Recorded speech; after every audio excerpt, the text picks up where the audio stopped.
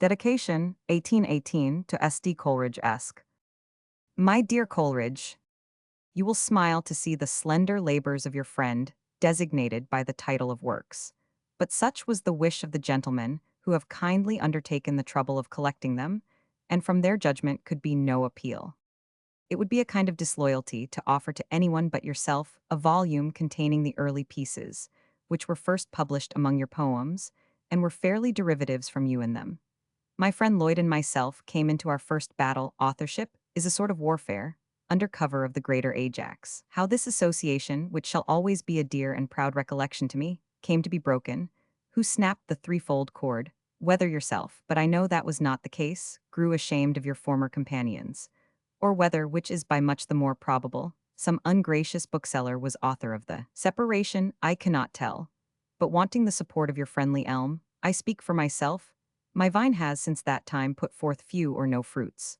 The sap, if ever it had any, has become, in a manner, dried up and extinct, and you will find your old associate, in his second volume, dwindled into prose and criticism. Am I right in assuming this as the cause? Or is it that, as years come upon us, except with some more healthy happy spirits, life itself loses much of its poetry for us? We transcribe but what we read in the great volume of nature, and, as the characters grow dim, we turn off and look another way. You yourself write no Christables, nor ancient mariners now. Some of the sonnets, which shall be carelessly turned over by the general reader, may happily awaken in you remembrances, which I should be sorry should be ever totally extinct, the memory of summer days and of delightful years, even so far back as to those old suppers at our old inn, when life was fresh and topics exhaustless, and you first kindled in me, if not the power, yet the love of poetry and beauty and kindliness. What words have I heard? Spoke at the Mermaid. The world has given you many a shrewd nip and gird since that time, but either my eyes are grown dimmer, or my old friend is the same, who stood before me 23 years ago, his hair a little confessing the hand of time, but still shrouding the same capacious brain, his heart not altered, scarcely where it alteration finds. One piece, Coleridge, I have ventured to publish in its original form, though I have heard you complain of a cert over-imitation of the antique in the style. If I could see any way of getting rid of the objection, without rewriting it entirely, I would make some sacrifices. But when I wrote John Woodville, I never proposed to myself any distinct deviation from common English. I had been newly initiated in the writings of our elder dramatists. Beaumont and Fletcher and Massinger were then a first love. And from what I was so freshly conversant in, what wonder if my language imperceptibly took a tinge? The very time which I have chosen for my story, that which immediately followed the Restoration, seemed to require, in an English play, that the English should be of rather an older cast than that of the precise year in which it happened to be written. I wish it had not some faults, which I can less vindicate than the language. I remain, my dear Coleridge, yours, with unabated esteem. See Lamb's earliest poem, Mil via mortis. What time in bands of slumber all were laid. To death's dark court methought I was conveyed. In realms it lay far hid from mortal sight, and gloomy tapers scarce kept out the night. On ebon throne the king of terrors sate. Around him stood the ministers of fate. On fell destruction bent the mirthless band, waited attentively his high command. Here pallid fear and dark despair were seen, and fever here with looks forever lean. Swan dropsy, halting gout, profuse of woes, and madness fierce and hopeless of repose. Wide-wasting plague, but chief in honor stood. More wasting war, insatiable of blood. With starting eyeballs, eager for the word. Already brandished was the glittering sword. Wonder and fear alike had filled my breast. And thus the grisly monarch I addressed. Of earth-born heroes why should poets sing? And the neglect the greatest king. To the Evan Caesar's self was forked to yield the glories of Pharsalia's well-fought field. When with a frown, vile caitiff, come not here. Abrupt cried death, shall flattery soothe my ear. Hence, or thou feelst my dart, the monarch said. Wild terror seized me, and the vision fled. Poems in Coleridge's Poems on Various Subjects, 1796. Written late in 1794. Text of 1797. as when a child on some long winter's night, affrighted clinging to its grandam's knees, with eager wondering and perturbed delight, listens strange tales of fearful dark decrees, muttered to retch by necromantic spell, or of those hags who at the witching time of murky midnight ride the air sublime, and mingle foul embrace with fiends of hell. Cold horror drinks its blood, anon the tear more gentle starts to hear the beldame tell of pretty babes that loved each other dear, murdered by cruel uncle's mandate fell. Even such the shivering joys thy tones impart. Even so thou, Siddons, meltest my sad heart. Probably 1795, text of 1818. Was it some sweet device of fairy that mocked my steps with many a lonely glade, and fancied wanderings with a fair-haired maid? Have these things been, or what rare witchery, impregning with delights the charmed air, enlighted up the semblance of a smile? In those fine eyes, methought they spake the while soft soothing things which might enforce despair to drop the murdering knife and let go by his foul resolve. And does the lonely glade still court the footsteps of the fair-haired maid? Still in her locks the gales of summer sigh, while I forlorn do wander reckless where, and mid my wanderings meet no Anna there. Probably 1795, text of 1818. Methinks how dainty sweet it were, reclined beneath the vast outstretching branches high of some old wood, in careless sort to lie, nor of the busier scenes we left behind aught envying, and O Anna's mild-eyed maid, beloved, I were well content to play with thy free tresses all a summer's day, losing the time beneath the greenwood shade. Or we might sit and tell some tender tale of faithful vows repaid by cruel scorn, a tale of true love or of friend forgot. And I would teach thee, lady, how to rail in gentle sort on those who practice not, or love or pity though of woman born. 1794, text of 1818. Oh, I could laugh to hear the midnight wind, that, rushing on its way with careless sweep, scatters the ocean waves, and I could weep, like to a child, for now to my raised mind, on wings of winds comes wild-eyed fantasy, and her rude visions give severe delight. O winged bark, how swift along the night, pass thy proud keel, nor shall I let go by lightly of that drear hour the memory, when wet and chilly on thy deck I stood, unbonneted and gazed upon the flood, even till it seemed a pleasant thing to die, to be resolved into elemental wave, or take my portion with the winds that rave. From Charles Lloyd's Poems on the Death of Priscilla Farmer, 1796. The Grandame. Summer 1796, text of 1818. On the green hilltop, hard by the house of prayer, a modest roof, and not distinguished from its neighbor barn, save by a slender tapering length of spire, the grandame sleeps, a plain stone barely tells the name and date to the chance passenger. For lowly born was she, and long had eat well earned the bread of service, hers was else a mounting spirit, one that entertained scorn of base action, deed dishonorable, or aught unseemly, I remember well. Her reverend image I remember too, with what a zeal she served her master's house, and how the prattling tongue of garrulous age delighted to recount the oft-told tale, or anecdote domestic, wise she was, and wondrous skilled in genealogies, and could in apt and voluble terms discourse of births, of titles and alliances, of marriages and intermarriages, relationship remote or near of kin, of friends offended, family disgraced, maiden highborn but wayward, disobeying parental strict injunction and regardless of unmixed blood and ancestry remote, stooping to wed with one of low degree. But these are not thy praises, and I wrong thy honored memory, recording chiefly things light or trivial, better twere to tell how with a nobler zeal and warmer love she served her heavenly master. I have seen that reverend form bent down with age and pain, and rankling malady, yet not for this. Ceased she to praise her Maker, or withdrew her trust in him, her faith and humble hope.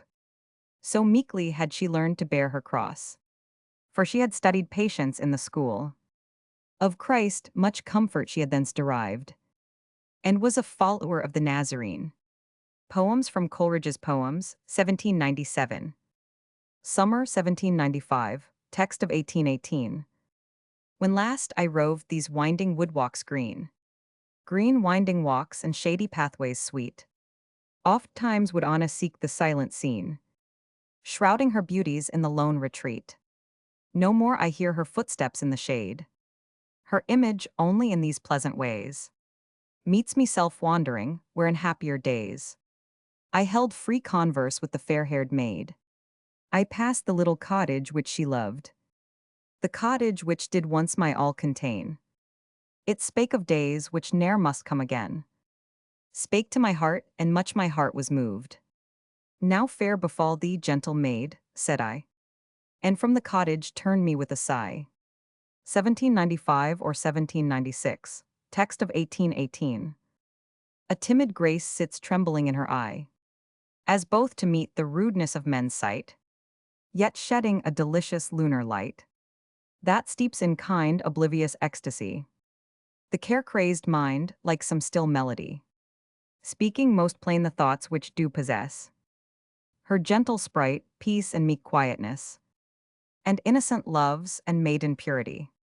A look whereof might heal the cruel smart of changed friends or fortune's wrongs unkind, might to sweet deeds of mercy move the heart of him who hates his brethren of mankind. Turned are those lights from me, who fondly yet past joys, vain loves, and buried hopes regret. End of 1795, text of 1818. If from my lips some angry accents fell, peevish complaint or harsh reproof unkind, 'twas but the error of a sickly mind, and troubled thoughts clouding the purer well, and waters clear of reason and for me. Let this my verse the poor atonement be, my verse which thou to praise wert ever inclined, too highly and with a partial eye to see. No blemish thou to me didst ever show, kindest affection, and would oft times lend an ear to the desponding lovesick lay, weeping my sorrows with me, who repay but ill the mighty debt of love I owe. Mary, to thee, my sister and my friend. 1795, text of 1818. We were two pretty babes, the youngest she, the youngest and the loveliest far, I ween. And innocence her name, the time has been. We two did love each other's company. Time was, we two had wept to have been apart. But when by show of seeming good beguiled, I left the garb and manners of a child, and my first love for man's society, defiling with the world my virgin heart. My loved companion dropped a tear and fled, and hid in deepest shades her awful head. Beloved, who shall tell me where thou art? In what delicious Eden to be found, that I may seek thee the wide world around? Childhood. Summer 1796, text of 1818. In my poor mind it is most sweet to muse upon the days gone by, to act in thought, past seasons o'er, and be again a child. To sit in fancy on the turf-clad slope, down which the child would roll, to pluck gay flowers, make posies in the sun, which the child's hand, childhood offended soon, soon reconciled, would throw away and straight take up again, then fling them to the winds and o'er the lawn, bound with so playful and so light a foot, that the pressed daisy scarce declined her head. The Sabbath bells. Summer 1796, text of 1818. The cheerful Sabbath bells, wherever heard, strike pleasant on the sense, most like the voice of one who from the far-off hills proclaims tidings of good to Zion, chiefly when their piercing tones fall sudden on the ear of the contemplant, solitary man, whom thoughts abstruse or high have chanced to lure forth from the walks of men, revolving oft, and oft again, hard matter which eludes and baffles his pursuit, thought-sick and tired of controversy where no end appears.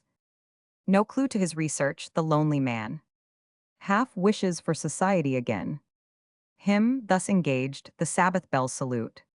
Sudden his heart awakes, his ears drink in the cheering music, his relenting soul yearns after all the joys of social life, and softens with the love of humankind. Fancy employed on divine subjects. Summer 1796, text of 1818. The truant fancy was a wanderer ever.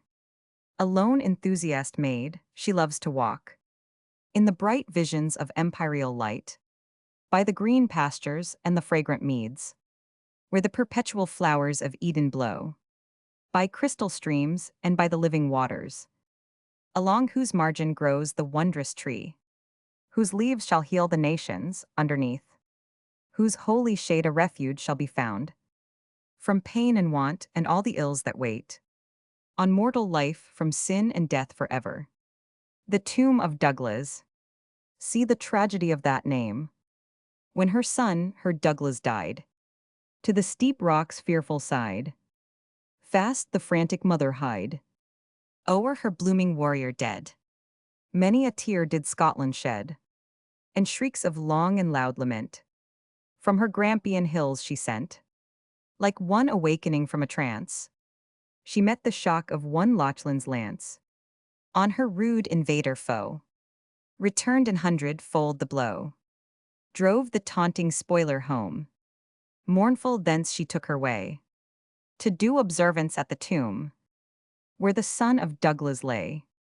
Round about the tomb did go, in solemn state and order slow, silent pace and black attire, earl or knight or good esquire, whoe'er by deeds of valor done, in battle had high honors won, whoe'er in their pure veins could trace the blood of Douglas' noble race. With them the flower of minstrels came, and to their cunning harps did frame, in doleful numbers piercing rhymes, such strains as in the older times had soothed the spirit of Fingal, echoing thro' his father's hall. Scottish maidens drop a tear o'er the beauteous hero's bier. Brave youth and comely bove compare, all golden shone his burnished hair. Valor and smiling courtesy played in the sunbeams of his eye. Claused are those eyes that shone so fair, and stained with blood his yellow hair. Scottish maidens drop a tear o'er the beauteous hero's bier. Not a tear, I charge you, shed for the false Glenalvin dead. Unpitied let Glenalvin lie, foul stained to arms and chivalry. Behind his back the traitor came, and Douglas died without his fame. Young light of Scotland early spent, thy country thee shall long lament, and oft to aftertimes shall tell, in hope's sweet prime my hero fell. Footnote 1 Denmark. To Charles Lloyd, an unexpected visitor. January 1797, text of 1818. Alone, obscure, without a friend, a cheerless, solitary thing. Why seeks my Lloyd the stranger out? What offering can the stranger bring of social scenes, homebred delights, that him in aught compensate may? For Stowey's pleasant winter nights, for loves and friendships far away, in brief oblivion to forgo friends such as thine, so justly dear, and be a while with me content, to stay a kindly loiterer here. For this a gleam of random joy hath flushed my unaccustomed cheek, and with an o'ercharged bursting heart, I feel the thanks I cannot speak. Oh, sweet are all the muses' lays, and sweet the charm of matin bird. 'Twas long since these estranged ears the sweeter voice of friend had heard. The voice hath spoke the pleasant sounds, in memory's ear in after time, shall live to sometimes rouse a tear, and sometimes prompt an honest rhyme. For, when the transient charm is fled, and when the little week is o'er, to cheerless, friendless solitude, when I return, as heretofore, long, long within my aching heart, the grateful sense shall cherished be. I'll think less meanly of myself. That Lloyd will sometimes think on me. A vision of repentance. 1796, text of 1818. I saw a famous fountain in my dream, where shady pathways to a valley led. A weeping willow lay upon that stream, and all around the fountain brink were spread wide branching trees, with dark green leaf rich clad, forming a doubtful twilight desolate and sad. The place was such that whoso entered in, disrobed was of every earthly thought, and straight became as one that knew not sin, or to the world's first innocence was brought, and seemed it now he stood on holy ground, in sweet and tender melancholy wrapped around. A most strange calm stole o'er my soothed sprite. Long time I stood, and longer had I stayed, when lo, I saw by the sweet moonlight, which came in silence o'er that silent shade, where near the fountain something like despair made of that weeping willow garlands for her hair, and eke with painful fingers she enwove many an uncouth stem of savage thorn, the willow garland that was for her love, and these her bleeding temples would adorn. With sighs her heart nigh burst, salt tears fast fell, as mournfully she bended o'er that sacred well, to whom, when I addressed myself to speak, she lifted up her eyes and nothing said. The delicate red came mantling o'er her cheek, and, gathering up her loose attire, she fled to the dark covert of that woody shade, and in her goings seemed a timid gentle maid, revolving in my mind what this should mean, and why that lovely lady plained so, perplexed in thought at that mysterious scene, and doubting if 'twere best to stay or go. I cast mine eyes in wistful gaze around, when from the shades came slow a small and plaintive sound. Psyche am I who love to dwell in these brown shades, this woody dell, where never busy mortal came, till now to pry upon my shame. At thy feet what thou dost see, the waters of repentance be, which night and day I must augment, with tears like a true penitent, if haply so my day of grace be not yet past, and this lone place, o'ershadowy, dark, excludeth hence all thoughts but grief and penitence. Why dost thou weep, thou gentle maid? And wherefore in this barren shade thy hidden thoughts with sorrow feed? Can things so fair repentance need? Oh, I have done a deed of shame, and tainted is my virgin fame, and stained the beauteous maiden white, in which my bridal robes were dight, and who the promised spouse declare, and what those bridal garments were. Severe and saintly righteousness composed the clear white bridal dress. Jesus, the Son of Heaven's high King, bought with his blood the marriage ring. A wretched sinful creature, I, deemed lightly of that sacred tie, gave to a treacherous world my heart, and played the foolish wanton's part. Soon to these murky shades I came, to hide from the sun's light my shame.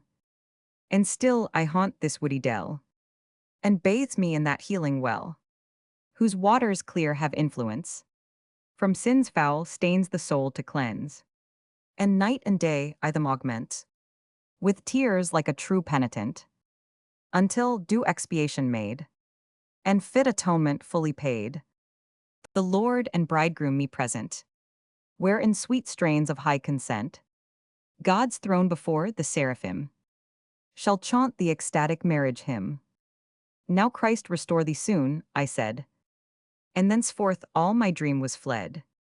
Poems written in the years 1795-98, and not reprinted by Lamb. Sonnet. Summer, 1795. The Lord of life shakes off his drowsed, and gins to sprinkle on the earth below those rays that from his shaken locks do flow. Meantime, by truant love of rambling led, I turn my back on thy detested walls, proud city, and thy sons I leave behind. A sordid, selfish, money-getting kind, brute things who shut their ears when freedom calls. I pass not thee so lightly, well-known spire, that minded me of many a pleasure gone. Of merrier days, of love and Islington, kindling afresh the flames of past desire. And I shall muse on thee, slow journeying on, to the green plains of pleasant Hertfordshire, to the poet Cowper, on his recovery from an indisposition, written some time back. Summer 1796. Cowper, I thank my God that thou art healed. Thine was the sorest malady of all, and I am sad to think that it should light upon the worthy head, but thou art healed.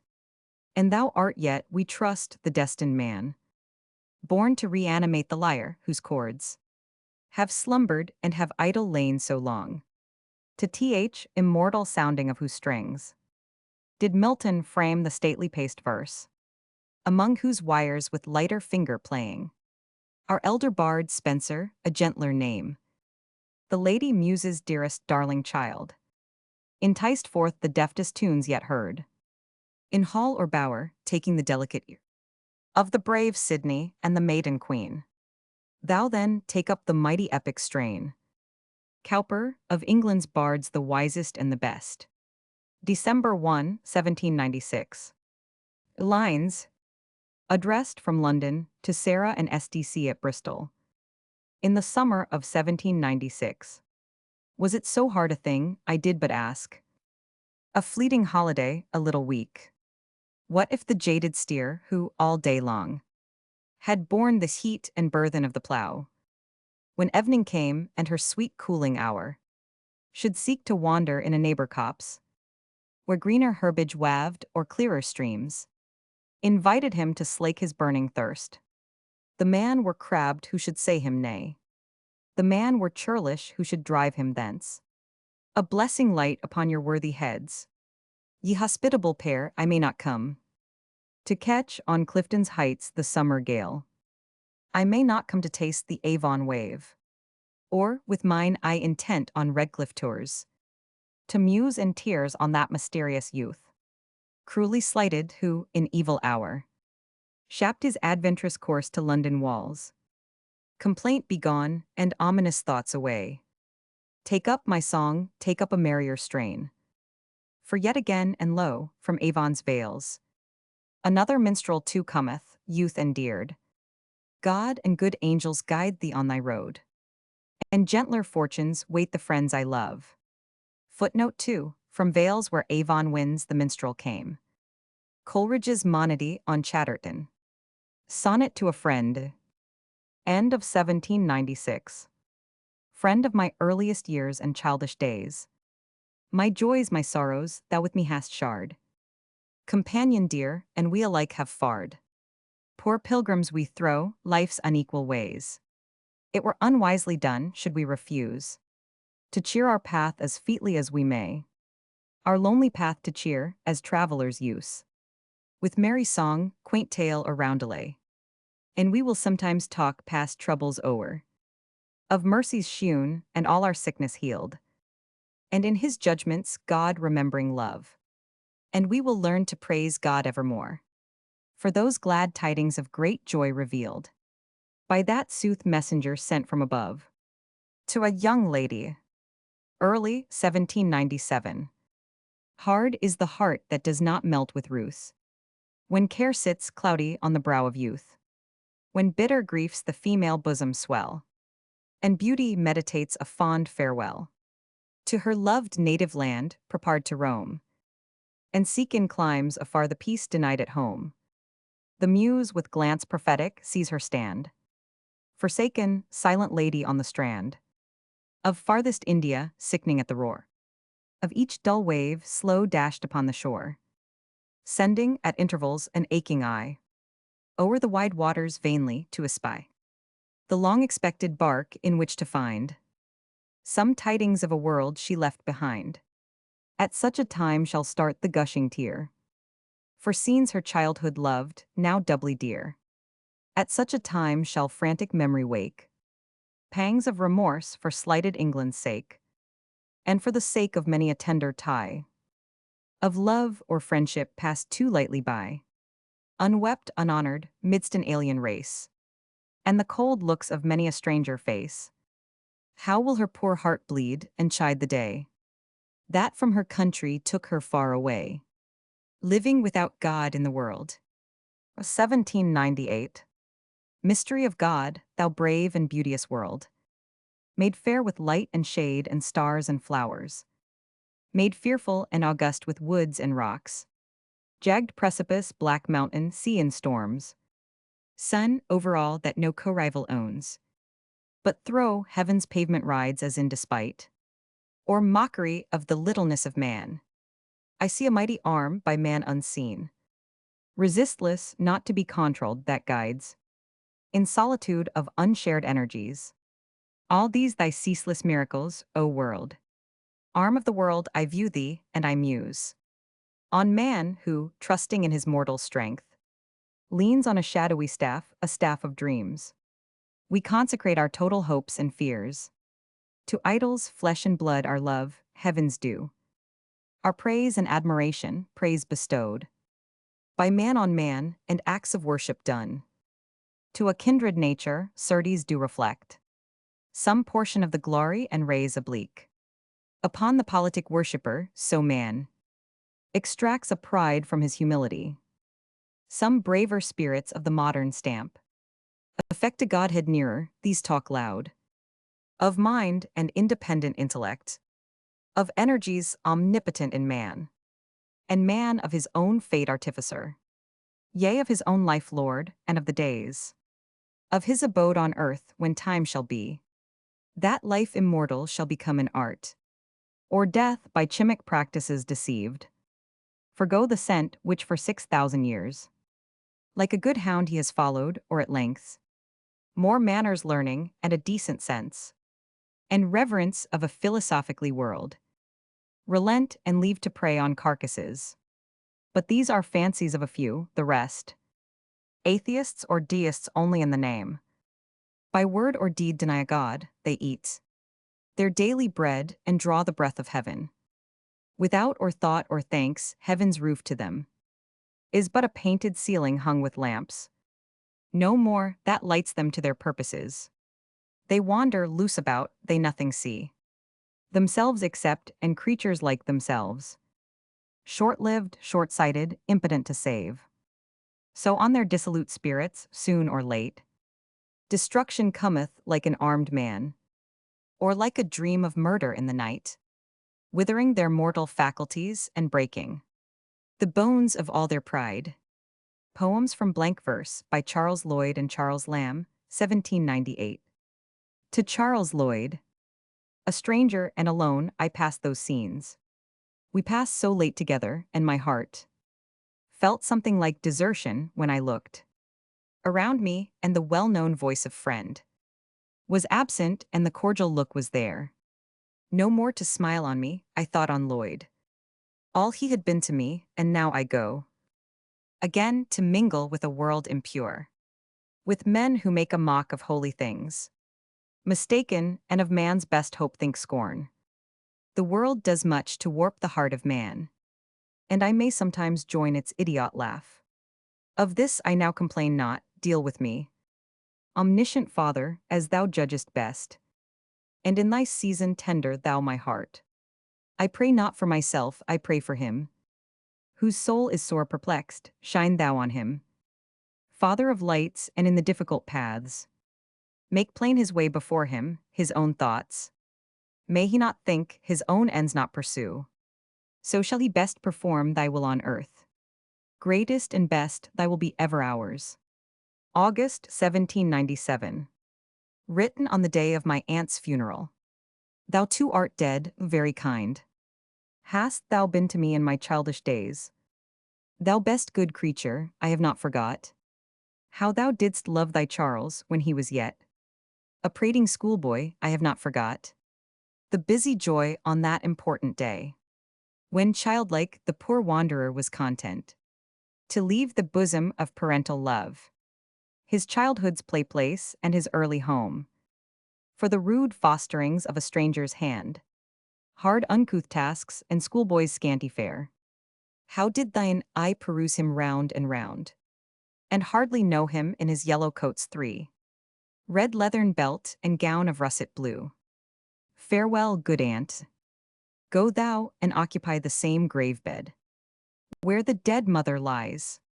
O my dear mother, O thou dear dead saint, where's now that placid face where oft hath sat a mother's smile to think her son should thrive in this bad world when she was dead and gone? And when a tear hath sat, take shame, O son, when that same child has proved himself unkind.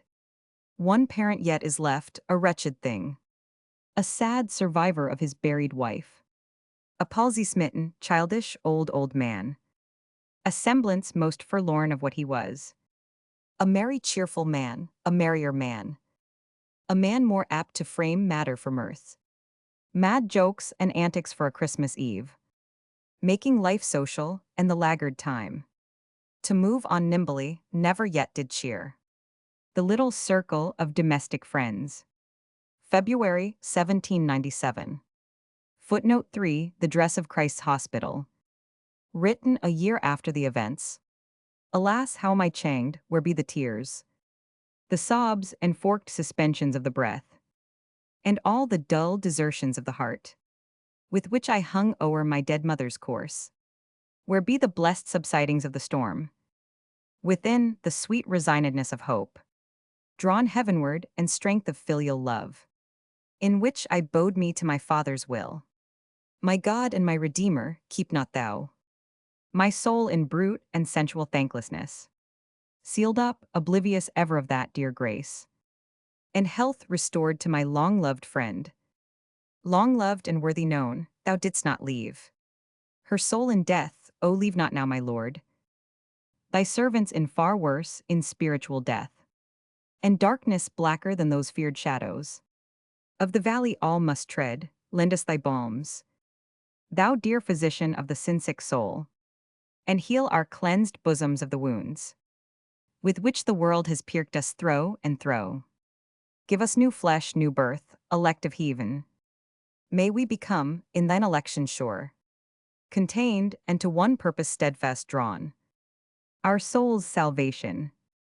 Thou and I, dear friend, with filial recognition sweet, shall know one day the face of our dear mother in heaven, and her remembered looks of love shall greet. With looks of answering love, her placid smiles meet with a smile as placid, and her hand, with drops of fondness wet, nor fear repulse. Be witness for me, Lord, I do not ask those days of vanity to return again, nor fitting me to ask, nor thee to give vain loves and wanderings with a fair-haired maid, child of the dust as I am, who so long my captive heart steeped in idolatry and creature loves. Forgive me, O my Maker, if in a mood of grief I sin almost, in sometimes brooding on the days long past, and from the grave of time wishing them back. Days of a mother's fondness to her child, to her little one. Oh, where be now those sports and infant play games, where the joyous troops of children and the haunts I did so love? O my companions, O ye loved names of friend or playmate dear, gone are ye now, gone diverse ways, to honor and credit some, and some, I fear, to ignominy and shame. I only am left with unavailing grief, to mourn one parent dead and see one live. Of all life's joys bereft and desolate, I am left with a few friends, and one above. The rest found faithful in a length of years, contented as I may to bear me on to the not unpeaceful evening of a day, made black by morning storms. September 1797. Written soon after the preceding poem. Thou shouldst have longer lived, and to the grave have peacefully gone down in full old age. Thy children would have tended thy gray hairs. We might have sat, as we have often done, by our fireside and talked whole nights away. Old times, old friends, and old events recalling, with many a circumstance of trivial note, to memory dear and of importance grown. How shall we tell them in a stranger's ear? A wayward son oft-times was I to thee. And yet, in all our little bickerings, domestic jars there was, I know not what, of tender feeling that were ill exchanged, for this world's chilling friendships and their smiles, Familiar, whom the heart calls strangers still. A heavy lot hath he, most wretched man, who lives the last of all his family. He looks around him, and his eye discerns the face of the stranger, and his heart is sick. Man of the world, what canst thou do for him? Wealth is a burden which he could not bear. Mirth a strange crime, the which he dares not act. And wine no cordial, but a bitter cup. For wounds like his Christ is the only cure. And gospel promises are his by right. For these were given to the poor in heart. Go, preach thou to him of a world to come, where friends shall meet and know each other's face. Say less than this and say it to the winds. October 1797. Written on Christmas Day, 1797. I am a widowed thing, now thou art gone. Now thou art gone, my own familiar friend. Companion, sister, helpmate, counselor. Alas, that honored mind whose sweet reproof and meekest wisdom in times past have smoothed the unfilial harshness of my foolish speech, and made me loving to my parents old. Why is this so, ah God, why is this so? That honored mind become a fearful blank, her senses locked up and herself kept out from human sight or converse, while so many of the foolish sort are left to roam at large, doing all acts of folly and sin and shame. Thy paths are mystery, yet I will not think, sweet friend, but we shall one day meet and live in quietness and die so, fearing God. Or if not, and these false suggestions be a fit of the weak nature, loth to part with what it loved so long and held so dear. If thou art to be taken, and I left, more sinning, yet unpunished save in thee, it is the will of God, and we are clay in the potter's hands, and, at the worst, are made from absolute nothing, vessels of disgrace, till his most righteous purpose wrought in us, our purified spirits find their perfect rest. The old familiar faces. January 1798, text of 1818. I have had playmates, I have had companions. In my days of childhood, in my joyful school days. All are gone, the old familiar faces. I have been laughing, I have been carousing. Drinking late, sitting late with my bosom cronies. All are gone, the old familiar faces. I loved a love once, fairest among women. Closed are her doors on me, I must not see her. All are gone, the old familiar faces. I have a friend, a kinder friend has no man. Like an ingrate, I left my friend abruptly. Left him, to muse on the old familiar faces. Ghost-like, I paced round the haunts of my childhood. Earth seemed a dessart I was bound to traverse, seeking to find the old familiar faces. Friend of my bosom, thou more than a brother. Why wert not thou born in my father's dwelling? So might we talk of the old familiar faces. How some they have died, and some they have left me. And some are taken from me, all are departed. All are gone, the old familiar faces. Composed at midnight. 1797, text of 1818. From broken visions of perturbed rest. I wake and start and fear to sleep again. How total a privation of all sounds. Sights and familiar objects, man, bird, beast. Herb, tree, or flower, and prodigal light of heaven. 'Twere some relief to catch the drowsy cry of the mechanic watchman or the noise of revel reeling home from midnight cups. Those are the moanings of the dying man, who lies in the upper chamber, restless moans, and interrupted only by a cough, consumptive, torturing the wasted lungs. So, in the bitterness of death he lies, and waits in anguish for the morning's light. What can that do for him, or what restore? Short taste, faint sense, affecting notices, and little images of pleasures past, of health and active life, health not yet slain, nor the other grace of life, a good name sold. For sin's black wages, on his tedious bed, he writhes and turns him from the accusing light, and finds no comfort in the sun, but says, when night comes, I shall get a little rest. Some few groans more, death comes, and there an end. Tease darkness and conjecture all beyond. Weak nature fears, though charity must hope. And fancy, most licentious on such themes. Where decent reverence well had kept her mute. Hath o'erstocked hell with devils and brought down. By her enormous fablings and mad lies. Discredit on the gospel's serious truths. And salutary fears, the man of parts. Poet or prose declaimer on his couch. Lolling like one indifferent fabricates. A heaven of gold where he, and such as he. Their heads encompassed with crowns, their heels. With fine wings garlanded, shall tread the stars. Beneath their feet, heaven's pavement, far removed. From damned spirits and the torturing cries. Of men, his brethren, fashioned of the earth. As he was, nourished with the selfsame bread. Belike his kindred or companions once. Through everlasting ages now divorced.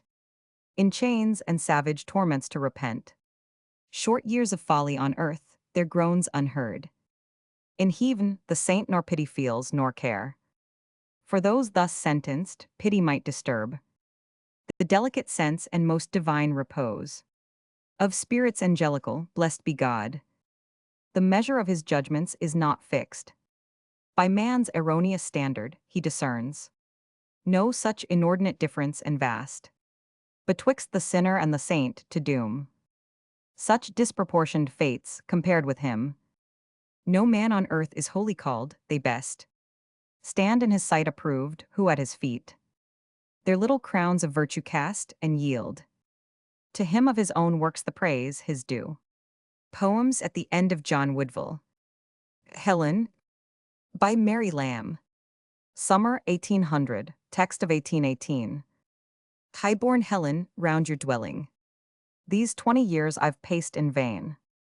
Haughty beauty, thy lover's duty, hath been to glory in his pain. High-born Helen, plainly telling stories of thy cold disdain. I starve, I die, now you comply. And I no longer can complain. These 20 years I've lived on tears, dwelling for ever on a frown. On sighs I've fed, your scorn my bread. I perish now you kind are grown. Can I, who loved my beloved, but for the scorn was in her eye, can I be moved for my beloved, when she returns me sigh for sigh? In stately pride, by my bedside, high-born Helen's portraits hung. Deaf to my praise, my mournful lays are nightly to the portrait sung. To that I weep, nor ever sleep, complaining all night long to her. Helen, grown old, no longer cold, said, you to all men I prefer. Ballad. From the German. Spring 1800, text of 1818. The clouds are blackening, the storms threatening. And ever the forest maketh a moan. Billows are breaking, the damsel's heart aching. Thus by herself she singeth alone. Weeping right plenteously. The world is empty, the heart is dead surely. In this world plainly all seemeth amiss. To thy breast, Holy One, take now thy little one. I have had earnest of all earth's bliss. Living right lovingly. Hypochondriacus. October 1800, text of 1818. By myself walking, to myself talking, when as I ruminate on my untoward fate, scarcely seem I alone sufficiently, black thoughts continually, crowding my privacy. They come unbidden, like foes at a wedding, thrusting their faces in better guests' places, peevish and malcontent, clownish impertinent, dashing the merriment, so in like fashions, dim cogitations, follow and haunt me, striving to daunt me, in my heart festering, in my ears whispering, thy friends are treacherous, thy foes are dangerous, thy dreams ominous, fierce anthropophagy, spectra diaboli. What scared St. Anthony? Hobgoblins, lemuries, dreams of antipodes, night-riding incubi, troubling the fantasy, All dire illusions, causing confusions, figments heretical, scruples fantastical, doubts diabolical. Abaddon vexeth me, Mahu perplexeth me, Lucifer teareth me. Jesu, Maria, liberate nos ob his dearest tentationibus inimici. The ballad, noting the difference of rich and poor, in the ways of a rich noble's palace and a poor workhouse. To the tune of the Old and Young Courtier. August 1800, text of 1818. In a costly palace youth goes clad in gold. In a wretched workhouse age's limbs are cold. There they sit, the old men by a shivering fire. Still close and closer cowering, warmth is their desire. In a costly palace, when the brave gallants dine, they have store of good venison, with old canary wine. With singing and music to heighten the cheer. Coarse bits with grudging are the pauper's best fare. In a costly palace youth is still caressed by a train of attendants which laugh at my young lord's jest. In a wretched workhouse the contrary prevails. Does age begin to prattle? No man hearkeneth to his tales. In a costly palace if the child with a pin do but chance to prick a finger, straight the doctor is called in. In a wretched workhouse men are left to perish for want of proper cordials, which their old age might cherish. In a costly palace youth enjoys his lust. In a wretched workhouse age, in corners thrust, thinks upon the former days, when he was well to do. Had children to stand by him, both friends and kinsmen too. In a costly palace youth his temples hides, with a new devised peruke that reaches to his sides. In a wretched workhouse age's crown is bare, with a few thin locks just to fence out the cold air. In peace as in war, 'tis our young gallant's pride to walk, each one eye the streets with a rapier by his side, that none to do them injury may have pretense. Wretched age in poverty must brook offense. Poems in Charles Lamb's Works 1818, not previously printed in the present volume, together with references to those poems that have been previously printed. Hester, February 1803. When maidens such as Hester die, their place ye may not well supply, though ye among 1,000 try. With vain endeavor, a month or more hath she been dead, yet cannot I by force be led to think upon the wormy bed, and her together. A springy motion in her gait, a rising step did indicate, of pride and joy no common rate. That flushed her spirit, I know not by what name beside. I shall it call, if 'twas not pride. It was a joy to that allied. She did inherit. Her parents held the Quaker rule, which doth the human feeling cool. But she was trained in nature's school. Nature had blessed her. A waking eye, a prying mind. A heart that stirs is hard to bind. A hawk's keen sight ye cannot blind. Ye could not, Hester, my sprightly neighbor, gone before, to that unknown and silent shore. Shall we not meet as heretofore? Some summer morning, when from thy cheerful eyes a ray hath struck a bliss upon the day, a bliss that would not go away, a sweet forewarning.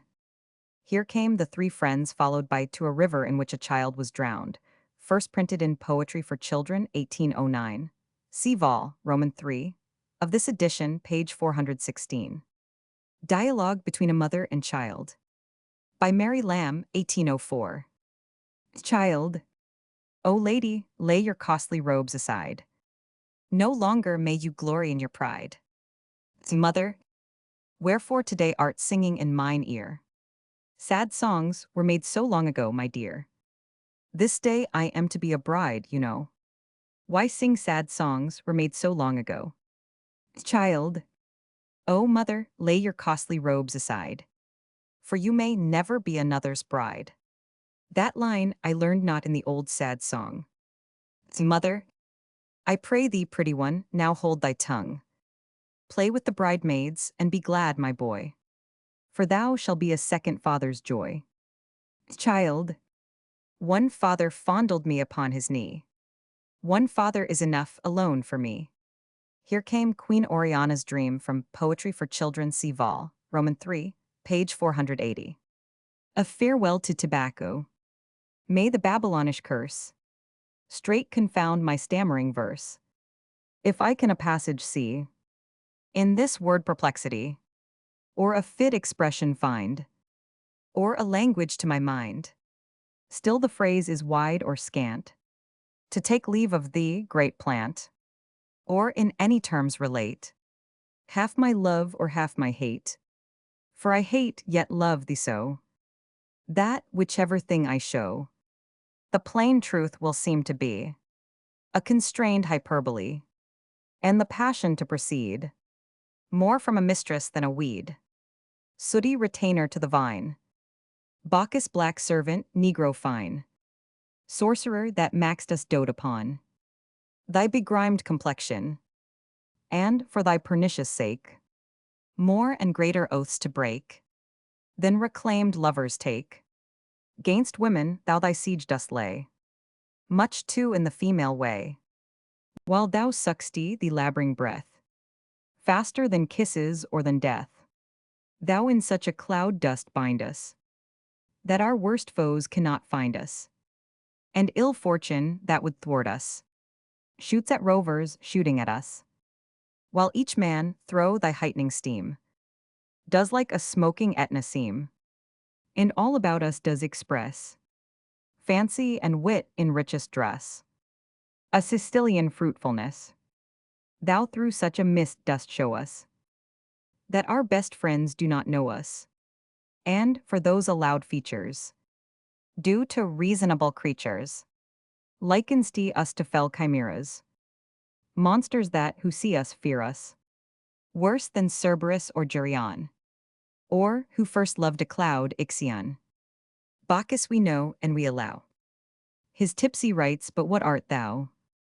That but by reflex canst show what his deity can do, as the false Egyptian spell aped the true Hebrew miracle.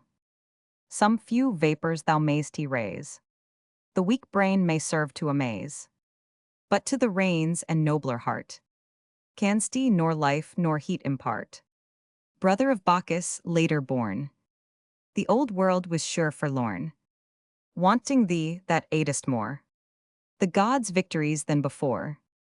All his panthers and the brawls of his piping bacchanals, these as stale we disallow, or judge of thee meant only thou, his true Indian conquest art, and for ivy round his dart, the reformed god now weaves a finer thyrsus of thy leaves, sent to match thy rich perfume. Chemic art did ne'er presume, through her quaint alembic strain, none so sovereign to the brain. Nature that did in the excel, frammed again no second smell. Roses, violets, but toys, for the smaller sort of boys, or for greener damsels meant. Thou art the only manly scent, stinking of the stinking kind, filth of the mouth and fog of the mind. Africa that brags her foison, breeds no such prodigious poison. Henbane, nightshade both together, hemlock, aconite, nay rather, plant divine of rarest virtue. Blisters on the tongue would hurt you. 'Twas but in a sort I blamed thee. None e'er prospered who defamed thee.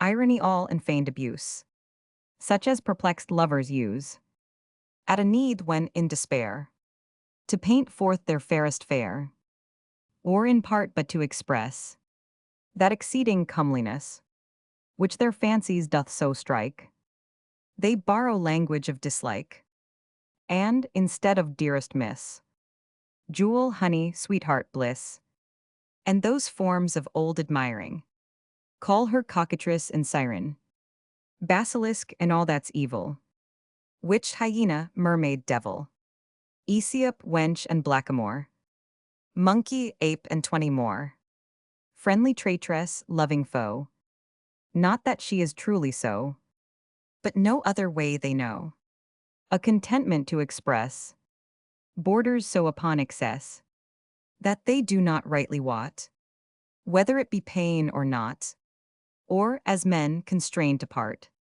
with what's nearest to their heart, while their sorrows at the height, lose discrimination quite, and their hasty wrath let fall, to appease their frantic gall, on the darling thing whatever, whence they feel it death to sever, though it be as they perforce, guiltless of the sad divorce. For I must, nor let it grieve thee, friendliest of plants, that I must leave thee. For thy sake, tobacco, I would do anything but die, and but seek to extend my days, long enough to sing thy praise. But as she who once hath been a king's consort is a queen, ever after nor will bate any tittle of her state, though a widow or divorced. So I from thy converse forced the old name and style retain, a right Catherine of Spain, and a seat too mongst the joys of the blessed tobacco boys, where, though I by sour physician am debarred the full fruition of thy favors, I may catch some collateral sweets and snatch sidelong odors that give life, like glances from a neighbor's wife, and still live in the by places and the suburbs of thy graces, and in thy borders take delight, an unconquered Canaanite, to TLH, a child, model of thy parent dear, serious infant worth of fear, in thy unfaltering visage well, picturing forth the son of Tel, when on his forehead, firm and good, motionless mark the apple stood, guileless traitor, rebel mild, convict unconscious culprit child, gates that close with iron roar, have been to thee thy nursery door, chains that chink in cheerless cells, have been thy rattles and thy bells, walls contrived for giant sin, have hemmed thy faultless weakness in, near thy sinless bed black guilt, her discordant house hath built, and filled it with her monstrous brood, sights by thee not understood, sights of fear and of distress, that pass a harmless infant's guess, but the clouds that overcast thy young morning may not last. Soon shall arrive the rescuing hour that yields thee up to nature's power. Nature that so late doth greet thee shall in o'erflowing measure meet thee. She shall recompense with cost for every lesson thou hast lost. Then wandering up thy sire's loved hill for, thou shalt take thy airy fill of health and pastime, birds shall sing for thy delight each May morning. Mid new-yeaned lambkins thou shalt play, hardly less a lamb than they. Then thy prison's lengthened bound shall be the horizon skirting round, and, while thou fillest thy lap with flowers, to make amends for wintry hours, the breeze, the sunshine, and the place shall from thy tender brow efface each vestige of untimely care that sour restraint had graven there, and on thy every look impress a more excelling childishness. So shall be thy days beguiled. Thornton Hunt, my favorite child. Footnote 4 Hampstead. Here came David in the Cave of Adullam by Mary Lamb from Poetry for Children. See Vol. Roman 3, page 486. Salome by Mary Lamb, probably 1808 or 1809. Once on a charger there was laid, and brought before a royal maid, as price of attitude and grace, a guiltless head, a holy face. It was on Herod's natal day, who, o'er Judea's land held sway. He married his own brother's wife. Wicked Herodias, she the life of John the Baptist long had sought, because he openly had taught that she a life unlawful led, having her husband's brother wed. This was he, that saintly John, who in the wilderness alone, abiding, did for clothing wear a garment made of camel's hair. Honey and locusts were his food, and he was most severely good. He preached penitence and tears and waking first the sinner's fears, prepared a path made smooth a way, for his diviner master's day. Herod kept in princely state, his birthday on his throne he sate, after the feast beholding her, who danced with grace peculiar, fair Salome who did excel, all in that land for dancing well. The feastful monarch's heart was fired, and whatsoe'er thing she desired, though half his kingdom it should be, he in his pleasure swore that he would give the graceful Salome. The damsel was Herodia's daughter. She to the queen hastes and besought her to teach her what great gift to name. Instructed by Herodias came. The damsel back to Herod said, give me John the Baptist's head, and in a charger let it be. Hither straightway brought to me. Herod her suit would fain deny, but for his oath's sake must comply. When painters would by art express beauty in unloveliness, thee, Herodia's daughter, thee, they fittest subject take to be. They give thy form and features grace, but ever in thy beauteous face they show a steadfast cruel gaze, an eye unpitying and amaze. In all beholders deep they mark, that thou betrayest not one spark of feeling for the ruthless deed, that did thy praiseful dance succeed. For on the head they make you look, as if a sullen joy you took, a cruel triumph, wicked pride, that for your sport a saint had died. Lines suggested by a picture of two females by Leonardo da Vinci. By Mary Lamb, 1804. The Lady Blanche, regardless of all her lover's fears, to the Ursuline convent hastens, and long the abbess hears. O Blanche, my child, repent ye of the courtly life ye laid. Blanche looked on a rosebud, and little seemed to heed. She looked on the rosebud, she looked round and thought on all her heart had whispered, and all the nun had taught. I am worshipped by lovers, and brightly shines my fame. All Christendom resoundeth the noble Blanche's name. Nor shall I quickly wither like the rosebud from the tree, my queen-like graces shining when my beauty's gone from me. But when the sculptured marble is raised o'er my head, and the matchless Blanche lies lifeless among the noble dead, this saintly lady abbess hath made me justly fear it nothing will avail me that I were worshipped here.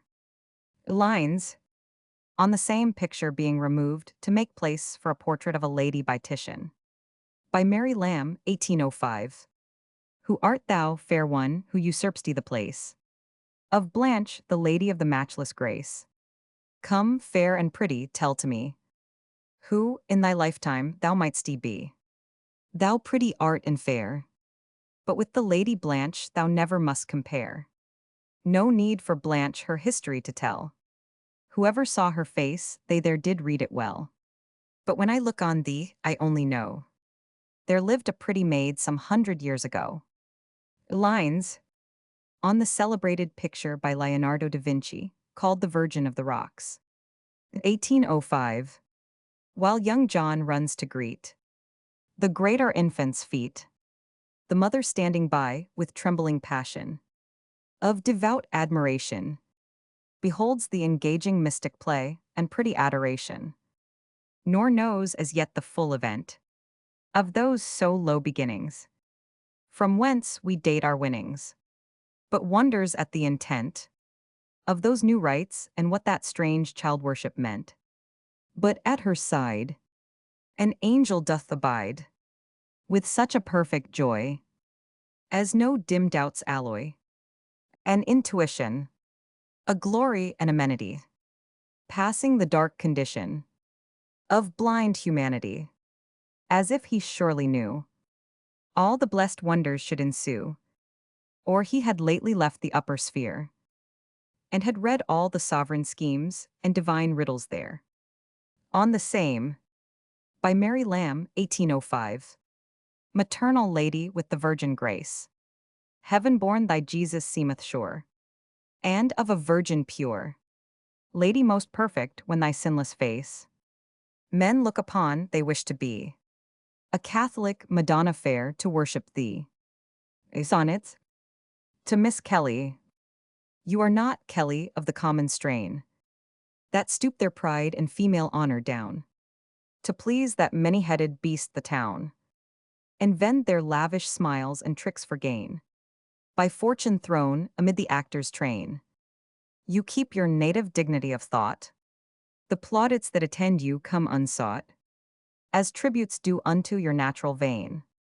Your tears have passion in them and a grace of genuine freshness which our hearts avow. Your smiles are winds whose ways we cannot trace, that vanish and return we know not how, and please the better from a pensive face, and thoughtful eye and a reflecting brow. On the sight of swans in Kensington Garden, queen bird that sittest on thy shining nest, and thy young cygnets without sorrow hatchest, and thou other royal bird that watchest, lest the white mother wandering feet molest. Shrined are your offspring in a crystal cradle, brighter than Helen's ere she yet had burst. Her shelly prison they shall be born at first, strong, active, graceful, perfect, swan-like able to tread the land or waters with security. Unlike poor human births conceived in sin, in grief brought forth both outwardly and in, confessing weakness, error, and impurity, did heavenly creatures' own successions line. The births of heaven like to yours would shine. The family name. What reason first imposed thee, gentle name? Name that my father bore and his sire's sire. Without reproach, we trace our stream no higher. And I, a childless man, may end the same. Perchance some shepherd on Lincolnian plains, in manners guileless as his own sweet flocks, received the first amid the merry mocks, and arch illusions of his fellow swains. Perchance from Salem's holier fields returned, with glory gotten on the heads abhorred of faithless Saracens, some martial lord took his meek title, in whose zeal he burned. Whate'er the fount whence thy beginnings came, no deed of mine shall shame thee, gentle name. To John Lamb-esque, of the South Sea House. John, you were figuring in the gay career of blooming manhood with a young man's joy, when I was yet a little peevish boy. Though time has made the difference disappear betwixt our ages, which then seemed so great, and still by rightful custom you retain much of the old authoritative strain, and keep the elder brother up in state.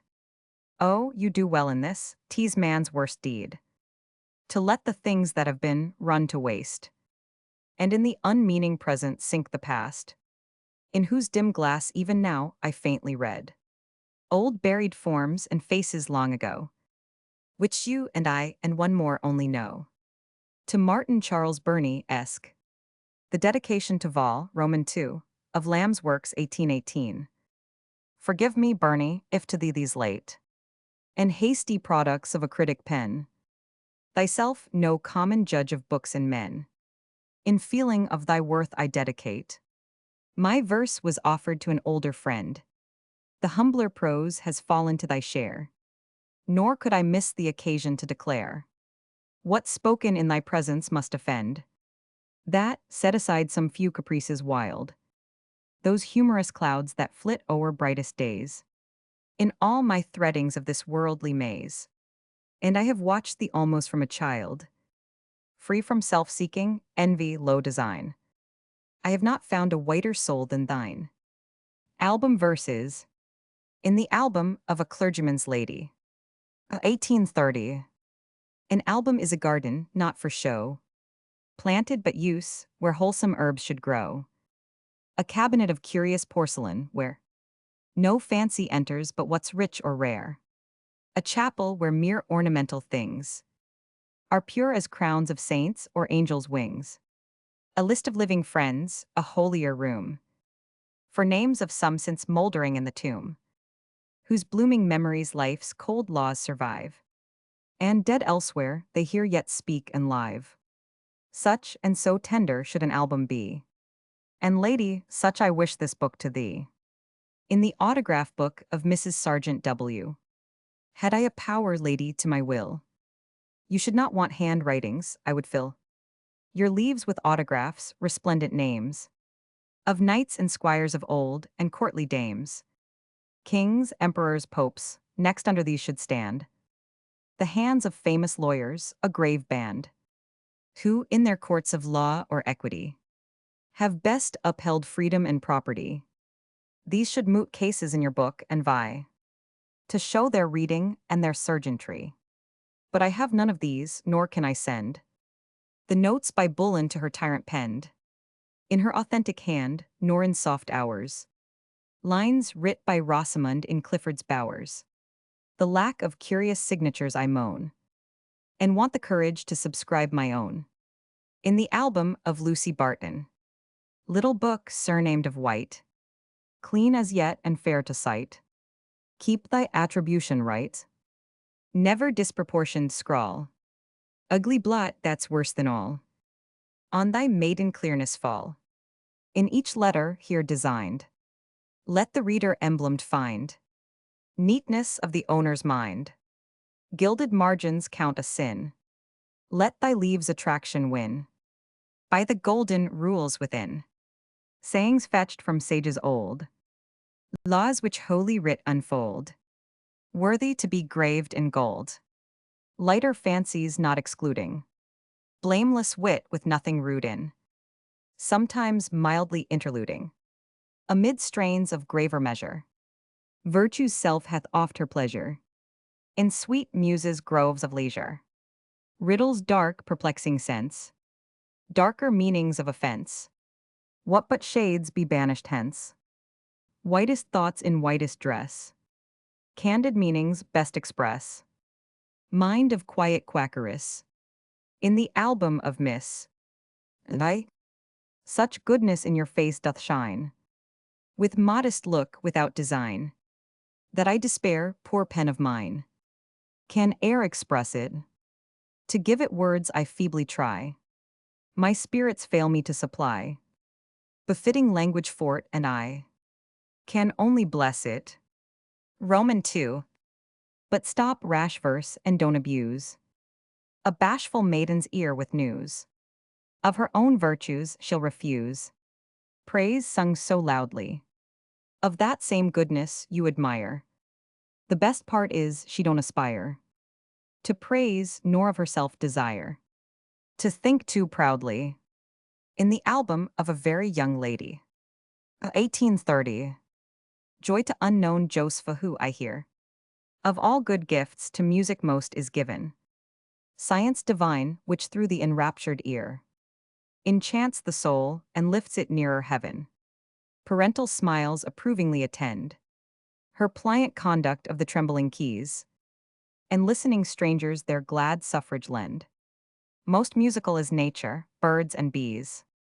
At their sweet labor sing, the moaning winds. Rehearse a lesson to attentive minds. In louder tones, deep unto deep doth call. And there is music in the waterfall. In the album of a French teacher, 1829. Implored for verse, I send you what I can. But you are so exact a Frenchwoman. As I am told, Jemima, that I fear to wound with English your Parisian ear. And think I do your choice collection wrong. With lines not written in the Frenchman's tongue. Had I a knowledge equal to my will. With airy chansons I your leaves would fill. With fabliaux that should emulate the vein of sprightly Cresset or of La Fontaine. Or scenes comiques that should approach the air of your own favorite, renowned Molière. But at my suit the muse of France looks sour, and strikes me dumb, yet what is in my power? To testify respect for you, I pray. Take in plain English, our rough Enfield way. In the album of Miss Daubeny. And I? Some poets by poetic law have beauties praised they never saw, and sung of Kitties and of Nancys, whose charms but lived in their own fancies. So I, to keep my muse a-going, that willingly would still be doing, a canzonet or two must try, in praise of pretty Daubeny. Roman 2. But whether she indeed be comely, or only very good and homely, of my own eyes I cannot say. I trust to Emery Sola, But sure I think her voice is tuneful, as smoothest birds that sing in June full. For else would strangely disagree. The flowing name of Daubeny. Romans 3. I hear that she a book hath got, as what young damsel now hath not, in which they scribble favorite fancies, copied from poems or romances, and prettiest draughts of her design, about the curious album shine, and therefore she shall have for me the style of tasteful Daubeny. Roman 4. Thus far I have taken on believing, but well I know without deceiving, that in her heart she keeps alive still old school-day likings which survive still, in spite of absence, worldly coldness. And thereon can my muse take boldness, to crown her other praises 3, with praise of friendly Daubeny. In the album of Mrs. Jane Towers, 1828, Lady Unknown, who crafts for me unknown, the trifle of a verse these leaves to grace. How shall I find fit matter, with what face? Address a face that ne'er to me was shown. Thy looks, tones, gesture, manners, and what not. Conjecturing, I wander in the dark. I know the only sister to Charles Clark. But at that name, my cold muse waxes hot, and swears that thou art such a one as he. Warm, laughter-loving, with a touch of madness. Wild, glee-provoking, pouring oil of gladness. From frank heart without guile, and if thou be the pure reverse of this, and I mistake, demure one, I will like thee for his sake. In my own album, 1827. Fresh clad from heaven in robes of white. A young probationer of light.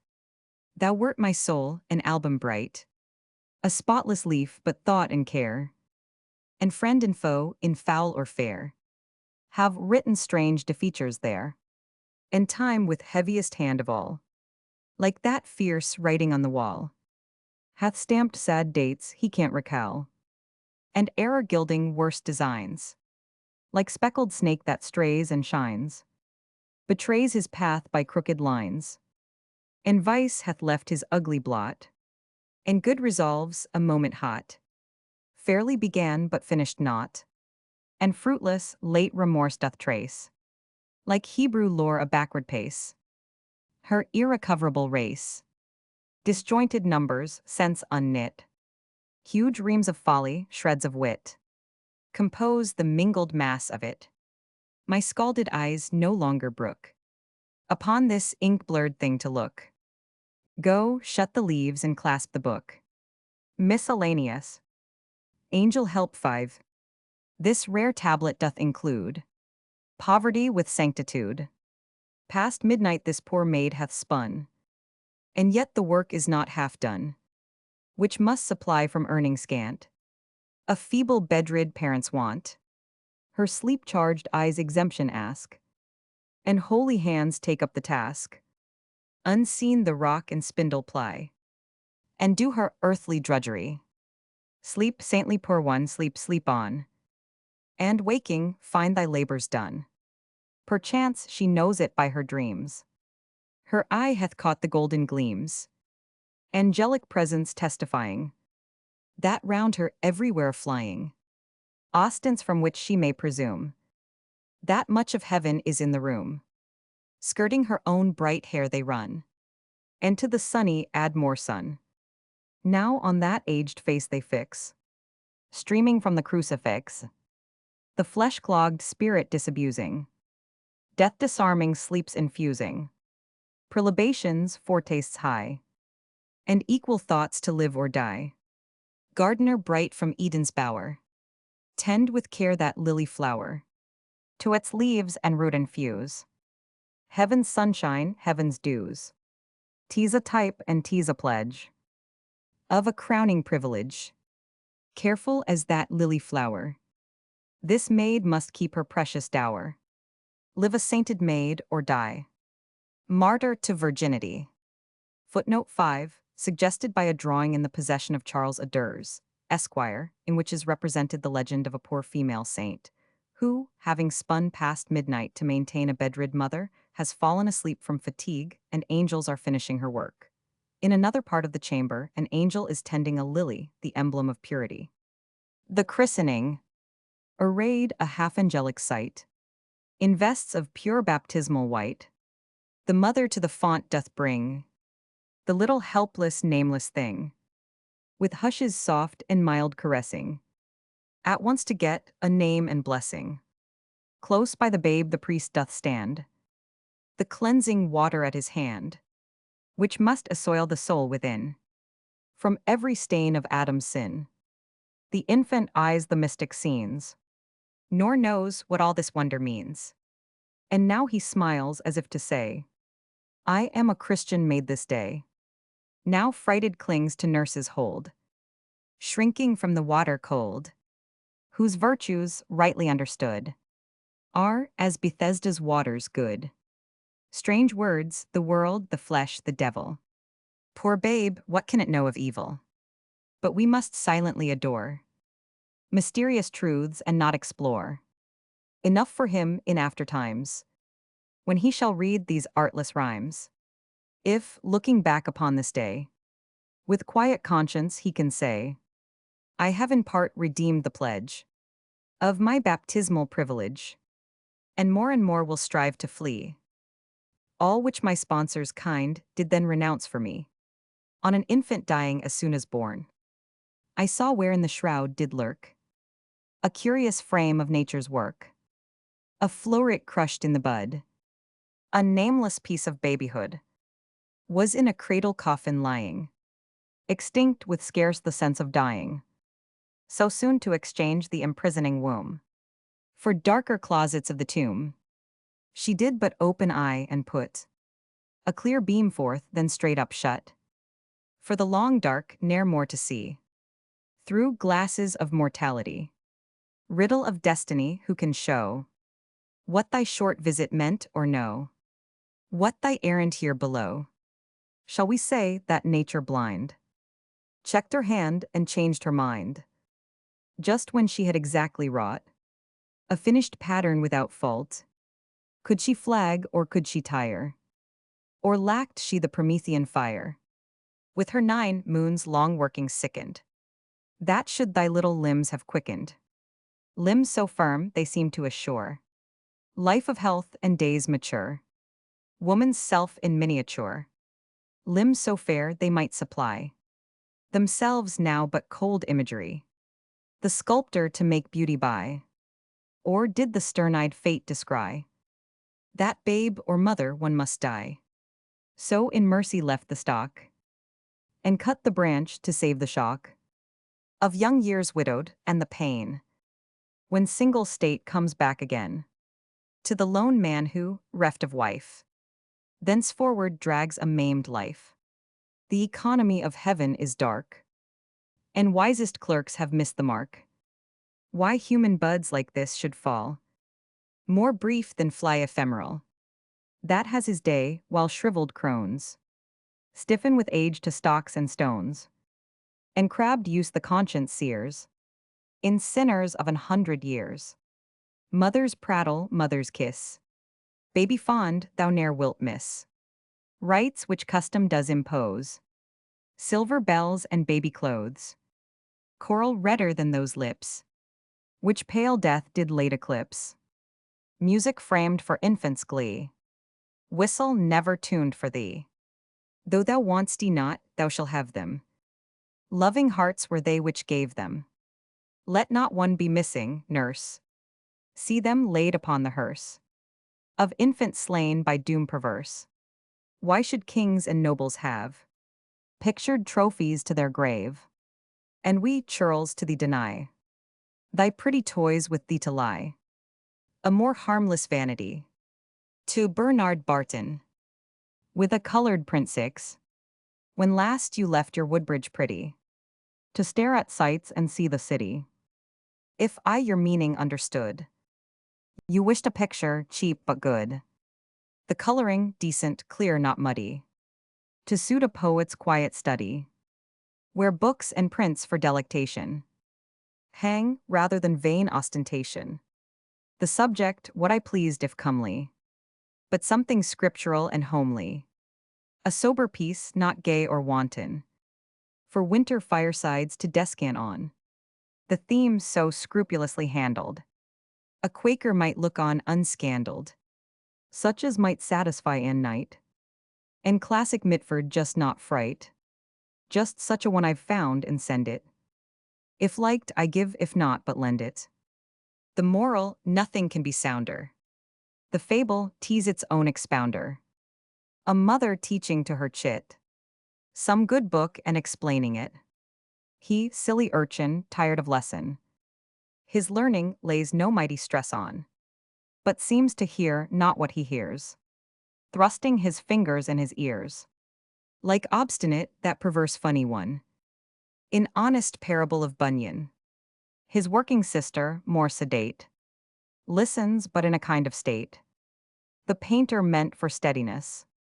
But has a tinge of sullenness. And at first sight she seems to brook. As ill her needle as he his book. This is the picture, for the frame. T's not ill-suited to the same. O carved not gilt for fear of falling. Old-fashioned, plain, yet not appalling. And sober as the owner's calling. Footnote 6, from the venerable and ancient manufactory of Carrington. Bowles, some of my readers may recognize it. The young catechist 7. While this tawny Ethiop prayeth, painter, who is she that stayeth? By, with skin of whitest luster. Sunny locks a shining cluster. Saint-like seeming to direct him. To the power that must protect him. Is she of the heaven-born three? Meek hope, strong faith, sweet charity. Or some cherub. They you mention. Far transcend my weak invention. T's a simple Christian child. Missionary, young and mild. From her stock of scriptural knowledge. Bible taught without a college. Which by reading she could gather. Teaches him to say our Father. To the common parent who color not respects nor hue. White and black in him have part. Who looks not to the skin but heart. Footnote 7, a picture by Henry Mayer-esque. She is going. For their elder sister's hair. Martha does a wreath prepare. Of bridal rose, ornate and gay. Tomorrow is the wedding day. She is going. Mary, youngest of the three. Laughing idler, full of glee. Arm in arm does fondly chain her. Thinking, poor trifler, to detain her. But she's going. Vex not, maidens, nor regret. Thus to part with Margaret. Charms like yours can never stay. Long within doors and one day. You'll be going. To a young friend. On her 21st birthday. Crown me a cheerful goblet while I pray. A blessing on thy years, young Isola. Young but no more a child, how swift have flown. To me thy girlish times, a woman grown. Beneath my heedless eyes, in vain I rack my fancy to believe the almanac. That speaks thee 21, thou shouldst have still remained a child, and at thy sovereign will. Gamboled about our house, as in times past. Ungrateful Emma, to grow up so fast. Hastening to leave thy friends, for which intent. Fond runagate, be this thy punishment. After some 30 years spent in such bliss. As this earth can afford, where still we miss something of joy entire, mayst thou grow old. As we whom thou hast left, that wish was cold. O far more agged and wrinkled till folks say, looking upon thee reverend in decay. This dame for length of days and virtues rare, with her respected grandsire may compare. Grandchild of that respected Isola. Thou shouldst have had about thee on this day. Kind looks of parents to congratulate. Their pride grown up to woman's grave estate. But they have died and left thee to advance. Thy fortunes how thou mayst and owe to chance. The friends which nature grudged, and thou wilt find. Or make such, Emma, if I am not blind.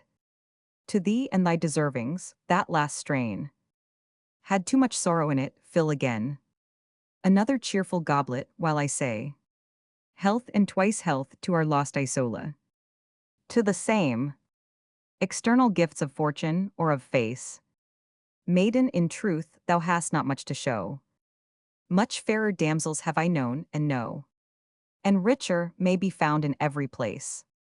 In thy mind seek thy beauty and thy wealth. Sincereness lodge it there, the soul's best health. O guard that treasure above gold or pearl, laid up secure from moths and worldly stealth. And take my benison, plain-hearted girl. Sonnets.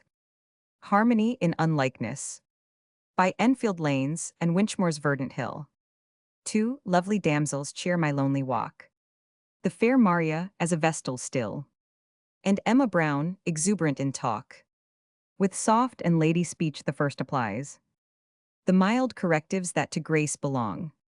To her redundant friend, who her defies. With jest and mad discourse and bursts of song. O differing pair, yet sweetly thus agreeing. What music from your happy discord rises, while your companion hearing each and seeing. Nor this nor that but both together prizes. This lesson teaching, which our souls may strike, that harmonies may be in things unlike. Written at Cambridge, August 15, 1819. I was not trained in academic bowers, and to those learned streams I nothing owe, which copious from those twin fair founts do flow. Mine have been anything but studious hours. Yet can I fancy, wandering mid thy towers, myself a nursling, granta of thy lap. My brow seems tightening with the doctor's cap, and I walk gowned, feel unusual powers. Strange forms of logic clothe my admiring speech. Old Ramus ghost is busy at my brain, and my skull teems with notions infinite. Be still, ye reeds of Camus, while I teach truths which transcend the searching schoolman's vein. In half had staggered that stout Stagirite to a celebrated female performer in The Blind Boy. Rare artist, who with half thy tools or none canst execute with ease thy curious art, and press thy powerful meanings on the heart, unaided by the eye, expressions thrown, while each blind sense, intelligential grown, beyond its sphere, performs the effect of sight. Those orbs alone, wanting their proper might, all motionless and silent seem to moan, the unseemly negligence of nature's hand, that left them so forlorn. What praise is thine, O mistress of the passions, artist fine, who dost our souls against our sense command, plucking the horror from a sightless face, lending to blank deformity a grace. Work, who first invented work and bound the free, and holiday rejoicing spirit down to the ever-haunting importunity of business in the green fields and the town, to plow, loom, anvil, spade, and most sad, to that dry drudgery at the desk's dead wood, who but the being unblessed, alien from good, Sabbathless Satan, he who is unglad, task ever plies mid rotatory burnings, that round and round incalculably reel, for wrath divine hath made him like a wheel, in that red realm from which are no returnings, where toiling and turmoiling ever and aye, he and his thoughts keep pensive working day.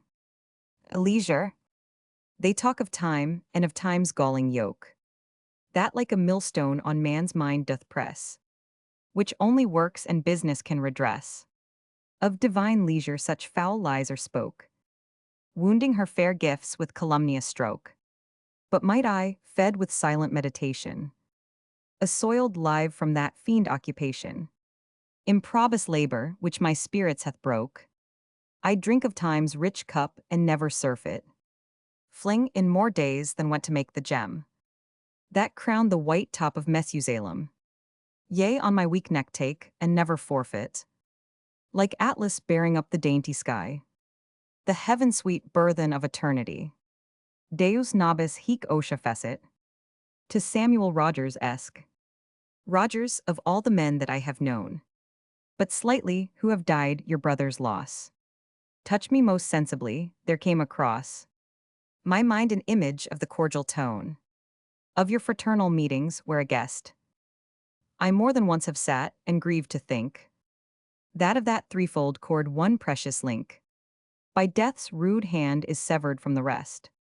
Of our old gentry he appeared a stem, a magistrate who, while the evildoer he kept in terror, could respect the poor, and not for every trifle harass them, as some, divine and laic, too oft do. This man's a private loss, and public too. The gypsy's malison. Suck, baby, suck, mother's love grows by giving. Drain the sweet founts that only thrive by wasting. Black manhood comes, when riotous guilty living hands thee the cup that shall be death in tasting. Kiss, baby, kiss, mother's lips shine by kisses. Choke the warm breath that else would fall in blessings. Black manhood comes, when turbulent guilty blisses tend thee the kiss that poisons mid caressings. Hang, baby, hang, mother's love loves such forces. Strain the fond neck that bends still to thy clinging. Black manhood comes, when violent lawless courses leave thee a spectacle in rude air swinging. So sang a withered beldam energetical, and banned the ungiving door with lips prophetical. Commendatory verses to the author of poems, published under the name of Barry Cornwall. Let hate or grosser heats their foulness mask under the visor of a borrowed name. Let things eschew the light deserving blame. No cause hast thou to blush for thy sweet task. Martian Kalana is a dainty book, and thy Sicilian tale may boldly pass. Thy dream, Boval, in which, as in a glass, on the great world's antique glories we may look. No longer then, as lowly substitute, factor or proctor for another's gains. Suffer the admiring world to be deceived, lest thou thyself, by self of fame bereaved, lament too late the lost prize of thy pains, and heavenly tunes piped through an alien flute. To R.J.S. Knowles-esque, on his tragedy of Virginius. 12 years ago I knew thee, Knowles, and then esteemed you a perfect specimen of those fine spirits warm-souled Ireland sends, to teach us colder English how a friend's quick pulse should beat. I knew you brave and plain, strong-sensed, rough-witted above fear or gain, but nothing further had the gift to espy. Sudden you reappear, with wonder eye. Here my old friend turned Shakespeare read a scene, only to his inferior in the clean passes of pathos with such fence-like art, ere we can see the steel tease in our heart, almost without the aid language affords. Your piece seems wrought, that huffing medium words, which in the modern timbre lanes quite sway our shamed souls from their bias in your play. We scarce attend to, hastier passion draws our tears on credit, and we find the cause some 2 hours after, spelling o'er again those strange few words at ease that wrought the pain. Proceed, old friend, and as the year returns, still snatch some new old story from the urns of long-dead virtue, we that knew before. Your worth may admire, we cannot love you more. To the editor of the Everyday Book, I like you and your book ingenuous hone, in whose capacious all-embracing leaves the very marrow of traditions shown, and all that history, much that fiction weaves. By every sort of taste your work is graced. Vast stores of modern anecdote we find, with good old story quaintly interlaced. The theme as various as the reader's mind. Rome's life-fraught legends you so truly paint, yet kindly that the half-turned Catholic scarcely forbears to smile at his own saint, and cannot curse the candid heretic. Rags, relics, witches, ghosts, fiends crowd your page. Our fathers' mummeries we well pleased behold, and, proudly conscious of a purer age, forgive some fopperies in the times of old. Verse honoring Phoebus, father of bright days, must needs bestow on you both good and many, who, building trophies of his children's praise, run their rich zodiac through, not missing any. Dan Phoebus loves your book, trust me, friend Hone. The title only errs, he bids me say. For while such art, wit, reading there are shown, he swears 'tis not a work of every day. Acrostics. To Caroline Maria Appleby. An acrostic. Caroline glides smooth in verse. and is easy to rehearse. Runs just like some crystal river, o'er its pebbly bed forever. Lines as harsh and quaint as mine, in their close at least will shine, nor from sweetness can decline. Ending but with Caroline. Maria asks a statelier pace.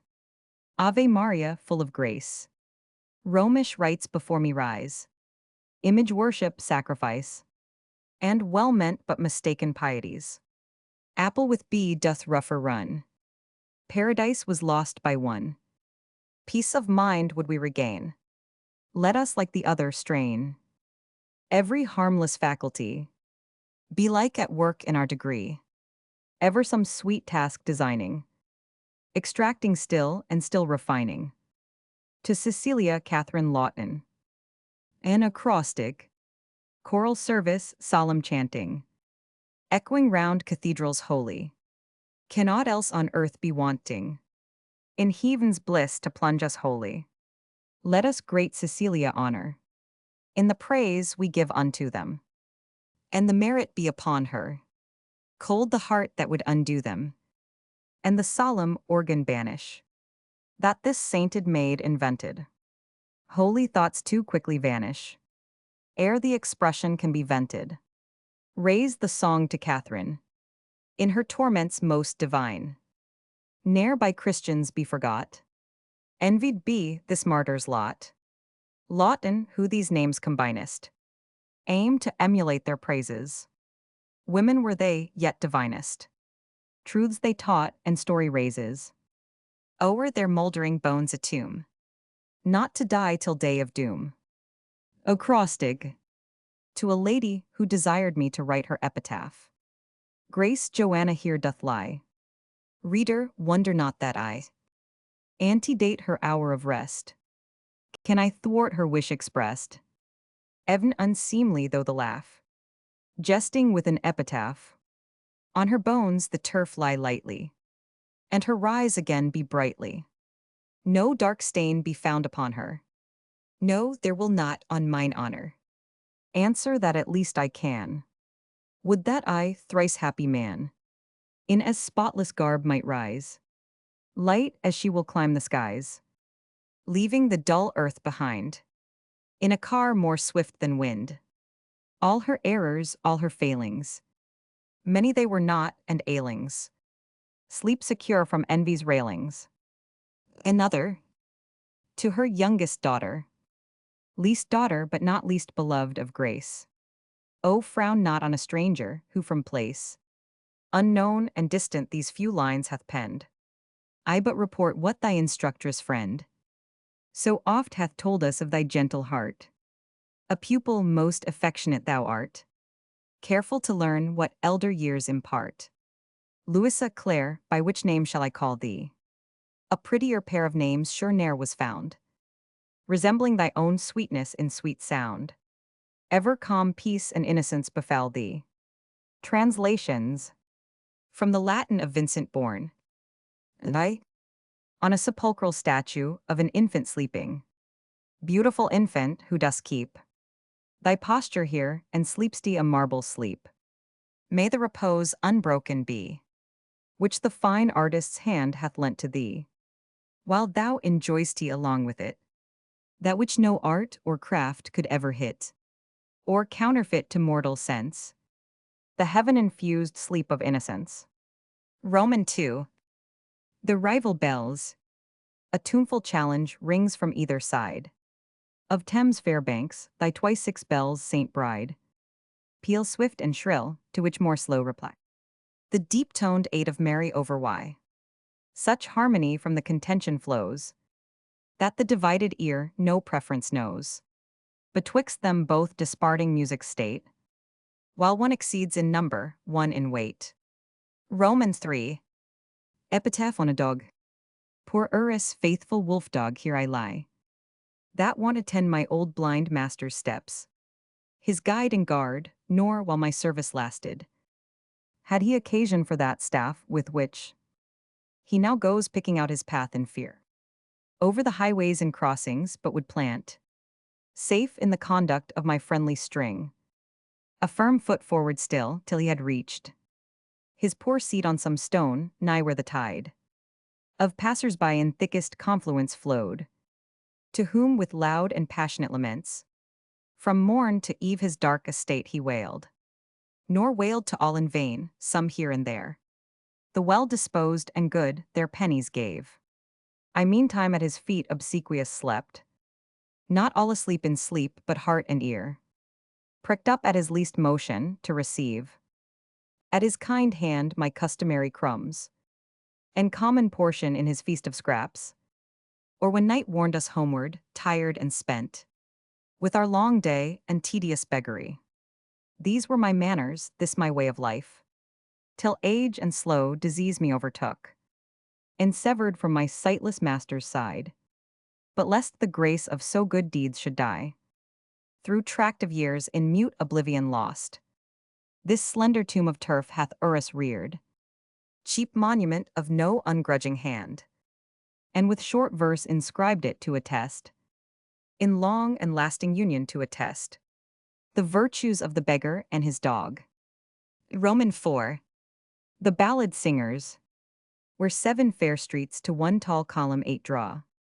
2 nymphs have ta'en their stand in hats of straw, their yellower necks huge beads of amber grace, and by their trade they're of the siren's race, with cloak loose bind on each that has been red, but long with dust and dirt discolored, belies its hue, in mud behind before, from heel to middle leg beckrusted o'er.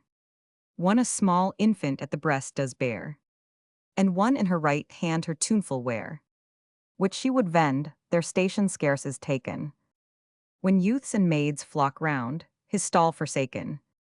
Forth comes a son of Crispin, leathern capped, prepared to buy a ballad if one apt, to move his fancy offers, Crispin's sons have from uncounted time, with ale and buns, cherished the gift of song which sorrow quells, and, working single in their low-roofed cells, oft cheat the tedium of a winter's night, with anthems warbled in the muses' spite. Who now hath caught the alarm, the servant maid, hath heard a buzz at distance, and afraid to miss a note, with elbows red comes out, leaving his forge to cool, Pyracman stout, thrusts in his unwashed visage, he stands by, who the hard trade of porterage does ply. With stooping shoulders, what cares he sees the assembled ring, nor heeds his tottering knees, but pricks his ears up with the hopes of song. So, while the bard of Rhodope his wrong bewailed to Proserpine on Thracian strings, the tasks of gloomy Orcus lost their stings, and stone-vexed Sisyphus forgets his load. Hither and thither from the sevenfold road, some cart or wagon crosses which divides the close-wedged audience, but, as when the tides to plowing ships give way, the ship being passed, they reunite, so these unite as fast. The older songstress hitherto hath spent her elocution in the argument of their great song in prose, to wit the woes which maiden true to faithless sailor owes. Ah, wandering he, which now in loftier verse, pathetic they alternately rehearse. All gaping wait the event, this critic opes his right ear to the strain, the other hopes to catch it better with his left, long trade. It were to tell how the deluded maid a victim fell, and now right greedily all hands are stretching forth the songs to buy, that are so tragical, which she and she deals out and sings the while, nor can there be a breast so obdurate here that will hold back his contribution from the gentle rack of music's pleasing torture, or a self. The staff-propped beggar, his thin-gotten pelf, brings out from pouch where squalid farthings rest, and boldly claims his ballad with the best. An old dame only lingers to her purse. The penny sticks, at length with harmless curse. Give me, she cries, I'll paste it on my wall, while the wall lasts to show what ills befell fond hearts seduced from innocency's way, how maidens fall and mariners betray. Footnote 8, 7 dials. V.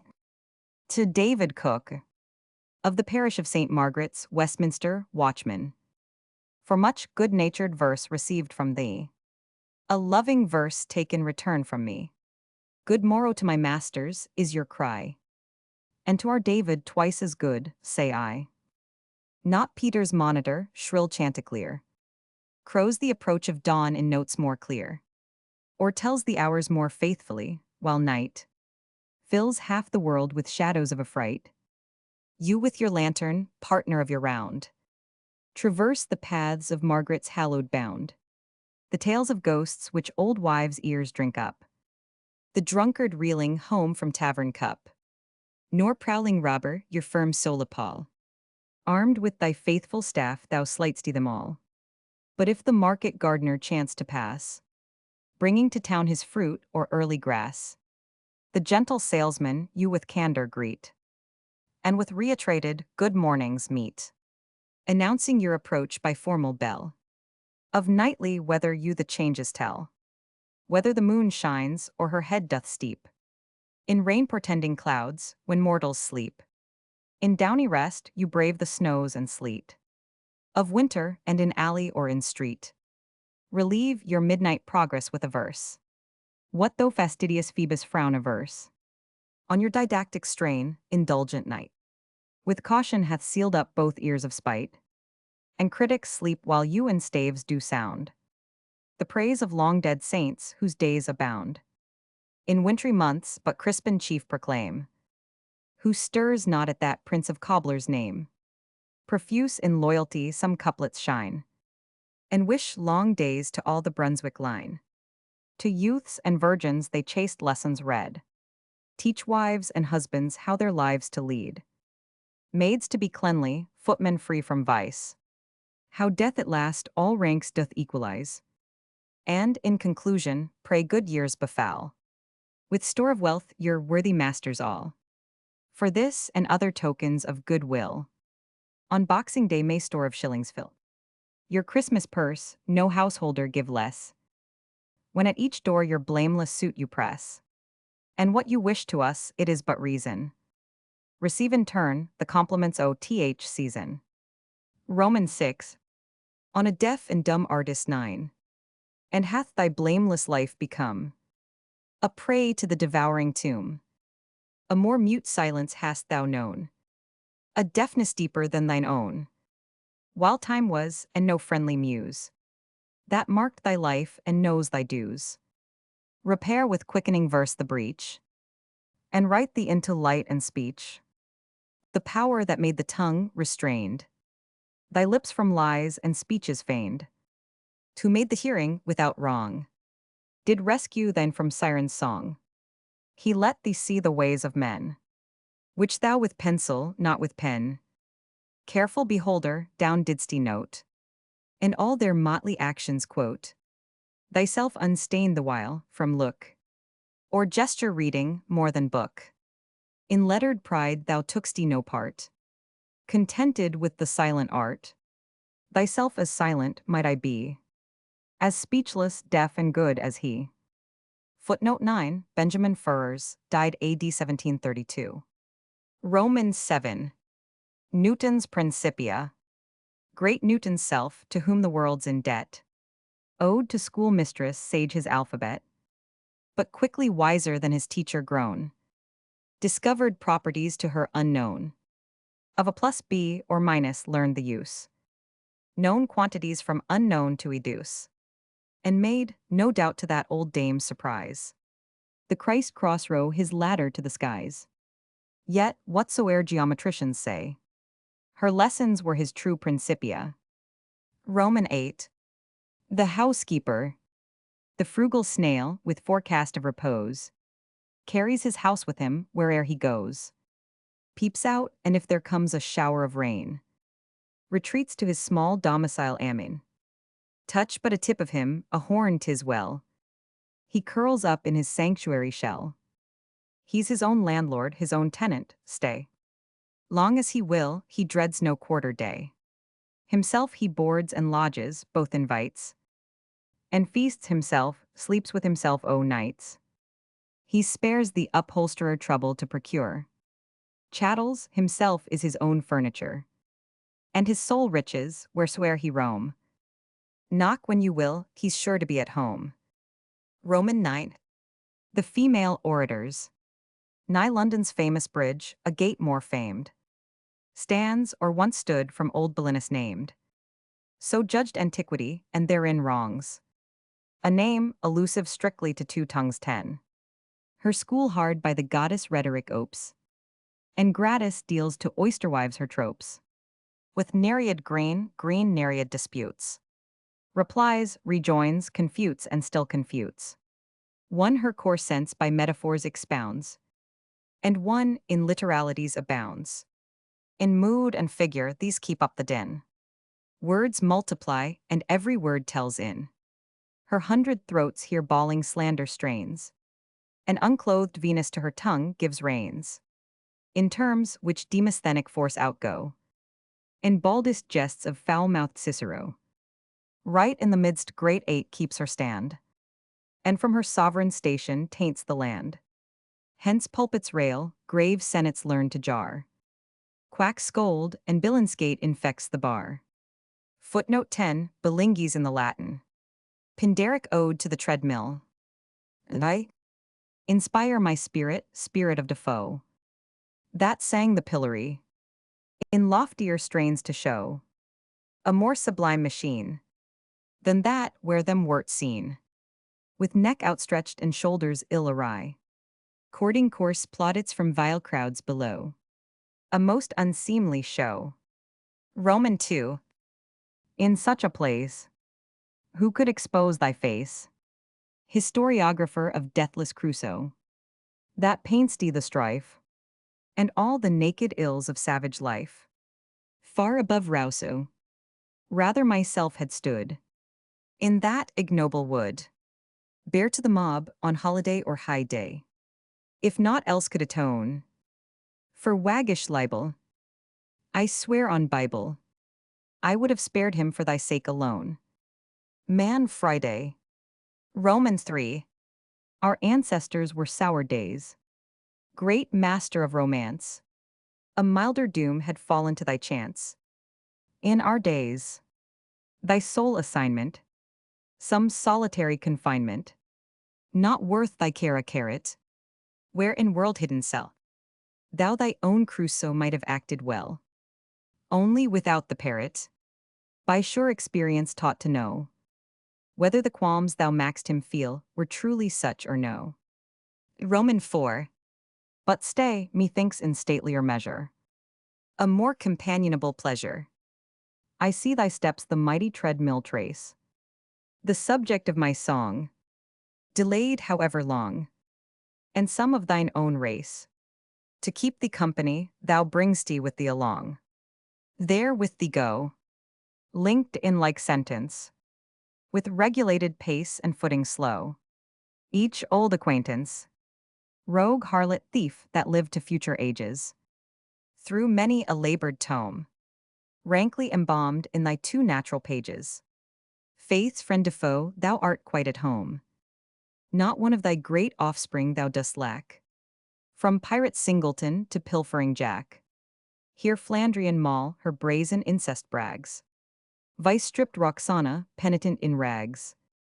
There points to Amy, treading equal chimes. The faithful handmaid to her faithless crimes. Avi, incompetent my song to raise. To its just height thy praise. Great mill, that by thy motion proper, no thanks to wind or sail or working rill, grinding that stubborn corn, the human will, turns thee out men's consciences, that were begrimed before, as clean and sweet, as flour from purest wheat, into thy hopper. All reformation short of thee but nonsense is, or human or divine. Roman 6. Compared with thee, what are the labors of that jumping sect, which feeble laws connive at rather than respect? Thou dost not bump, or jump, but walk men into virtue betwixt crime, and slow repentance giving breathing time, and leisure to be good, instructing with discretion demireps, how to direct their steps. Romans 7. Thou best philosopher made out of wood, not that which framed the tub, where sate the cynic cub, with nothing in his bosom sympathetic, but from those groves derived, I deem, where Plato nursed his dream of immortality, seeing that clearly, thy system all is merely peripatetic. Thou to thy pupils dost such lessons give of how to live with temperance, sobriety, morality. The new art, that from thy school, by force of virtuous deeds, each tyro now proceeds.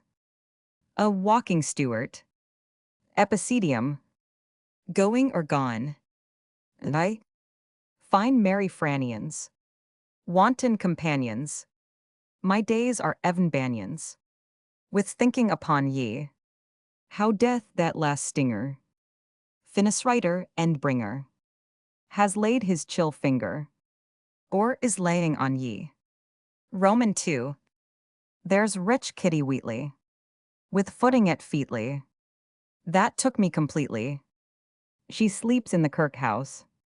And poor Polly Perkin, whose dad was still firking, the jolly ale firkin. She's gone to the workhouse. Romans 3. Fine gardener Ben Carter, in 10 counties no smarter, has ta'en his departure for Proserpine's orchards, and Lily Postilion, with cheeks of vermilion, is one of a million that fill up the churchyards. Roman 4. And lusty as Dido, fat Clemenson's widow, flits now a small shadow by Stygian hid ford, and good Master Clapton has 30 years napped on the ground he last happed on, entombed by fair Whitford. V. In gallant Tom Docre, of nature's finest crockery, now but thin air and mockery, lurks by Avernus, whose honest grasp of hand, still while his life did stand, at friends' or foes' command, almost did burn us. Roman 6. Roger de Coverley, not more good man than he, yet has he equally pushed for Causidas, with drivelling whirl, and wicked old Dorrel, gainst whom I've a quarrel, whose end might affright us. Romans 7. Kindly hearts have I known, kindly hearts they are flown, here and there if but one, linger yet uneffaced, imbecile tottering elves, soon to be wrecked on shelves. These scarce are half themselves, with age and care crazed. Roman 8. But this day Fanny Hutton, her last dress has put on, her fine lessons forgotten. She died as the dunce died, and prim Betsy Chambers, decayed in her members, no longer remembers things as she once did. Roman 9. And prudent Miss Wither, not in jest now doth wither, and soon must go whither, nor I well nor you know. And flaunting Miss Waller, that soon must befall her, whence none can recall her, though proud once as Juno. 11. New Poems in Lamb's Poetical Works, 1836. In the album of Edith Southey, 1833. In Christian World, Mary the Garland Wears. Rebecca sweetens on a Hebrew's ear. Quakers for pure Priscilla are more clear. And the light gall by amorous Ninon swears. Among the lesser lights how Lucy shines. What air of fragrance Rosamond throws round. How like a hymn doth sweet Cecilia sound. Of Martha's and of Abigail's few lines have bragged in verse of coarsest household stuff. Should homely Joan be fashioned, but can you Barbara resist or Marian? And is not Clare for love excuse enough?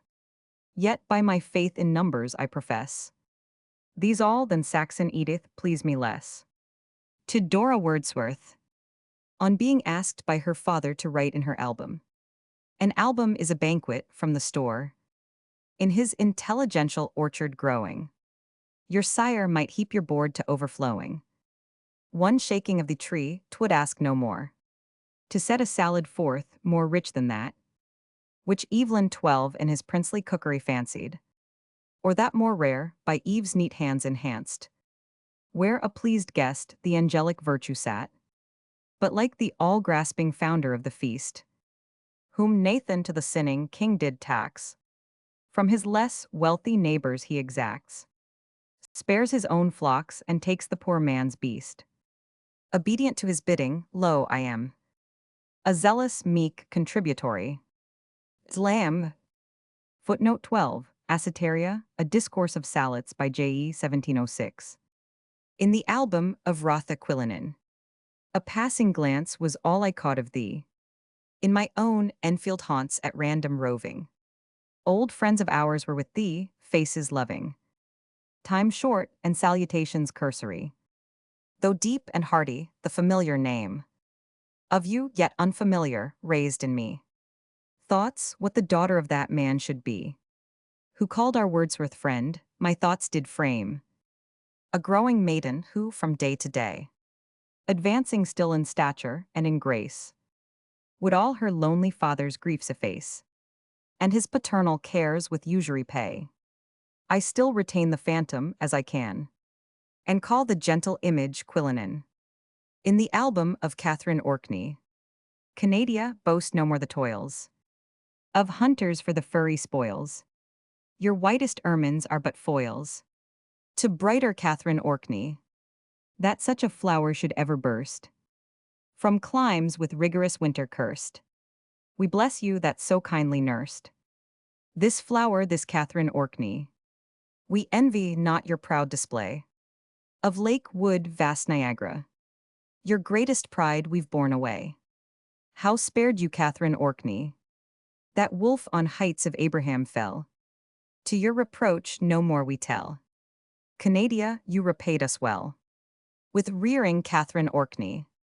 O Britain, guard with tenderest care the charge allotted to your share. You've scarce a native maid so fair, so good as Catherine Orkney. To T. Stothard-esque. On his illustrations of the poems of Mr. Rogers, consummate artist whose undying name, with classic Rogers shall go down to fame. Be this thy crowning work, in my young days. How often have I with a child's fond gaze pored on the pictured wonders 13 thou hadst done. Clarissa mournful and prim Grandison. All Fielding's, Smollett's heroes rose to view. I saw, and I believed the phantoms true. But above all, that most romantic tale 14 did o'er my raw credulity prevail, where glums and gories wear mysterious things that serve at once for jackets and for wings. Age, that enfeebles other men's designs, but heightens thine, and thy free draught refines. In several ways distinct you make us feel, graceful as Raphael, as Watteau genteel.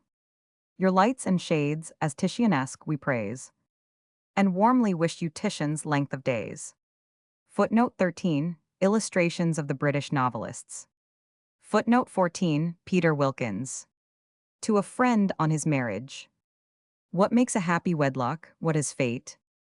Not given to thee, in thy well-chosen mate. Good sense, good humor, these are trivial things. Dear M, that each trite encomiast sings. But she hath these and more, a mind exempt from every low-bred passion, where contempt, nor envy, nor detraction ever found. A harbor yet, an understanding sound. Just views of right and wrong, perceptionful. Of the deformed and of the beautiful. In life and manners, wit above her sex. Which, as a gem, her sprightly converse decks. Exuberant fancies, prodigal of mirth. To gladden woodland walk or winter hearths. A noble nature, conqueror in the strife of conflict with a hard, discouraging life. Strengthening the veins of virtue, past the power of those whose days have been one silken hour. Spoiled fortune's pampered offspring, a keen sense, alike of benefit and of offense. With reconcilement quick, that instant springs from the charged heart with nimble angel wings. While grateful feelings, like a signet signed by a strong hand, seem burnt into her mind. If these, dear friend, a dowry can confer, richer than land, thou hast them all in her. And beauty, which some hold the chiefest boon, is in thy bargain for a make-weight throne. The self-enchanted, I had a sense in dreams of a beauty rare, whom fate had spellbound and rooted there, stooping like some enchanted theme, over the marge of that crystal stream, where the blooming Greeks to echo blind, with self-love fond, had to waters pined. Ages had waked and ages slept, and that bending posture still she kept, for her eyes she may not turn away, till a fairer object shall pass that way, till an image more beauteous this world can show, than her own which she sees in the mirror below. Pour on, fair creature, forever pour, nor dream to be disenchanted more, for vain is expectance and wish is vain, till a new Narcissus can come again. To Louisa Martin, whom I used to call Monkey. Louisa, serious grown and mild, I knew you once a romping child, obstreperous much and very wild. Then you would clamber up my knees, and strive with every art to tease, when every art of yours could please. Those things would scarce be proper now, but they are gone, I know not how. And woman's written on your brow. Time draws his finger o'er the scene, but I cannot forget between the thing to me you once have been. Each sportive sally, wild escape, the scoff, the banter, and the jape, and antics of my gamesome ape. Cheap gifts, a sonnet, in a leaf of a quarto edition of the Lives of the Saints, written in Spanish by the learned and reverend Father Alfonso Villegas, divine, of the Order of St. Dominic, set forth in English by John Hayam, anno 1630, bought at a Catholic bookshop in Duke Street, Lincoln's Inn Fields. I found, carefully inserted, a painted flower, seemingly coeval with the book itself, and did not for some time discover that it opened in the middle, and was the cover to a very humble draught of a St. Anne with the Virgin and Child, doubtless the performance of some poor but pious Catholic whose meditations it assisted. O lift with reverent hand that tarnished flower, that shrines beneath her modest canopy, memorials dear to Romish piety, dim specks, rude shapes of saints, in fervent hour, the work perchance of some meek devotee, who, poor in worldly treasures to set forth, the sanctities she worshipped to their worth, in this imperfect tracery might see hints that all heaven did to her sense reveal. Cheap gifts best fit poor givers, we are told, of the lone mite the cup of water cold, that in their way approved the offerer's zeal. True love shows costliest where the means are scant, and in her reckoning they abound who want. Free thoughts on several eminent composers. Some cry up Haydn, some Mozart. Just as the whim bites, for my part, I do not care a farthing candle for either of them or for Handel. Cannot a man live free and easy without admiring Pergolesi? Or's throw the world with comfort go. That never heard of Dr. Blow. So help me heaven, I hardly have. And yet I eat and drink and shave, like other people if you watch it, and know no more of stave or crotchet than did the primitive Peruvians, or those old antiquediluvians that lived in the unwashed world with Jubal. Before that dirty blacksmith Tubal, by stroke on anvil or by summit, found out to his great surprise the gamut. I care no more for Cimarosa than he did for Salvator Rosa. Being no painter and bad luck, be mine if I can bear that gluck. Old Tycho Brahe and modern Herschel had something in them, but whose Purcell? The devil with his foot so cloven, for aught I care, may take Beethoven. And if the bargain does not suit, I'll throw him Weber into boot. There's not the splitting of a splinter to choose twixt him last named and Winter. Of Dr. Pepusch old Queen Dido knew just as much, God knows, as I do. I would not go 4 miles to visit Sebastian Bach or Bach, which is it? No more I would for Bononcini. As for Novello or Rossini, I shall not say a word to grieve 'em, because they're living, so I leave 'em. Miscellaneous poems not collected by Lamb. Dramatic fragment. Fi upont. All men are false, I think, the date of love is out, expired, its stories all grown stale. O'er past, forgotten like an antique tale of Hero and Leander. John Woodville. All are not false, I knew a youth who died for grief because his love proved so, and married with another. I saw him on the wedding day, for he was present in the church that day, in festive bravery decked, as one that came to grace the ceremony. I marked him when the ring was given. His countenance never changed, and when the priest pronounced the marriage blessing, he put a silent prayer up for the bride, for so his moving lip interpreted. He came invited to the marriage feast, with the bride's friends, and was the merriest of them all that day. But they who knew him best called it feigned mirth. And others said, he wore a smile like death upon his face. His presence dashed all the beholders' mirth, and he went away in tears. What followed then? Oh, then, he did not, as neglected suitors use, affect a life of solitude and shades, but lived in free discourse and sweet society, among his friends who knew his gentle nature best. Yet ever when he smiled, there was a mystery legible in his face, that whoso saw him said he was a man, not long for this world. And true it was, for even then, the silent love was feeding at his heart, of which he died, nor ever spake word of reproach. Only he wished in death that his remains might find a poor grave in some spot not far from his mistress' family vault, being the place where one day Anna should herself be laid. Dick Stripe or the Force of Habit. A tale by Timothy Bramble. Habits are stubborn things, and by the time a man is turned of 40, his ruling passions grown so haughty, there is no clipping of its wings. The amorous roots have taken earth and fix, and never shall P.T.T. leave his juggling tricks, till H.Y. quits his meter with his pride, till W.M. learns to flatter regicide, till hypocrite enthusiasts cease to vant, and Mr. W.E. leaves off to cant.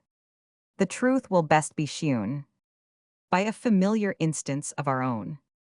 Dick Stripe was a dear friend and lover of the pipe. He used to say, one pipe of Kirkman's best gave life a zest. To him 'twas meat and drink and physic, to see the friendly vapor curl round his midnight taper, and the black fume clothe all the room in clouds as dark as science metaphysic. So still he smocked and drank and cracked his joke, and had he single tarried, he might have smocked and still grown old in smoke. But Richard married. His wife was one who carried the cleanly virtues almost to a vice. She was so nice, and thrice a week, above, below, the house was scoured from top to toe, and all the floors were rubbed so bright, you dared not walk upright, for fear of slighting. But that she took a pride in, of all things else Rebecca Stripe could least endure a pipe. She railed upon the filthy herb tobacco, protested that the noisome vapor had spoilt the best chintz curtains and the paper, and cost her many a pound in stucco. And then she quoted our King James, who saith, tobacco is the devil's breath. When wives will govern, husbands must obey. For many a day, Dick mourned and missed his favorite tobacco, and cursed Rebecca. At length the day approached, his wife must die. Imagine now the doleful cry of female friends, old aunts and cousins, who to the funeral came by dozens. The undertakers, men and mutes, stood at the gate in sable suits, with doleful looks, just like so many melancholy rooks. Now cakes and wine are handed round. Folks sigh and drink and sigh, for grief makes people dry. But Dick is missing, nowhere to be found. Above, below, about. They searched the house throughout, each hole and secret entry, quite from the garret to the pantry, in every corner, cupboard, nook, and shelf, and all concluded he had hanged himself. At last they found him, reader, guess you where. 'Twill make you stare. Perched on Rebecca's coffin at his rest, smoking a pipe of Kirkman's best. Two epitaphs on a young lady who lived neglected and died obscure. 1801 or 1802. Lie. Under this cold marble stone lie the sad remains of one who, when alive by few or none, was loved as loved she might have been, if she prosperous days had seen, or had thriving been, I ween. Only this cold funeral stone tells she was beloved by one who on the marble graves his moan. Roman 2. A heart which felt unkindness, yet complained not. A tongue which spake the simple truth and feigned not. A soul as white as the pure marble skin. The beauteous mansion it was lodged in, which, unrespected, could itself respect. On earth was all the portion of a maid, who in this common sanctuary laid, sleeps unoffended by the world's neglect. The ape? An ape is but a trivial beast. Men count it light and vain. But I would let them have their thoughts. To have my ape again, to love a beast in any sort, is no great sign of grace. But I have loved a flouting ape's, bove any lady's face. I have known the power of two fair eyes, in smile or else in glance. And how, for I a lover was, they make the spirits dance. But I would give 200 smiles, of them that fairest be, for one look of my staring ape, that used to stare on me. This beast, this ape, it had a face, if face it might be styled.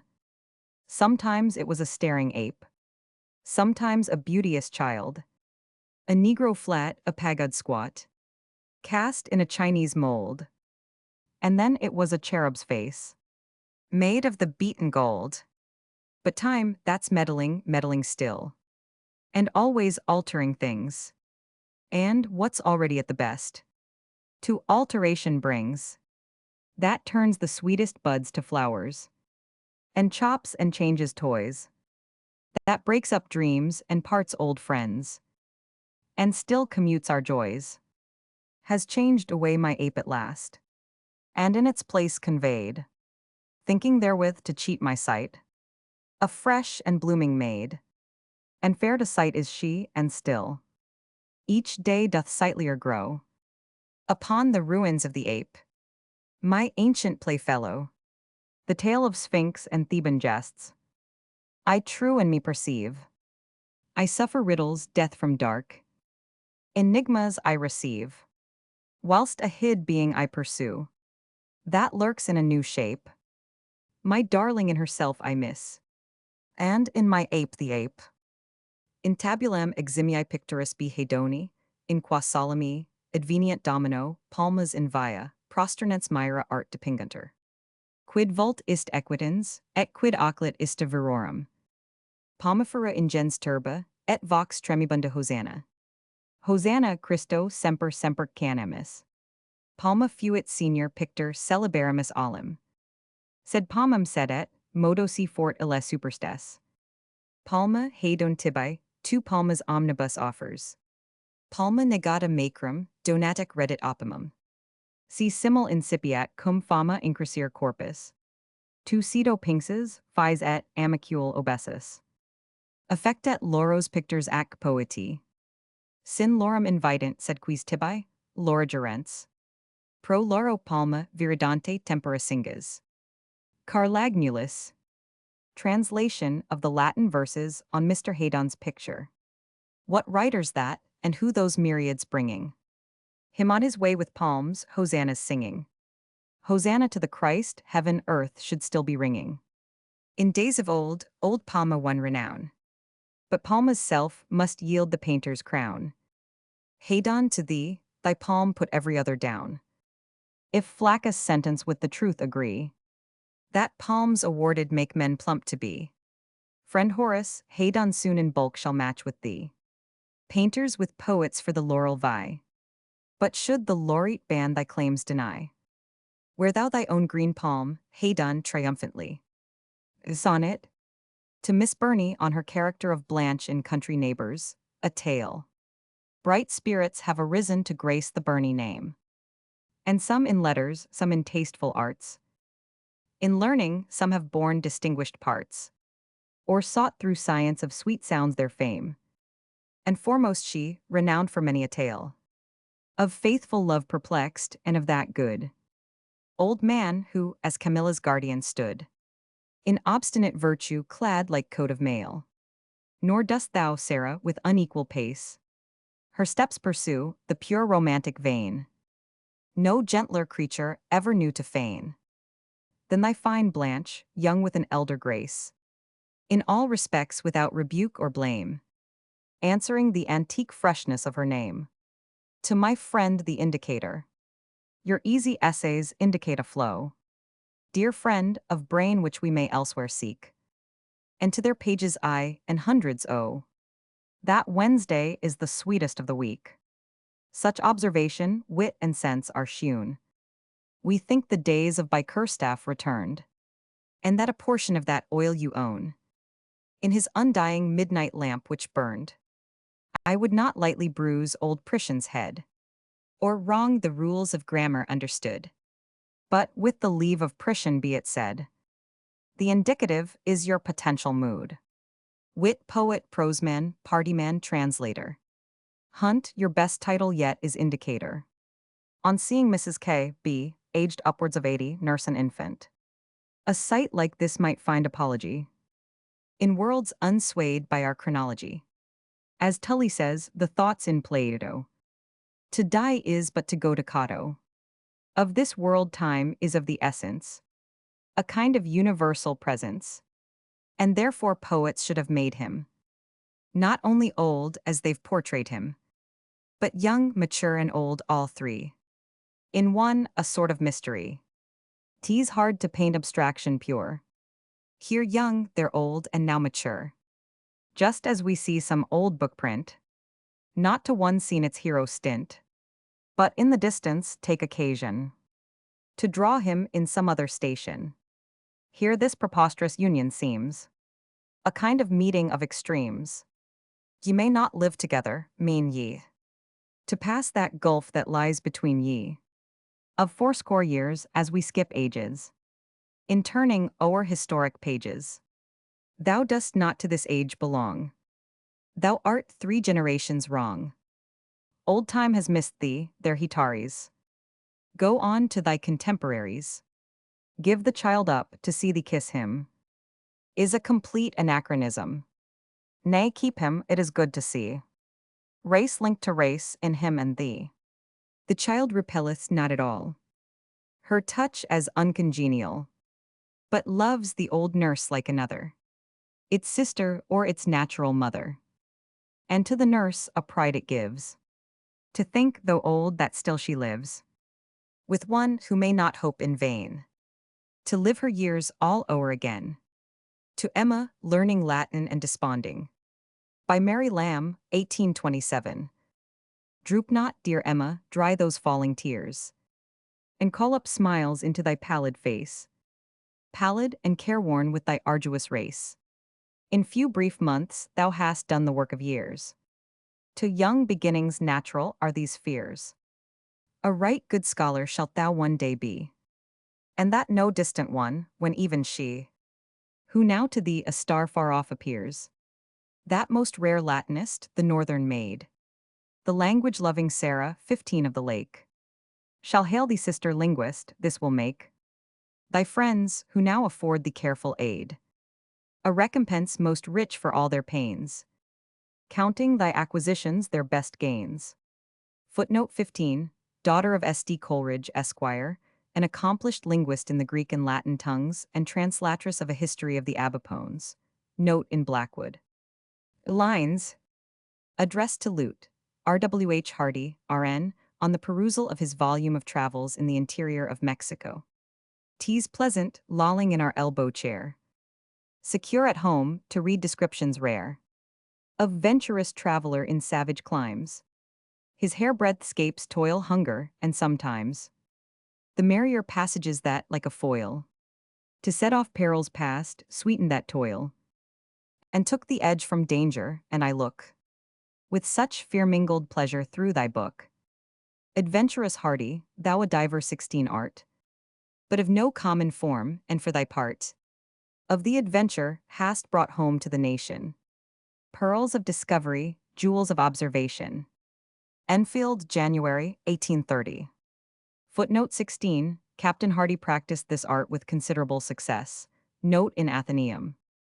Lines. For a monument commemorating the sudden death by drowning of a family, of 4 sons and 2 daughters. Tears are for lighter griefs, man weeps the doom. That seals a single victim to the tomb. But when death riots, when with whelming sway, destruction sweeps a family away. When infancy and youth, a huddled mass, all in an instant to oblivion pass, and parents' hopes are crushed, what lamentation can reach the depth of such a desolation? Look upward, feeble ones, look up and trust that he who lays their mortal frame in dust still hath the immortal spirit in his keeping. In Jesus' sight they are not dead but sleeping. To see a Dürer's esque on his collection of paintings by the old German masters. Friendliest of men, a Dürer's I never come within the precincts of this sacred room, but I am struck with a religious fear, which says, let no profane eye enter here. With imagery from heaven, the walls are clothed, making the things of time seem vile and loathed. Spare saints whose bodies seem sustained by love, with martyrs old in meek procession move. Here kneels a weeping Magdalene, less bright, to human sense for her blurred cheeks, in sight of eyes new touched by heaven, more winning fair. Then when her beauty was her only care, a hermit here strange mysteries doth unlock. In dissart soul, his knees worn by the rock, their angel harps are sounding, while below palm-bearing virgins in white order go. Madonnas, varied with so chaste design, while all are different, each seems genuine. And hers the only Jesus, hard outline, and rigid form, by Dürer's hand subdued to matchless grace and sacrosanctitude. Dürer, who makes thy slighted Germany vie with the praise of paint-proud Italy. Whoever enters thee here, no more presume to name a parlor or a drawing-room, but, bending lowly to each holy story, make this thy chapel and thine oratory. Hercules Pacificatus. A tale from Suidas. In days of yore, ere early Greece had dreamed of patrols or police, a crew of rake hells in terrorum, spread wide and carried all before 'em, rifled the poultry and the women, and held that all things were in common, till Jove's great son the nuisance saw, and did abate it by club law. Yet not so clean he made his work, but here and there a rogue would lurk, in caves and rocky fastnesses, and shun the strength of Hercules. Of these, more desperate than others, a pair of ragamuffin brothers, in secret ambuscade joined forces, to carry on unlawful courses. These robbers' names, enough to shake us, where Strymon one, the other Cacus, and, more the neighborhood to bother, a wicked dam they had for mother, who knew their craft but not forbid it, and whatsoe'er they nimmed she hid it, received them with delight and wonder, when they brought home some special plunder, called them her darlings and her white boys, her ducks, her dildings, all was right, boys. Only, she said, my lads, have care, ye fall not into blackback's snare, for, if he catch, he'll maul your corpus, and clapper-claw you to some purpose. She was in truth a kind of witch, had grown by fortune-telling rich, to spells and conjurings did tackle her, and read folks' dooms by light oracular, in which she saw, as clear as daylight, what mischief on her bairns would alight. Therefore she had a special loathing for all that owned that sable clothing. Who can scape fate when we're decreed to tea? The graceless brethren paid small heed to tea. A brace they were of sturdy fellows, as we may say, that feared no colors, and sneered with modern infidelity at the old gypsy's fond credulity. It proved all true though, as she'd mumbled. For on a day the varlet stumbled. On a green spot sit lingui fids. Tees suidas tells it where Alcides, secure as fearing no ill neighbor, lay fast asleep after a labor. His trusty oaken plant was near. The prowling rogues look round and leer, and each his wicked wits gan rub how to bear off the famous club, thinking that they sans price or higher wooed carry tea straight home and chop for firewood. 'Twould serve their old dame half a winter. You stare, but faith it was no splinter. I would not for much money spy such beam in any neighbor's eye. The villains these exploits not dull in, incontinently fell a pulling. They found it heavy, no slight matter, but tugged and tugged it till the clatter woke Hercules, who in a trice whipped up the knaves, and with a splice he kept on purpose which before had served for giants many a score.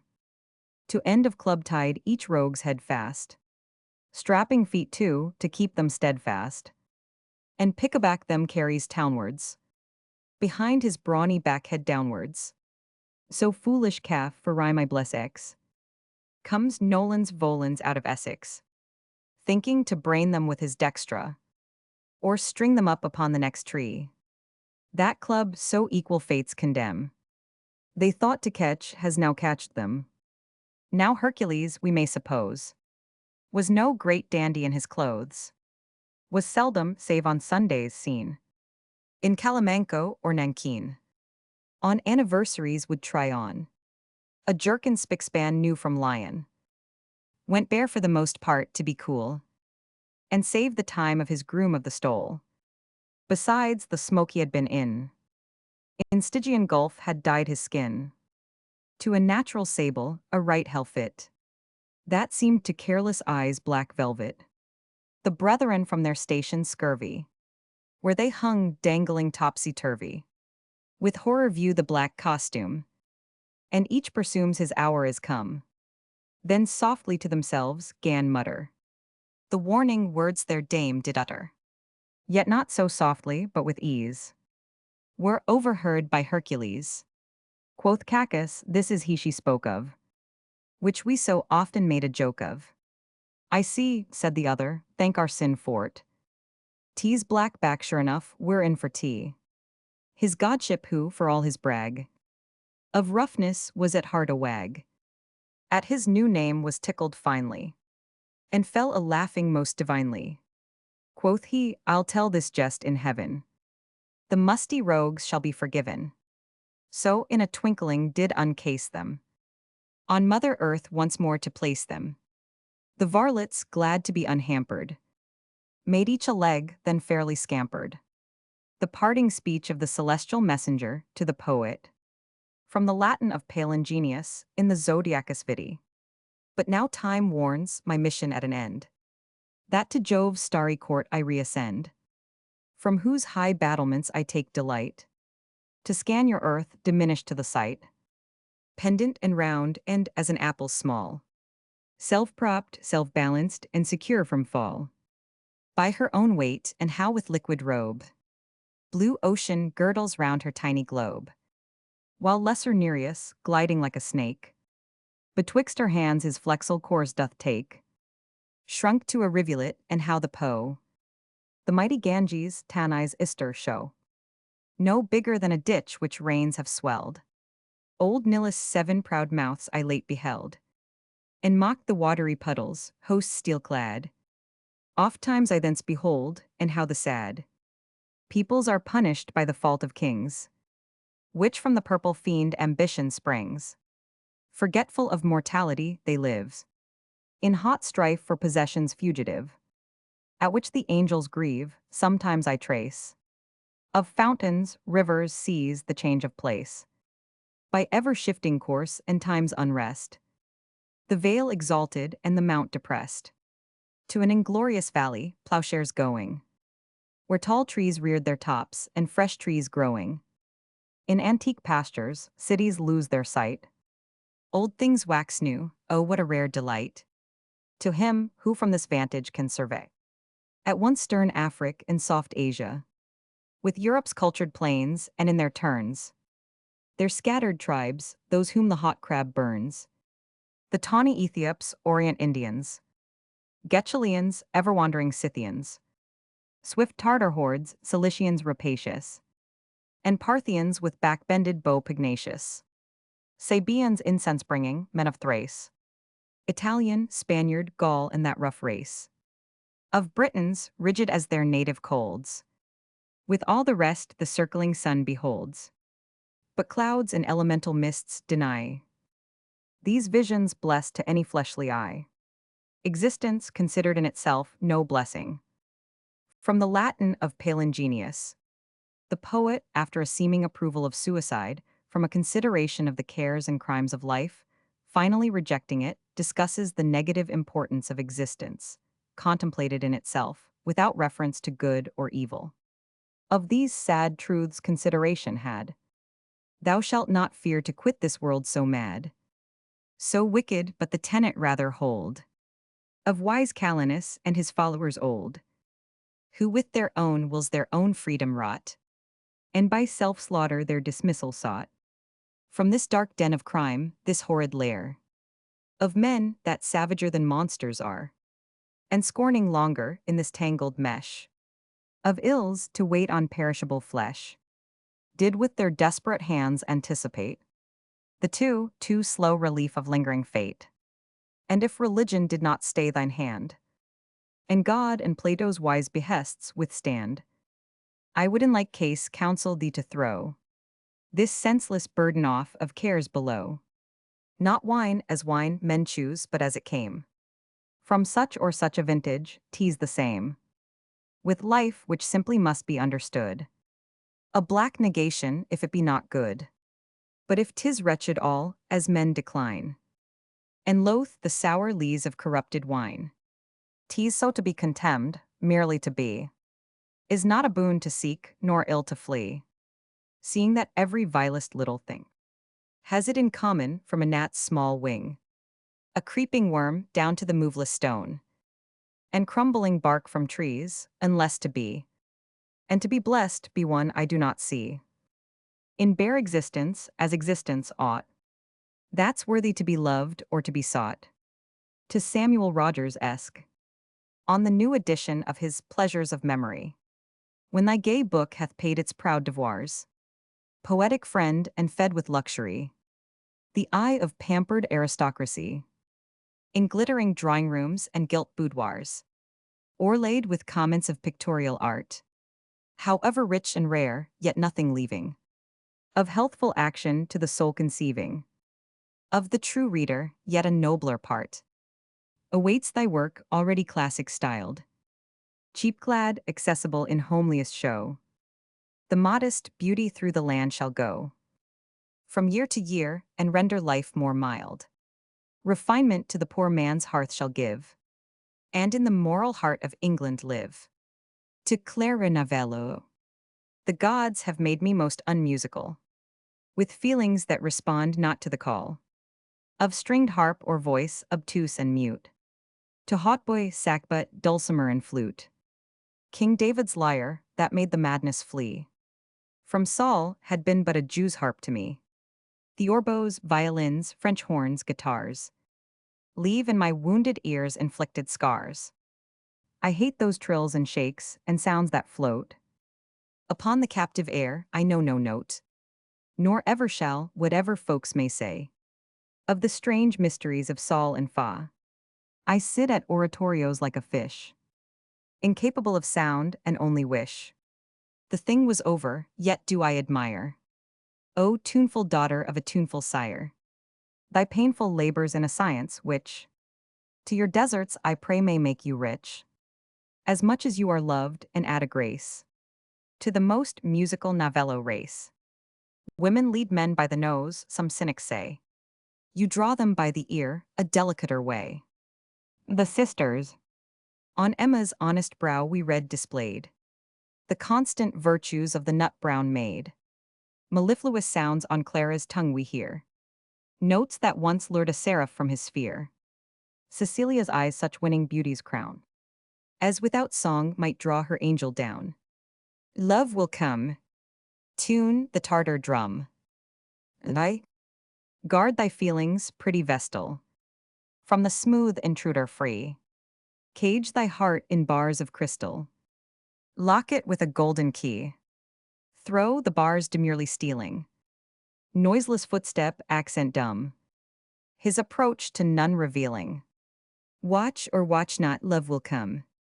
His approach to none revealing. Watch or watch not, love will come, love. Watch or watch not, love will come. Roman 2. Scornful beauty may deny him. He hath spells to charm disdain. Homely features may defy him. Both at length must wear the chain. Haughty youth in courts of princes. Hermit poor with age o'ercome. His soft plea at last convinces. Sooner, later, love will come. His soft plea at length convinces. Sooner, later, love will come, love. Sooner, later, love will come. To Margaret W. Margaret in happy hour, christened from that humble flower, which we a daisy 17 call. May thy pretty namesake be, in all things a type of thee, and image thee in all. Footnote 17, Marguerite in French signifies a daisy, note in Athenaeum. To Margaret W. Like it you show a modest face, an unpretending native grace. The tulip and the pink, the china and the damask rose, and every flaunting flower that blows. In the comparing shrink of lowly fields you think no scorn, yet gayest gardens would adorn, and grace wherever set. Home seated in your lonely bower, or wedded a transplanted flower. I bless you, Margaret. Edmonton, 8th October, 1834. Additional album verses and acrostics. What is an album? 'Tis a book kept by modern young ladies for show, of which their plain grandmothers nothing did know. 'Tis a medley of scraps, fine verse and fine prose, and some things not very like either, God knows. The soft first effusions of Beaux and of Belles, of future Lord Byrons and sweet Ellie else, where wise folk and simple both equally shine. And you write your nonsense that I may write mine. Stick in a fine landscape to make a display. A flower piece, a foreground, all tinted so gay, as nature herself, could she see them, would strike with envy to think that she ne'er did the like. And since some lavaters, with headpieces comical, have pronounced people's hands to be physiognomical, be sure that you stuff it with autographs plenty, all framed to a pattern so stiff and so dainty, they no more resemble folks' everyday writing than lines penned with pains due extemporal inditing, or the natural countenance, pardon the stricture, the faces we make when we sit for our picture. Thus you have, dearest Emma, an album complete, which may you live to finish, and I live to see it. And since you began it for innocent ends, may it swell and grow bigger each day with new friends, who shall set down kind names as a token and test, as I my poor autograph sign with the rest. The first leaf of spring, written on the first leaf of a lady's album. Thou fragile, filmy, gossamery thing. First leaf of spring, at every lightest breath that quakest, and with a zephyr shakest, scarce stout enough to hold thy slender form together. In calmest halcyon weather, next sister to the web that spiders weave, poor flutterers to deceive, into their treacherous silken bed. Oh, how art thou sustained, how nourished! All trivial as thou art, without dispute, thou play'st a mighty part, and art the herald to a throng of buds, blooms, fruit, that shall thy cracking branches sway, while birds on every spray shall pay the copious fruitage with a sylvan song. So 'tis with thee, whoe'er on thee shall look, First leaf of this beginning modest book. Slender thou art, God knowest, and little grace bestowest, but in thy train shall follow after wit, wisdom, seriousness, in hand with laughter, provoking jests, restraining soberness, in their appropriate dress, and I shall joy to be outdone by those who brighter trophies won, without a griefs, that I thy slender promise have begun. First leaf. To Mrs. Field. On her return from Gibraltar. Jane, you are welcome from the barren rock. And Calp-sounding shores, oh do not mock. Now you have raised our greetings, nor again ever revisit that dry nook of Spain. Friends have you here, and friendships to command. In merry England, love this hardy land. Ease, comfort, competence of these possessed. Let prodigal adventurers seek the rest. Dear England is as you, a field the Lord hath blessed. To merry Letitia Field. Expecting to see her again after a long interval. How many wasted years have run their round since I beheld your face. In memory's dim eye it yet appears, crowned, as it then seemed, with a cheerful grace. Young prattling maiden on the Thames fair side, enlivening pleasant Sunbury with your smiles. Time may have changed you, coy reserve or pride. To sullen looks reduced those mirthful wiles. I will not bate one smile on that clear brow, but take of time a rigorous account. When next I see you, and Maria now must be the thing she was, to what amount? These verses else, all hollow and untrue. This was not writ, these lines not meant for you. To Esther Field. Esther, holy name and sweet, smoothly runs on even feet. To the mild acrostic bending, Hebrew recollections blending. Ever keep that queen in view. Royal namesake, bold and true. Firm she stood in evil times, in the face of Haman's crimes. Even as she do thou possess loftiest virtue in the dress. Dear F. of native loveliness. To Mrs. Williams. Go little poem and present. Respectful terms of compliment. A gentle lady bids thee speak. Courteous is she, though thou be weak. Evoke from heaven as thick as manna. Joy after joy on Grace Joanna. On Fornem's glebe and pasture land. A blessing pray, long, long may stand. Not touched by time, the rectory blithes. No grudging churl dispute his tithe. At Easter be the offerings due. With cheerful spirit paid, each pew. In decent order filled, no noise. Loud intervene to drown the voice. Learning, or wisdom of the teacher. Impressive be the sacred preacher. And strict his notes on holy page. May young and old from age to age salute and still point out the good man's parsonage. To the book, little casket, storehouse rare, of rich conceits to please the fair. Happiest he of mortal men. I crown him monarch of the pen, to whom Sophia deigns to give the flattering prerogative, to inscribe his name in chief on thy first and maiden leaf.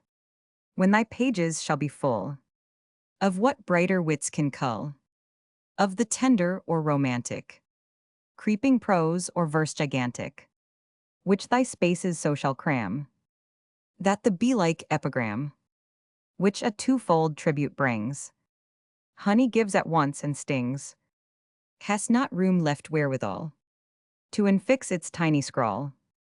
Haply some more youthful swain, striving to describe his pain, and the damsel's ear to seize, with more expressive lays than these, when he finds his own excluded, and these counterfeits intruded, while, loitering in the muse's bower, he overstayed the 11th hour, till the tables filled shall fret, die or sicken with regret, or into a shadow pine, while this triumphant verse of mine, like to some favored stranger guest, bidden to a good man's feast, shall sit by merit less than fate, in the upper seat in state.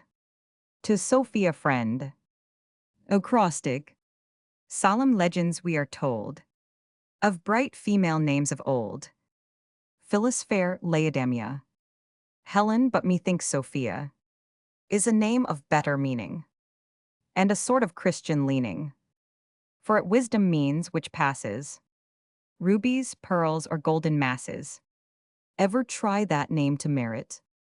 Never quit what you inherit, duly from your father's spirit. To Rotha Quillinen. Acrostic. Rotha, how in numbers light. Ought I to express thee? Take my meaning in its flight. Haste imports not always slight. And believe I bless thee. To Sarah Locke.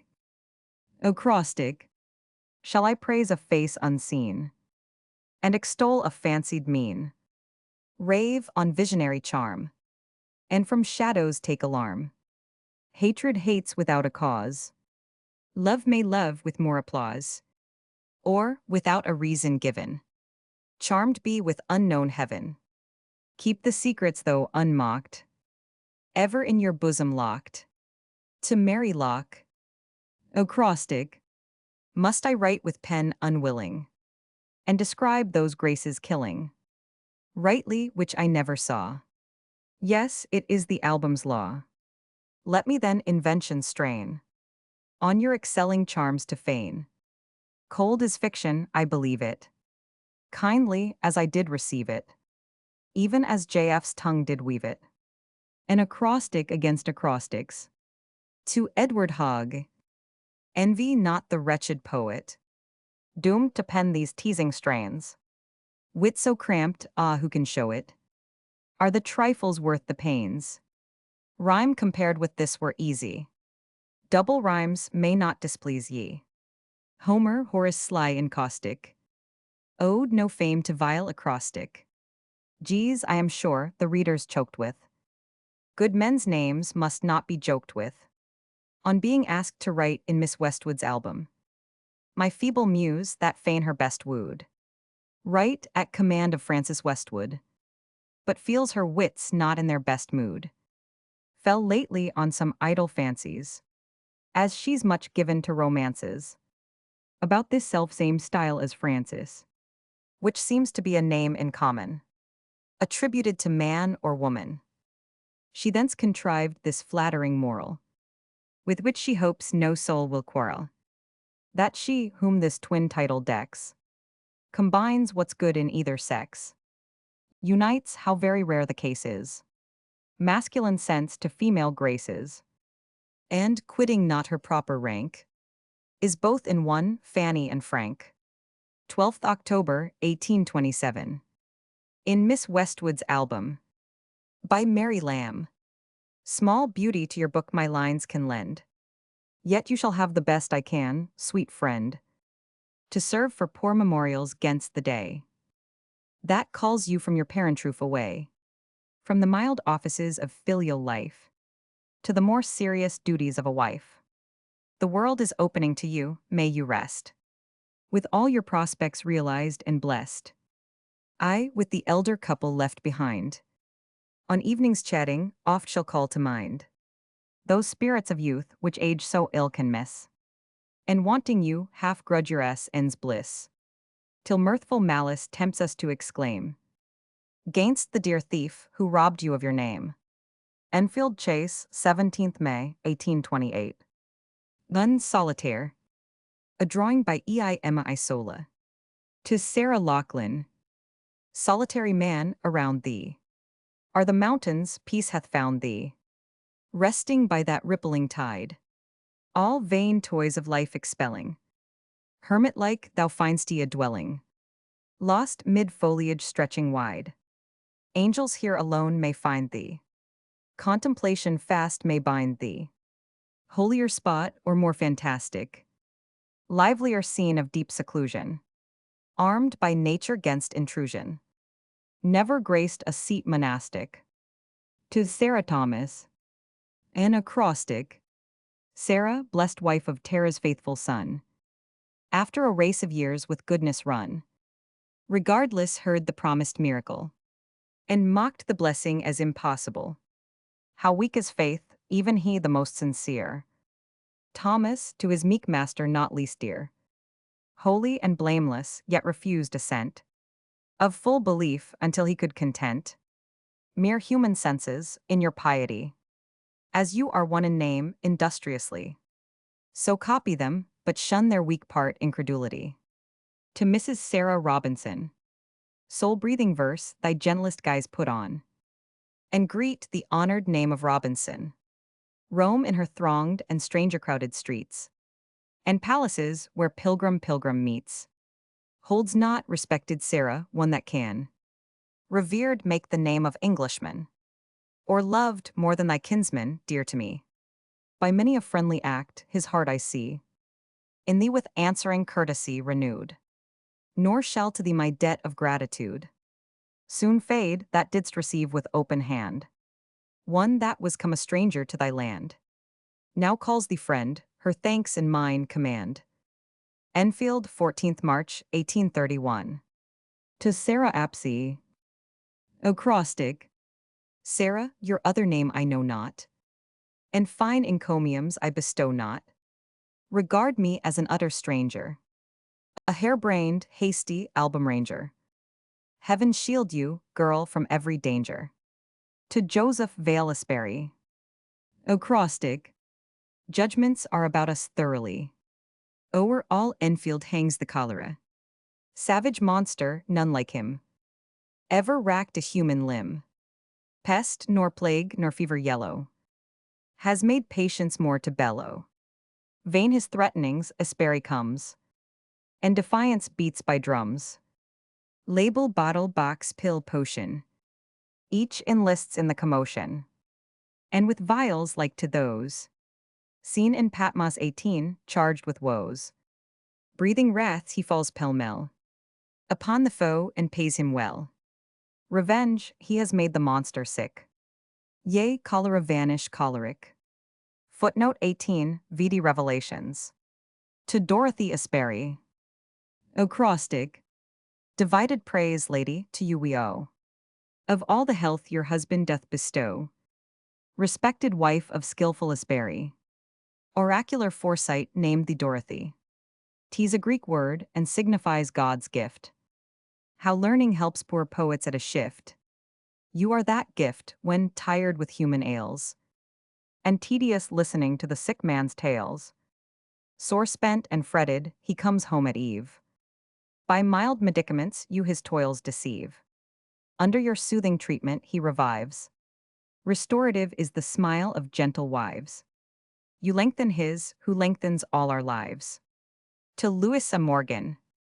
How blessed is he who in his age, exempt from fortune's frowns and from the troublous strife of storms that harass still the private life, below ambition and above contempt, hath gained a quiet harbor where he may look back on shipwrecks past without a sigh, for busier scenes and hope's gay dreams gone by. And such a nook of blessedness, they say, your sire at length has found, while you, best child, content in his contentment, acquiesce in patient toils and in a station less than you might image when your prospects smiled.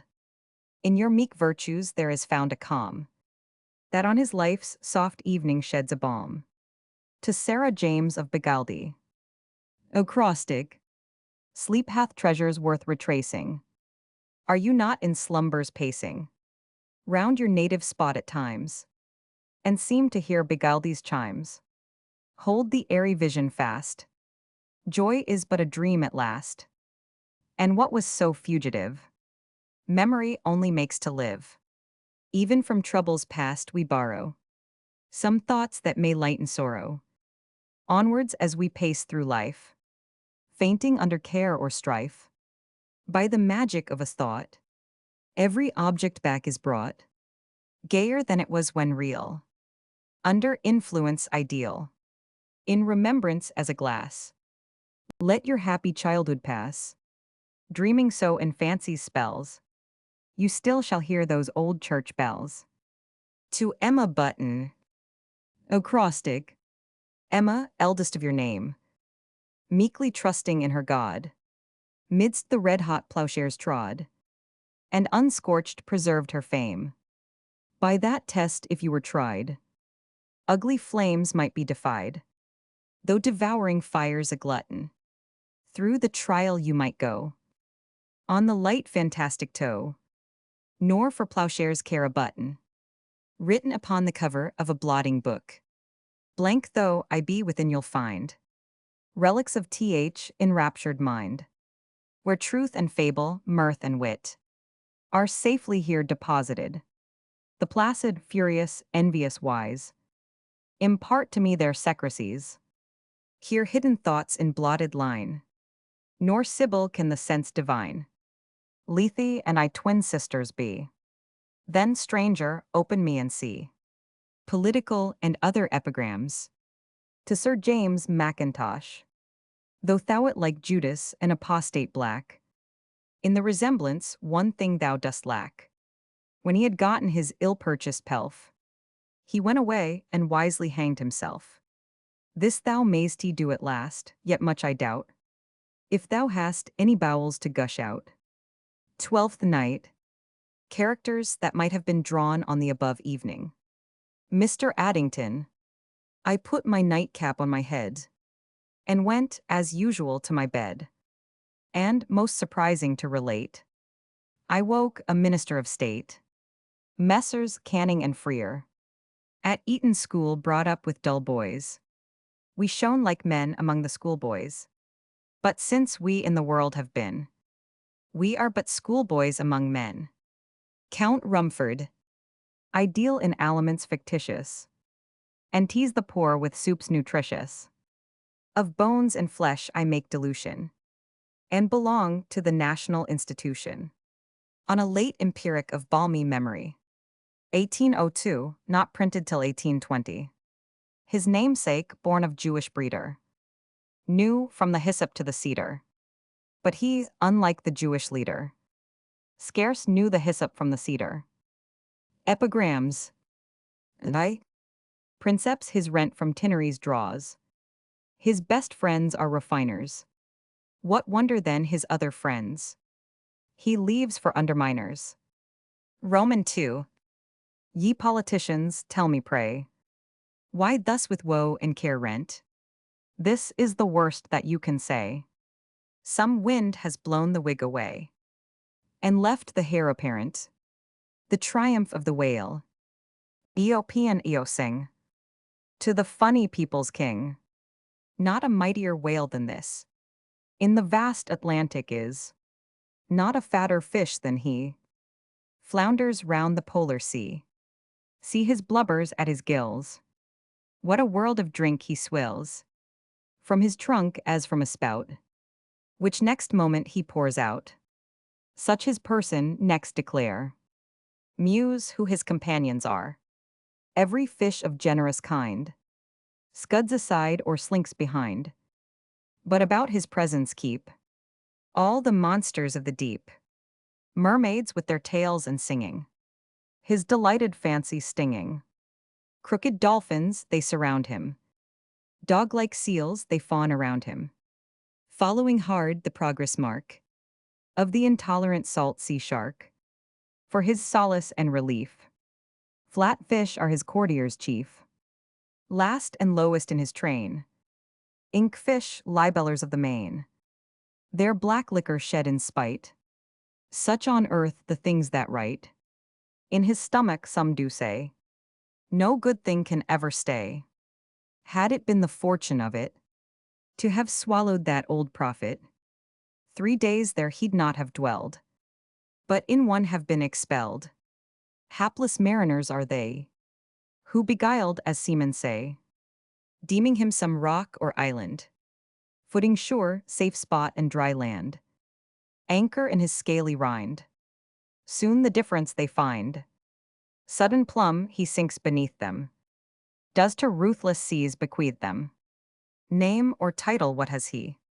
Is he regent of the sea? From this difficulty free us, Buffon, Banks, or sage Linnaeus, with his wondrous attributes. Say what appellation suits. By his bulk and by his size, by his oily qualities. This or else my eyesight fails. This should be the Prince of Wales. Sonnet. Sent Crispin to Mr. Gifford, 1819. All unadvised and in an evil hour. Lured by aspiring thoughts, my son, you daft. The lowly labors of the gentle craft. For learned toils which blood and spirit sour. All things, dear pledge, are not in all men's power. The wiser sort of shrub affects the ground. And sweet content of mind is oftener found in cobbler's parlor than in critic's bower. The sourced work is what doth cross the grain. And better to this hour you had been plying the obsequious all with well-waxed finger flying, than ceaseless thus to till a thankless vein, still teasing muses which are still denying, making a stretching leather of your brain. The godlike, in one great man we view with odds, a parallel to all the gods.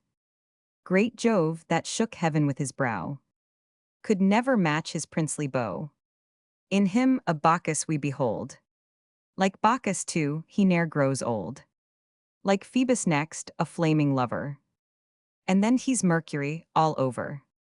A Vulcan for domestic strife. He lamely lives without his wife. And sure, unless our wits be dull. Minerva-like when moon was full. He issued from paternal skull. The three graves. Close by the ever-burning brimstone beds. Where Bedloe, Oates and Judas hide their heads. I saw great Satan like a sexton stand, with his intolerable spade in hand, digging three graves, of coffin shape they were, for those who, coffinless, must enter there. With unblessed rites, the shrouds were of that cloth, which Clotho weaveth in her blackest wrath. The dismal tinct oppressed the eye that dwelt upon it long, like darkness to be felt. The pillows to these baleful beds were toads, large, living, livid, melancholy loads, whose softness shocked, worms of all monstrous size, crawled round, and one, upcoiled which never dies. A doleful bell, inculcating despair, was always ringing in the heavy air. And all about the detestable pit, strange headless ghosts and quartered forms did flit. Rivers of blood from living traitors spilt, by treachery stung from poverty to guilt. I asked the fiend for whom these rites were meant. These graves, quoth he, when life's brief oil is spent, when the dark night comes, and their sinking bedwards. I mean for Castles, Oliver and Edwards. Sonnet to Matthew Wood-esque. Alderman and MP. Hold on thy course unchecked, heroic wood. Regardless what the player's son may prate. Saint Stephen's fool, the zany of debate, who nothing generous ever understood. London's twice praetor, scorn the fool-born jest. The stage's scum, and refuse of the players. Stale topics against magistrates and mayors. City and country both thy worth attest. Bid him leave off his shallow eaten wit, more fit to soothe the superficial ear of drunken pit and that pickpocket peer, when at their sottish orgies they did sit, hatching mad counsels from inflated vein, till England and the nations reeled with pain, on a projected journey, to gratify his people's wish. See George at length prepare. He's setting out for Hanover. We've often wished him there. Song for the coronation. Tune, Roy's wife of Aldevellac. Roy's wife of Brunswick Oles, Roy's wife of Brunswick Oles, wot you how she came to him, while he supinely dreamt of no ills? Vow, but she is a canty queen, and well can she scare each royal orgy. To us she ever must be dear, though she's forever cut by Georgie. Roy's wife, etc. da capo. The unbeloved. Not a woman, child, or man in all this isle that loves thee, Canning. Fools whom gentle manners sway may incline to Castlereagh. Princes who old ladies love of the doctor may approve. Chancery lads do not abhor their chatty, childish chancellor. In Liverpool some virtues strike, and little vans beneath dislike. Though, if I were to be dead fort, I could never love thee, Headfort. Every man must have his way. Other grey adulterers may. But thou, unamiable object, dear to neither prince nor subject. Veriest meanest scab for pelf. Fastening on the skin of Guelph. Thou must surely loathe thyself. On the arrival in England of Lord Byron's remains. Manners, they say, by climate alter not. Who goes a drunkard will return a sot. So lordly Juan, damned to lasting fame, went out a pickle and came back the same. Lines, suggested by a sight of Waltham Cross. Time-mouldering crosses, gemmed with imagery. Of costliest work and Gothic tracery. Point still the spots to hallowed wedlock dear, where rested on its solemn way the bier that bore the bones of Edward Zelliner, to mix with royal dust at Westminster. Far different rites did thee to dust consign. Duke Brunswick's daughter, princely Caroline. A hurrying funeral and a banished grave. High-minded wife were all that thou couldst have. Grieve not, great ghost, nor count in death thy losses. Thou in thy lifetime hadst thy share of crosses. For the table book, Laura, too partial to her friends' inditing, requires from each a pattern of their writing. A weightier trifle Laura might command. For who to Laura would refuse his hand? The royal wonders. Two miracles at once, compelled by fate. His tarnished throne the Bourbon doth vacate. While English William, a diviner thing, of his free pleasure hath put off the king. The forms of distant old respect lets pass, and melts his crown into the common mass. Health to fair France and fine regeneration. But England's is the nobler abdication. Brevis esse laboro. One dip. Much speech obscures the sense, the soul of wit. Is brevity, our tale one proof of it? Poor Balbulus, a stammering invalid, consults the doctors, and by them is bid to try sea bathing with this special heed. One dip was all his malady did need. More than that one, his certain death would be. Now who so nervous or so shook as he? For Balbulus had never dipped before. Two well-known dippers at the Broadstairs shore. Stout, sturdy churls have stripped him to the skin, and naked, cold, and shivering plunge him in.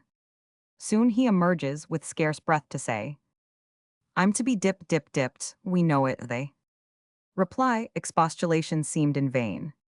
And over ears they souse him in again. And up again he rises, his words trip. And falter as before, still dip. And in again he goes with furious plunge. Once more to rise, when with a desperate lunge. At length he bolts these words out, only once. The villains crave his pardon, had the dunce. But aimed at these bare words, the rogues had found him. But striving to be prolix, they half drowned him. Suum cuique. Adsisit sibi divicias et opes alienas. Fur, rapiens, spoliens quad mihi quod tibi. Proprium erat, temnens hic verba munc tuumc. Omni suum est, tandem cuique suum tribuit. Dat laquio colum, vests va carnifice dat. Sees diabolo, sic bene cuique suum. On the Literary Gazette. In Merry England I computed once the number of the dunces, dunce for dunce. There were 400, if I don't forget. All readers of the L.Y.G.E. But if the author to himself keep true, in some short months they'll be reduced to 2. On the fast day, to name a day for general prayer and fast, is surely worse than of no sort of use. For you may see with grief from first to last, on fast days people of all ranks are loose. Nonsense verses. Lazy bones, wake up and peep. The cat's in the cupboard, your mother's asleep. There you sit snoring, forgetting her ills. Who is to give her her bolus and pills? 20 fine angels must come into town, all for to help you to make your new gown. Dainty aerial spinsters and singers. Aren't you ashamed to employ such white fingers? Delicate hands, unaccustomed to reels, to set 'em a-working a poor body's wheels. Why they came down is to me all a riddle. And left hallelujah broke off in the middle. Jove's court and the presence angelical cut, to eke out the work of a lazy young slut. angel duck, winged and silly. Pouring a watering pot over a lily. Gardener gratuitous, careless of pelf. Leave her to water her lily herself. Or to neglect it to death if she choose it. Remember the loss is her own if she lose it. On Wad. Of the East India House. What Wad knows, God knows. But God knows what Wad knows. 6 epitaphs on Ensign Peacock. Marmor Lockwitter.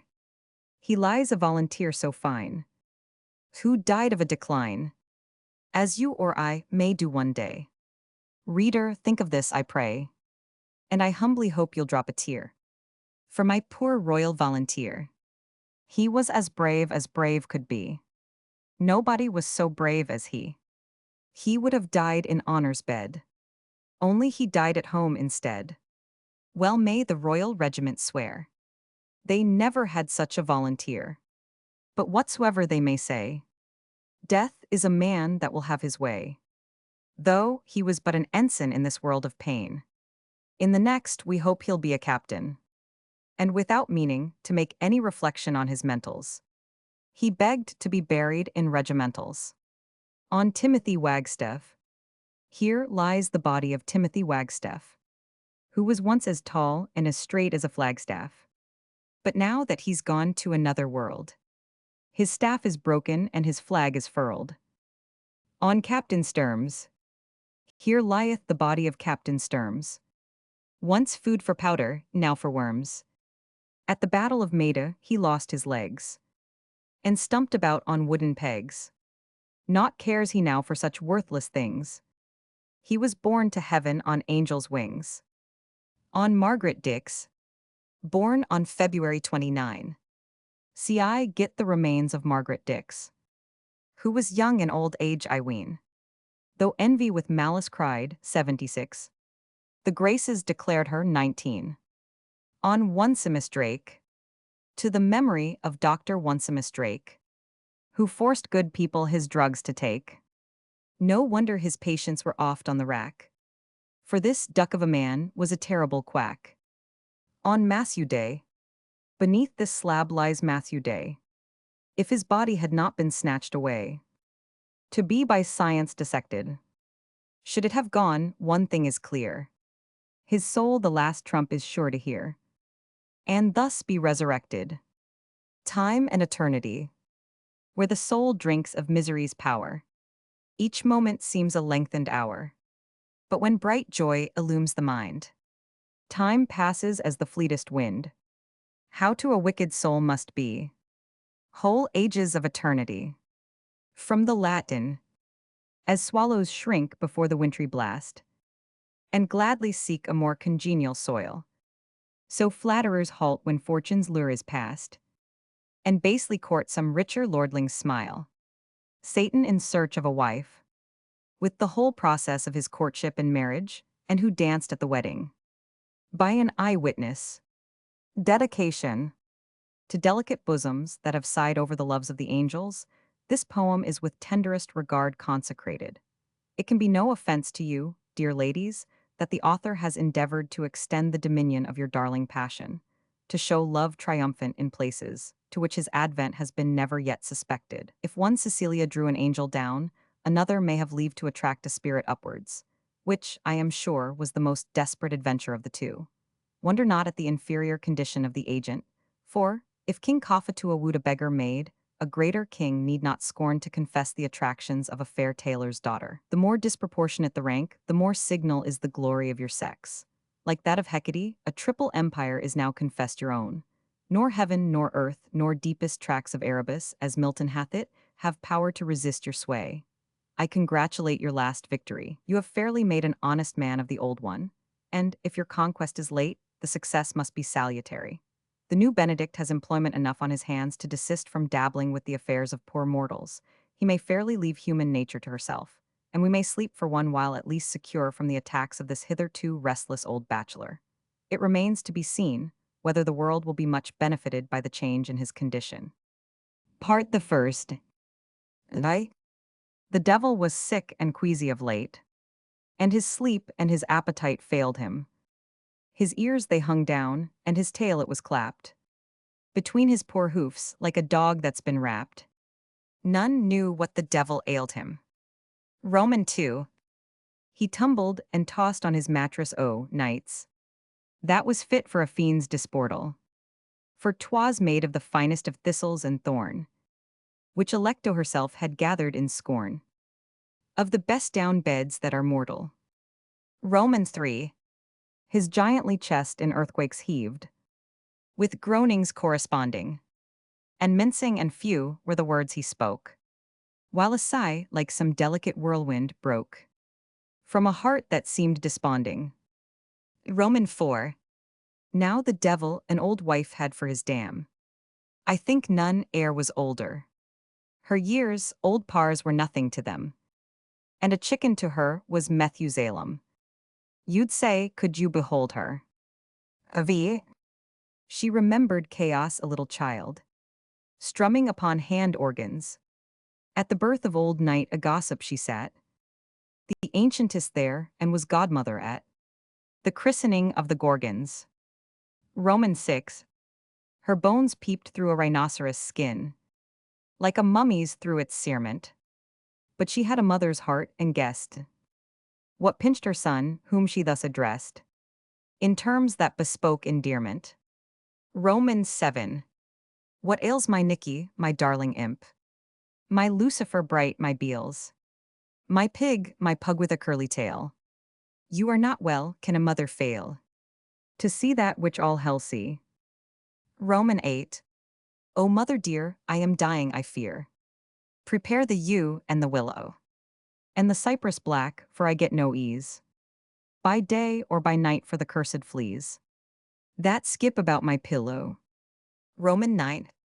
Your pillow is clean, and your pillow beer, for I washed 'em in sticks last night, son, and your blankets both, and dried them upon the brimstony banks of Acheron. It is not the fleas that bite, son. And eggs. Oh, I perish of cold these bitter sharp nights. The damp like an ague ferrets. The ice and the frost hath shot into the bone, and I care not greatly to sleep alone. Oh, nights for the fear of spirits. The weather is warm, my own sweet boy, and the nights are close and stifling. And for fearing of spirits, you cowardly elf, have you quite forgot you're a spirit yourself? Come, come, I see you are trifling. Roman 12. I wish my Nicky is not in love. Oh, mother, you have it. And he turned his head aside with a blush. Not red-hot pokers or crimson plush could half so deep have pricked it. Roman 13. These 20,000 good years or more, quoth he, on this burning shingle, I have led a lonesome bachelor's life, nor known the comfort of babe or wife. 'Tis a long time to live single. Roman 14. Quoth she, if a wife is all you want, I shall quickly dance at your wedding. I am dry nurse, you know, to the female ghosts. And she called up her charge, and they came in hosts to do the old beldam's bidding. Roman 15.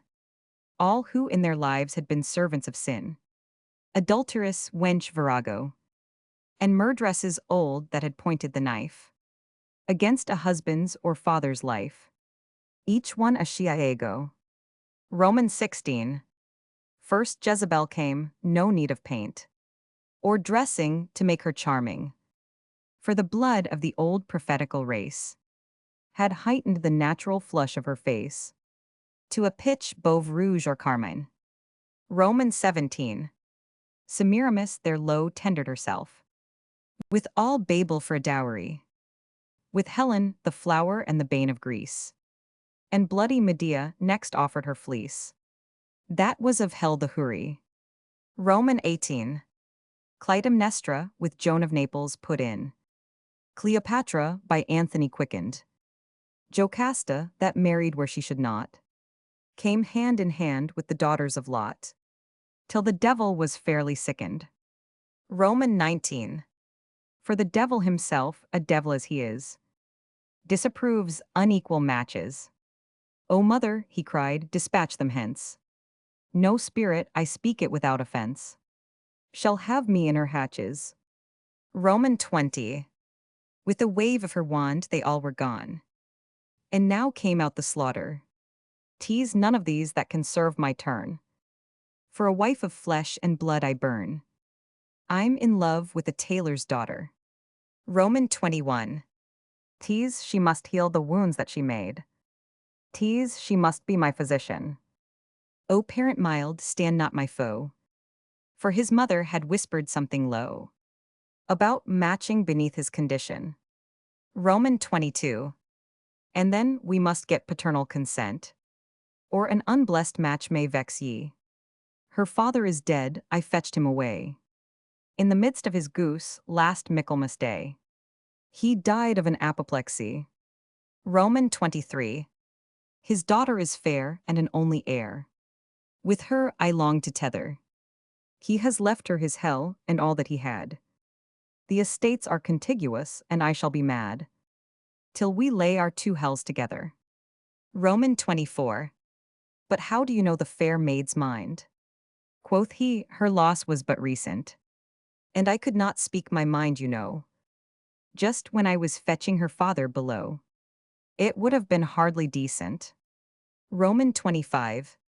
But a leer from her eye, where Cupid's lie. Of love gave proof apparent. And from something she dropped, I shrewdly weaned. In her heart she judged that a living fiend was better than a dead parent. Roman 26. But the time is short, and suitors may come. While I stand here reporting, then make your son a bit of a beau, and give me your blessing before I go to the other world according. Roman 27. But what will you do with your horns, my son? And that tail, fair maids will mock it. My tail I will dock, and as for the horn, like husbands above I think no scorn to carry it in my pockets. Roman 28. But what will you do with your feet, my son? Here are stockings fairly woven. My hoofs I will hide in silken hose. And cinnamon sweet are my petitos, because, you know, they are cloven. Roman 29. Then take a blessing, my darling son, quoth she, and kissed him civil. Then his neckcloth she tied, and when he was dressed, from top to toe in his Sunday's best, he appeared a comely devil. XXX. So his leave he took, but how he fared in his courtship, barring failures. In a second part you shall read it soon, in a brand new song, to be sung to the tune of the devil among the tailors. The second part, containing the courtship and the wedding. And I? Who is she that by night from her balcony looks on a garden where cabbage is springing? Tease the tailor's fair lass that we told of above. She muses by moonlight on her true love. So sharp is Cupid's stinging. Roman 2.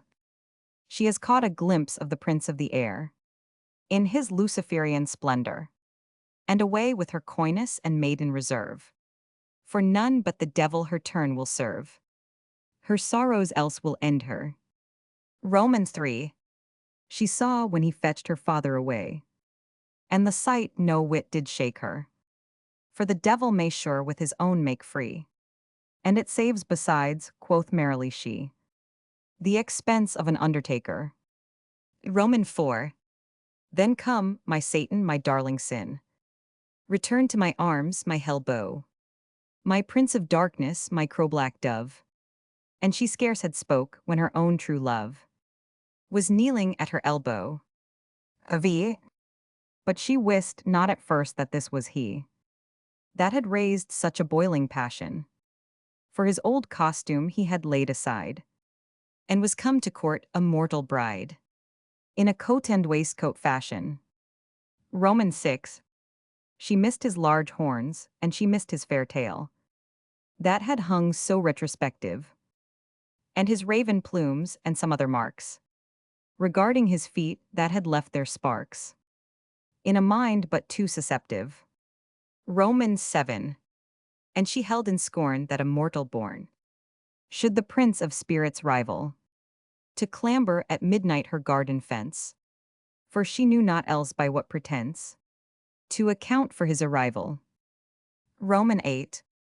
What thief art thou, quoth she, in the dark, that stumblest here presumptuous?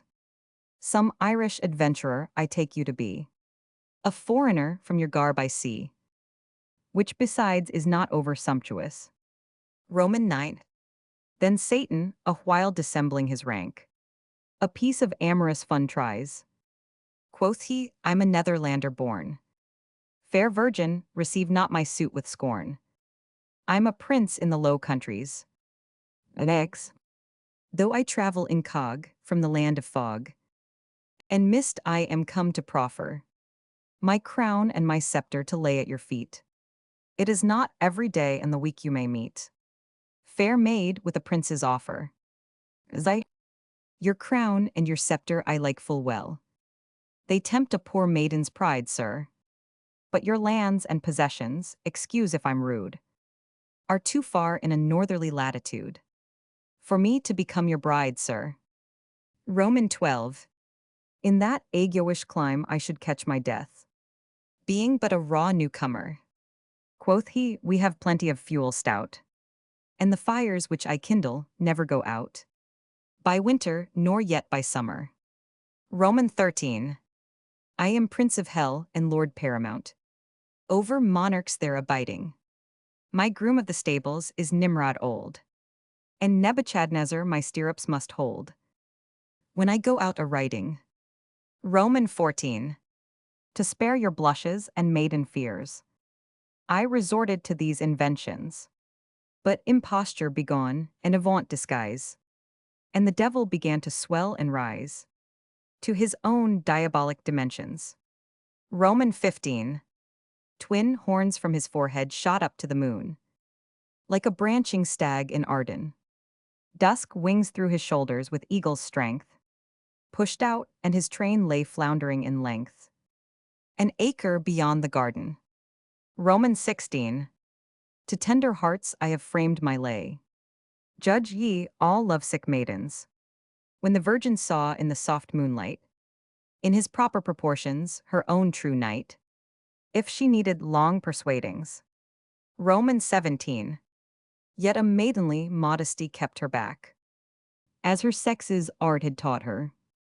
For the biggest fortunes, quoth she, in the land, are not worthy, then blushed, of your highness's hand, much less a poor tailor's daughter. Roman 18. There's the two Miss Crockfords are single still, for whom great suitors hunger, and their father's hell is much larger than mine. Quoth the devil, I've no such ambitious design, for their dad is an old fishmonger. Roman 19. And I cannot endure the smell of fish. I have taken an antibias to their livers, especially since the day that the angel smoked my cousin away from the chaste spouse of Tobias. Roman 20. Had my amorous kinsman much longer stayed, the perfume would have sealed his obit, for he had a nicer nose than the wench, who cared not a pin for the smother and stench in the arms of the son of Tobit. Roman 21. I have read it, quoth she, in apocryphal writ, and the devil stooped down and kissed her, not Jove himself when he courted in flame, on Semele's lips the love-scorched dame impressed such a burning blister. Roman 22. The fire through her bones and her vitals shot. Oh, I yield my winsome marrow. I am thine for life, and black thunders rolled, and she sank in his arms through the garden mold, with the speed of a red-hot arrow. Roman 23. Merrily, merrily, ring the bells from each pandemonian steeple, for the devil hath gotten his beautiful bride, and a wedding dinner he will provide to feast all kinds of people. Roman 24. Fat bulls of Bassan are roasted whole, of the breed that ran at David, with the flesh of goats on the sinister side, that shall stand apart when the world is tried, fit meat for souls unsaved. Roman 25. The fowl from the spit where the harpies brood, which the bard sang near Cremona. with a garnish of bats in their leathern wings imped, and the fish was 2 delicate slices crimped, of the whale that swallowed Jonah. Roman 26. Then the goblets were crowned, and a health went round. To the bride, in a wine like scarlet. No earthly vintage so deeply paints, for 'twas dashed with a tinge from the blood of the saints. By the Babylonian harlot. Roman 27. No Hebe fair stood cup-bearer there. The guests were their own skinkers. But Bishop Judas first blessed the can, who is of all hell metropolitan, and kissed it to all the drinkers. Roman 28. The feast being ended, to dancing they went, to a music that did produce a most dissonant sound, while a hellish glee was sung in parts by the Furies 3. And the devil took out Medusa. Roman 29. But the best of the sport was to hear his old dame set up her shrill forlorn pipe. How the withered beldam hobbled about, and put the rest of the company out, for she needs must try a hornpipe. XXX. But the heat and the press and the noise and the din were so great that, howe'er unwilling, our reporter no longer was able to stay, but came in his own defense away, and left the bride quadrilling. Prologues and epilogues. Epilogue to Godwin's tragedy of Antonio. Ladies, ye have seen how Guzman's consort died, poor victim of a Spaniard brother's pride, when Spanish honor through the world was blown, and Spanish beauty for the best was known 19. In that romantic, unenlightened time, a breach of promise 20 was a sort of crime. Which of you handsome English ladies here but deem the penance bloody and severe? A whimsical old Saragossa 21 fashion, that a dead father's dying inclination should live to thwart a living daughter's passion 22. Unjustly on the sex we, 23 men exclaim.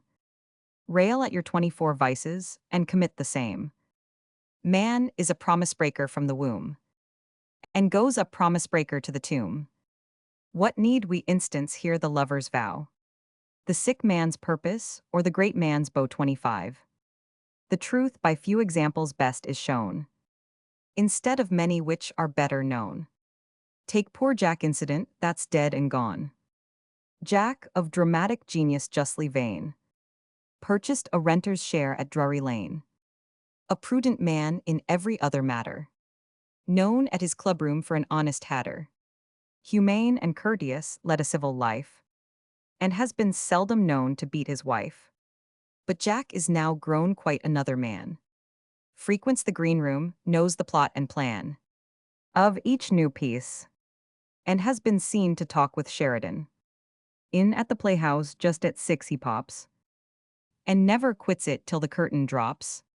Is never absent on the author's night. Knows actresses and actors too by sight. So humble that with suit he'll confer, or take a pipe with plain Jack Bannister. Nay, with an author has been known so free, he once suggested a catastrophe. In short, John dabbled till his head was turned. His wife remonstrated, his neighbors mourned. His customers were dropping off apace, and Jack's affairs began to wear a piteous face. One night his wife began a curtain lecture. My dearest Johnny, husband, spouse, protector, take pity on your helpless babes and me. Save us from ruin, you from bankruptcy. Look to your business, leave these cursed plays, and try again your old industrious ways. Jack, who was always scared at the Gazette, and had some bits of skull uninjured yet, promised amendment, vowed his wife spake reason. He would not see another play that season. 3 stubborn fortnights Jack his promise kept, was late and early in his shop, eat, slept, and walked and talked like ordinary men. No wit but John the Hatter once again visits his club, when lo, one fatal night, his wife with horror viewed the well-known sight. John's hat, wig, snuff-box, well she knew his tricks, and Jack decamping at the hour of 6. Just at the counter's edge a playbill lay, announcing that Pizarro was the play. Oh Johnny, Johnny, this is your old doing. Quoth Jack, why what the devil storms a brewing? About a harmless play, why all this fright? I'll go and see it if it's but for spite. Zounds, woman, Nelson's 26 to be there tonight. Footnote 19, 4 easy lines. Footnote 20, for which the heroine died. Footnote 21, in Spain. Footnote 22, 2 neat lines.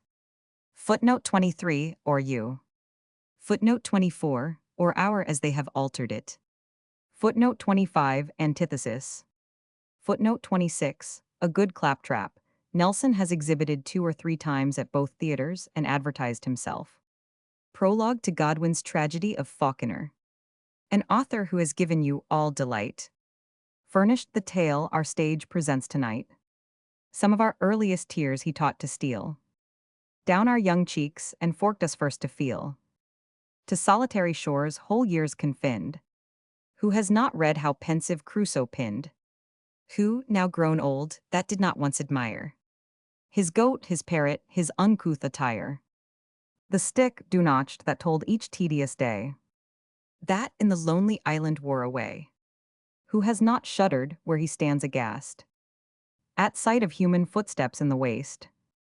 Or joyed not when his trembling hands unbind thee, Friday, gentlest of the savage kind? The genius who conceived that magic tale was skilled by native pathos to prevail. His stories, though rough-drawn and frammed in haste, had that which pleased our homely grandsire's taste. His was a various pen that freely roved into all subjects, was in most approved. Whate'er the theme, his ready muse obeyed. Love, courtship, politics, religion, trade, gifted alike to shine in every sphere. Novelist, historian, poet, pamphleteer. In some blessed interval of party strife, he drew a striking sketch from private life, whose moving scenes of intricate distress we try tonight in a dramatic dress. A real story of domestic woe that asks no aid from music, verse, or show, but trusts to truth, to nature and Defoe. Epilogue to Henry Siddon's farce, Time's a Telltale. Bound for the port of matrimonial bliss. Ere I hoist sail, I hold it not amiss, since prosperous ends ask prudent introductions, to take a slight peep at my written instructions. There's nothing like determining in time all questions marital or maritime. In all seas, straits, gulfs, ports, havens, lands, creeks. Oh, here it begins. Season, spring, wind standing at point desire. The good ship Matrimony, commander, Blandford-esque. Mart, I. The captain that has the command of her. Or in his absence, the acting officer. To see her planks are sound, her timbers tight. That acting officer I don't relish quite. No, as I hope to tack another verse on. I'll do those duties in my proper person. Art Roman 2. All mutinies to be suppressed at first. That's a good caution to prevent the worst. Art Roman 3. That she be properly victualled, manned and stored. To see no foreigners are got aboard. That's rather difficult, do what we can. A vessel sometimes may mistake her man. The safest way in such a parlous doubt is steady watch and keep a sharp lookout. Art Roman 4. Whereas their lords commissioners, the church, do strictly authorize the right of search. As always practiced, you're to understand. By these, what articles are contraband? Guns, mortars, pistols, halberts, swords, pikes, lances, ball, powder, shot, and the appurtenances. Videlicet, whatever can be sent to give the enemy encouragement. Ogles are small shot, so the instruction runs. Touches hand grenades and squeezes rifle guns. Mart v.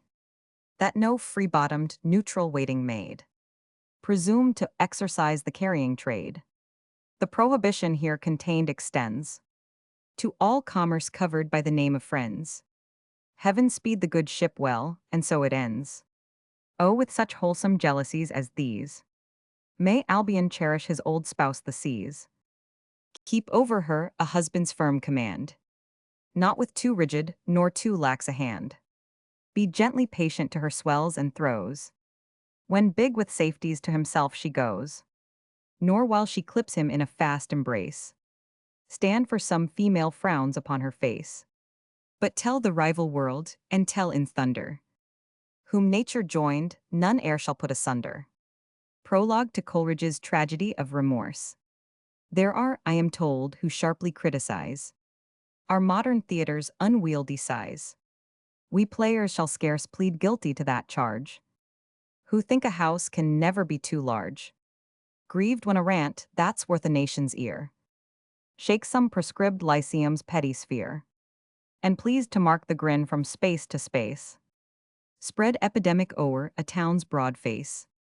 Oh, might old Betterton or Booth return to view our structures from their silent urn. Could Quin come stalking from Elysian glades, or Garrick get a day rule from the shades, where now, perhaps, in mirth which spirits approve, he imitates the ways of men above, and apes the actions of our upper coast, as in his days of flesh he played the ghost. How might they bless our ampler scope to please, and hate their own old shrunk-up audiences? Their houses yet were palaces to those which Ben and Fletcher for their triumphs chose. Shakespeare, who wished a kingdom for a stage, like giant pent in disproportion cage, mourned his contracted strengths and crippled rage. He who could tame his vast ambition down, to please some scattered gleanings of a town, and, if some 100 auditors supplied, their meager meed of claps was satisfied, how had he felt when that dread curse of Lear's had burst tremendous on 1,000 ears, while deep-struck wonder from applauding bands returned the tribute of as many hands. Rude were his guests, he never made his bow to such an audience as salutes us now. He lacked the balm of labor, female praise. Few ladies in his time frequented plays, or came to see a youth with awkward art and shrill sharp pipe burlesque the woman's part. The very use, since so essential grown, of painted scenes was to his stage unknown. The air-blessed castle, round whose wholesome crest the martlet, guest of summer, chose her nest. The forest walks of Arden's fair domain, where Jacks fed his solitary vein. No pencil's aid as yet had dared supply, seen only by the intellectual eye. Those scenic helps denied to Shakespeare's page, our author owes to a more liberal age. Nor pomp nor circumstance are wanting here. 'Tis for himself alone that he must fear. Yet shall remembrance cherish the just pride, that be the laurel granted or denied. He first essayed in this distinguished vein sever muses and a tragic strain. Epilogue to Kenny's farce, Debtor and Creditor, spoken by Mr. Liston and Mr. Emery in character. Gosling, false world. Samson, your bit, sir. Gosling, boor, what's that to you? With love's soft sorrows what hast thou to do? 'Tis here for consolation I must look. Takes out his pocket book. Samson, nay, sir, don't put us down in your black book. Gosling, all Helicon is here. Samson, all hell. Gosling, you clod, didst he never hear of the Pierian god, and the 9 virgins on the sacred hill? Samson, 9 virgins, sure. Gosling, I have them all at will. Samson, if misfight shy then. Gosling, and my suit decline. Samson, you'll make a dash at them. Gosling, I'll tip all 9. Samson, what wed 'em, sir? Gosling, oh no, that thought I banish. I woo not wed, they never bring the Spanish. Their favors I pursue and court the bays. Samson, mayhap, you're one of them that write the plays. Gosling, bumpkin. Samson, I'm told the public's well nigh crammed with such like stuff. Gosling, the public may be damned. Samson, they han't damned you, inquisitively. Gosling, this fellow's wondrous shrewd. I'd tell him if I thought he'd not be rude. Once in my greener years I wrote a piece. Samson, I so did I at school like. Gosling, booby cease, I mean a play. Samson, oh. Gosling, and to crown my joys, 'twas acted. Samson, well and how. Gosling, it made a noise, a kind of mingled, as if musing. Samson, I describe it try. Gosling, like, were you ever in the pillory? Samson, no sir, I thank ye, no such kind of game. Gosling, bait but the eggs, and it was much the same. Shouts, clamors, laughs, and a peculiar sound, like. Samson, like geese, I warrant in a pound. I like this mainly. Gosling, some began to cough. Some cried. Samson, go on. Gosling, a few, and some, go off. I can't suppress it, gods, I hear it now. It was in fact a most confounded row. Dire was the din, as when some storm confounds earth, sea, and sky with all terrific sounds. Not hungry lions sent forth notes more strange. Not bulls and bears that have been hoaxed on chain. Samson, Exeter, change you mean, I've seen they bears. Gosling, the beasts I mean are far less tame than theirs. Change alley bruins, nattier though their dress. Might at Polito's study politesse. Brief let me be, my gentle Samson, pray. Fight Larry Whack, but never write a play. Samson, I won't, sir, and these Christian souls petition to spare all wretched folks in such condition. Epilogue to an amateur performance of Richard Roman II. Of all that act, the hardest task is theirs. Who, bred no players, play at being players. Copy the shrug, in Kemble once approved. Mere mimics, nature twice removed. Shades of a shadow, who but must have seen the stage-struck hero in some swelling scene. Aspiring to be Lear, stumble on Kean. The admired actor's faults our steps betray. No less his very beauties lead astray. In sad civility once Garrick sate, to see a play, mangled in form and state. Plebeian Shakespeare must the words supply. The actors all were fools of quality. The scenes, the dresses, were above rebuke. Scarce a performer there below a duke. He sate and mused how in his Shakespeare's mind the idea of old nobility enshrined should thence a grace and a refinement have, which passed these living nobles to conceive, who with such apish, base gesticulation, remnants of starts and dregs of playhouse passion, so foul belied their great forefathers' fashion. He saw, and true nobility confessed, less in the high-born blood than lowly poet's breast. If lords enacting lords sometimes may fail, what gentle plea spectators can avail? For wight of low degree who dares to stir the long-raked ashes of old Lancaster, and on his nothing martial front to set of warlike Gaunt the lofty Burgonet? For who shall that Plantagenet display, majestical in sickness and decay? Or paint the shower of passions fierce and thick on Richard's head, that royal splenetic? Your pardon, not your plaudits, then we claim, if we've come short where Garrick had been tame. Prologue to Sheridan Knowles' comedy, The Wife. Untoward fate no luckless wight invades, more sorely than the man who drives two trades. Like Aesop's bat between two natures placed, scowled at by mice, among the birds disgraced. Our author thus, of twofold fame exactor, is doubly scouted, both as bard and actor. Wanting in haste a prologue, he applied to three poetic friends, was thrice denied. Each glared on him with supercilious glance, as on a poor relation met by chance.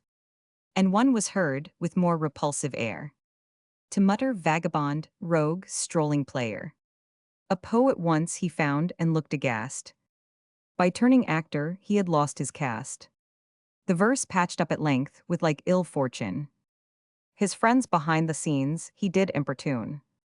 To speak his lines, he found them all fight shy, nodding their heads in cool civility. Their service in the drama was enough. The poet might recite the poet's stuff. The rogues, they like him hugely, but it stung 'em somehow to think a bard had got among 'em. Their mind made up, no earthly pleading shook it. In pure compassion, till I undertook it. Disowned by poets and by actors too. Dear patrons of both arts, he turns to you. If in your hearts some tender feelings dwell, from sweet Virginia or heroic tell. If in the scenes which follow you can trace what once has pleased you, an unbidden grace, a touch of nature's work, an awkward start, or ebullition of an Irish heart. Cry, clap, commend it if you like them not. Your former favors cannot be forgot. Condemn them, damn them, hiss them if you will. Their author is your grateful servant still. Epilogue to Sheridan Knowles' comedy, The Wife. When first our bard his simple will expressed, that I should in his heroine's robes be dressed. My fears were with my vanity at strife. How I could act that untried part, a wife. But fancy to the Grizzon hills me drew, where Mariana like a wild flower grew. Nursing her garden kindred, so far I liked her condition, willing to comply. With that sweet single life, when with a cranch, down came that thundering, crashing avalanche. Startling my mountain project, take this spade. Said Fancy then, dig low, adventurous maid. For hidden wealth, I did, and ladies low. Was ere romantic female's fortune so? To dig a life-warm lover from the snow. A wife and princess see me next beset with subtle toils in an Italian net. While knavish courtiers, stung with rage or fear, distilled lip poison in a husband's ear. I pondered on the boiling southern vein. Racks, cords, stilettos rushed upon my brain. By poor, good, weak Antonio too disowned. I dreamed each night I should be disdamoned. And, being in Mantua, thought upon the shop, whence fair Verona's youth his breath did stop. And what if Leonardo, in foul scorn, some lean apothecary should suborn, to take my hated life, a tortoise hung before my eyes, and in my ears scaled alligators rung. But my Othello, to his vows more zealous, 20 Aegos could not make him jealous. New raised to reputation and to life. At your commands behold me without strife. Well pleased and ready to repeat, the wife. John Woodville. A Tragedy. 1798-1802. Text of 1818. Characters. Sir Walter Woodville. John. Simon his sons. Lovell. Gray, pretended friends of John. Sandford, Sir Walter's old steward. Margaret, orphan ward of Sir Walter. 4 gentlemen, John's riotous companions. Servants. Seen, for the most part at Sir Walter's mansion in Devonshire, at other times in the forest of Sherwood. Time, soon after the Restoration. Act the first. Scene, a servant's apartment in Woodville Hall. Servants drinking time the morning. A song by Daniel. When the king enjoys his own again. Peter. A delicate song, where didst ye learn it, fellow? Daniel, even there, where thou learnest thy oaths and thy politics, at our master's table. Where else should a serving man pick up his poor accomplishments? Martin, well spoken, Daniel, O rare Daniel, his oaths and his politics excellent. Francis. And where didst he pick up thy knavery, Daniel? Peter.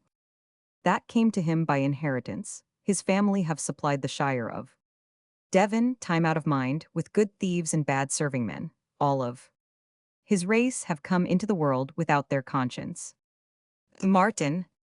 Good thieves and bad serving men, better and better, I marvel what Daniel hath got to say in reply. Daniel, I marvel more when thou wilt say anything to the purpose, thou shallow serving man, whose swiftest conceit carries thee no higher than to apprehend with difficulty the stale jests of us thy compeers. When wast ever known to club thy own particular jest among us? Martin. Most unkind Daniel, to speak such biting things of me. Francis, see, if he hath not brought tears into the poor fellow's eyes with the saltness of his rebuke. Daniel, no offense, brother Martin, I meant none. 'Tis true, heaven gives gifts and withholds them. It has been pleased to bestow upon me a nimble invention to the manufacture of a jest, and upon thee, Martin, an indifferent bad capacity to understand my meaning. Martin. Is that all? I am content, here's my hand. Francis, well, I like a little innocent mirth myself, but never could endure bawdry.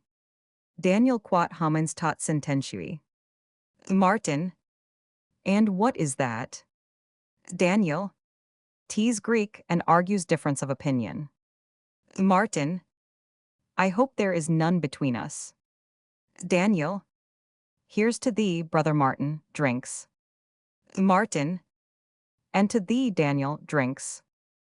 Francis, and to thee, Peter, drinks. Peter, thank you, Francis, and here's to thee, drinks. Martin, I shall be fuddled anon. Daniel, and drunkenness I hold to be a very despicable vice. Boil, oh, a shocking vice, they drink round. Peter, inasmuch as it taketh away the understanding. Daniel, and makes the eyes red. Peter, and the tongue to stammer. Daniel, and to blab out secrets. During this conversation, they continue drinking. Peter, some men do not know an enemy from a friend when they are drunk. Daniel, certainly sobriety is the health of the soul. Martin, now I know I am going to be drunk. Daniel, how canst thee tell, dry bones? Martin, because I begin to be melancholy, that's always a sign. Francis, take care of Martin, he'll topple off his seat else. Martin drops asleep. Peter times are greatly altered, since young master took upon himself the government of this household. Boil, greatly altered. Francis, I think everything be altered for the better, since his majesty's blessed restoration.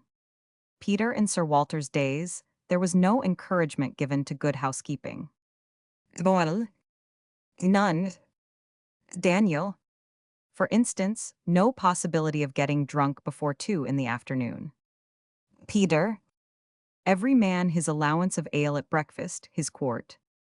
Boil, a quart in derision. Daniel, nothing left to our own sweet discretions. Peter, whereby it may appear, we were treated more like beasts than what we were, discreet and reasonable serving men. Boil, like beasts. Martin opening his eyes, like beasts. Daniel, to sleep, wagtail. Francis, I marvel all this while, where the old gentleman has found means to secrete himself. It seems no man has heard of him since the day of the king's return. Can any tell why our young master, being favored by the court, should not have interest to procure his father's pardon? Daniel Mary, I think, tease the obstinacy of the old knight, that will not be beholden to the court for his safety. Martin, now that is wilful. Francis, but can any tell me the place of his concealment? Peter, that cannot I, but I have my conjectures. Daniel, 200 pounds, as I hear, to the man that shall apprehend him. Francis, well, I have my suspicions. Peter, and so have I. Martin, and I can keep a secret. Francis to Peter, Warwickshire you mean, aside. Peter, perhaps not. Francis, nearer perhaps. Peter, I say nothing. Daniel, I hope there is none in this company would be mean enough to betray him. Boil, oh Lord, surely not. They drink to Sir Walter's safety. Francis, I have often wondered how our master came to be accepted by name in the late act of oblivion. Daniel, shall I tell the reason? Boil, I do. Daniel, Tease thought he is no great friend to the present happy establishment. Boil, oh monstrous. Peter, fellow servants, a thought strikes me. Do we, or do we not, come under the penalties of the Treason Act, by reason of our being privy to this man's concealment? Boil, truly a sad consideration. To them enters Sandford suddenly. Sandford, you well-fed and unprofitable grooms, maintained for state, not use. You lazy feasters at another's cost, that eat like maggots into an estate, and do as little work, being indeed but foul excrescences, and no just parts in a well-ordered family. You base and rascal imitators, who act up to the height your master's vices, but cannot read his virtues in your bond. Which of you, as I entered, spake of betraying? Was it you, or thin face was it you? Martin. Whom does he call thin face? Sanford. No prating, loon, but tell me who he was. That I may brain the villain with my staff. That seeks Sir Walter's life. You miserable men. With minds more slavish than your slave's estate. Have you that noble bounty so forgot? Which took you from the looms and from the ploughs? Which better had ye followed, fed ye, clothed ye, and entertained ye in a worthy service, where your best wages was the world's repute, that thus ye seek his life by whom ye live? Have you forgot, too, how often in old times your drunken mirths have stunned day's sober ears, carousing full cups to Sir Walter's health, whom now ye would betray, but that he lies out of the reach of your poor treacheries? This learn from me. Our master's secret sleeps with trustier tongues. Then will unlock themselves to carles like you. Go get you gone, you knaves, who stirs the staff. Shall teach you better manners else. Well, we are going. Sanford. And quickly too, ye had better, for I see young Mistress Margaret coming this way. Exeunt all but Sanford. Enter Margaret, as in a fright, pursued by a gentleman, who, seeing Sanford, retires muttering a curse. Sanford Margaret. Sanford. Good morrow to my fair mistress, 'twas a chance. I saw you, lady, so intent was I on chiding hence these graceless serving men, who cannot break their fast at morning meals, without debauch and meas-timed riotings. This house hath been a scene of nothing else but atheist riot and profane excess, since my old master quitted all his rights here. Margaret. Each day I endure fresh insult from the scorn of Woodville's friends, the uncivil jests, and free discourses of the dissolute men that haunt this mansion, making me their mirths. Sanford. Does my young master know of these affronts? Margaret. I cannot tell, perhaps he has not been told. Perhaps he might have seen them if he would. I have known him more quick-sighted, let that pass. All things seem changed, I think, I had a friend. I can't but weep to think him altered too. These things are best forgotten, but I knew a young man, young and full of honor, that would have picked a quarrel for a straw, and fought it out to the extremity, e'en with the dearest friend he had alive, on but a bare surmise, a possibility, that Margaret had suffered an affront. Some are too tame, that were too splenetic once. Sanford. 'Twere best he should be told of these affronts. Margaret. I am the daughter of his father's friend, Sir Walter's orphan ward. I am not his servant maid, that I should wait the opportunity of a gracious hearing, inquire the times and seasons when to put my peevish prayer up at young Woodville's feet, and sue to him for slow redress, who was himself a suitor late to Margaret. I am somewhat proud, and Woodville taught me pride. I was his favorite once, his playfellow in infancy, and joyful mistress of his youth. None once so pleasant in his eyes as Margaret. His conscience, his religion, Margaret was. His dear heart's confessor, a heart within that heart, and all dear things summed up in her alone. As Margaret smiled or frowned, John lived or died. His dress, speech, gesture, studies, friendships, all being fashioned to her liking. His flatteries taught me first this self-esteem. His flatteries and caresses, while he loved, the world esteemed her happy who had won his heart, who won all hearts. And ladies envied me the love of Woodville. Sanford. He doth affect the courtier's life too much, whose art is to forget, and that has wrought this seeming change in him. That was by nature noble. Tease these court plagues that swarm about our house, have done the mischief, making his fancy giddy, with images of state, preferment, place, tainting his generous spirits with ambition. Margaret. I know not how it is. A cold protector is John grown to me, the mistress and presumptive wife of Woodville. can never stoop so low to supplicate.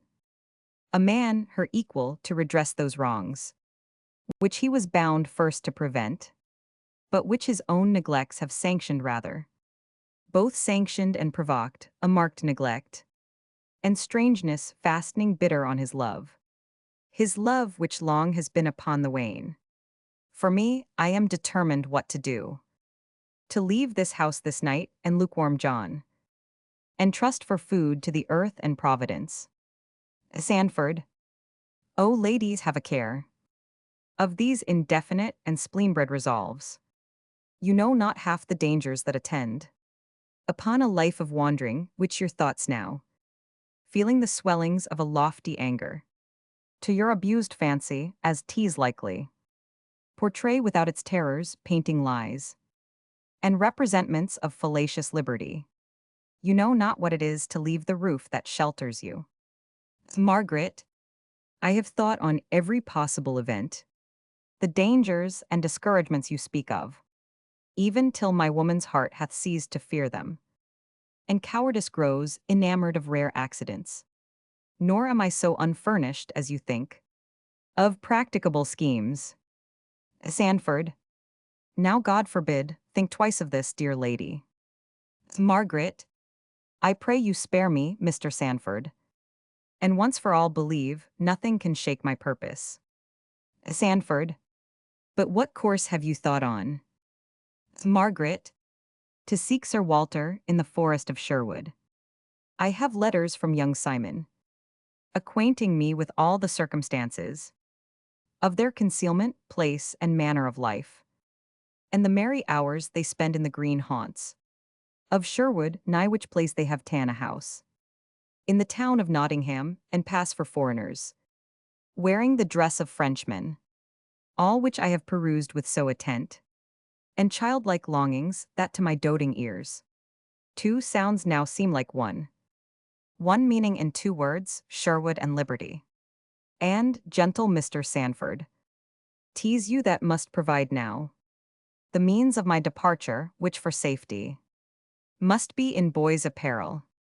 Sanford, since you will have it so, my careful age trembles at all may happen. I will engage to furnish you. I have the keys of the wardrobe, and can fit you with garments to your size. I know a suit of lively Lincoln green that shall much grace you in the wear, being glossy fresh and worn but seldom. Young Stephen Woodville wore them while he lived. I have the keys of all this house and passages, and ere daybreak will rise and let you forth. What things soe'er you have need of I can furnish you, and will provide a horse and trusty guide to bear you on your way to Nottingham. Margaret, that once this day and night were fairly past, for then I'll bid this house and love farewell. Farewell, sweet Devon, farewell, lukewarm John, for with the morning's light will Margaret be gone. Thanks, courteous Mr. Sanford. Exeunt divers ways. Act the second. Scene, an apartment in Woodville Hall. John Woodville alone, reading parts of a letter. When love grows cold, and indifference has usurped upon old esteem, it is no marvel if the world begin to account that dependence, which hitherto has been esteemed honorable, shelter. The course I have taken in leaving this house, not easily wrought thereunto, seemed to me best for the once-for-all releasing of yourself, who in times past have deserved well of me, from the now daily, and not to be endured, tribute of forced love, and ill-dissembled reluctance of affection. Margaret. Gone, gone, my girl, so hasty Margaret. And never a kiss at parting, shallow loves, and likings of a 10 days' growth, use courtesies, and show red eyes at parting, who bids farewell. In the same tone he cries, God speed you, sir, or tells of joyful victories at sea, where he hath ventures, does not rather muffle his organs to emit a leaden sound, to suit the melancholy dull farewell, which they in heaven not use.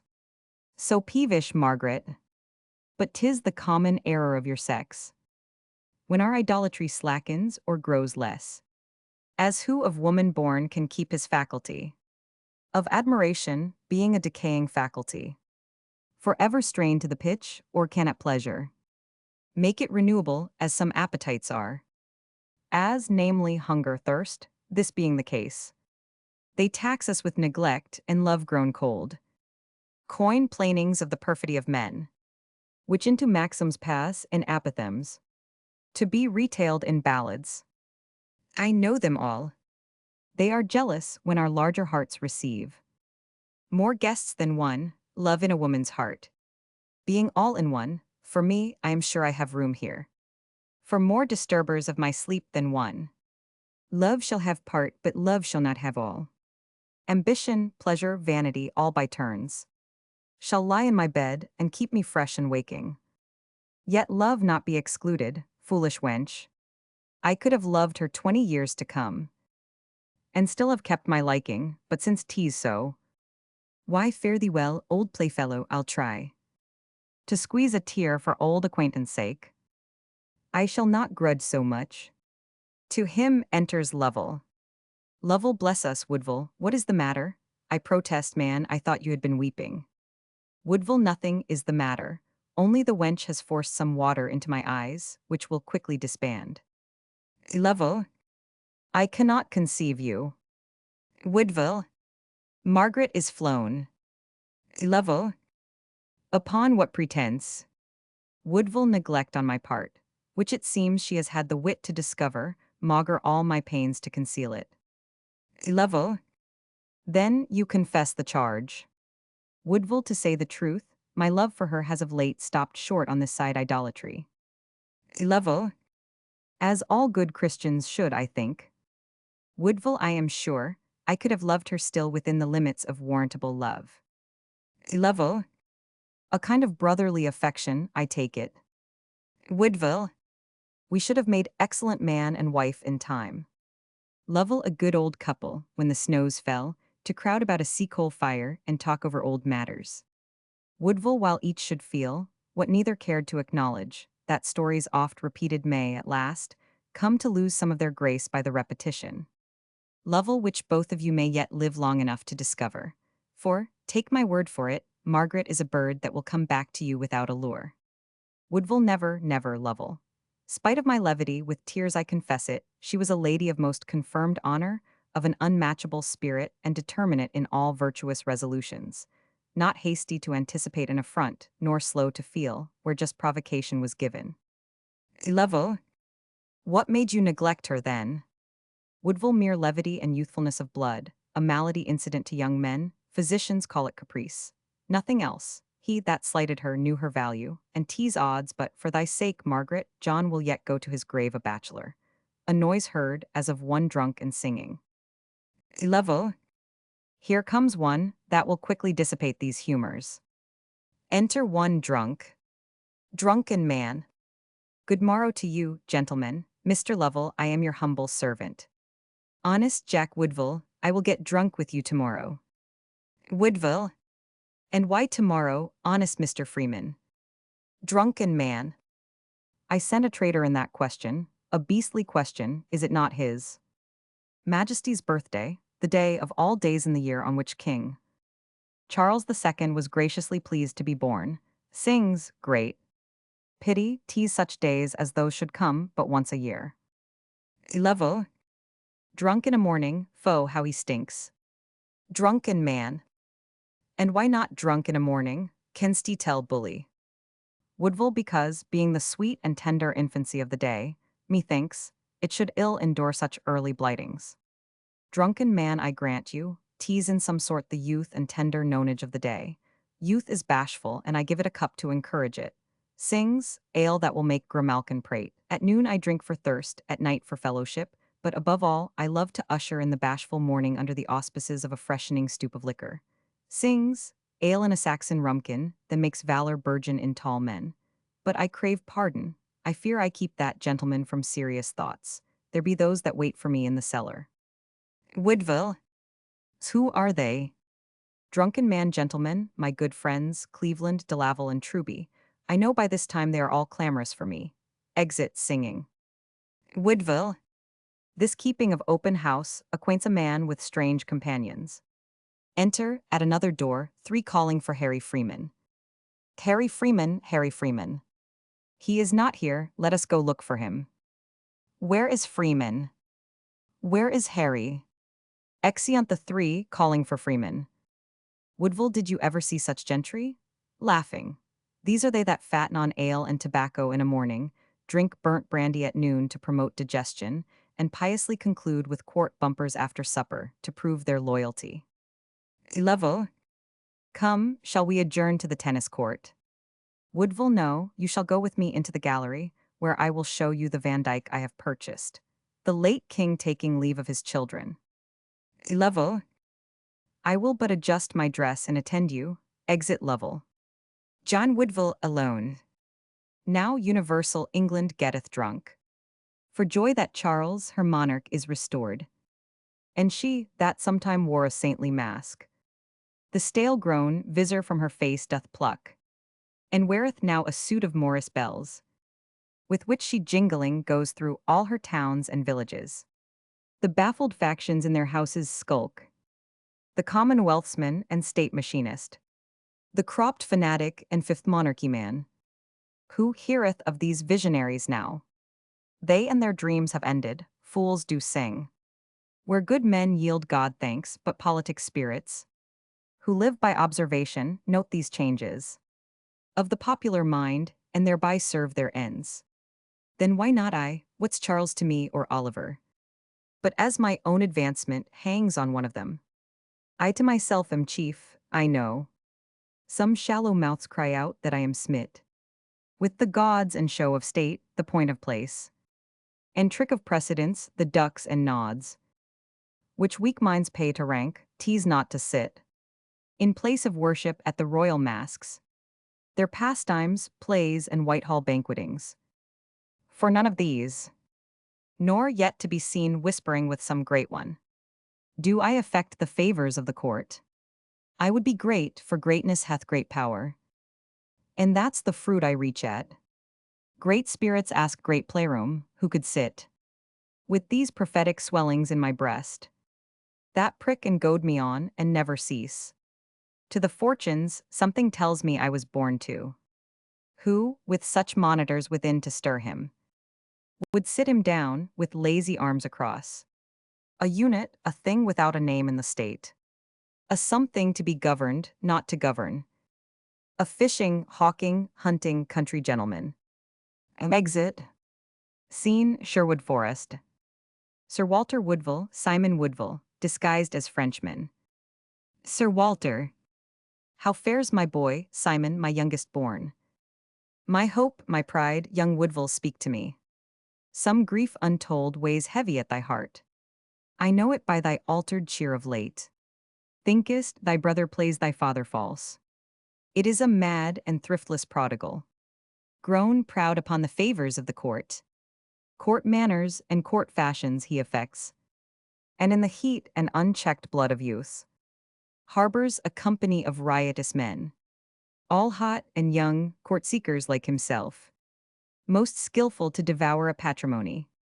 And these have eat into my old estates, and these have drained thy father's cellars dry. But these so common faults of youth not named, things which themselves outgrow, left to themselves, I know no quality that stains his honor. My life upon his faith and noble mind. Son John could never play thy father false.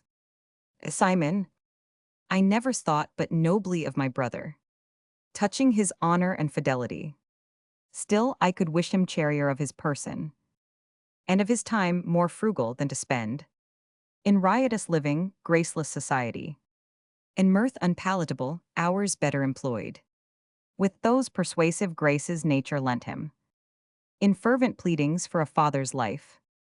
Sir Walter, I would not owe my life to a jealous court, whose shallow policy I know it is, on some reluctant acts of prudent mercy, not voluntary but extorted by the times, in the first tremblings of new fixed power, and recollection smarting from old wounds, on these to build a spurious popularity, unknowing what free grace or mercy mean. They fear to punish, therefore do they pardon. For this cause have I oft forbid my son, by letters, overtures, open solicitings, or closet tamperings by gold or fee, to beg or bargain with the court for my life. Simon, and John has ta'en you, father, at your word, true to the letter of his paternal charge. Sir Walter, well, my good cause and my good conscience, boy, shall be for sons to me if John prove false. Men die but once, and the opportunity of a noble death is not an everyday fortune. It is a gift which noble spirits pray for. Simon, I would not wrong my brother by surmise. I know him generous, full of gentle qualities, incapable of base compliances, no prodigal in his nature, but affecting this show of bravery for ambitious ends. He drinks for tease the humor of the court, and drink may one day wrest the secret from him, and pluck you from your hiding place in the sequel. Sir Walter, fair death shall be my doom, and foul life his.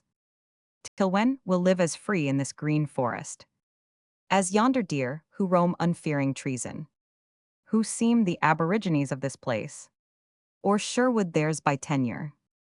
Simon, 'tis said that Robert Earl of Huntingdon, men called him Robin Hood, an outlaw bold, with a merry crew of hunters here did haunt, not sparing the king's venison, may one believe the antique tale.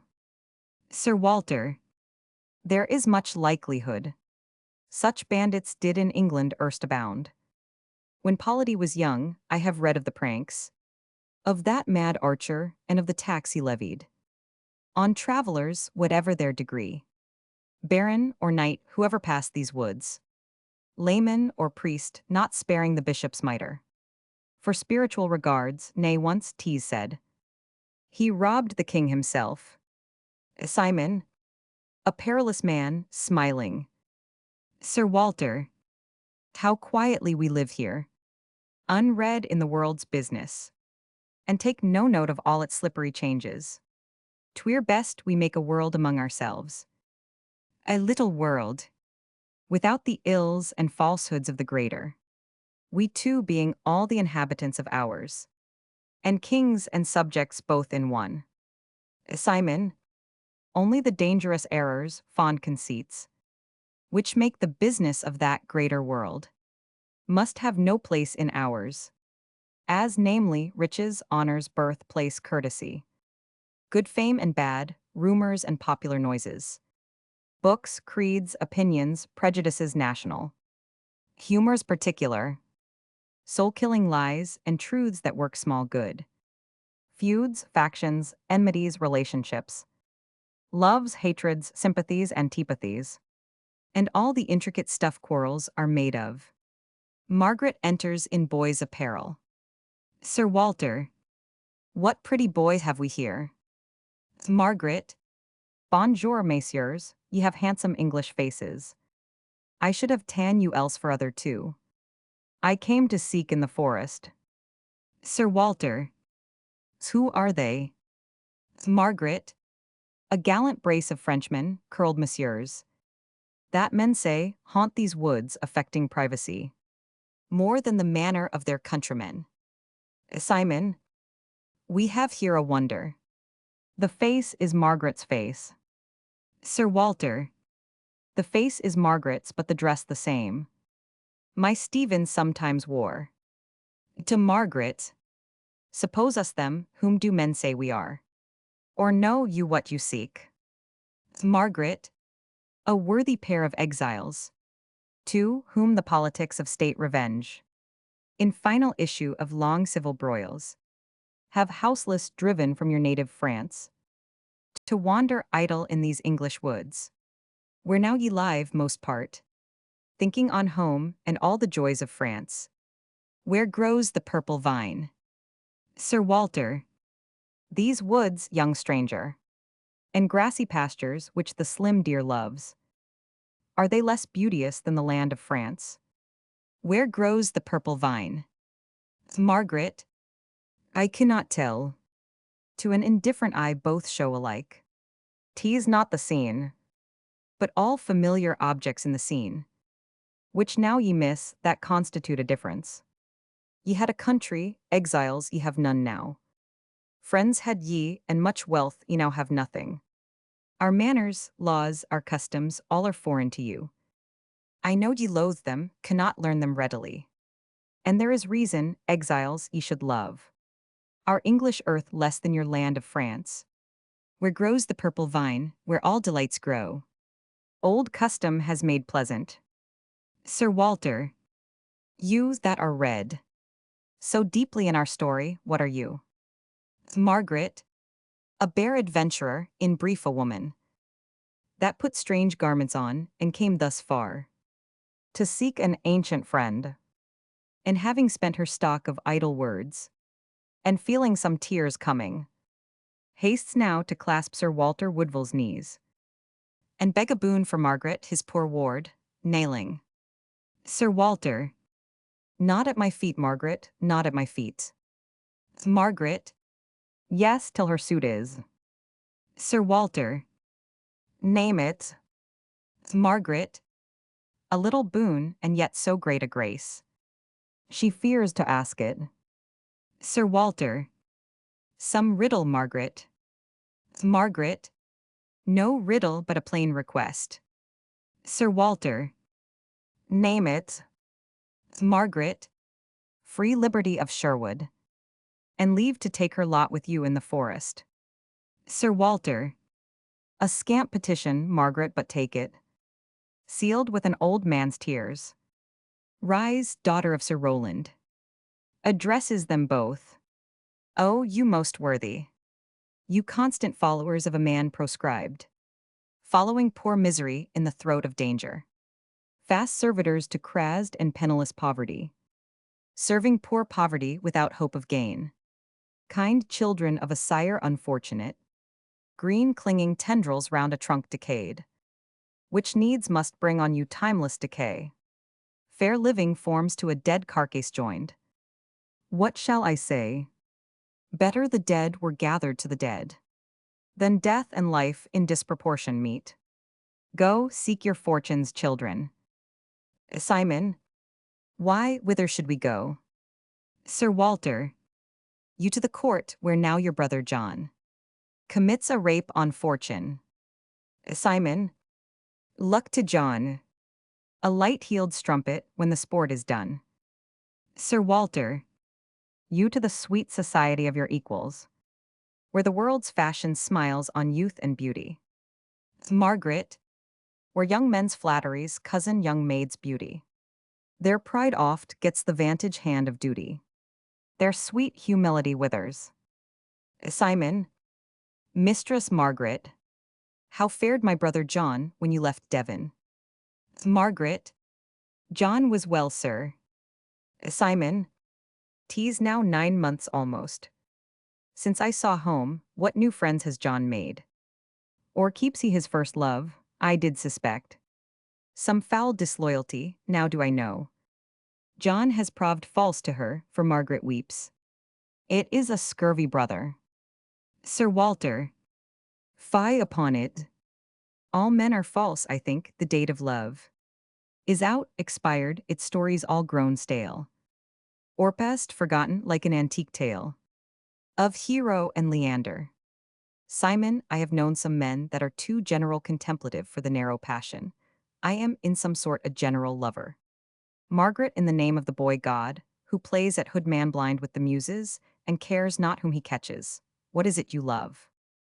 Simon, simply all things that live, from the crooked worm to man's imperial form, and God-resembling likeness, the poor fly, that makes short holiday in the sunbeam, and dies by some child's hand, the feeble bird, with little wings, yet greatly venturous.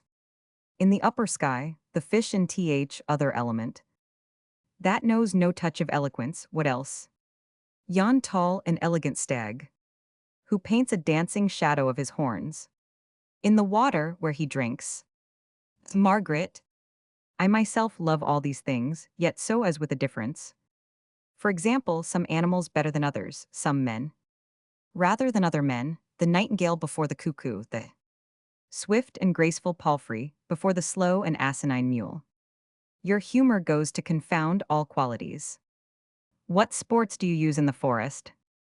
Simon, not many, some few as thus, to see the sun to bed and to arise, like some hot amorist with glowing eyes, bursting the lazy bands of sleep that bound him, with all his fires and traveling glories round him. Sometimes the moon on soft night clouds to rest, like beauty nestling in a young man's breast, and all the winking stars her handmaids keep, admiring silence while those lovers sleep, sometimes outstretched in very idleness, not doing, saying little, thinking less, to view the leaves, thin dancers upon air, go eddying round, and small birds how they fare, when Mother Autumn fills their beaks with corn, filched from the careless Amalthea's horn, and how the woods berries and worms provide, without their pains, when earth has naught beside, to answer their small wants, to view the graceful deer come tripping by, then stop and gaze, then turn, they know not why, like bashful younkers in society, to mark the structure of a plant or tree, and all fair things of earth, how fair they be. Margaret smiling, and afterwards them paint in simile. Sir Walter, Mistress Margaret will have need of some refreshment.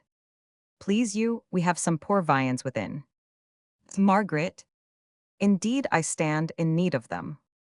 Sir Walter, under the shade of a thick-spreading tree, upon the grass no better carpeting, we'll eat our noontide meal, and dinner done, one of us shall repair to Nottingham, to seek some safe night lodging in the town, where you may sleep while here with us you dwell, by day in the forest, expecting better times, and gentler habitations, noble Margaret. Simon, Allen's young Frenchman. Margaret, Allen's Sir Englishman, the time has been. I've studied Lovelace in the English tongue, and been enamored of rare poesy, which now I must unlearn, henceforth. Sweet mother tongue, old English speech adieu. For Margaret has got new name and language new. Exeunt. Act the third. Scene, an apartment of state in Woodville Hall, cavaliers drinking. John Woodville, Lovell, Gray, and four more. John. More mirth, I beseech you, gentlemen. Mr. Gray, you are not merry. Gray, more wine, say I, and mirth shall ensue in course. What? We have not yet above 3/2 pints a man to answer for. Brevity is the soul of drinking as of wit. Dispatch, I say, more wine. Fills. First, gentlemen, I entreat you, let there be some order, some method, in our drinkings. I love to lose my reason with my eyes open, to commit the deed of drunkenness with forethought and deliberation. I love to feel the fumes of the liquor gathering here, like clouds. Second, gentlemen, and I am for plunging into madness at once. Damn order, and method, and steps, and degrees that he speaks of. Let confusion have her legitimate work. Lovell, I marvel why the poets, who, of all men, methinks, should possess the hottest livers, and most empyreal fancies, should affect to see such virtues in cold water. Gray. Virtue in cold water, ha ha ha. John, because your poet born hath an internal wine, richer than Lipara or Canaries, yet uncrushed from any grapes of earth, unpressed in mortal wine presses. Third, gentleman. What may be the name of this wine? John, it hath as many names as qualities. It is denominated indifferently, wit, conceit, invention, inspiration, but its most royal and comprehensive name is fancy.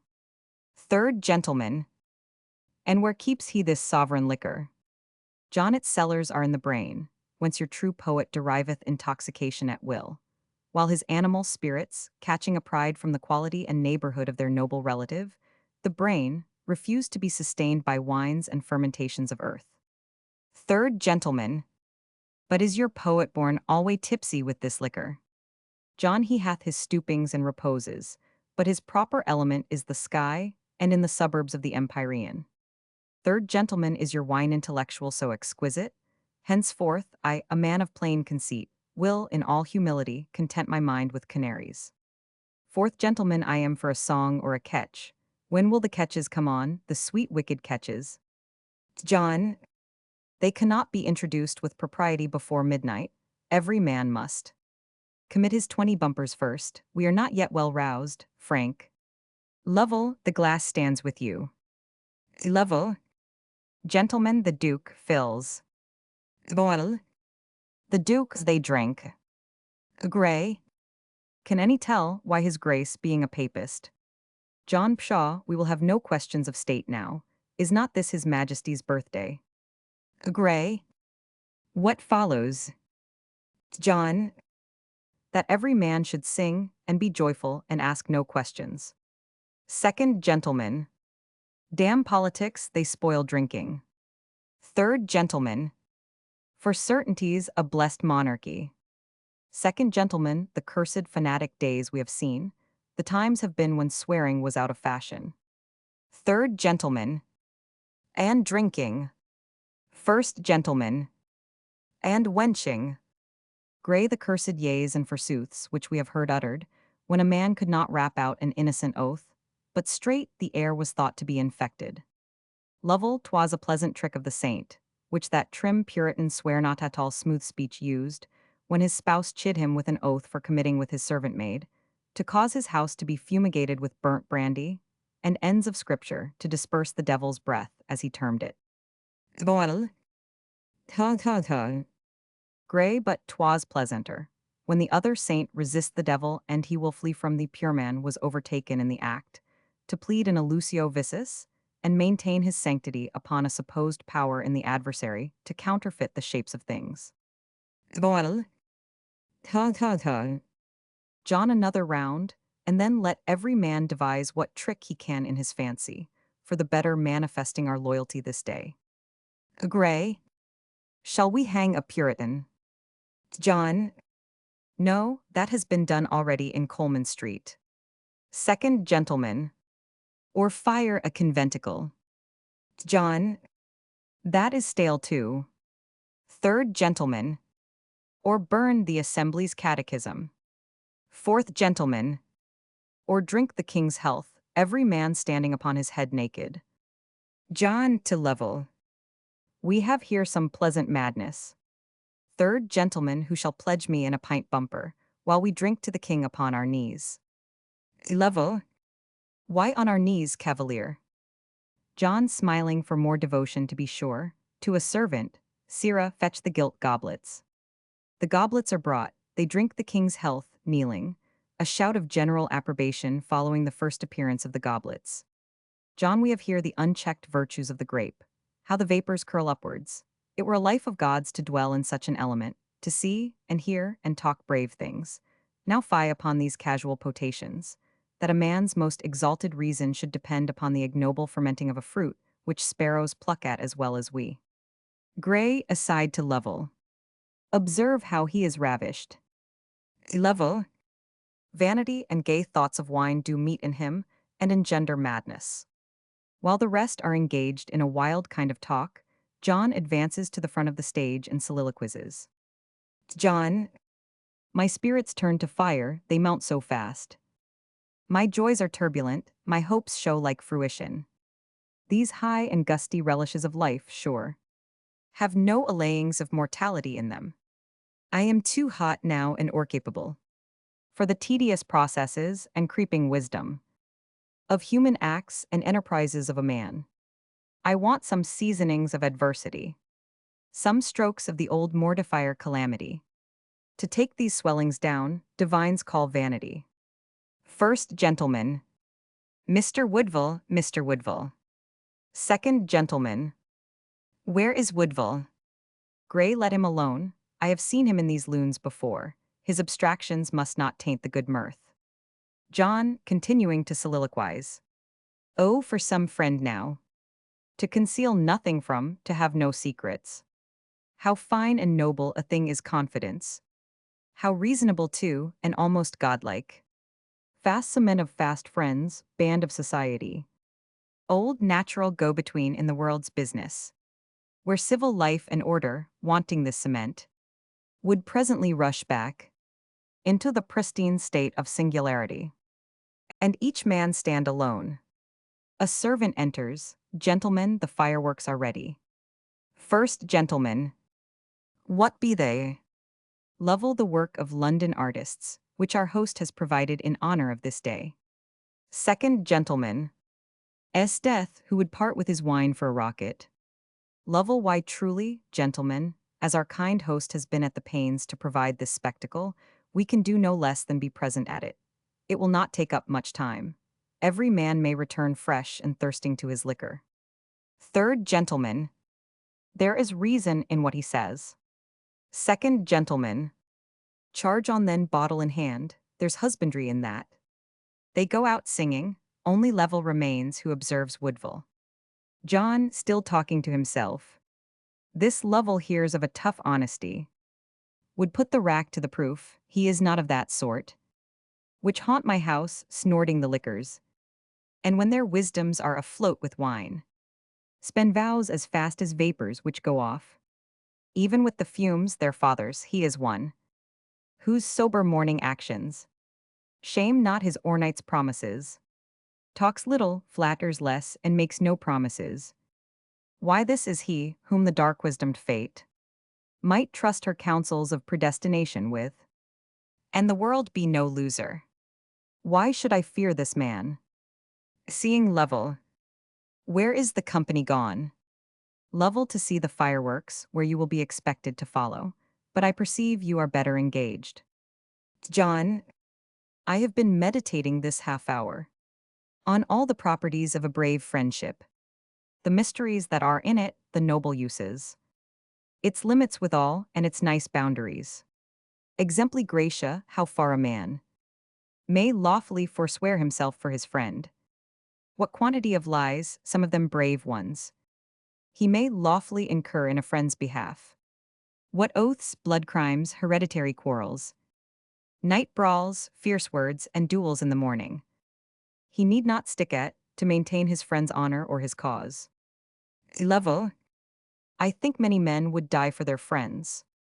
John, death, why 'tis nothing, we go to it for sport, to gain a name, or purse, or please a sullen humor. When one has worn his fortune's livery threadbare, or his spleened mistress frowns, husbands will venture on it, to cure the hot fits and cold shakings of jealousy. A friend, sir, must do more.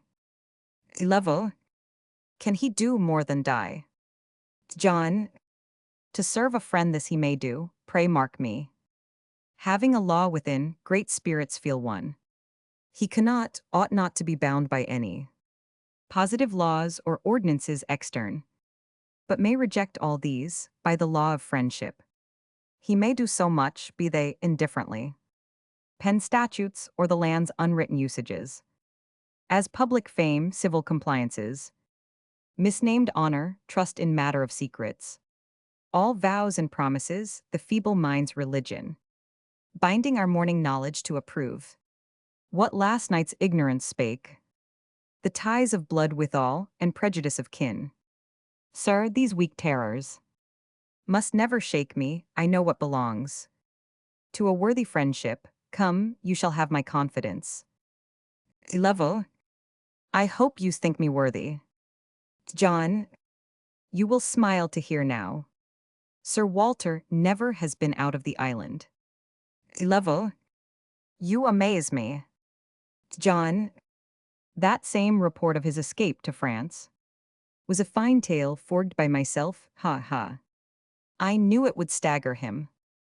Lovell, pray give me leave. Where has he dwelt, how lived, how lain?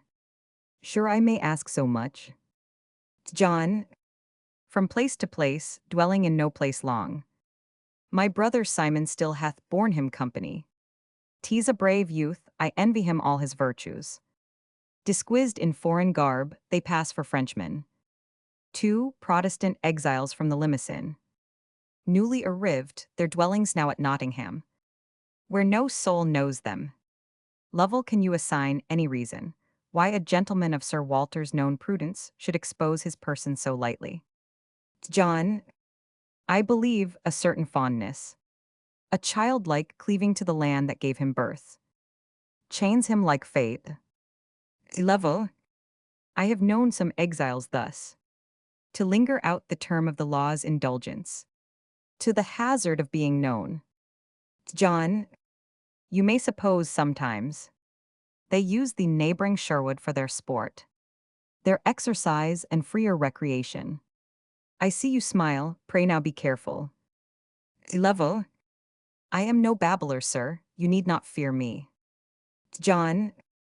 But some men have been known to talk in their sleep and tell fine tales that way. Level. I have heard so much, but to say truth, I mostly sleep alone. John. Or drink, sir, do you never drink too freely? Some men will drink and tell you all their secrets. Level. Why do you question me, who know my habits? John. I think you are no sot. No tavern troubler, worshipper of the grape. But all men drink sometimes, and various saints at festivals relax. The marriage of a friend or a wife's birthday. Level. How much, sir, may a man with safety drink? Smiling. John. Sir, 3/2 pints a day is reasonable. I care not if you never exceed that quantity. Level. I shall observe it. On holidays 2 quarts. John. Or stay, you keep no wench. Level. Huh? John. No painted mistress for your private hours. You keep no whore, sir. Level. What does he mean? John. Who for a close embrace, a toy of sin. And amorous praising of your worship's breath. In rosy junction of 4 melting lips. Can kiss out secrets from you. Level. How strange this passionate behavior shows in you. Sure you think me some weak one. John. Pray pardon me some fears. You have now the pledge of a dear father's life. I am a son, would fain be thought a loving one. You may allow me some fears, do not despise me. If, in a posture foreign to my spirit, and by our well-knit friendship I conjure you, touch not Sir Walter's life, kneels. You see these tears, my father's an old man. Pray let him live. Level. I must be bold to tell you, these new freedoms show most unhandsome in you. John rising. Ha, do you say so? Sure, you are not grown proud upon my secret. Ah, now I see it plain, he would be babbling. No doubt a garrulous and hard-fact traitor. But I'll not give you leave, draws. Level. What does this madman mean? John. Come, sir, here is no subterfuge. You must kill me or I kill you. Level drawing. Then self-defense plead my excuse. Have at you, sir, they fight. John. Stayed, sir. I hope you have made your will. If not, 'tis no great matter. A broken cavalier has seldom much. He can bequeath an old worn peruke, a snuff-box with a picture of Prince Rupert, a rusty sword he'll swear was used at Naseby, though it ne'er came within 10 miles of the place. And, if he's very rich, a cheap edition of the icon basilic is mostly all the wealth he dies possessed of. You say few prayers, I fancy. So to it again, they fight again, Lovell is disarmed. Level. You had best now take my life, I guess you mean it. John, musing. No, men will say I feared him if I killed him. Live still, and be a traitor in thy wish. But never act thy thought, being a coward. That vengeance, which thy soul shall nightly thirst for. And this disgrace, I've done you cry aloud for. Still have the will without the power to execute. So now I leave you. Feeling a sweet security, no doubt. My secret shall remain a virgin for you. Goes out smiling in scorn. Lovell rising. For once you are mistaken in your man. The deed you wot of shall forthwith be done. A bird let loose, a secret out of hand. Returns not back, why then 'tis baby policy. To menace him who hath it in his keeping. I will go look for Grey. Then northward ho, such tricks as we shall play. Have not been seen, I think, in merry Sherwood. Since the days of Robin Hood, that archer good. Act the fourth. Scene, an apartment in Woodville Hall. John Woodville alone. A weight of wine lies heavy on my head. The unconcocted follies of last night. Now all those jovial fancies and bright hopes. Children of wine go off like dreams. This sick vertigo here preacheth of temperance no sermon better. These black thoughts and dull melancholy, that stick like burrs to the brain, will they ne'er leave me? Some men are full of choler when they are drunk. Some brawl of matter foreign to themselves. And some, the most resolved fools of all, have told their dearest secrets in their cups. Scene the forest. Sir Walter Simon Lovell Gray. Lovell, sir, we are sorry we cannot return your French salutation. Gray, nor otherwise consider this garb you trust to, than as a poor disguise. Lovell, nor use much ceremony with a traitor. Gray, therefore, without much induction of superfluous words, I attach you. Sir Walter Woodville, of high treason in the king's name. Lovell, and of taking part in the great rebellion against our late lawful sovereign Charles I. Simon, John has betrayed us, father. Lovell, come, sir, you had best surrender fairly. We know you, sir. Simon, hang ye, villains, ye are too better known than trusted. I have seen those faces before. Are ye not two beggarly retainers, trencher parasites to John? I think ye rank above his footmen. A sort of bed and board worms, locusts that infest our house. A leprosy that long has hung upon its walls and princely apartments, reaching to fill all the corners of my brother's once noble heart. Gray, we are his friends. Simon, fie, sir, do not weep. How these rogues will triumph. Shall I whip off their heads, father? Draws. Lovell, come, sir, though this show handsome in you, being his son, yet the law must have its course. Simon, and if I tell you the law shall not have its course, cannot ye be content? Courage, father, shall such things as these apprehend a man? Which of you will venture upon me? Will you, Mr. Constable self-elect? Or you, sir, with a pimple on your nose, got at Oxford by hard drinking, your only badge of loyalty? Gray, 'tis a brave youth, I cannot strike at him. Simon, father, why do you cover your face with your hands? Why do you fetch your breath so hard? See, villains, his heart is burst. O villains, he cannot speak. One of you run for some water, quickly, ye knaves, will ye have your throats cut? They both slink off. How is it with you, Sir Walter? Look up, sir, the villains are gone. He hears me not, and this deep disgrace of treachery in his son hath touched him even to the death. O most distuned and distempered world, where sons talk their aged fathers into their graves. Garrulous and diseased world, and still empty, rotten and hollow talking world where good men decay, states turn round in an endless mutability, and still for the worse, nothing is at a stay, nothing abides but vanity, chaotic vanity. Brother, adieu. There lies the parent stock which gave us life, which I will see consigned with tears to earth. Leave thou the solemn funeral rites to me. Grief and a true remorse abide with thee. Bears in the body. Scene, another part of the forest. Margaret alone. It was an error merely, and no crime. An unsuspecting openness in youth.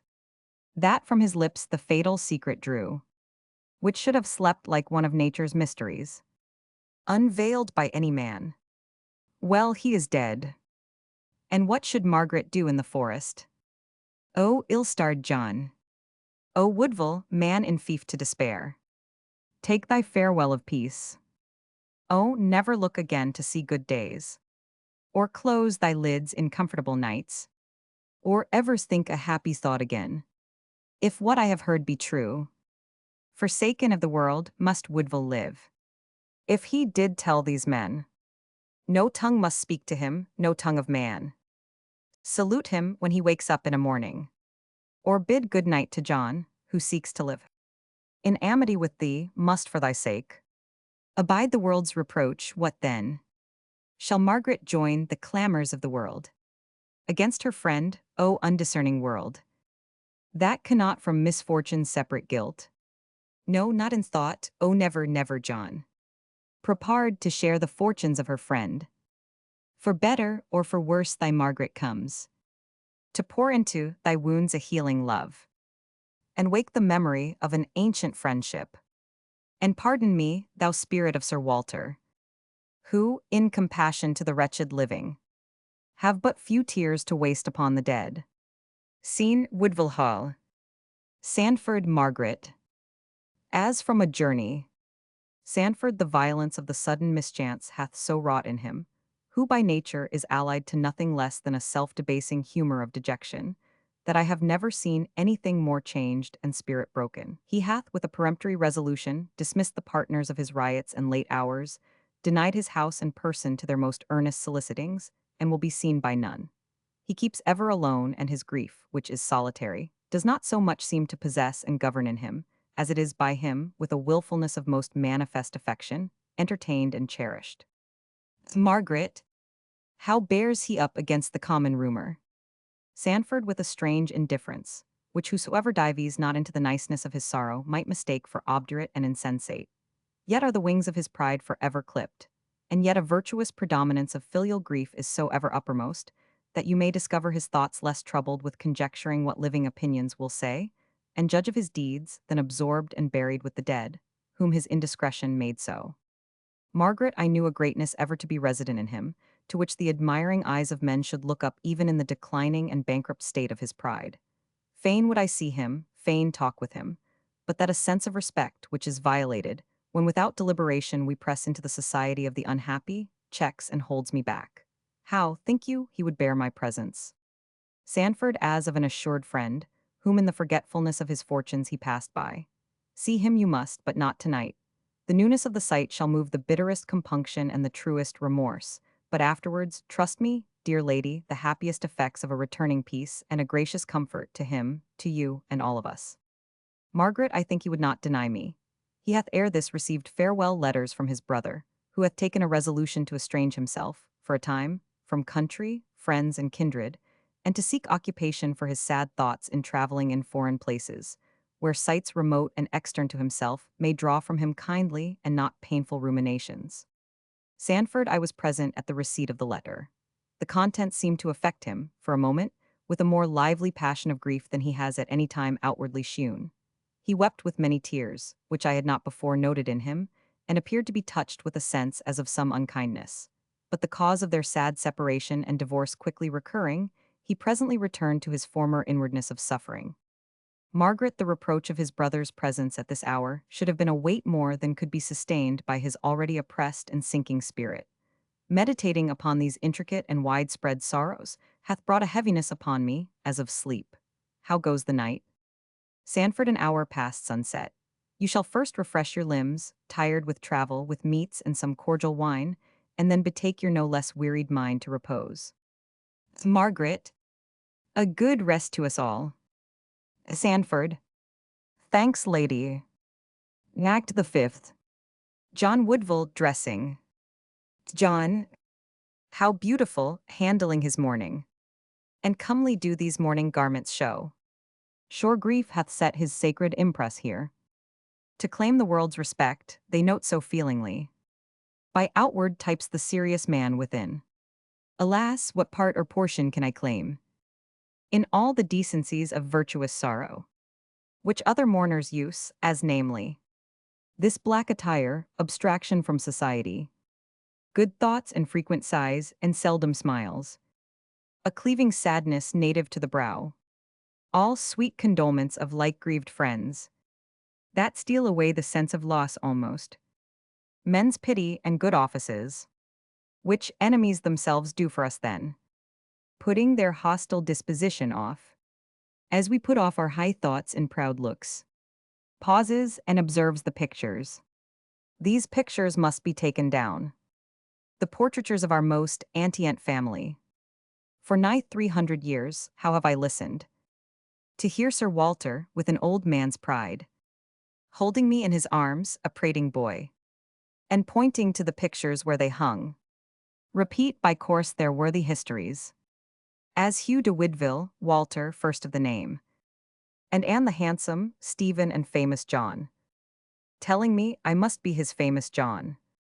But that was in old times. Now no more. Must I grow proud upon our house's pride? I, by most unheard of crimes, have backward tainted all their noble blood, roused out the memory of an ancient family, and quite reversed the honors of our house, who now shall sit and tell us anecdotes, the secret history of his own times, and fashions of the world when he was young. How England slept out 23 years, while Carr and Villiers rolled the baby king.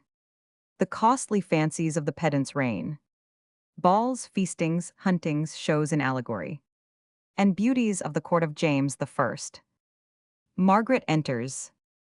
John, comes Margaret here to witness my disgrace?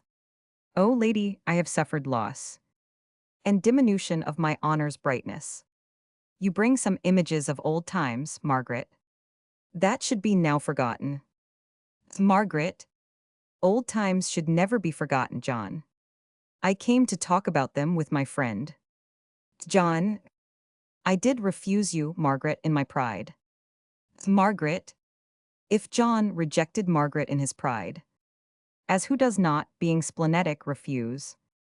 Sometimes old playfellows, the spleen being gone, the offense no longer lives.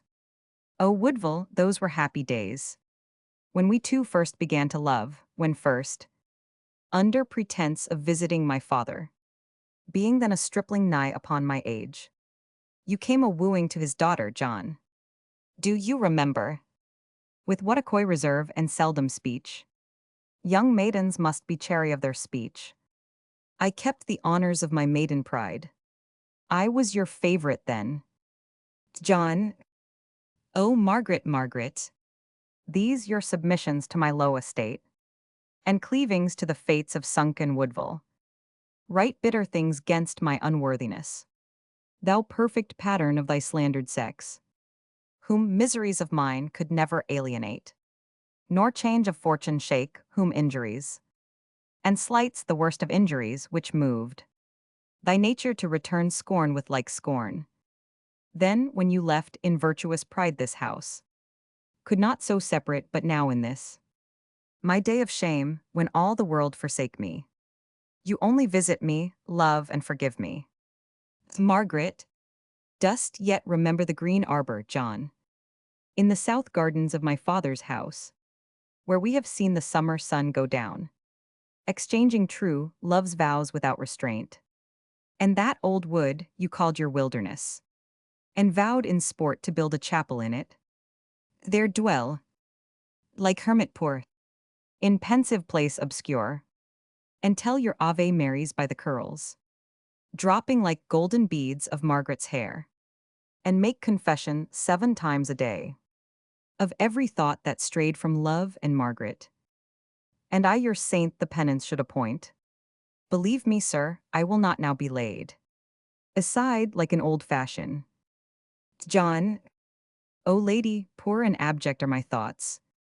My pride is cured, my hopes are under clouds. I have no part in any good man's love. In all earth's pleasures portion have I none. I fade and wither in my own esteem. This earth holds not alive so poor a thing as I am. I was not always thus, weeps Margaret, thou noble nature, which lion-like didst awe the inferior creatures, now trampled on by beasts of basest quality. My dear heart's lord, life's pride, soul-honored John, upon her knees regard her poor request. Your favorite, once beloved Margaret kneels. John, what wouldst thou, lady, ever-honored Margaret? Margaret, that John would think more nobly of himself, more worthily of high heaven, and not for one misfortune, child of chance, no crime but unforeseen and sent to punish, the less offense with image of the greater, thereby to work the soul's humility, which end hath happily not been frustrate quite. O not for one offense mistrust heaven's mercy, nor quit thy hope of happy days to come. John yet has many happy days to live and make atonement. John, excellent lady, whose suit hath drawn this softness from my eyes, not the world's scorn, nor falling off of friends, could ever do. Will you go with me, Margaret? Margaret, rising. Go whither, John? John, go in with me, and pray for the peace of our unquiet minds. Margaret, that I will, John. Exeunt. Scene: an inner apartment. John is discovered kneeling, Margaret standing over him. John rises. I cannot bear to see you waste that youth and excellent beauty. 'Tis now the golden time of the day with you, intending such a broken wretch as I am. Margaret. John will break Margaret's heart if he speaks so. Oh, sir, you are too melancholy. And I must call it caprice, I am somewhat bold. Perhaps in this, but you are now my patient. You know you gave me leave to call you so. And I must chide these pestilent humors from you. John. They are gone. Mark, love, how cheerfully I speak. I can smile too, and I almost begin to understand what kind of creature hope is. Margaret. Now this is better, this mirth becomes you, John. John. Yet tell me if I overact my mirth. Being but a novice, I may fall into that error. That were a sad indecency, you know. Margaret. Nay, never fear. I will be mistress of your humors, and you shall frown or smile by the book. And herein I shall be most peremptory. Cry, this shows well, but that inclines to levity. This frown has too much of the woodville in it, but that fine sunshine has redeemed it quite. John. How sweetly Margaret robs me of myself. Margaret. To give you in your stead a better self. Such as you were when these eyes first beheld. You mounted on your sprightly steed, white Marjorie. Sir Rowland my father's gift. And all my maidens gave my heart for lost. I was a young thing then, being newly come home from my convent education, where 7 years I had wasted in the bosom of France. Returning home true Protestant, you called me. Your little heretic nun, how timid bashful. Did John salute his love, being newly seen. Sir Rowland termed it a rare modesty, and praised it in a youth. John. Now Margaret weeps herself. A noise of bells heard. Margaret. Hark the bells, John. John. Those are the church bells of St. Mary Ottery. Margaret. I know it. John. St. Mary Ottery, my native village. In the sweet shire of Devon. Those are the bells. Margaret. Wilt go to church, John? John. I have been there already. Margaret, how canst say thou hast been there already? The bells are only now ringing for morning service, and hast thou been at church already? John. I left my bed betimes, I could not sleep. And when I rose I looked, as my custom is, from my chamber window, where I can see the sun rise. And the first object I discerned was the glistering spire of St. Mary Ottery. Margaret. Well, John. John. Then I remembered 'twas the Sabbath day. Immediately a wish arose in my mind, to go to church and pray with Christian people. And then I checked myself and said to myself, Thou hast been a heathen, John, these 2 years past, not having been at church in all that time. And is it fit that now for the first time thou shouldst offend the eyes of Christian people with a murderer's presence in the house of prayer? Thou wouldst but discompose their pious thoughts, and do thyself no good, for how couldst thou pray with unwashed hands and lips unusked to the offices? And then I at my own presumption smiled. And then I wept that I should smile at all. Having such cause of grief, I wept outright. Tears like a river flooded all my face. And I began to pray, and found I could pray. And still I yearned to say my prayers in the church. Doubtless, said I, one might find comfort in it. So stealing down the stairs, like one that feared detection, or was about to act unlawful business, at that dead time of dawn, I flew to the church and found the doors wide open. Whether by negligence I knew not, or some peculiar grace to me vouchsafed, for all things felt like mystery. Margaret. Yes. John.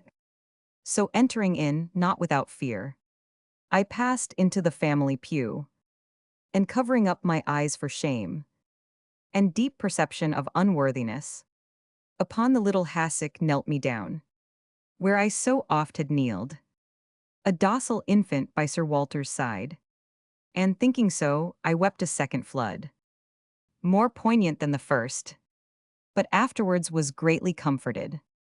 It seemed the guilt of blood was passing from me, even in the act and agony of tears, and all my sins forgiven. The Witch, a dramatic sketch of the 17th century, 1798. Characters: old servant in the family of Sir Francis Pairford, stranger.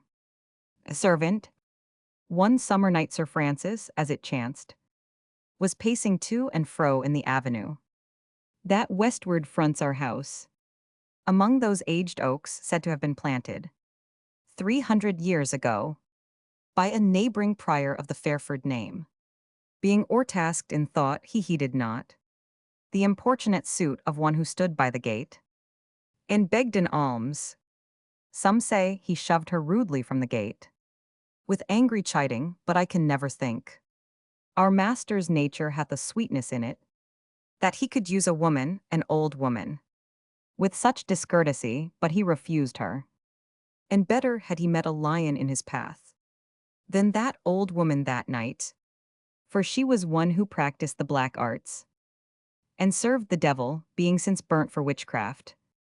She looked at him as one that meant to blast him, and with a frightful noise, 'twas partly like a woman's voice, and partly like the hissing of a snake. She nothing said but this. Sir Francis told the words, a mischief, mischief, mischief, and a 9 times killing curse, by day and by night to the caitiff wight, who shakes the poor like snakes from his door, and shuts up the womb of his purse. And still she cried, a mischief, and a 9-fold withering curse, for that shall come to thee that will undo thee, both all that thou fearest and worse. So saying, she departed, leaving Sir Francis like a man beneath, whose feet a scaffolding was suddenly falling. So he described it. Stranger. A terrible curse what followed. A servant. Nothing immediate, but some 2 months after, young Philip Fairford suddenly fell sick, and none could tell what ailed him, for he lay and pined, till all his hair fell off, and he that was full-fleshed became as thin as a 2 months' babe that has been starved in the nursing. And sure I think he bore his death wound like a little child, with such rare sweetness of dumb melancholy. He strove to clothe his agony in smiles, which he would force up in his poor pale cheeks, like ill-timed guests that had no proper dwelling there. And when they asked him his complaint, he laid his hand upon his heart to show the place where Susan came to him o' nights, he said, and pricked him with a pin. And thereupon Sir Francis called to mind the beggar witch that stood by the gateway, and begged an alms. Stranger. But did the witch confess? Servant. All this and more at her death. Stranger. I do not love to credit tales of magic.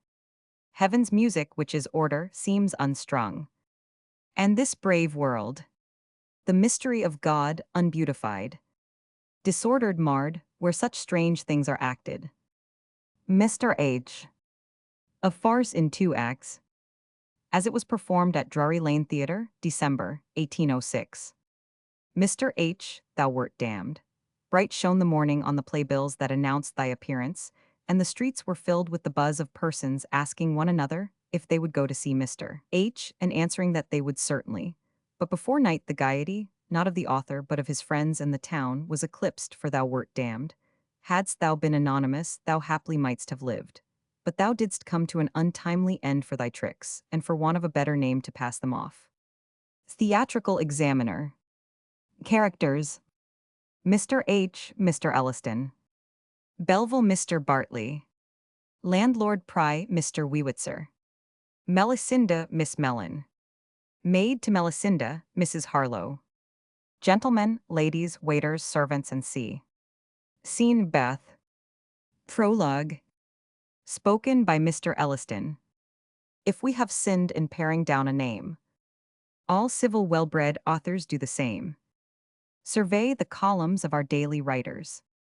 You'll find that some initials are great fighters. How fierce the shock, how fatal is the jar. When Ensign W meets Lieutenant R. With 2 stout seconds, just of their own gizzard. Cross Captain X and rough old General Izzard. Letter to letter spreads the dire alarms. Till half the alphabet is up in arms. Nor with less luster have initials shown. To grace the gentler annals of crim, con. Where the dispensers of the public lash. Soft penance give, a letter and a dash. Where vice reduced in size shrinks to a failing. And loses half her grossness by curtailing. Faux pas are told in such a modest way. The affair of Colonel B. with Mrs. A.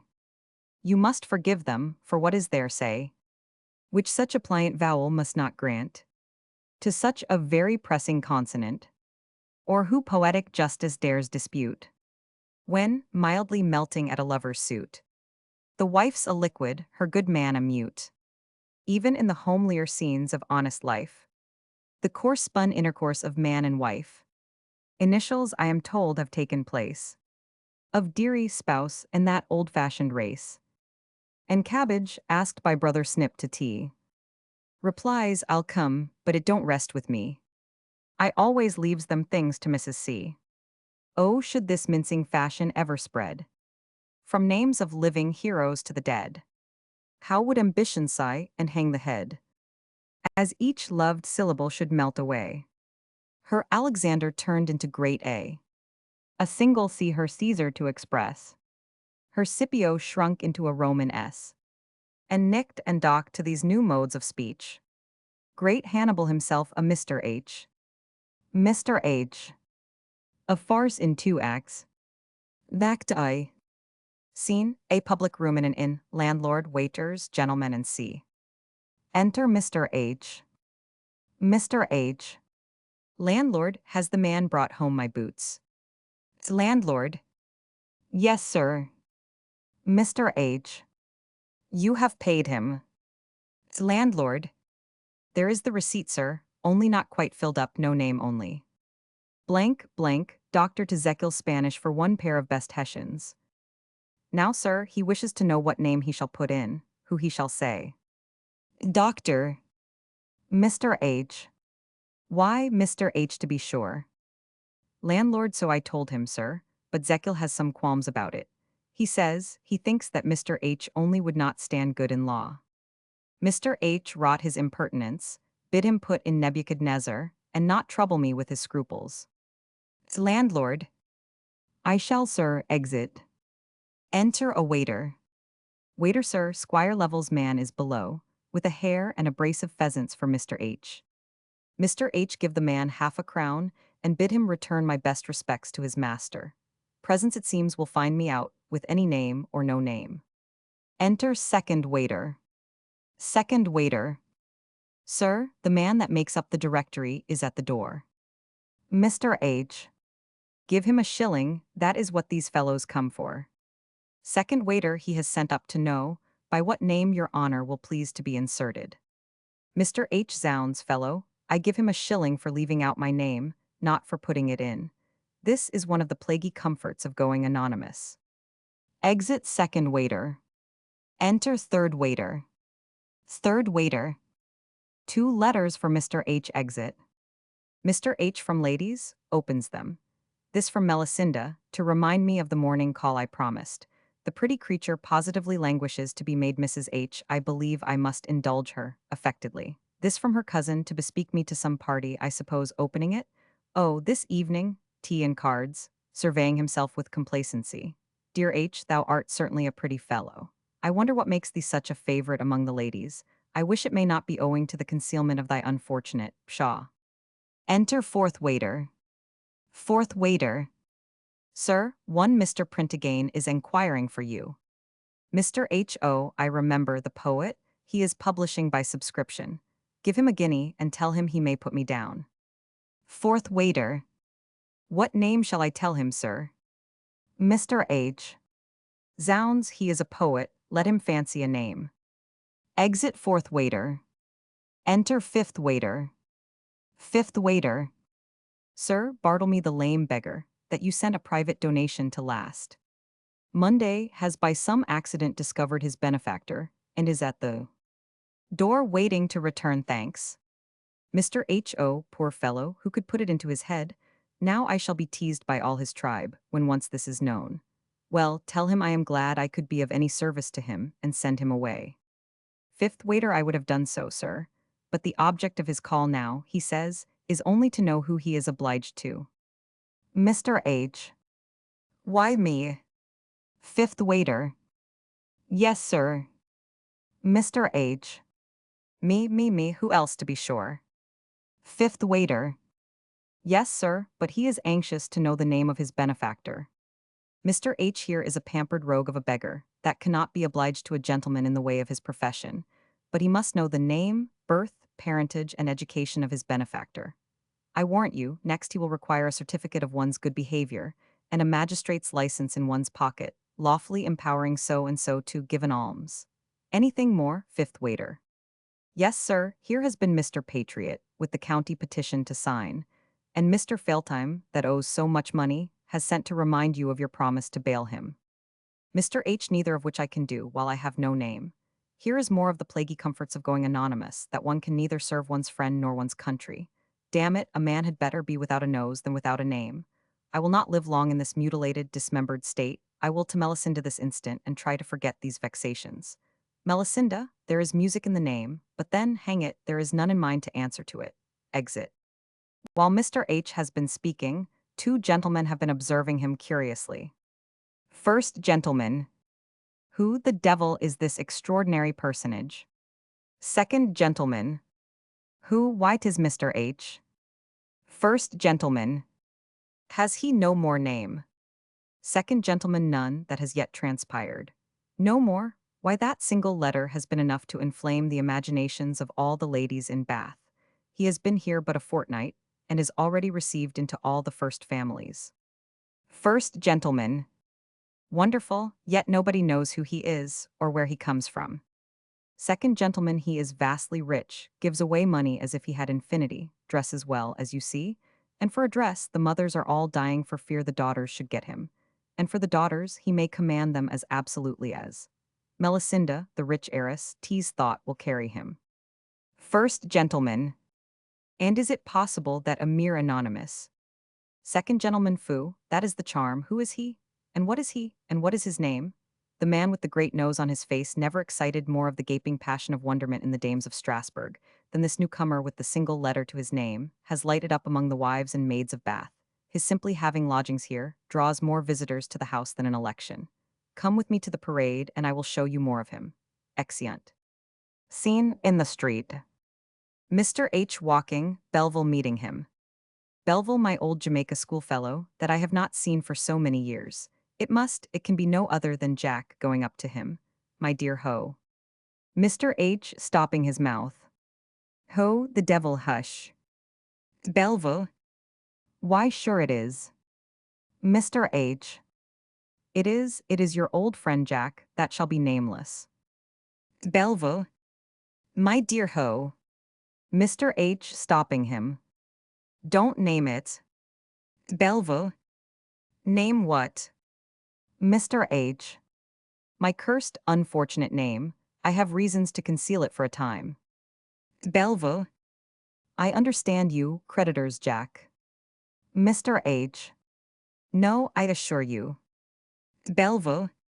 Snapped up a ward, peradventure, and the whole chancery at your heels. Mr. H. I don't use to travel with such cumbersome luggage. Belleville. You han't taken a purse. Mr. H. To relieve you at once from all disgraceful conjectures, you must know, 'tis nothing but the sound of my name. Belleville, ridiculous. 'Tis true yours is none of the most romantic, but what can that signify in a man? Mr. H. You must understand that I am in some credit with the ladies. Belleville. With the ladies. Mr. H. And truly I think not without some pretensions, my fortune. Belvo, sufficiently splendid, if I may judge from your appearance. Mr. H. My figure. Belvo, airy, gay, and imposing. Mr. H. My parts. Belvo, bright. Mr. H. My conversation. Belvo, equally remote from flippancy and taciturnity. Mr. H. But then my name, damn my name. Belvo, childish. Mr. H. Not so. O Belville, you are blessed with one which sighing virgins may repeat without a blush, and for it change the paternal. But what virgin of any delicacy, and I require some in a wife, would endure to be called Mrs. Belville? Ha, ha, ha, most absurd. Did not Clementina Falconbridge, the romantic Clementina Falconbridge, fancy Tommy Potts, and Rossabella Sweetlips sacrifice her mellifluous appellative to Jack Deddy? Matilda her cousin married a Gubbins, and her sister Amelia a Clutterbuck. Mr. H. Potts is tolerable, Deddy is sufferable, Gubbins is bearable, and Clutterbuck is endurable, but ho. Belville, hush, Jack, don't betray yourself, but you are really ashamed of the family name. Mr. H. I, and of my father that begot me, and my father's father, and all their forefathers that have borne it since the conquest. Belville, but how do you know the women are so squeamish? Mr. H. I have tried them. I tell you there is neither maiden of 16 nor widow of 60, but would turn up their noses at it. I have been refused by 19 virgins, 29 relics, and 2 old maids. Belville, that was hard indeed, Jack. Mr. H. Parsons have stuck at publishing the banns, because they averred it was a heathenish name. Parents have lingered their consent, because they suspected it was a fictitious name, and rivals have declined my challenges, because they pretended it was an ungentlemanly name. Belville, ha ha ha, but what course do you mean to pursue? Mr. H. To engage the affections of some generous girl, who will be content to take me as Mr. H. Belville, Mr. H. Mr. H. Yes, that is the name I go by here. You know one likes to be as near the truth as possible. Belville, certainly, but what then, to get her to consent? Mr. H. To accompany me to the altar, without a name, in short, to suspend her curiosity. That is all, till the moment the priest shall pronounce the irrevocable charm, which makes 2 names one. Belville, and that name, and then she must be pleased, ha, Jack. Mr. H. Exactly such a girl it has been my fortune to meet with, hark, whispers. Musing, yet hang it, 'tis cruel to betray her confidence. Belville, but the family name, Jack. Mr. H. As you say, the family name must be perpetuated. Belville, though it be but a homely one. Mr. H. True, but come, I will show you the house where dwells this credulous melting fair. Belville, ha ha, my old friend dwindled down to 1 letter. Exeunt. Scene, an apartment in Melissenda's house. Melisenda sola, as if musing. Melisenda HHH, sure it must be something precious by its being concealed. It can't be Homer, that is a heathen's name, nor Horatio, that is no surname. What if it be Hamlet? The Lord Hamlet pretty, and I his poor distracted Ophelia? No, 'tis none of these. 'Tis Harcourt or Hargrave, or some such sounding name, or Howard, high-born Howard, that would do. Maybe it is Harley, methinks my H resembles Harley, the feeling Harley. But I hear him, and from his own lips I will once for ever be resolved. Enter Mr. H. Mr. H. My dear Melisenda. Melisenda, my dear H, that is all you give me power to swear allegiance to be enamored of inarticulate sounds, and call with sighs upon an empty letter. But I will know. Mr. H, my dear Melisenda, press me no more for the disclosure of that, which in the face of day so soon must be revealed. Call it whim, humor, caprice in me. Suppose I have sworn an oath, never, till the ceremony of our marriage is over, to disclose my true name. Melisenda O, HHH, I cherish here a fire of restless curiosity which consumes me. 'Tis appetite, passion, call it whim, caprice in me. Suppose I have sworn I must, and will know it this very night. Mr. H. Ungenerous Melisenda, I implore you to give me this one proof of your confidence. The holy vow once passed, your H shall not have a secret to withhold. Melisenda, my H has overcome. His Melisenda shall pine away and die, before she dare express a saucy inclination. But what shall I call you till we are married? Mr. H, call me? Call me anything, call me love, love. Love will do very well. Melisenda. How many syllables is it, love? Mr. H, how many? That is coming to the question with a vengeance. 1, 2, 3, 4. What does it signify how many syllables? Melisenda. How many syllables, love? Mr. H. My Melisenda's mind, I had hoped, was superior to this childish curiosity. Melisenda. How many letters are there in it? Exit Mr. H, followed by Melisenda repeating the question. Scene, a room in the inn, two waiters disputing. First waiter. Sir Harbottle Hammond, you may depend upon it. Second waiter. Sir Hardy Hardcastle, I tell you. First waiter. The Hammonds of Huntingdonshire. Second waiter. The Hardcastles of Hertfordshire. First waiter. The Hammonds. Second waiter. Don't tell me, does not Hardcastle begin with an H? First waiter. So does Hammond for that matter. Second waiter, faith, so it does if you go to spell it. I did not think of that. I begin to be of your opinion, he is certainly a Hammond. First waiter. Here comes Susan chambermaid, maybe she can tell. Enter Susan. Both? Well, Susan, have you heard anything who the strange gentleman is? Susan, haven't you heard? It's all come out.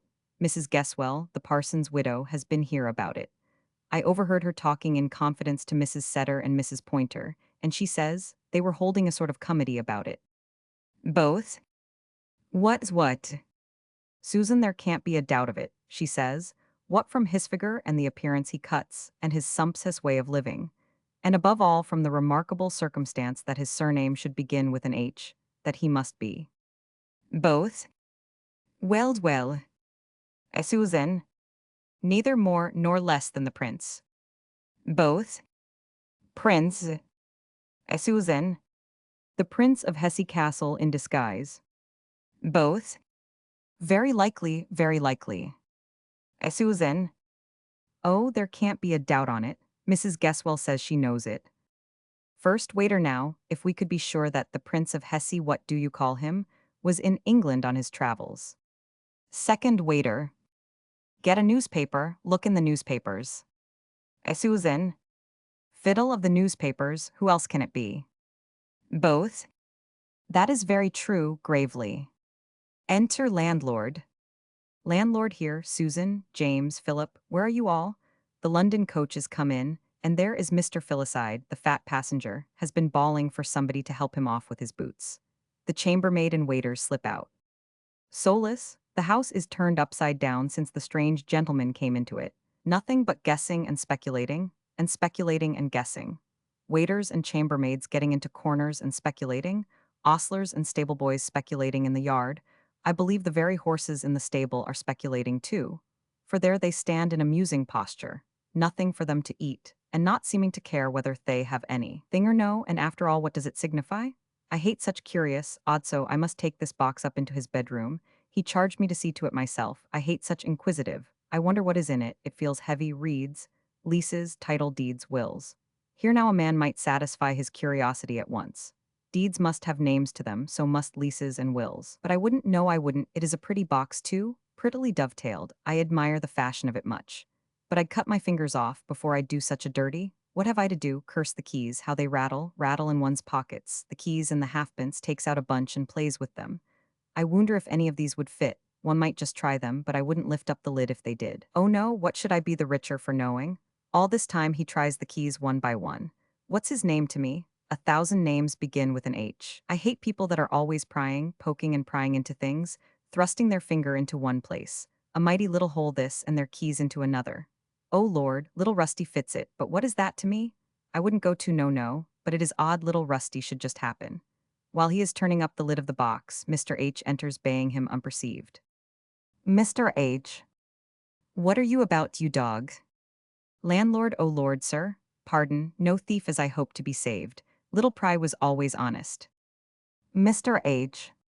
What else could move you to open that box? Landlord, sir, don't kill me, and I will confess the whole truth. This box happened to be lying. That is, I happened to be carrying this box, and I happened to have my keys out, and so, little Rusty happened to fit. Mr. H. So little Rusty happened to fit. And would not a rope fit that rogue's neck? I see the papers have not been moved. All is safe, but it was as well to fright him a little aside. Come, landlord, as I think you honest, and suspect you only intended to gratify a little foolish curiosity. Landlord, that was all, sir, upon my veracity. Mr. H. For this time I will pass it over. Your name is Pry, I think. Landlord. Yes, sir, Jeremiah Pry, at your service. Mr. H. An apt name, you have a prying temper. I mean some little curiosity, a sort of inquisitiveness about you.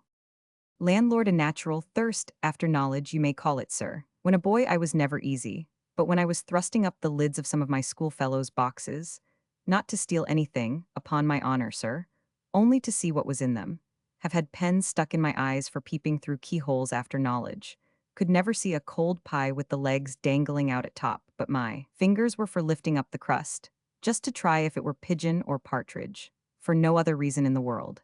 Surely I think my passion for nuts was owing to the pleasure of cracking the shell to get at something concealed, more than to any delight I took in eating the kernel. In short, sir, this appetite has grown with my growth. Mr. H., you will certainly be hanged some day for peeping into some bureau or other, just to see what is in it. Landlord, that is my fear, sir. The thumps and kicks I have had for peering into parcels and turning of letters inside out, just for curiosity. The blankets I have been made to dance in for searching parish registers for old ladies' ages, just for curiosity. Once I was dragged through a horse pond, only for peeping into a closet that had glass doors to it, while my lady Bluegarters was undressing, just for curiosity. Mr. H. A very harmless piece of curiosity, truly. And now, Mr. Pry, first have the goodness to leave that box with me, and then do me the favor to carry your curiosity so far as to inquire if my servants are within. Landlord, I shall, sir. Here, David, Jonathan, I think I hear them coming, shall make bold to leave you, sir. Exit. Mr. H. Another tolerable specimen of the comforts of going anonymous. Enter 2 footmen. First footman. You speak first. Second footman. No, you had better speak. First footman. You promised to begin. Mr. H. They have something to say to me. The rascals want their wages raised, I suppose. There is always a favor to be asked when they come smiling. Well, poor rogues' service is but a hard bargain at the best. I think I must not be close with them. Well, David, well, Jonathan. First footman. We have served your honor faithfully. Second footman. Hope your honor won't take offense. Mr. H. The old story, I suppose, wages. First footman. That's not it, your honor. Second footman. You speak. First footman. But if your honor would just be pleased to.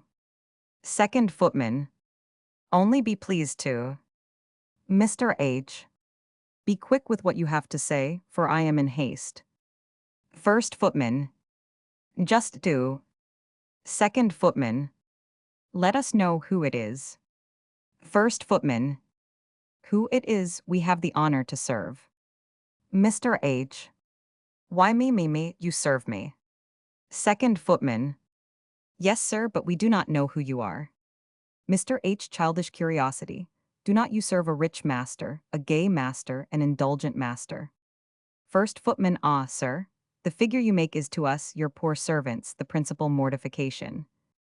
Second footman. When we get over a pot at the public house, or in a gentleman's kitchen, or elsewhere, as poor servants must have their pleasures, when the question goes round, who is your master? And who do you serve? And one says, I serve Lord so-and-so, and another, I am Squire such-a-one's footman. First footman. We have nothing to say for it, but that we serve Mr. H. Second footman. Or Squire H. Mr. H. Really, you are a couple of pretty modest, reasonable personages. But I hope you will take it as no offense, gentlemen, if, upon a dispassionate review of all that you have said, I think fit not to tell you any more of my name than I have chosen for especial purposes to communicate to the rest of the world. First footman.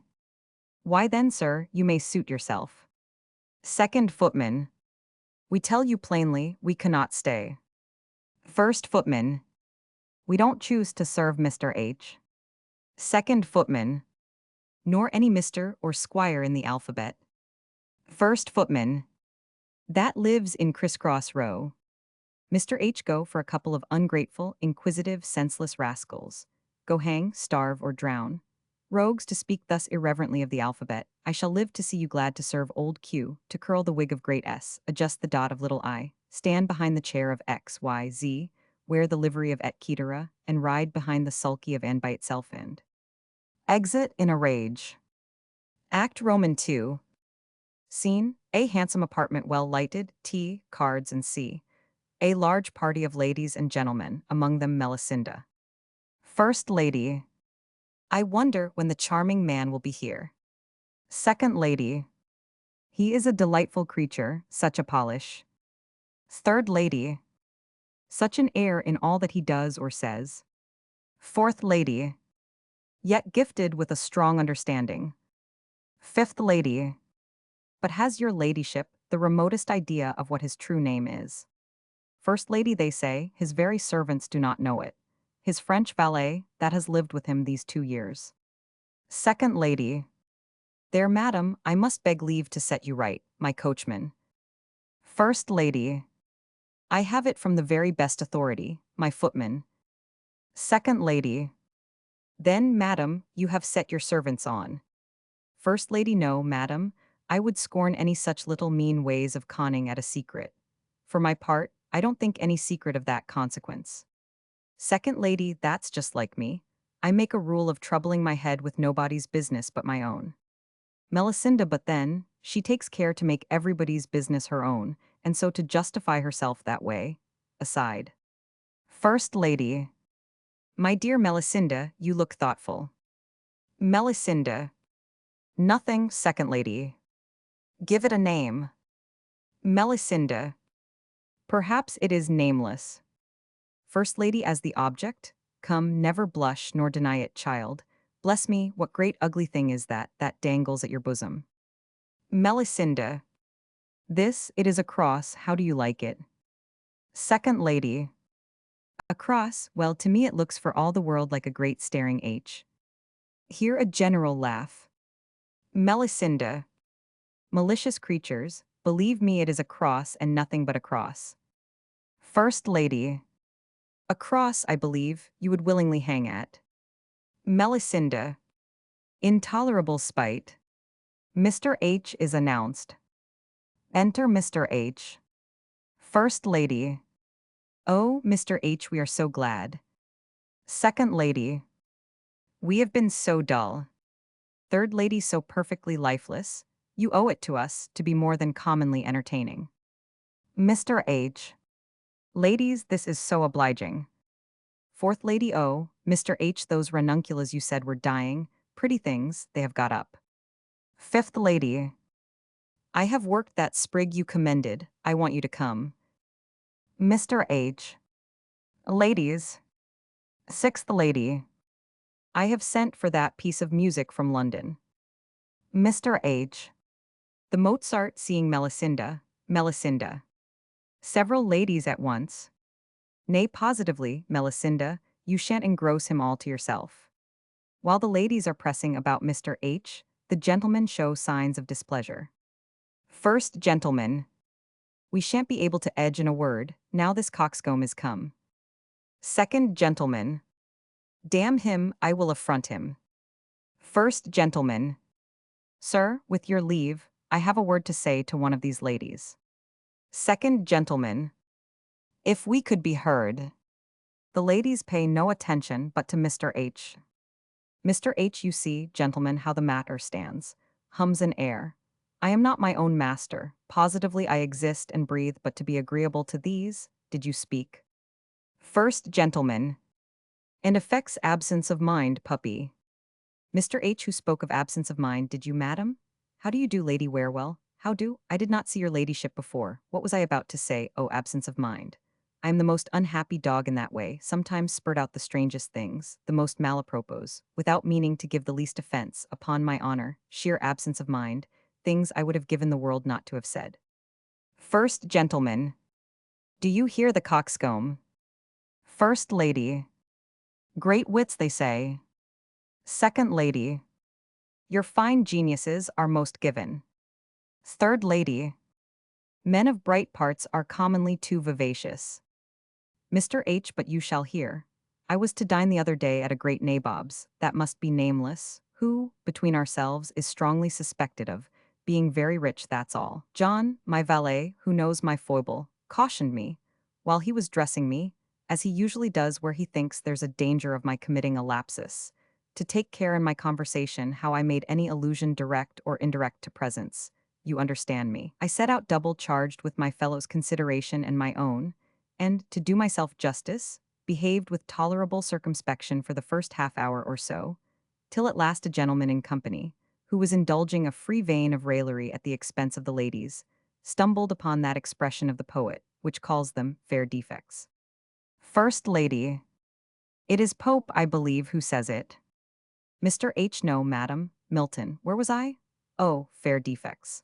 This gave occasion to a critic in company to deliver his opinion on the phrase, that led to an enumeration of all the various words which might have been used instead of defect, as want, absence, poverty, deficiency, lack. This moment I, who had not been attending to the progress of the argument, as the denouement will show, starting suddenly up out of one of my reveries, by some unfortunate connection of ideas, which the last fatal word had excited, the devil put it into my head to turn round to the nabob, who was sitting next me, and in a very marked manner, as it seemed to the company, to put the question to him, Pray, sir, what may be the exact value of a lac of rupees?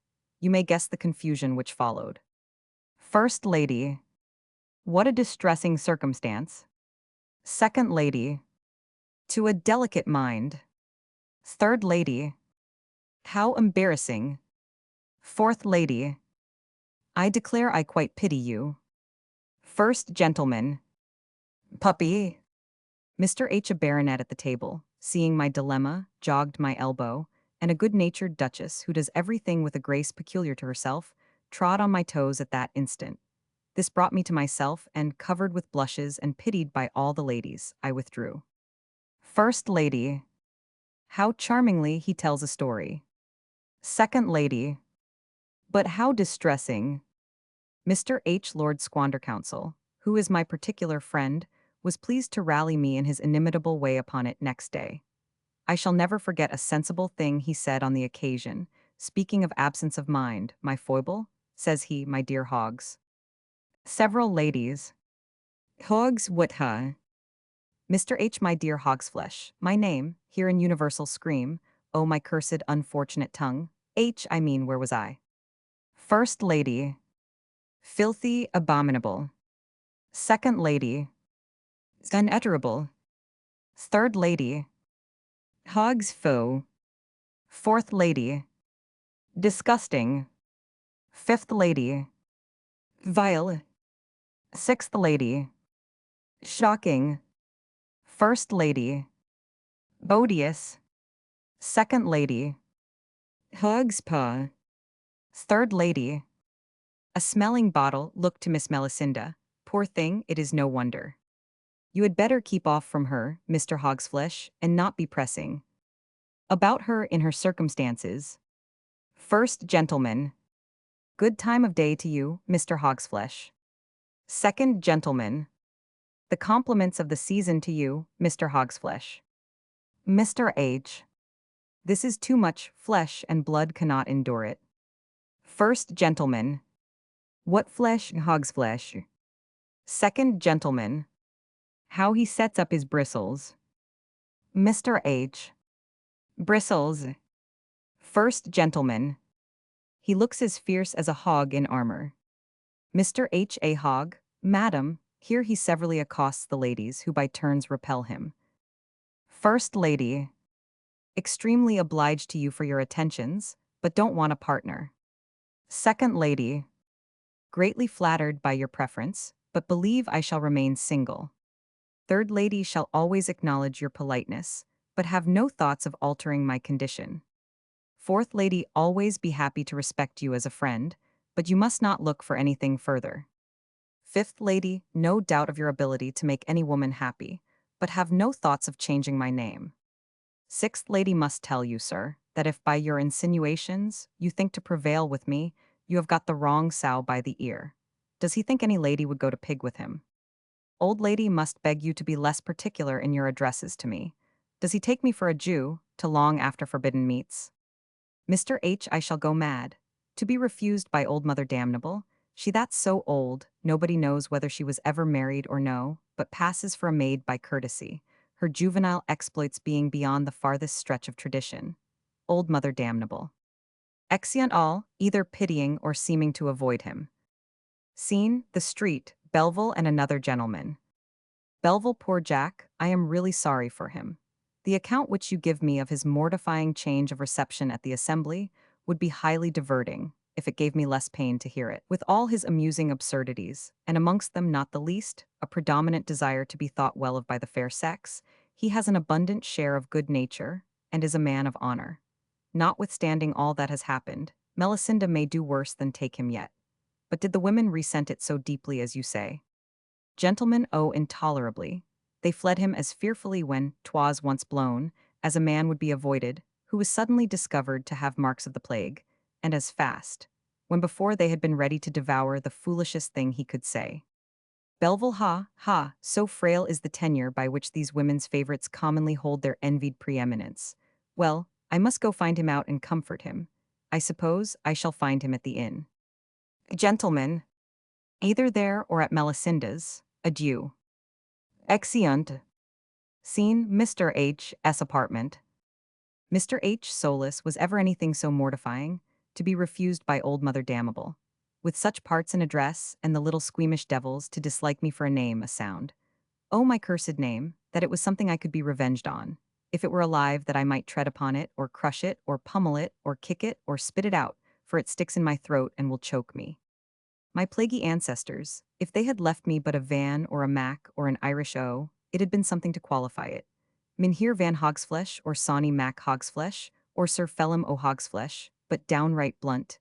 If it had been any other name in the world, I could have borne it. If it had been the name of a beast, as bull, fox, kid, lamb, wolf, lion, or of a bird as sparrow, hawk, buzzard, daw, finch, nightingale, or of a fish as sprat, herring, salmon, or the name of a thing as ginger, hay, wood, or of a color as black, gray, white, green, or of a sound as bray, or the name of a month as March, May, or of a place as Barnet, Baldock, Hitchin, or the name of a coin as farthing, penny, tuppenny, or of a profession as butcher, baker, carpenter, piper, fisher, fletcher, fowler, glover, or a Jew's name as Solomon's, Isaac's, Jacob's, or a personal name as foot, leg, crookshanks, heaviside, sidebottom, longbottom, ramsbottom, winterbottom, or a long name as Blanchenhagen or Blanchenhausen, or a short name as crib, crisp, crips, tag, trot, tub, fips, padge, paps, or prig, or wig, or pip, or trip.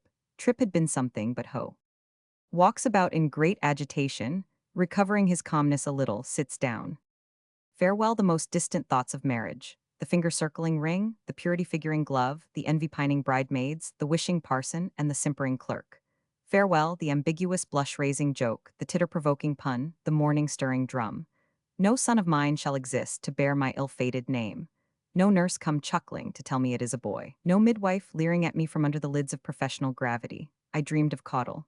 Sings in a melancholy tone, lullaby, lullaby, hushaby baby, how like its papa it is. Makes motions as if he was nursing. And then when grown up, is this your son, sir?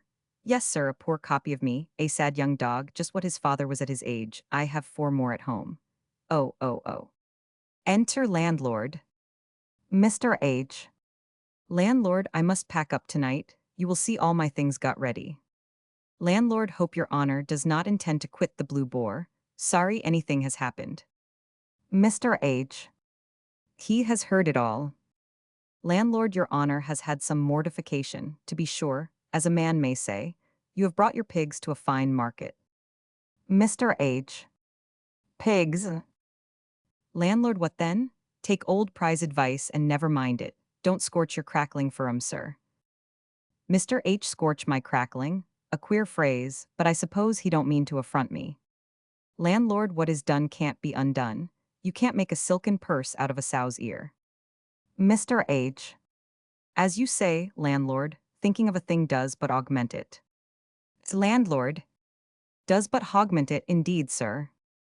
Mr. H. augment it, damn it I said augment it. Landlord, lord, sir, 'tis not every body has such gift of fine phrases as your honor, that can lard his discourse. Mr. H. Lard. Landlord. Suppose they do smoke you. Mr. H. Smoke me. Landlord, one of my phrases? Never mind my words, sir, my meaning is good. We all mean the same thing, only you express yourself one way and I another, that's all. The meaning's the same, it is all pork. Mr. H. That's another of your phrases, I presume. Bell rings and the landlord called for. Landlord. Anons. Mr. H. Oh, I wish I were anonymous. Exeunt several ways. Scene, Melissenda's apartment. Melisenda and maid. Maid, lord, madam, before I take on as you do about a foolish, what signifies a name? Hogs, what is just as good as any other for what I see. Melisenda, ignorant creature.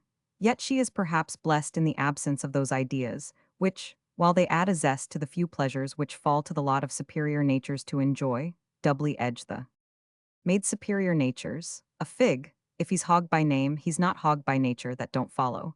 His name don't make him anything, does it?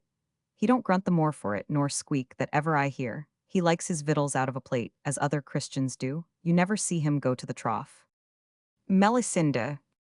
Unfeeling wretch, yet possibly her intentions. Maid, for instance, madam, my name is Finch, Betty Finch. I don't whistle the more for that, nor long after canary seed while I can get good wholesome mut. No, nor you can't catch me by throwing salt on my tail. If you come to that, hadn't I a young man used to come after me, they said courted me. His name was Lyon, Francis Lyon, a tailor. But though he was fond enough of me for all that, he never offered to eat me.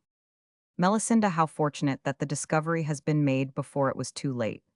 Had I listened to his deceits, and, as the perfidious man had almost persuaded me, precipitated myself into an inextricable engagement before. Made no great harm if you had. You'd only have bought a pig in a poke, and what then? Oh, here he comes creeping. Enter Mr. H. Abject. Go to her, Mr. Hogsbristles, what's your name? Don't be afraid, man, don't give it up. She's not crying, only Summit has made her eyes red. She has got a sty in her eye, I believe, going. Melisenda. You are not going, Betty. Maid, oh, madam, never mind me. I shall be back in the twinkling of a pig's whisker, as they say. Exit.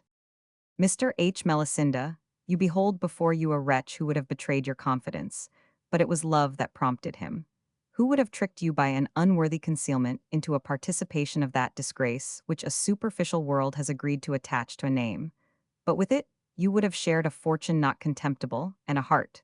But tease over now. That name he is content to bear alone, to go where the persecuted syllables shall be no more heard, or excite no meaning, some spot where his native tongue has never penetrated, nor any of his countrymen have landed, to plant their unfeeling satire, their brutal wit, and national ill manners, where no Englishman.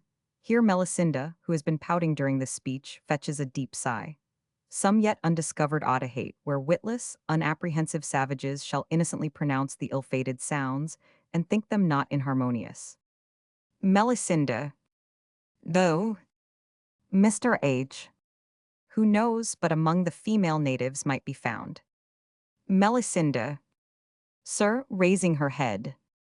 Mr. H. One who would be more kind than some Obria, Queen Obria. Melisenda. Though. Mr. H. Or what if I were to seek for proofs of reciprocal esteem among unprejudiced African maids in Monomatopa? Enter servant. Servant. Mr. Belville, exit. Enter Belville.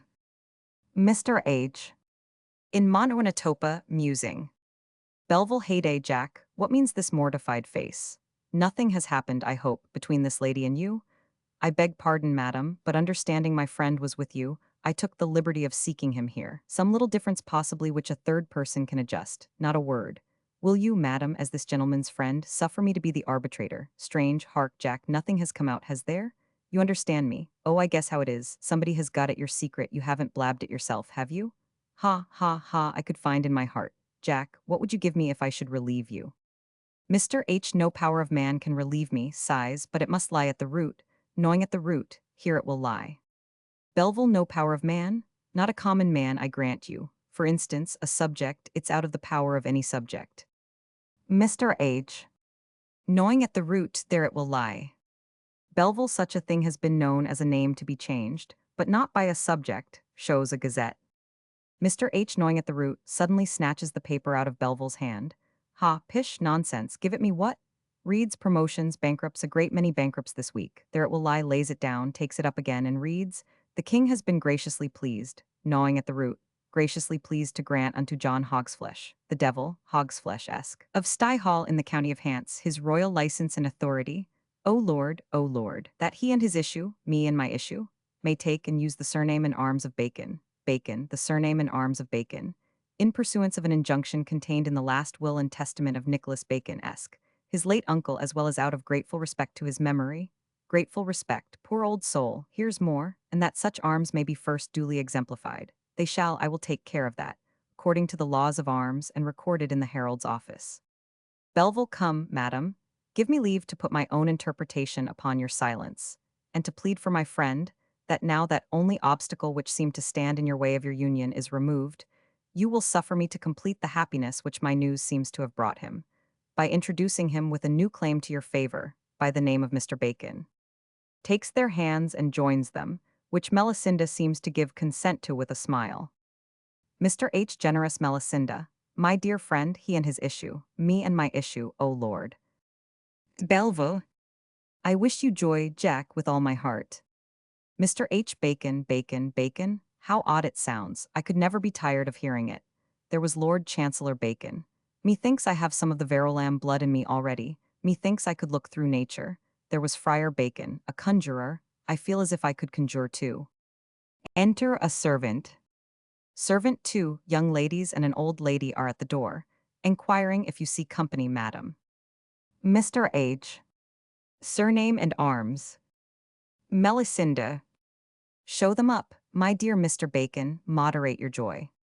Enter 3 ladies, being part of those who were at the assembly. First lady. My dear Melisenda, how do you do? Second lady. How do you do? We have been so concerned for you. Old lady. We have been so concerned, seeing him, Mr. Hogsflesh. Mr. H. There's no such person, nor there never was, nor 'tis not fit there should be. Surname and arms. Belleville, it is true what my friend would express. We have been all in a mistake, ladies. Very true, the name of this gentleman was what you call it, but it is so no longer. The succession to the long-contested Bacon estate is at length decided, and with it my friend succeeds to the name of his deceased relative. Mr. H. His Majesty has been graciously pleased. First Lady. I am sure we all join in hearty congratulation, sighs. Second Lady. And wish you joy with all our hearts, hey-ho. Old Lady. And hope you will enjoy the name and estate many years, cries. Belleville. Ha, mortify them a little, Jack. First Lady. Hope you intend to stay. Second Lady. With us some time. Old Lady. In these parts. Mr. H. Ladies, for your congratulations I thank you, for the favors you have lavished on me, and in particular for this lady's. Turning to the old lady, good opinion, I rest your debtor. As to any future favors, accost them severally in the order in which he was reptized by them at the assembly. Madam, shall always acknowledge your politeness, but at present, you see, I am engaged with a partner. Always be happy to respect you as a friend, but you must not look for anything further. Must beg of you to be less particular in your addresses to me. Ladies all, with this piece of advice of Bath and you. Your ever grateful servant takes his leave. Lay your plans surer when you plot to grieve. See, while you kindly mean to mortify. Another, the wild arrow do not fly. And gall yourself, for once you've been mistaken. Your shafts have missed their aim, Hogsflesh has saved. His Bacon. The pawnbroker's daughter. The farce. Characters. Flint, a pawnbroker. Davenport, in love with Marion. Pendulous, a reprieved gentleman. Cutlet, a sentimental butcher. Golding, a magistrate. William, apprentice to Flint. Ben, Cutlet's boy. Miss Flynn. Betty, her maid. Marion, daughter to Flint. Lucy, her maid. Vact I. Scene I, an apartment at Flint's house. Flint, William. Flint, carry those umbrellas, cottons, and wearing apparel upstairs. You may send that chest of tools to Robbins. William, that which you lent £6 upon to the journeyman carpenter, that had the sick wife. Flint. The same. William. The man says, if you can give him till Thursday. Flint, not a minute longer, his time was out yesterday, these improvident fools. William, the finical gentleman, has been here about the seal that was his grandfather's. Flint, he cannot have it. Truly, our trade would be brought to a fine pass, if we were bound to humor the fancies of our customers. This man would be taking a liking to a snuff-box that he had inherited, and that gentlewoman might conceit a favorite chemise that had descended to her. William, the lady in the carriage, has been here crying about those jewels. She says, if you cannot let her have them at the advance she offers, her husband will come to know that she has pledged them. Flint, I have uses for those jewels. Send Marion to me. Exit William. I know no other trade that is expected to depart from its fair advantages but ours. I do not see the baker, the butcher, the shoemaker, or, to go higher, the lawyer, the physician, the divine, give up any of their legitimate gains, even when the pretenses of their art had failed. Yet we are to be branded with an odious name, stigmatized, discountenanced even by the administrators of those laws which acknowledge us, scowled at by the lower sort of people whose needs we serve. Enter Marion. Come hither, Marion, come kiss your father. The report runs that he is full of spotted crime. What is your belief, child? Marion, that never good report went with our calling, father. I have heard you say, the poor look only to the advantages which we derive from them, and overlook the accommodations which they receive from us. But the poor are the poor, father, and have little leisure to make distinctions. I wish we could give up this business. Flint, you have not seen that idle fellow, Davenport. Marion. No, indeed, father, since your injunction. Flint, I take but my lawful profit. The law is not over favorable to us. Marion. Marion is no judge of these things. Flint. They call me oppressive, grinding, I know not what. Marion. Alas. Flint. Usurer, extortioner, am I these things? Marion, you are Marion's kind and careful father. That is enough for a child to know. Flint, here, girl, is a little box of jewels, which the necessities of a foolish woman of quality have transferred into our true and lawful possession. Go, place them with the trinkets that were your mother's. They are all yours, Marion, if you do not cross me in your marriage. No gentry shall match into this house to flout their wife hereafter with her parentage. I will hold this business with convulsive grasp to my dying day. I will plague these poor, whom you speak so tenderly of. Marion. You frighten me, father, do not frighten Marion. Flint. I have heard them say there goes Flint, Flint, the cruel pawnbroker. Marion. Stay at home with Marion, you shall hear no ugly words to vex you. Flint. You shall ride in a gilded chariot upon the necks of these poor. Marion, their tears shall drop pearls for my girl, their sighs shall be good wind for us, they shall blow good for my girl, put up the jewels. Marion, exit. Enter Lucy. Lucy. Miss, your father has taken his hat, and has slept out, and Mr. Davenport is on the stairs, and I came to tell you. Marion. Alas, who let him in? Enter Davenport. Davenport. My dearest girl. Marion. My father will kill me, if he finds you have been here. Davenport, there is no time for explanations. I have positive information that your father means, in less than a week, to dispose of you to that ugly Saunders. The wretch has bragged of it to his acquaintance, and already calls you his. Marion. Oh, heavens! Davenport, your resolution must be summary, as the time which calls for it. Mine or his you must be, without delay. There is no safety for you under this roof. Marion. My father. Davenport. Is no father if he would sacrifice you. Marion. But he is unhappy. Do not speak hard words of my father. Davenport. Marian must exert her good sense. Lucy, as if watching at the window. Oh, miss, your father has suddenly returned. I see him with Mr. Saunders coming down the street. Mr. Saunders, ma'am. Marian. Begone, begone, if you love me, Davenport. Davenport. You must go with me then, else here I am fixed. Lucy, I miss, you must go, as Mr. Davenport says. Here is your cloak, miss, and your hat, and your gloves, your father, ma'am. Marian. Oh, where? Whither do you hurry me, Davenport? Davenport. Quickly, quickly, Marian, at the back door. Exit Marian with Davenport, reluctantly, in her flight still holding the jewels. Lucy away, away. What a lucky thought of mine to say her father was coming. He would never have got her off else. Lord, Lord, I do love to help lovers. Exit following them. Scene Roman 2, a butcher's shop. Cutlet Ben. Cutlet? Reach me down that book off the shelf, where the shoulder of veal hangs. Ben. Is this it? Cutlet? No, this is Flowers of Sentiment, the other. Aye, this is a good book. An Argument Against the Use of Animal Food. By J.R. that means. Joseph Ritson, I will open it anywhere and read just as it happens. 1. Cannot dip amiss in such books as these. The motto, I see, is from Pope. I dare say, very much to the purpose, reads, The lamb thy riot dooms to bleed today. Had he thy reason, would he sport and play. Pleased to the last, he crops his flowery food. And licks the hand.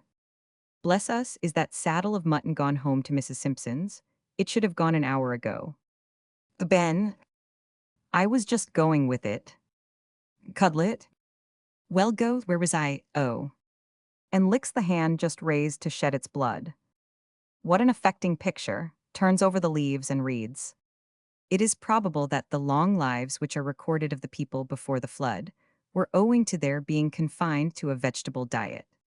Ben, the young gentleman in Pullen's Row, Islington, that has got the consumption, has sent to know if you can let him have a sweetbread. Cutlet take 2, take all that are in the shop. What a disagreeable interruption. Reads again.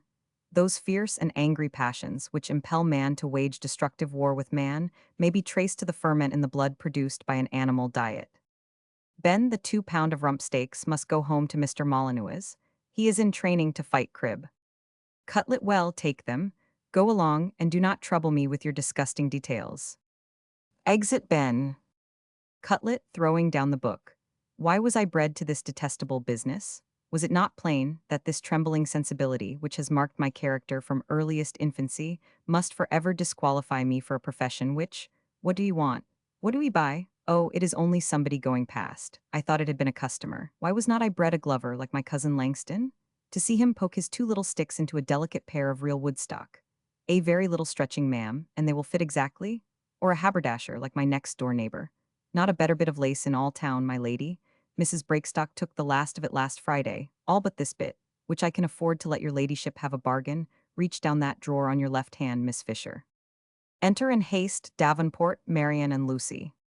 Lucy, this is the house I saw a bill up at, ma'am, and a droll creature the landlord is. Davenport. We have no time for nicety. Cutlet. What did he want? What did he buy? Oh, it is only you, Mrs. Lucy. Lucy whispers Cutlet. Cutlet, I have a set of apartments at the end of my garden. They are quite detached from the shop. A single lady at present occupies the ground floor. It's Marian. Eyes anywhere. Davenport. Van in. Cutlet.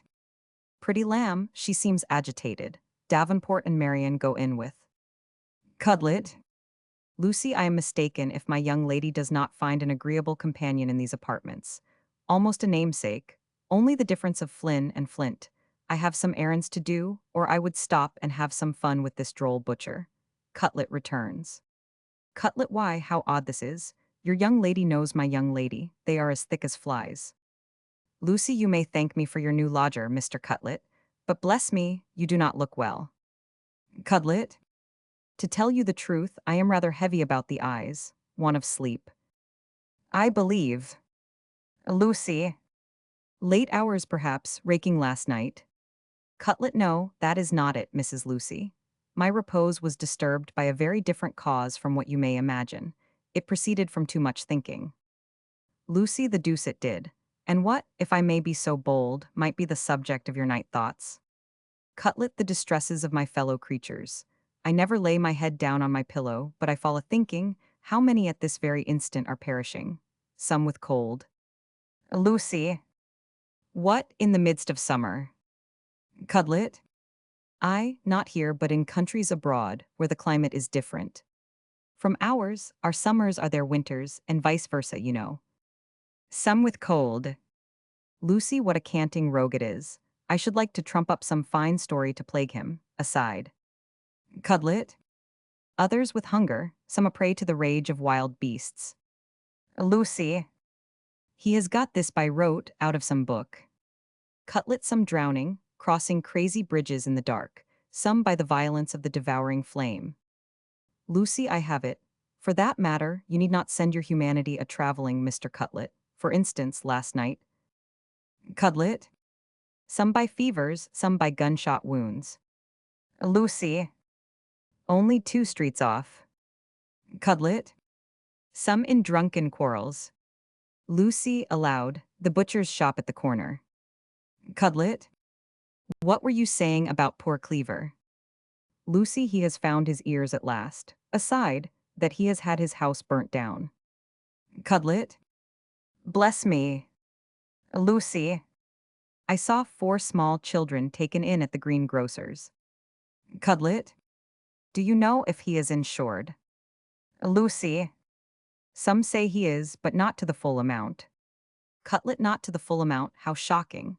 He killed more meat than any of the trade between here and Carnaby Market, and the poor babes, 4 of them you say, what a melting sight. He serves some good customers about Marybone. I always think more of the children in these cases than of the fathers and mothers. Lady Lovebrown liked his veal better than any man's in the market. I wonder whether her ladyship is engaged. I must go and comfort poor Cleaver, however. Exit. Lucy, now is this pretender to humanity gone to avail himself of a neighbor's supposed ruin to inveigle his customers from him? Fine feelings? Pshaw, exit. Re-enter Cutlet. Cutlet, what a deceitful young hussy. There is not a word of truth in her. There has been no fire. How can people play with one's feelings so? Sings, for tenderness formed. No, I'll try the air I made upon myself. The words may compose me. Sings. A weeping Londoner I am. A washerwoman was my dam. She bred me up in a cockloft, and fed my mind with sorrows soft. For when she wrung with elbows stout, from linen wet the water out, the drops so like to tears did drip, they gave my infant nerves the hip. Scarce 3 clean muckingers a week would dry the brine that dewed my cheek. So, while I gave my sorrows scope, I almost ruined her in soap. My parish learning I did win in ward of Farringdon within, where after school I did pursue my sports as little boys will do. Cockchafers none like me was found, to set them spinning round and round. Oh, how my tender heart would melt, to think what those poor varmin felt. I never tied tin kettle, clog, or salt box to the tail of dog, without a pang more keen at heart than he felt at his outward part. And when the poor thing clattered off, to all the unfeeling mob a scoff, thought I, what that dumb creature feels, with half the parish at his heels. Arrived, you see, to man's estate. The butcher's calling is my fate. Yet still I keep my feeling ways, and leave the town on slaughtering days. At Kentish town or Highgate Hill, I sit retired beside some rill, and tears bedew my glistening eye, to think my playful lambs must die. But when they're dead, I sell their meat, on shambles kept both clean and neat. Sweetbreads also I guard full well, and keep them from the blue bottle. Envy, with breath sharp as my steel, has ne'er yet blown upon my veal. And mouths of dames and daintiest fops do water at my nice lamb chops. Exit, half laughing, half crying. Scene Roman 3, A Street. Davenport Solus. Davenport, thus far have I secured my charming prize. I can appreciate, while I lament, the delicacy which makes her refuse the protection of my sister's roof. But who comes here? Enter Pendulous, agitated. It must be he, that fretful animal motion, that face working up and down with uneasy sensibility like new yeast. Jack Pendulous. Pendulous. It is your old friend, and very miserable. Davenport vapors, Jack.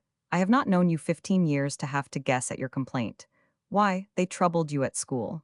Do you remember when you had to speak the speech of Buckingham, where he is going to execution? Pendulous. Execution, he has certainly heard it, aside. Davenport. What a pucker you were in overnight.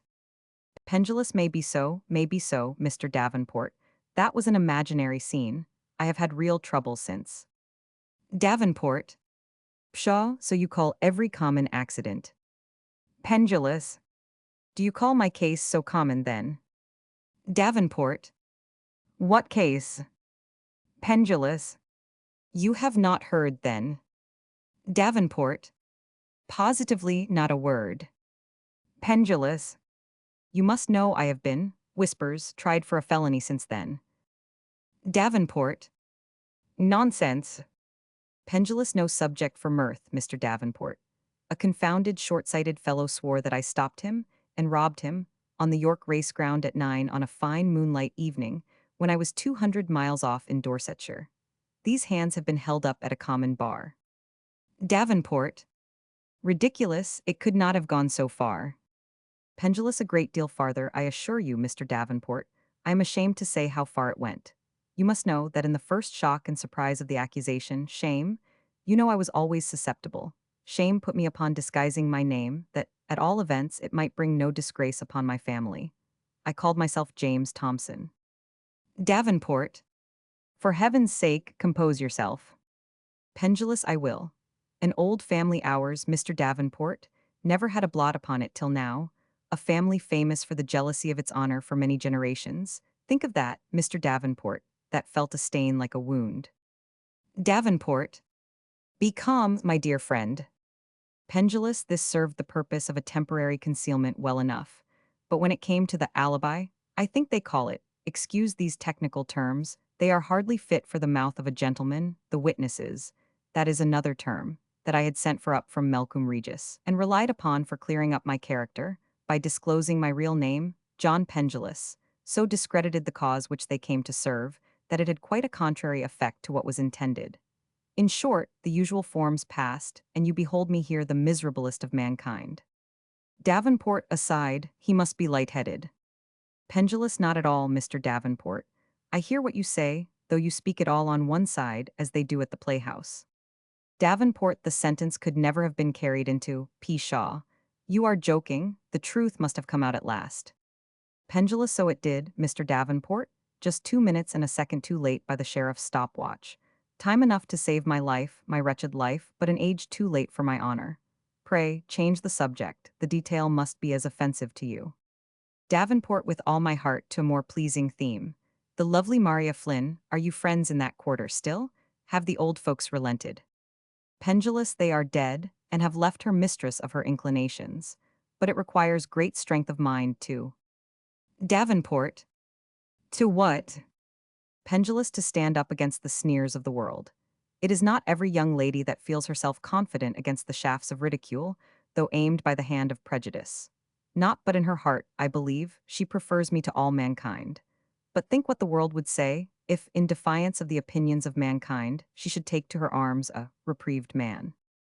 Davenport.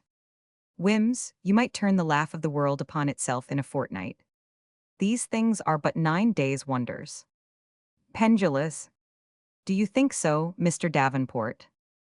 Davenport. Where does she live? Pendulous, she has lodgings in the next street, in a sort of garden house that belongs to one Cutlet. I have not seen her since the affair. I was going there at her request. Davenport. Tod. Pendulous. Why do you laugh? Davenport. The oddest fellow, I will tell you, but here he comes. Enter Cutlet. Cutlet to Davenport. Sir, the young lady at my house is desirous you should return immediately. She has heard something from home. Pendulous. What do I hear? Davenport tease her fears, I dare say. My dear Pendulous, you will excuse me? I must not tell him our situation at present, though it cost him a fit of jealousy. We shall have 50 opportunities for explanation. Exit. Pendulous. Does that gentleman visit the lady at your lodgings? Cutlet, he is quite familiar there, I assure you. He is all in all with her, as they say. Pendulous, it is but too plain. Fool that I have been, not to suspect that, while she pretended scruples, some rival was at the root of her infidelity. Cutlet, you seem distressed, sir, bless me. Pendulous, I am, friend, above the reach of comfort. Cutlet, consolation, then, can be to no purpose. Pendulous, none. Cutlet, I am so happy to have met with him. Pendulous, wretch, wretch, wretch. Cutlet, there he goes, how he walks about biting his nails. I would not exchange this luxury of unavailing pity for worlds. Pendulous, stigmatized by the world. Cutlet, my case exactly, let us compare notes. Pendulous, for an accident which. Cutlet, for a profession which. Pendulous, in the eye of reason, has nothing in it. Cutlet, absolutely nothing in it. Pendulous, brought up at a public bar. Cutlet, brought up to an odious trade. Pendulous, with nerves like mine. Cutlet, with nerves like mine. Pendulous, arraigned, condemned. Cutlet, by a foolish world. Pendulous, by a judge and jury. Cutlet, by an invidious exclusion, disqualified for sitting upon a jury at all. Pendulous, tried, cast, and. Cutlet, what? Pendulous, hanged, sir, hanged by the neck till I was. Cutlet, bless me. Pendulous, why should not I publish it to the whole world, since she, whose prejudice alone I wish to overcome, deserts me? Cutlet, Lord have mercy upon us, not so bad as that comes to, I hope. Pendulous, when she joins in the judgment of an illiberal world against me. Cutlet, you said hanged, sir. That is, I mean, perhaps I mistook you. How ghastly he looks. Pendulous, fear me not, my friend. I am no ghost, though I heartily wish I were one. Cutlet, why then 10 to 1 you were. Pendulous, cut down, the odious word shall out though it choke me. Cutlet, your case must have some things in it very curious. I dare say you kept a journal of your sensations. Pendulous, sensations. Cutlet, I, while you were being, you know what I mean. They say persons in your situation have lights dancing before their eyes, bluish. But then the worst of all is coming to oneself again. Pendulous, plagues, furies, tormentors, I shall go mad, exit. Cutlet, there, he says he shall go mad. Well, my head has not been very right of late. It goes with a whirl and a buzz somehow. I believe I must not think so deeply. Common people that don't reason know nothing of these aberrations. Great wits go mad, and small ones only dull. Distracting cares vex not the empty skull. They seize on heads that think, and hearts that feel. As flies attack the better sort of veal. Exit. Act Roman 2. Scene at Flint's. Flint, William. Flint, I have overwalked myself, and am quite exhausted. Tell Marian to come and play to me. William. I shall, sir, exit. Flint, I have been troubled with an evil spirit of late. I think an evil spirit. It goes and comes as my daughter is with or from me. It cannot stand before her gentle look when, to please her father, she takes down her music book. Enter William. William. Miss Marian went out soon after you, and is not returned. Flint. That is a pity, that is a pity. Where can the foolish girl be gadding? William. The shopmen say she went out with Mr. Davenport. Flint. Davenport, impossible. William, they say they are sure it was he, by the same token that they saw her slip into his hand, when she was past the door, the casket which you gave her. Flint gave her, William, I only entrusted it to her. She has robbed me. Marian is a thief. You must go to the justice, William, and get out a warrant against her immediately. Do you help them in the description? Put in Marian Flint in plain words, no remonstrances, William, daughter of Reuben Flint, no remonstrances, but do it. William. Nay, sir. Flint, I am rock, absolute rock, to all that you can say, a piece of solid rock. What is it that makes my legs to fail and my whole frame to totter thus? It has been my overwalking. I am very faint. Support me in, William. Exeunt. Scene, the apartment of Miss Flynn. Miss Flynn, Betty.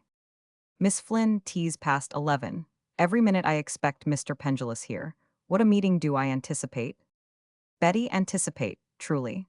What other than a joyful meeting can it be between two agreed lovers who have been parted these 4 months? Miss Flynn, but in that cruel space what accidents have happened? Aside, as yet I perceive she is ignorant of this unfortunate affair. Betty. Lord, madam, what accidents? He has not had a fall or a tumble, has he? He is not coming upon crutches.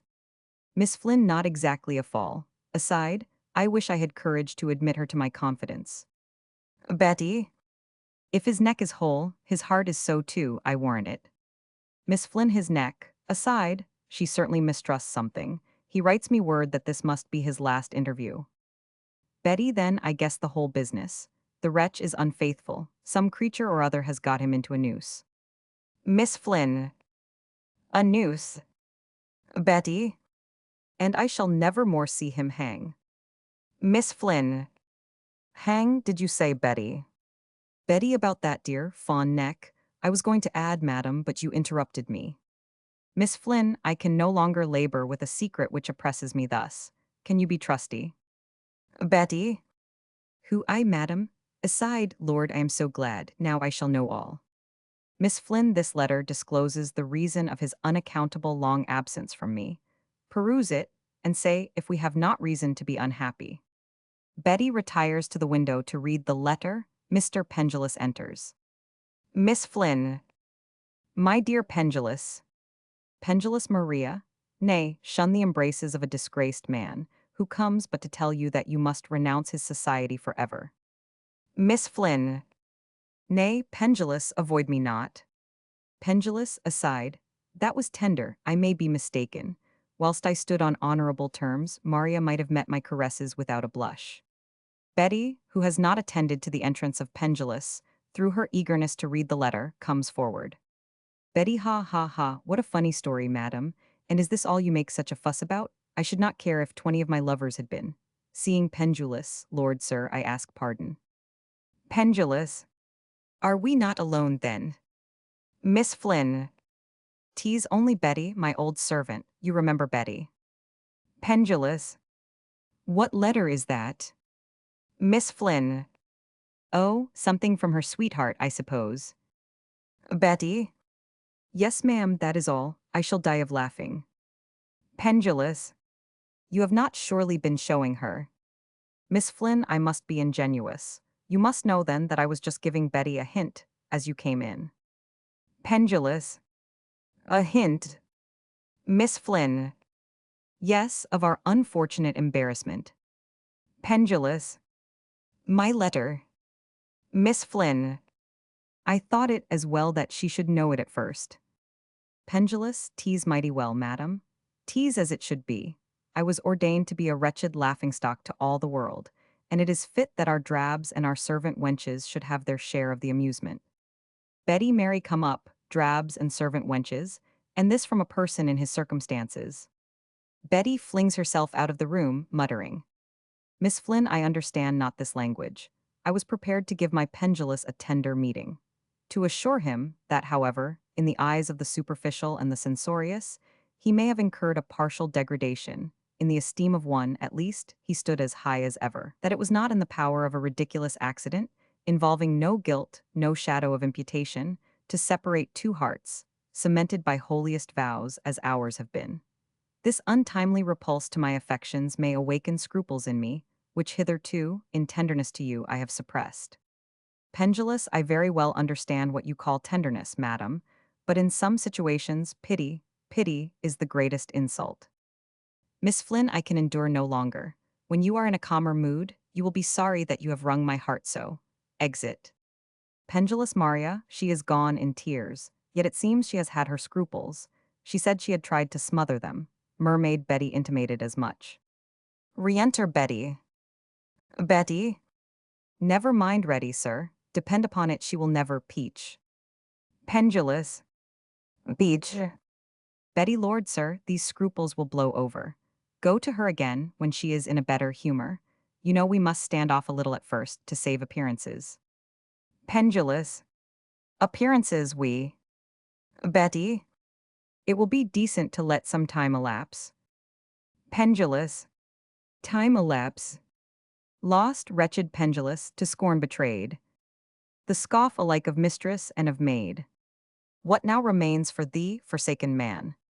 But to complete thy fate's abortive plan, and finish what the feeble law began. Exeunt. Re-enter Miss Flynn with Marian. Miss Flynn.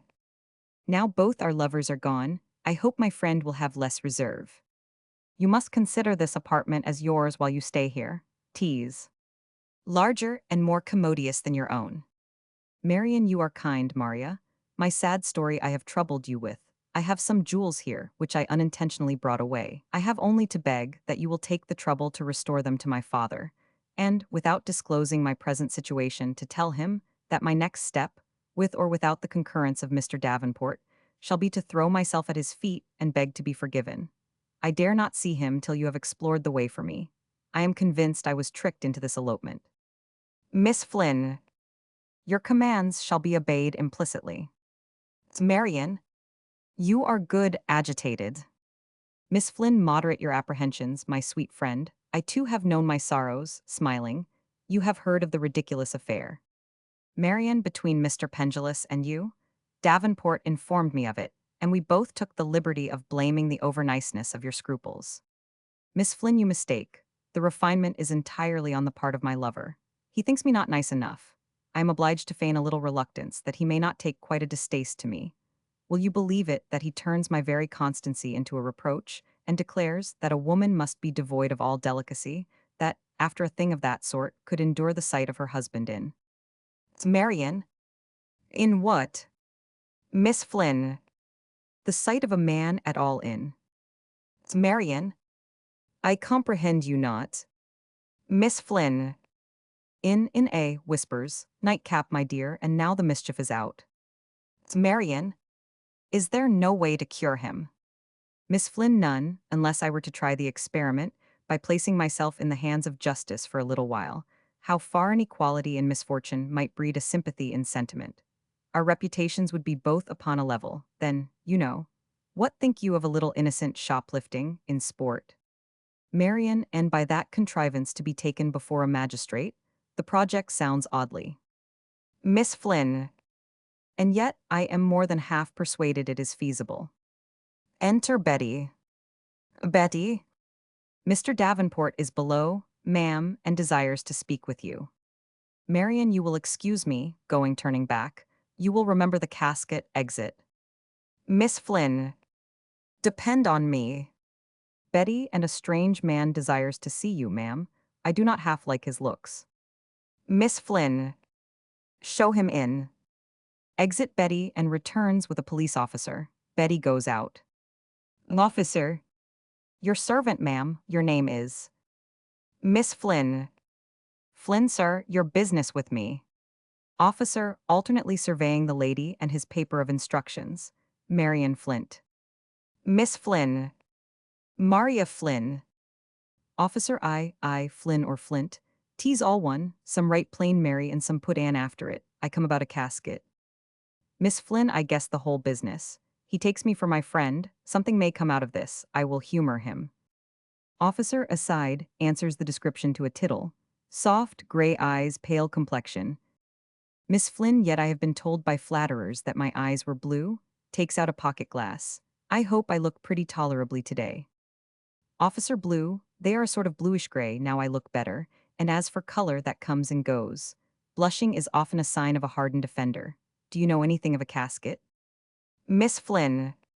Here is one which a friend has just delivered to my keeping. Officer, and which I must beg leave to secure, together with your ladyship's person. Garnets, pearls, diamond bracelet, Here they are, sure enough. Miss Flynn. Indeed, I am innocent. Officer. Every man is presumed so till he is found otherwise. Miss Flynn. Police wit, have you a warrant? Officer tolerably cool that. Here it is, signed by Justice Golding, at the requisition of Reuben Flint, who deposes that you have robbed him. Miss Flynn. How lucky this turns out. Aside, can I be indulged with a coach? Officer to Marlborough Street? Certainly, an old offender. Aside, the thing shall be conducted with as much delicacy as is consistent with security. Miss Flynn. Police manners, I will trust myself to your protection then. Exeunt. Scene, police office. Justice, Flint, officers, and C.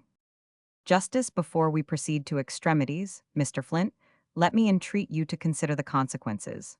What will the world say to your exposing your own child? Flint, the world is not my friend. I belong to a profession which has long brought me acquainted with its injustice. I return scorn for scorn, and desire its censure above its plaudits. Justice. But in this case, delicacy must make you pause. Flint, delicacy, ha, ha, pawnbroker, how fitly these words suit. Delicate pawnbroker, delicate devil, let the law take its course. Justice. Consider, the jewels are found. Flint, tease not the silly baubles I regard. Are you a man? Are you a father? And think you I could stoop so low, vile as I stand here, as to make money, filthy money, of the stuff which a daughter's touch has desecrated? Deep in some pit first I would bury them. Justice. Yet pause a little, consider, an only child. Flint, only? There it is that stings me, makes me mad. She was the only thing I had to love me, to bear me up against the nipping injuries of the world. I prate when I should act, bring in your prisoner. The justice makes signs to an officer, who goes out, and returns with Miss Flynn. Flint? What mockery of my sight is here? This is no daughter. Officer. Daughter or no daughter, she has confessed to this casket. Flint, handling it, the very same. Was it in the power of these pale splendors to dazzle the sight of honesty, to put out the regardful eye of piety and daughter-love? Why, a poor glowworm shows more brightly.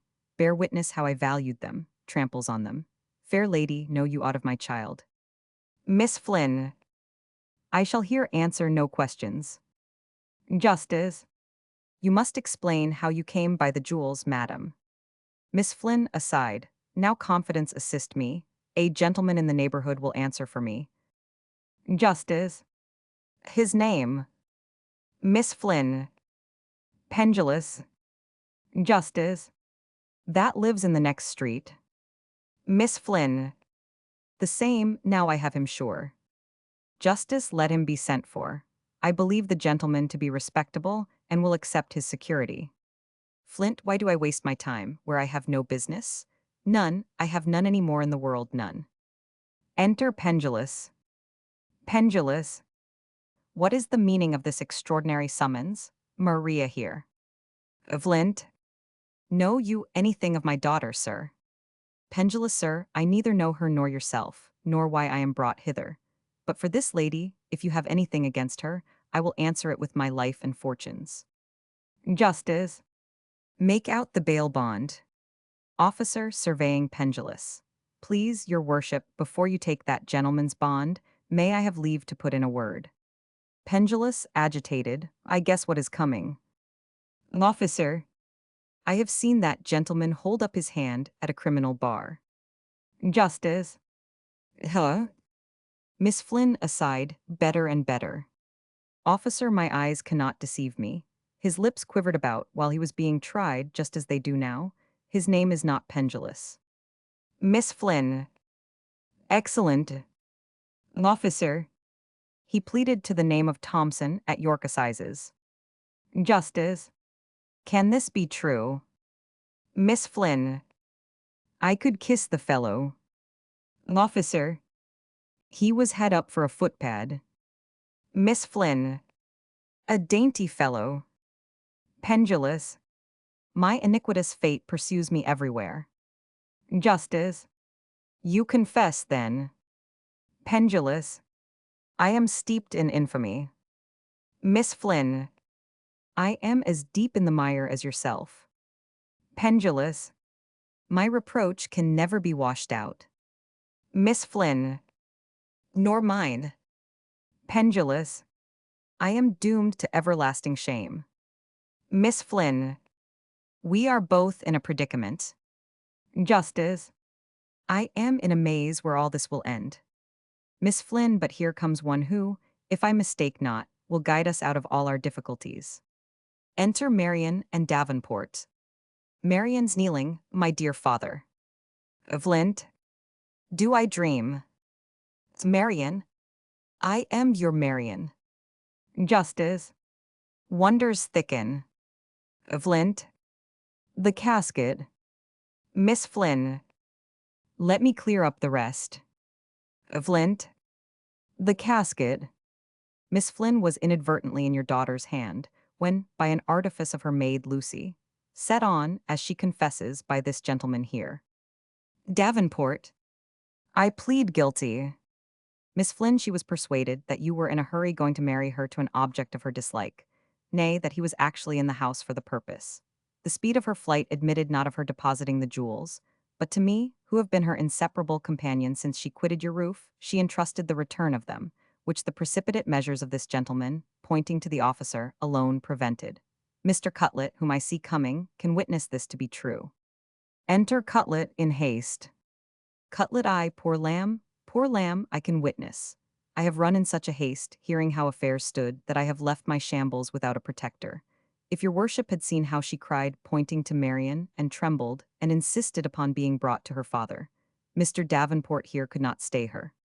Flint, I can forbear no longer. Marian, will you play once again, to please your old father? Marian, I have a good mind to make you buy me a new grand piano for your naughty suspicions of me. Davenport. What is to become of me? Flint. I will do more than that. The poor lady shall have her jewels again. Marian. Shall she? Flint, upon reasonable terms, smiling. And now, I suppose, the court may adjourn. Davenport. Marian. Flint, I guess what is passing in your mind, Mr. Davenport, but you have behaved upon the whole so like a man of honor that it will give me pleasure if you will visit at my house for the future. But smiling, not clandestinely, Marian. Marian. Hush, father. Flint, I own I had prejudices against gentry, but I have met with so much candor and kindness among my betters this day, from this gentleman in particular, turning to the justice, that I begin to think of leaving off business and setting up for a gentleman myself. Justice. You have the feelings of one. Flint. Marian will not object to it. Justice, but turning to Miss Flynn, what motive could induce this lady to take so much disgrace upon herself, when a word's explanation might have relieved her? Miss Flynn. This gentleman, turning to Pendulous, can explain. Pendulous. The devil. Miss Flynn, this gentleman, I repeat it, whose backwardness in concluding a long and honorable suit from a mistaken delicacy. Pendulous. Oh. Miss Flynn drove me upon the expedient of involving myself in the same disagreeable embarrassments with himself, in the hope that a more perfect sympathy might subsist between us for the future. Pendulous. I see it all. Justice to Pendulous, you were then tried at York. Pendulous. I was cast. Justice. Condemned. Pendulous executed. Justice. So, Pendulous cut down and came to life again. False delicacy, adieu, the true sort which this lady has manifested, by an expedient which at first sight might seem a little unpromising, has cured me of the other. We are now on even terms. Miss Flynn. And May. Pendulous. Mary, I know it was your word. Miss Flynn. And make a very quiet. Pendulous. Exemplary. Miss Flynn. Agreeing pair of. Pendulous acquitted felons. Flint, and let the prejudiced against our profession acknowledge that a moneylender may have the heart of a father, and that in the casket, whose loss grieved him so sorely, he valued nothing so dear as, turning to Marian, one poor domestic jewel. The Wife's Trial, or The Intruding Widow. A dramatic poem. founded on Mr. Crabbe's tale of the confidant. Characters: Mr. Selby, a Wiltshire gentleman. Catherine, wife to Selby. Lucy, sister to Selby. Mrs. Frampton, a widow. Servants: Scene, at Mr. Selby's house or in the grounds adjacent. Scene, a library. Mr. Selby, Catherine. Selby: Do not too far mistake me, gentlest wife. I meant to chide your virtues, not yourself. And those two with allowance I have not.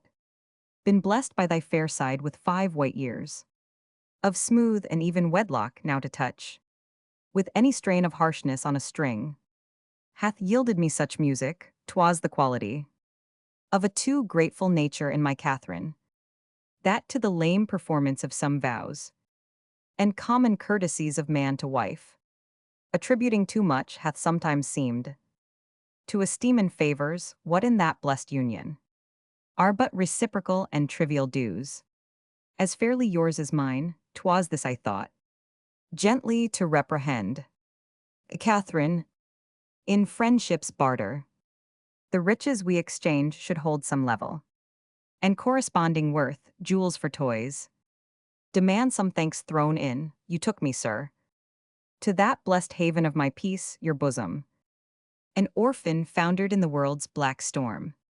Poor, you have made me rich from lonely maiden. Your cherished and your full accompanied wife. Selby. But to divert the subject, Kate too fond.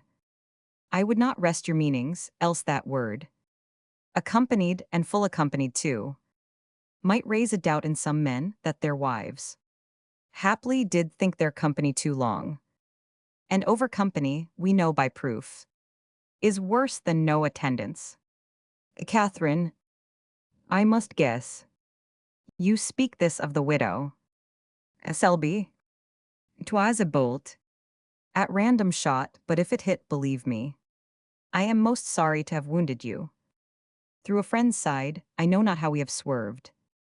From our first talk, I was to caution you against this fault of a too grateful nature, which, for some girlish obligations past, in that relenting season of the heart, when slightest favors pass for benefits, of endless binding would entail upon you an iron slavery of obsequious duty to the proud will of an imperious woman. Catherine, the favors are not slight to her I owe. Selby, slight or not slight, the tribute she exacts cancels all dues, a voice within. Even now I hear her call you, in such a tone as lordliest mistresses expect a slave's attendance, prithee Kate. Let her expect a brace of minutes or so. Say you are busy, use her by degrees. To some less hard exactions. Catherine, I conjure you, detain me not, I will return. Selby, sweet wife, use thy own pleasure, exit Catherine. But it troubles me. A visit of 3 days, as was pretended. Spun to 10 tedious weeks, and no hint given. When she will go, I would this buxom widow. Were a thought handsomer, I'd fairly try.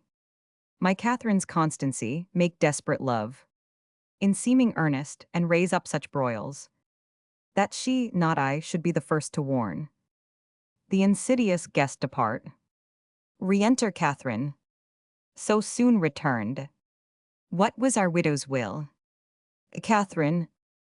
A trifle, sir. Selby. Some toilet service to adjust her head. Or help to stick a pin in the right place. Catherine. Indeed, 'twas none of these. Selby. Or new vamp up. The tarnished cloak she came in, I have seen her. Demand such service from thee, as her maid. Twice told to do it, would blush angry red. And pack her few clothes up, poor fool, fond slave. And yet, my dearest Kate, this day at least. It is our wedding day, we spend in freedom. And we'll forget our widow, Philip our coach. Why weeps my wife, you know I promised you. And airing o'er the pleasant Hampshire downs. To the blessed cottage on the green hillside. Where first I told my love, I wonder much. If the crimson parlour hath exchanged its hue for colours not so welcome, faded though it be, it will not show less lovely than the tin of this faint red, contending with the pale, where once the full-flushed health gave to this cheek an apt resemblance to the fruit's warm side, that bears my Catherine's name. Our carriage, Philip. Enter a servant. Now, Robin, what make you here? A servant? May it please you. The coachman has driven out with Mrs. Frampton. A Selby? He had no orders. A servant? None, sir, that I know of. But from the lady, who expects some letter. At the next post town. A Selby? Go, Robin. Exit servant. How is this? Catherine, I came to tell you so, but feared your anger. Selby, it was ill done though of this Mistress Frampton. This forward widow, but a ride's poor loss. Imports not much, into your chamber, love, where you with music may beguile the hour, while I am tossing over dusty tomes, till our most reasonable friend returns. Catherine, I am all obedience, exit Catherine. Selby, too obedient, Kate. And to too many masters I can hardly, on such a day as this, refrain to speak. My sense of this injurious friend, this pest, this household evil, this close-clinging fiend, in rough terms to my wife, death my own servants, controlled above me, orders countermanded.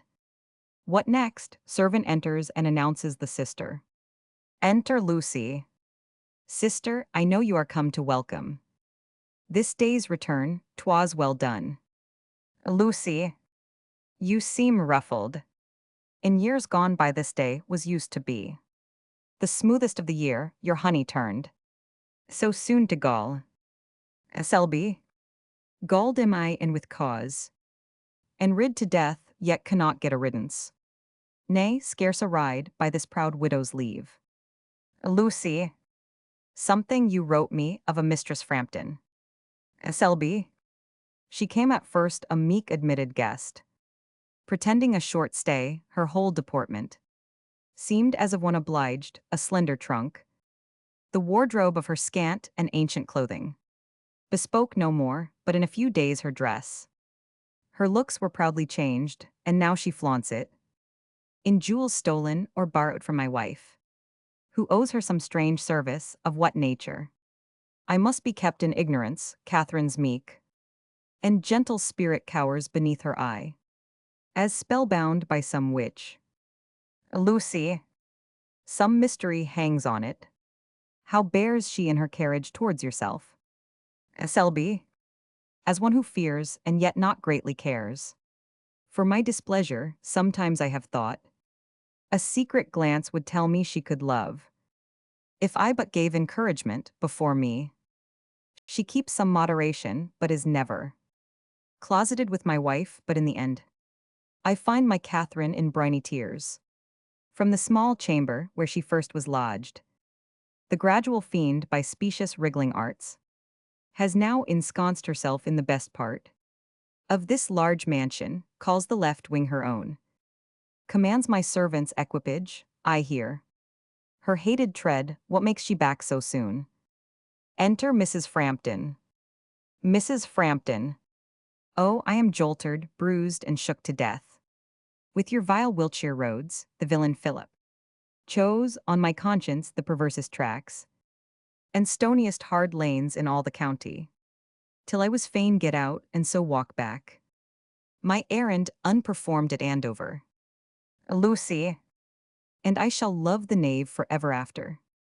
Aside, Mrs. Frampton, a friend with you. Selby, my eldest sister, Lucy, come to congratulate this returning morn. Sister, my wife's friend, Mistress Frampton. Mrs. Frampton, pray, be seated, for your brother's sake you are welcome. I had thought this day to have spent in homely fashion, with the good couple to whose hospitality I stand so far indebted, but your coming makes it a feast. Lucy. She does the honors naturally, aside. Selby. As if she were the mistress of the house, aside. Mrs. Frampton. I love to be at home with loving friends. To stand on ceremony with obligations. Is to restrain the obliger, that old coach though. Of yours jumbles one strangely. Selby. I shall order. An equipage soon, more easy to you, madam. Lucy. To drive her and her pride to Lucifer. I hope he means aside. Mrs. Frampton. I must go trim myself, this humbled garb. Would shame a wedding feast, I have your leave. For a short absence, and your Catherine. Selby. You'll find her in her closet. Mrs. Frampton. Fare you well then, exit. Selby. How like you her assurance? Lucy. Even so well. That if this widow were my guest, not yours, she should have coach enough and scope to ride. My merry groom should in a trice convey her to Sarum Plain and set her down at Stonehenge, to pick her path through those antiques at leisure. She should take sample of our Wiltshire flints. Oh, be not lightly jealous, nor surmise that to a wanton, bold-faced thing like this, your modest shrinking Catherine could impart secrets of any worth, especially secrets that touched your peace, if there be aught. My life upon tease but some girlish story of a first love which even the boldest wife might modestly deny to a husband's ear. Much more your timid and too sensitive Catherine. Selby. I think it is no more, and will dismiss my further fears, if ever I have had such. Lucy. Shall we go walk? I'd see your gardens, brother. And how the new trees thrive, I recommended. Your Catherine is engaged now. Selby. I'll attend you, exeunt. Scene, servants' hall. Housekeeper Philip and others laughing. Housekeeper. Our lady's guest, since her short ride, seems ruffled and somewhat in disorder. Philip. I do suspect some roguery, your mad tricks will some day cost you a good place, I warrant. Philip. Good Mistress Jane, our serious housekeeper, and sage duenna to the maids and scullions. We must have leave to laugh, our brains are younger, and undisturbed with care of keys and pantries. We are wild things. Butler. Good Philip, tell us all. Well. I, as you live, tell. Philip. Mad fellows, you shall have it. The widow's bell rang lustily and loud. Butler. I think that no one can mistake her ringing. Waiting maid. Our lady's ring is soft, sweet music to it. More of entreaty hath it than command. Philip. I lose my story if you interrupt me thus. The bell, I say, rang fiercely, and a voice, more shrill than bell, called out for coachman Philip. I straight obeyed, as 'tis my name and office. Drive me, quoth she, to the next market town, where I have hope of letters. I made haste, put to the horses, saw her safely coached, and drove her, waiting maid, by the straight high road to Andover. I guess. Philip. Pray, warrant things within your knowledge. Good Mistress Abigail, look to your dressings, and leave the skill in horses to the coachman. Butler. He'll have his humor, best not interrupt him. Philip. 'Tis market day, thought I, and the poor beasts, meeting such droves of cattle and of people, may take a fright, so down the lane I trundled, where Goodman Dobson's crazy mare was foundered, and where the flints were biggest and ruts widest. By ups and downs and such bone-cracking motions, we floundered on a furlong till my madam, in policy to save the few joints left her, betook her to her feet, and there we parted. Well. Ta. Butler. Hang her, 'tis pity such as she should ride. Waiting maid. I think she is a witch, I have tired myself out. With sticking pins in her pillow, still she scapes them. Butler. and I with helping her to mum for claret, but never yet could cheat her dainty palate. Housekeeper. Well, well, she is the guest of our good mistress, and so should be respected, though I think our master cares not for her company. He would ill brook we should express so much by rude discourtesies and short attendance. Being but servants, a bell rings furiously, tease her bell. Speaks now. Good, good, bestir yourselves, who knows who's wanted? Butler. But 'twas a merry trick of Philip Coachman, exeunt. Scene, Mrs. Selby's chamber. Mrs. Frampton, Catherine working. Mrs. Frampton. I am thinking, child, how contrary our fates have traced our lots through life, another needle. This works untowardly, an heiress born to splendid prospects at our common school. I was as one above you all, not of you. Had my distinct prerogatives, my freedoms denied to you, pray listen. Catherine, I must hear what you are pleased to speak, how my heart sinks here. Aside, Mrs. Frampton, my chamber to myself, my separate maid, my coach and so forth, not that needle simple one, with the great staring eye fit for a cyclops. Mine own are not so blinded with their griefs, but I could make a shift to thread a smaller. A cable or a camel might go through this, and never strain for the passage. Catherine, I will fit you.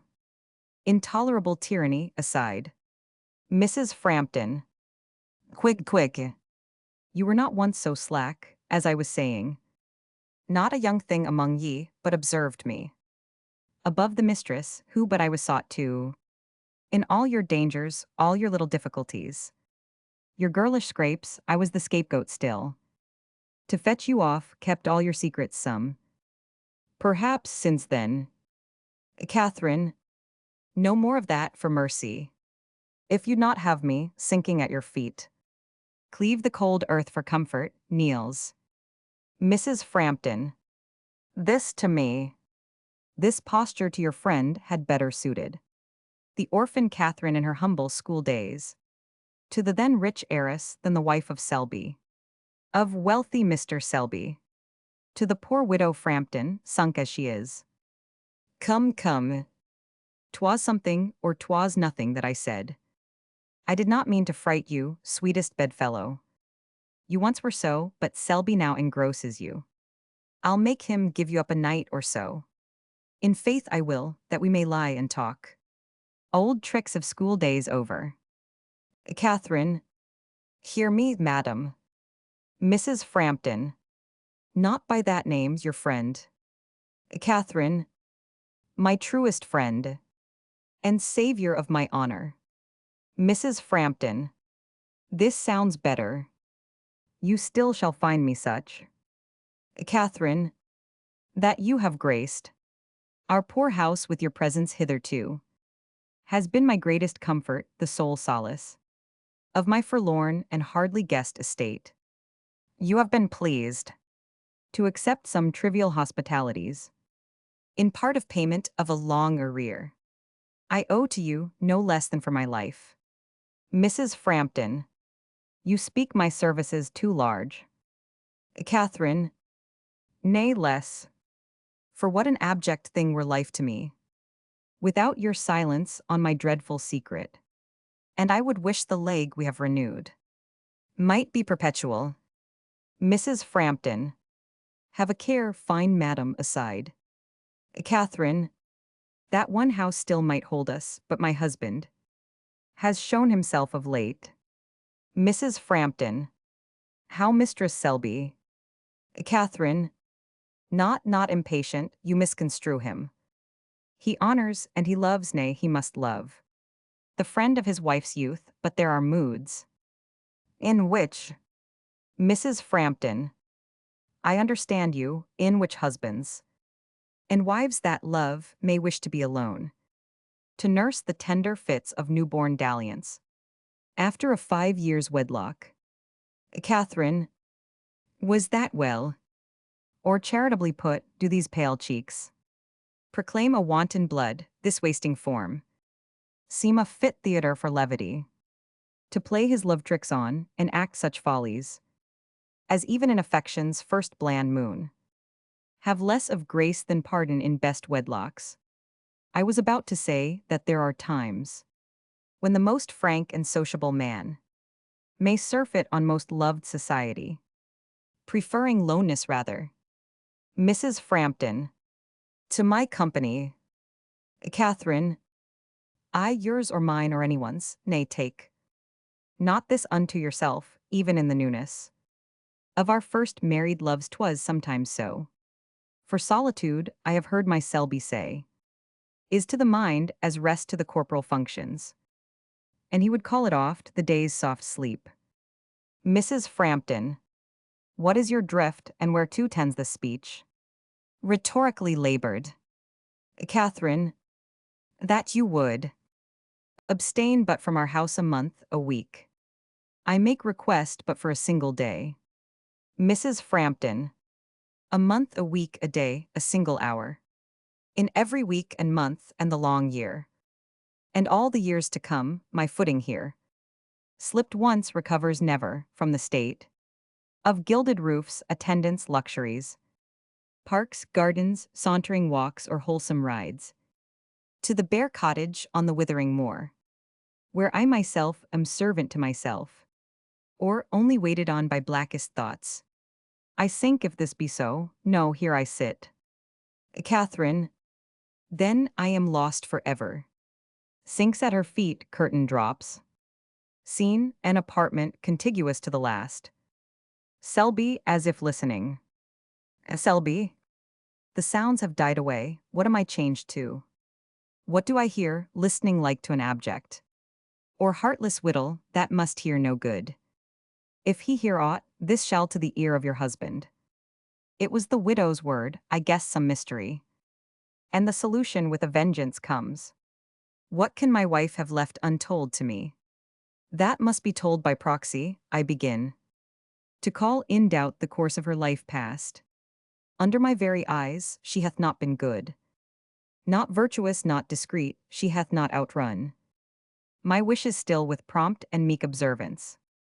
Perhaps she is not fair, sweet-voiced, her eyes not like the dove's, all this as well may be, as that she should treasure up a secret in the peculiar closet of her breast, and grudge it to my ear. It is my right to claim the halves in any truth she owns, as much as in the babe I have by her, upon whose face henceforth I fear to look, lest I should fancy in its innocent brow some strange shame written. Enter Lucy. Sister, an anxious word with you. From out the chamber where my wife but now held talk with her encroaching friend, I heard, not of set purpose hearkening, but by chance, a voice of chiding, answered by a tone of replication, such as the meek dove makes when the kite has clutched her. The high widow was loud and stormy, I distinctly heard. One threat pronounced, your husband shall know all. I am no listener, sister, and I hold a secret got by such unmanly shift. The pitifulsty of thefts, but what mine ear, I not intending it, receives perforce. I count my lawful prize, some subtle meaning lurks in this fiend's behavior, which, by force or fraud, I must make mine. Lucy, the gentlest means are still the wisest. What if you should press your wife to a disclosure? Selby, I have tried all gentler means, thrown out low hints which, though merely suggestions still, have never failed to blanch her cheek with fears, roughly or to insist, would be to kill where I but meant to heal. Lucy, your own description gave that widow out as one not much precise nor over coy, and nice to listen to a suit of love. What if you feigned a courtship, putting on to work the secret from her easy faith, for honest ends a most dishonest seeming? Selby, I see your drift and partly meet your counsel. But must it not in me appear prodigious, to say the least, unnatural and suspicious, to move hot love where I have shewn cool scorn, and undissembled looks of blank aversion. Lucy, vain woman is the dupe of her own charms, and easily credits the resistless power that in besieging beauty lies to cast down the slight-built fortress of a casual hate. SLB, I am resolved. Lucy, success attend your wooing. SLB, and all about it roundly, my wise sister, exeunt. Scene, the library. Mr. Selby, Mrs. Frampton. SLB, a fortunate encounter, Mistress Frampton. My purpose was, if you could spare so much. From your sweet leisure, a few words in private. Mrs. Frampton. What mean his altered tones, these looks to me? Whose glances yet he has repelled with coolness. Is the wind changed? I'll veer about with it, and meet him in all fashions, aside. All my leisure, feebly bestowed upon my kind friends here, would not express a tithe of the obligements I every hour incur. SLB, no more of that. I know not why my wife hath lost of late much of her cheerful spirits. Mrs. Frampton, it was my topic. Today and every day and all day long. I still am chiding with her. Child, I said, and said it pretty roundly, it may be. I was too peremptory, we elder schoolfellows, presuming on the advantage of a year or two, which in that tender time seemed much. In after years, much like to elder sisters, are prone to keep the authoritative style, when time has made the difference most ridiculous. SLB, the observations shrewd. Mrs. Frampton, child, I was saying, if some wives had obtained a lot like yours, and then perhaps I sighed, they would not sit in corners moping like to sullen moppets, that want their will but dry their eyes and look their cheerful husbands in the face, perhaps. I said their Selbys with proportioned looks of honest joy. Selby, you do suspect no jealousy. Mrs. Frampton, what is his import, whereto tends his speech, aside? Of whom, of what should she be jealous, sir? Selby, I do not know, but women have their fancies, and underneath a cold indifference, or show of some distaste, husbands have masked a growing fondness for a female friend, which the wife's eye was sharp enough to see, before the friend had wit to find it out. You do not quit us soon. Mrs. Frampton, tease as I find. Your Catherine profits by my lessons, sir. Means this man honest, is there no deceit, aside? SLB, she cannot choose, well, I have been thinking. And if the matter were to do again. Mrs. Frampton, what matter, sir? SLB, this idle bond of wedlock, these sour sweet briars, fetters of harsh silk, I might have made, I do not say a better, but a more fit choice in a wife. Mrs. Frampton, the parched ground, in hottest Julys, drinks not in the showers, more greedily than I his words, aside. SLB, my humor is to be frank and jovial, and that man affects me best who most reflects me in my most free temper. Mrs. Frampton, were you free to choose?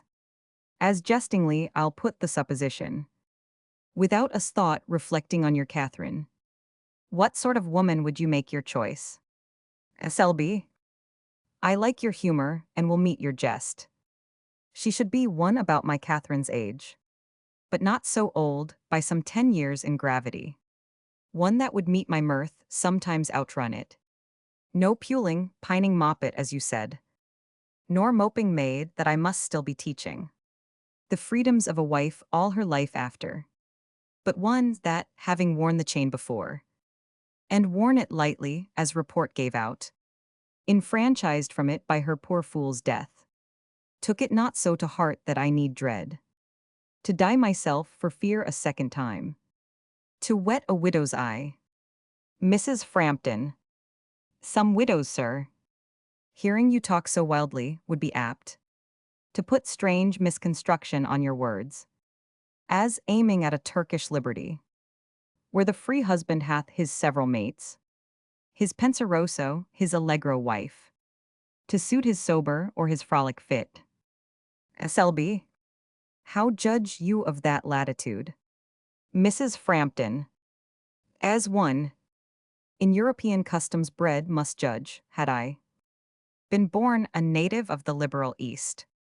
I might have thought as they do, yet I knew a married man that took a second wife, and the man's circumstances duly weighed, with all their bearings, the considerate world, nor much approved, nor much condemned the deed. SLB, you move my wonder strangely, pray proceed. Mrs. Frampton, an eye of wanton liking he had placed upon a widow who liked him again, but stood on terms of honorable love, and scrupled wronging his most virtuous wife, when to their ears a lucky rumor ran, that this demure and saintly-seeming wife had a first husband living with the which, being questioned, she but faintly could deny. A priest indeed there was, some words had passed, but scarce amounting to a marriage rite. Her friend was absent, she supposed him dead, and 7 years parted, both were free to choose. SLB, what did the indignant husband, did he not, with violent handlings, stigmatize the cheek of the deceiving wife who had entailed shame on their innocent babe? Mrs. Frampton, he neither tore his wife's locks nor his own, but wisely weighing his own offense with hers in equal poise, and woman's weakness gainst the strength of man, came to a calm and witty compromise.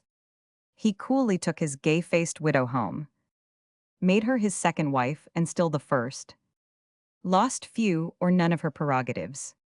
The servants called her mistress still, she kept the keys and had the total ordering of the house affairs, and some slight toys excepted, was all a moderate wife would wish to be. SLB, a tale full of dramatic incident, and if a man should put it in a play, how should he name the parties? Mrs. Frampton, the man's name. Through time I have forgot the widow's too, but his first wife's first name, her maiden one, was not unlike to that your Catherine bore, before she took the honored style of Selby. SLB, a dangerous meaning in your riddle lurks, one not as yet unsolved, that told this strain, and most mysterious drama ends, the name of that first husband. Enter Lucy. Mrs. Frampton, sir, your pardon. The allegory fits your private ear. Some half hour hence, in the garden secret walk, we shall have leisure, exit. SLB, sister, whence come you? Lucy, from your poor Catherine's chamber, where she droops in sad presageful thoughts, and sighs and weeps, and seems to pray by turns. At times she looks as she would pour her secret in my bosom, then starts as I have seen her at the mention of some immodest act. At her request I left her on her knees. SLB, the fittest posture, for great has been her fault to heaven and me. She married me with a first husband living, or not known not to be so, which in the judgment of any but indifferent honesty must be esteemed the same. The shallow widow, caught by my art under a riddling veil, too thin to hide her meaning, hath confessed all. Your coming in broke off the conference, when she was ripe to tell the fatal name that seals my wedded doom. Lucy, was she so forward to pour her hateful meanings in your ear at the first hint? SLB, her newly flattered hopes arrayed themselves at first in forms of doubt, and with a female caution she stood off a while to read the meaning of my suit, which with such honest seeming I enforced, that her cold scruples soon gave way, and now she rests prepared, as mistress or as wife, to seize the place of her betrayed friend. My much offending, but more suffering Catherine. Lucy. Into what labyrinth of fearful shapes my simple project has conducted you.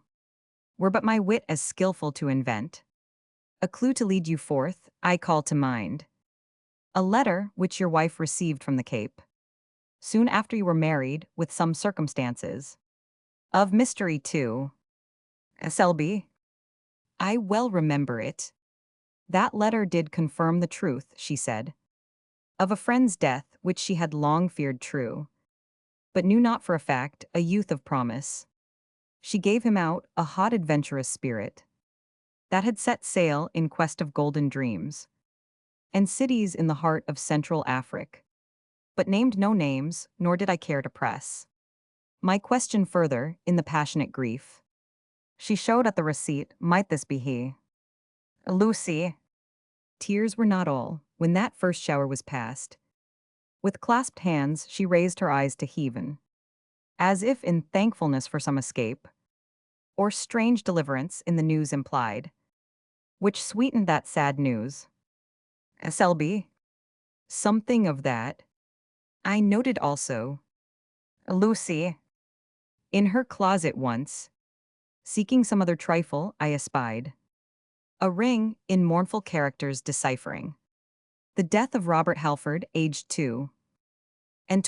Brother, I am not given to the confident use of wagers, which I hold unseemly in a woman's argument, but I am strangely tempted now to risk £1,000 out of my patrimony, and let my future husband look to it, if it be lost, that this immodest widow shall name the name that tallies with that ring.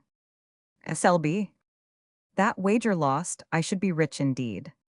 Rich in my rescued Kate, rich in my honor, which now was bankrupt. Sister, I accept your merry wager with an aching heart, for very fear of winning, tease the hour that I should meet my widow in the walk, the south side of the garden, on some pretense, lure forth my wife that way, that she may witness our seeming courtship, keep us still in sight, yourselves unseen, and by some sign I'll give a finger held up or a kerchief waved.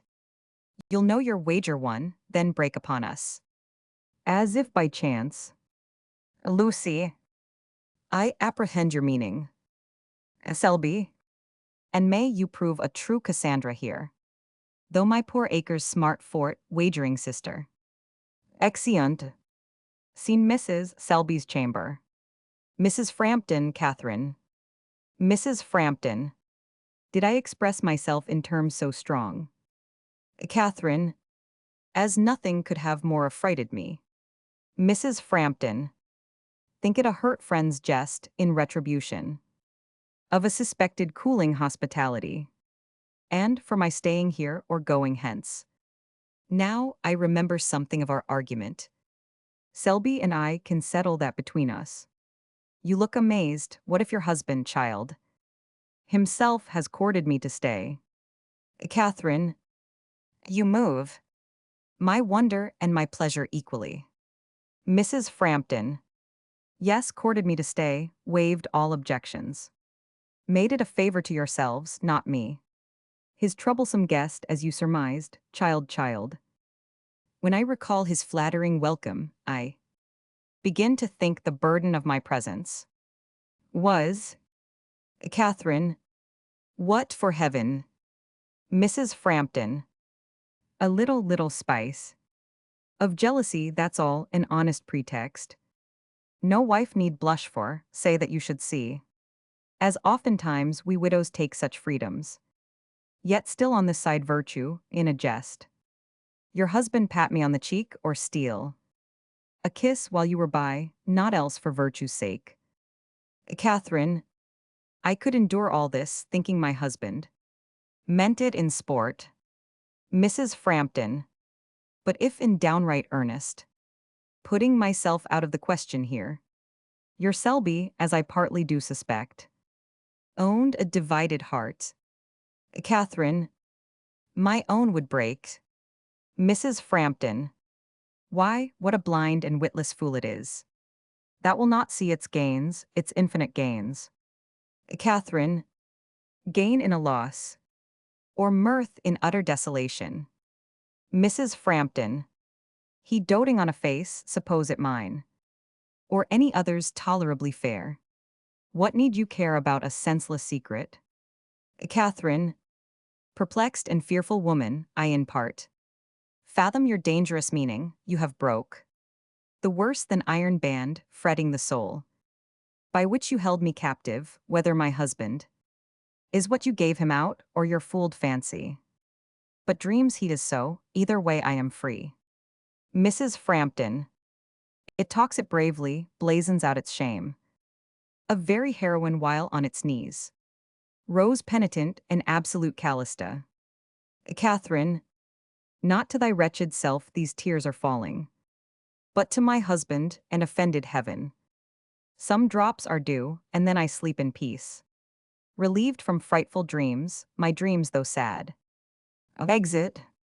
Mrs. Frampton, I have gone too far, who knows but in this mood. She may forestall my story, win on Selby. By a frank confession, and the time draws on. For our appointed meeting, the game's desperate, for which I play a moment's difference. May make it hers or mine, I fly to meet him. Exit. Scene A garden. Mr. Selby, Mrs. Frampton. Selby, I am not so ill a guesser, Mrs. Frampton, not to conjecture that some passages, in your unfinished story, rightly interpreted, glanced at my bosom's piece. You knew my wife, Mrs. Frampton, even from her earliest school days, what of that? Or how is she concerned in my fine riddles, framed for the hour's amusement? Selby, by my hopes, of my new interest conceived in you, and by the honest passion of my heart, which not obliquely I to you did hint, come from the clouds of misty allegory, and in plain language let me hear the worst. Stand I disgraced or no? Mrs. Frampton, then by my hopes, of my new interest conceived in you, and by the kindling passion in my breast, which through my riddles you had almost read, adjured so strongly, I will tell you all.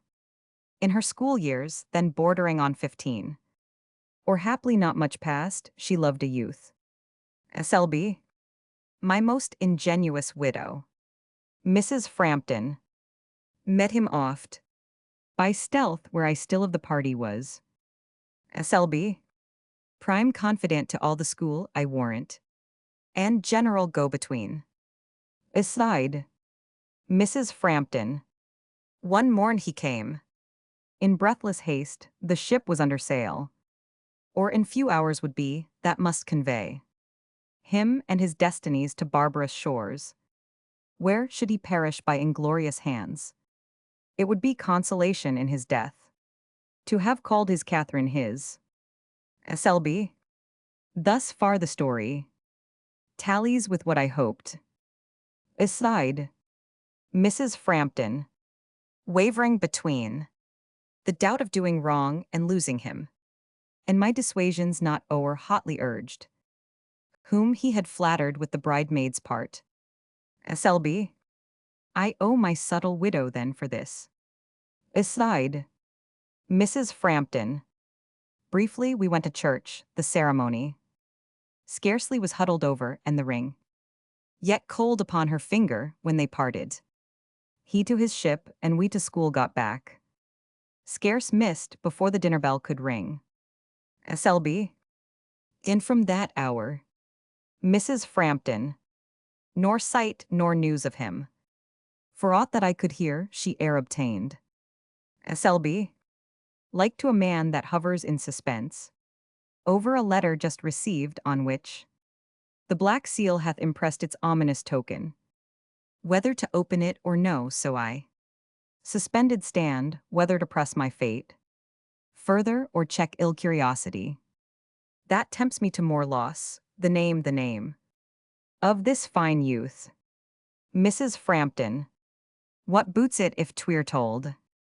Selby, now by our loves, and by my hopes of happier wedlocks some day, to be accomplished, give me his name. Mrs. Frampton. "'Tis no such serious matter, it was Huntingdon." SLB. "How have three little syllables plucked from me a world of countless hopes." Aside. Evasive widow. Mrs. Frampton. "How, sir, I like not this." Aside. SLB. "No, no, I meant nothing but good to thee, that other woman. How shall I call her but evasive, false, and treacherous, by the trust I place in thee? Tell me, and tell me truly, was the name, as you pronounced it." Mrs. Frampton. "Huntingdon, the name, which his paternal grandfather assumed, together with the estates of a remote kinsman but our high-spirited youth." SLB. "Yes." Mrs. Frampton.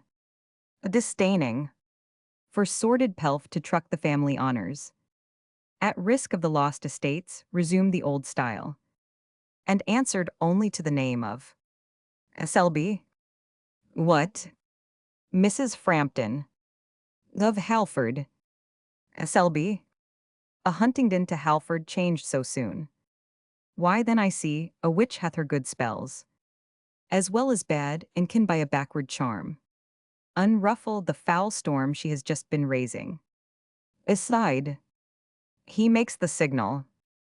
"My frank, fair-spoken widow, let this kiss, which yet aspires no higher, speak my thanks, till I can think on greater." Enter Lucy and Catherine. Mrs. Frampton. Interrupted. SLB. "My sister here, and see wherewith her comes. My serpent gliding in an angel's form, to taint the new-born Eden of our joys. Why should we fear them, will not stir a foot, nor coy it for their pleasures." He courts the widow. Lucy to Catherine. "This your free and sweet ingenuous confession binds me forever to you, and it shall go hard, but it shall fetch you back your husband's heart. That now seems blindly straying, or at worst, in me you have still a sister. Some wives, brother, would think it strange to catch their husbands thus, alone with a trim widow, but your Catherine is armed, I think, with patience." Catherine. "I am fortified with knowledge of self-faults to endure worse wrongs. If they be wrongs, then he can lay upon me, even to look on and see him sue in earnest, as now I think he does it but in seeming, to that ill woman." SLB. "Good words, gentle Kate, and not a thought irreverent of our widow. Why, 'twere unmannerly at any time, but most uncourteous on our wedding day, when we should show most hospitable, some wine. Wine is brought. I am for sports, and now I do remember the old Egyptians at their banquets placed a charnel sight of dead men's skulls before them, with images of cold mortality, to temper their fierce joys when they grew rampant. I like the custom well, and ere we crown with freer mirth the day, I shall propose, in calmest recollection of our spirits, we drink the solemn memory of the dead." Mrs. Frampton. "Or the supposed dead." Aside to him. SLB. "Pledge me, good wife." She fills. "Nay, higher yet, till the brimmed cup swell o'er." Catherine. "I catch the awful import of your words, and, though I could accuse you of unkindness, yet as your lawful and obedient wife, while that name lasts, as I perceive it fading, nor I much longer may have leave to use it, I calmly take the office you impose, and on my knees, imploring their forgiveness, whom I in heaven or earth may have offended, exempt from starting tears and woman's weakness, I pledge you, sir, the memory of the dead." She drinks kneeling. SLB. "'Tis gently and discreetly said, and like my former loving Kate." Mrs. Frampton. "Does he relent?" Aside. SLB. "That ceremony past, we give the day to unabated sport and in requital of certain stories and quaint allegories, which my rare widow hath been telling to me, to raise my morning mirth if she will lend. Her patient hearing I will here recite, a parable and the more to suit her taste. The scene is laid in the east. Mrs. Frampton, I long to hear it, some tale to fit his wife.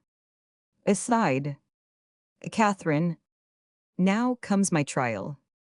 Lucy, the hour of your deliverance is at hand.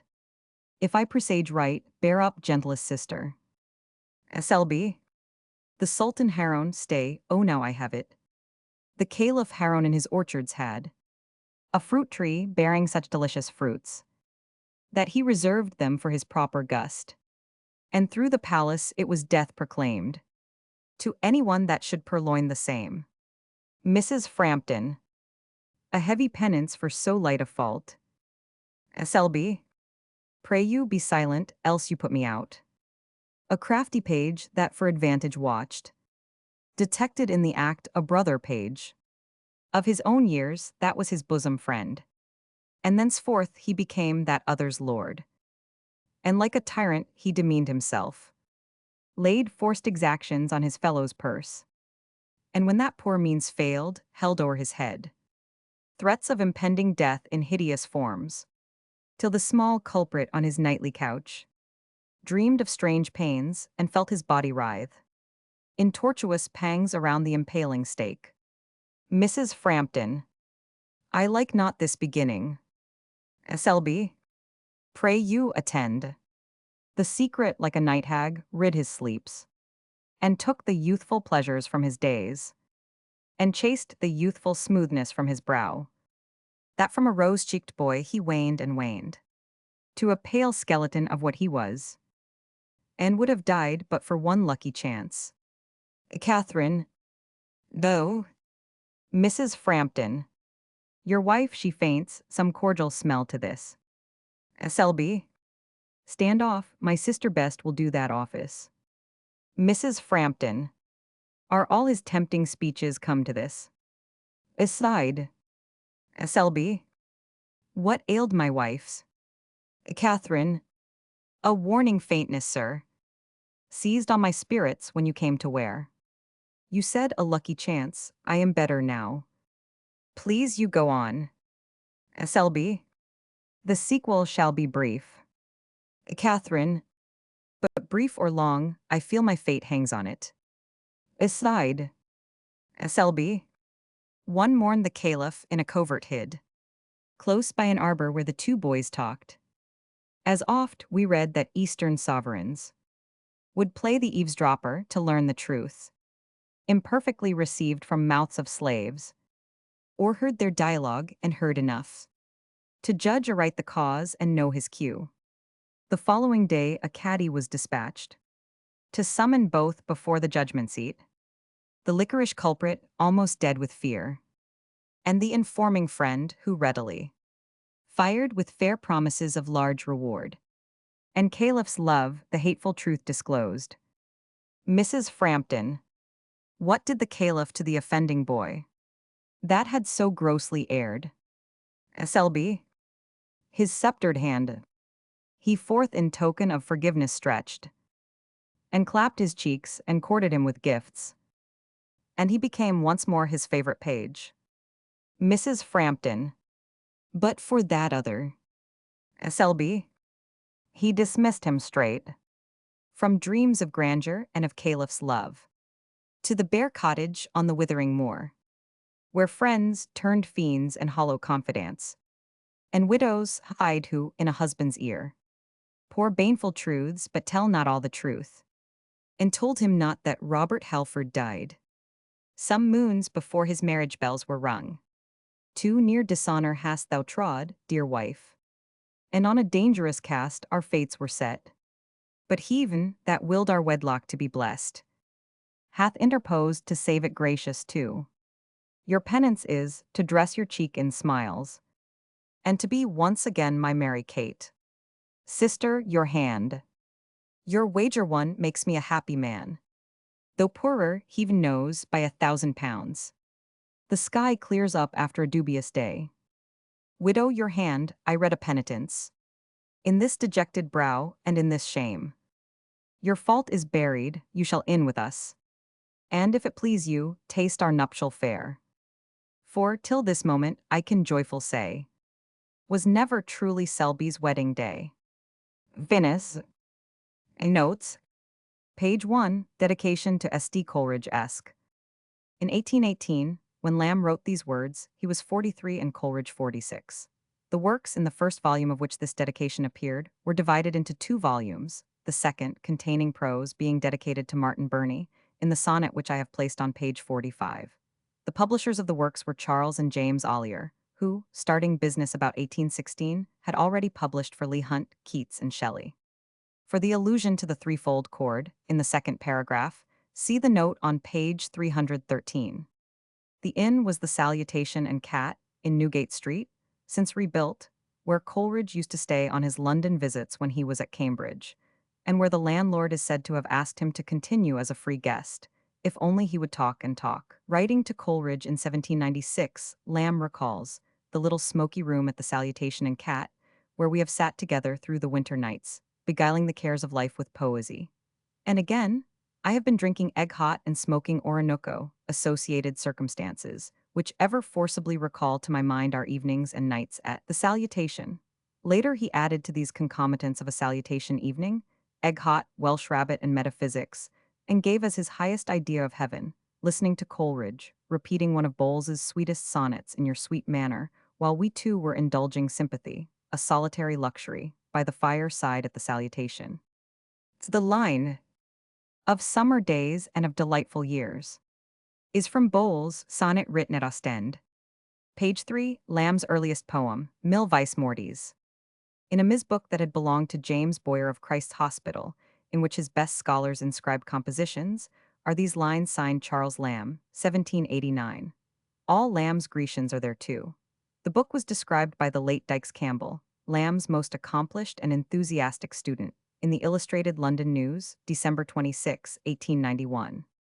Page 4, Poems in Coleridge's Poems on Various Subjects, 1796. This book was published by Cottle, of Bristol, in 1796. Lamb contributed 4 poems, which were thus referred to by Coleridge in the preface. The effusions signed CL were written by Mr. Charles Lamb, of the India House. Independently of the signature, their superior merit would have sufficiently distinguished them. Lamb reprinted the first only once, in 1797, in the second edition of Coleridge's poems, the remaining 3 again in his works in 1818. I have followed in the body of this volume the text of these later appearances, the original form of the sonnets being relegated to the notes. Page 4, as when a child on some long winter's night. Some mystery attaches to the authorship of this sonnet. On December 1, 1794, Coleridge wrote to the editor of the Morning Chronicle saying that he proposed to send a series of sonnets, as it is the fashion to call them, addressed to eminent contemporaries, and he enclosed one to Mr. Erskine. The editor, with almost Chinese politeness, inserted beneath the sonnet this note. Our elegant correspondent will highly gratify every reader of taste by the continuance of his exquisitely beautiful productions.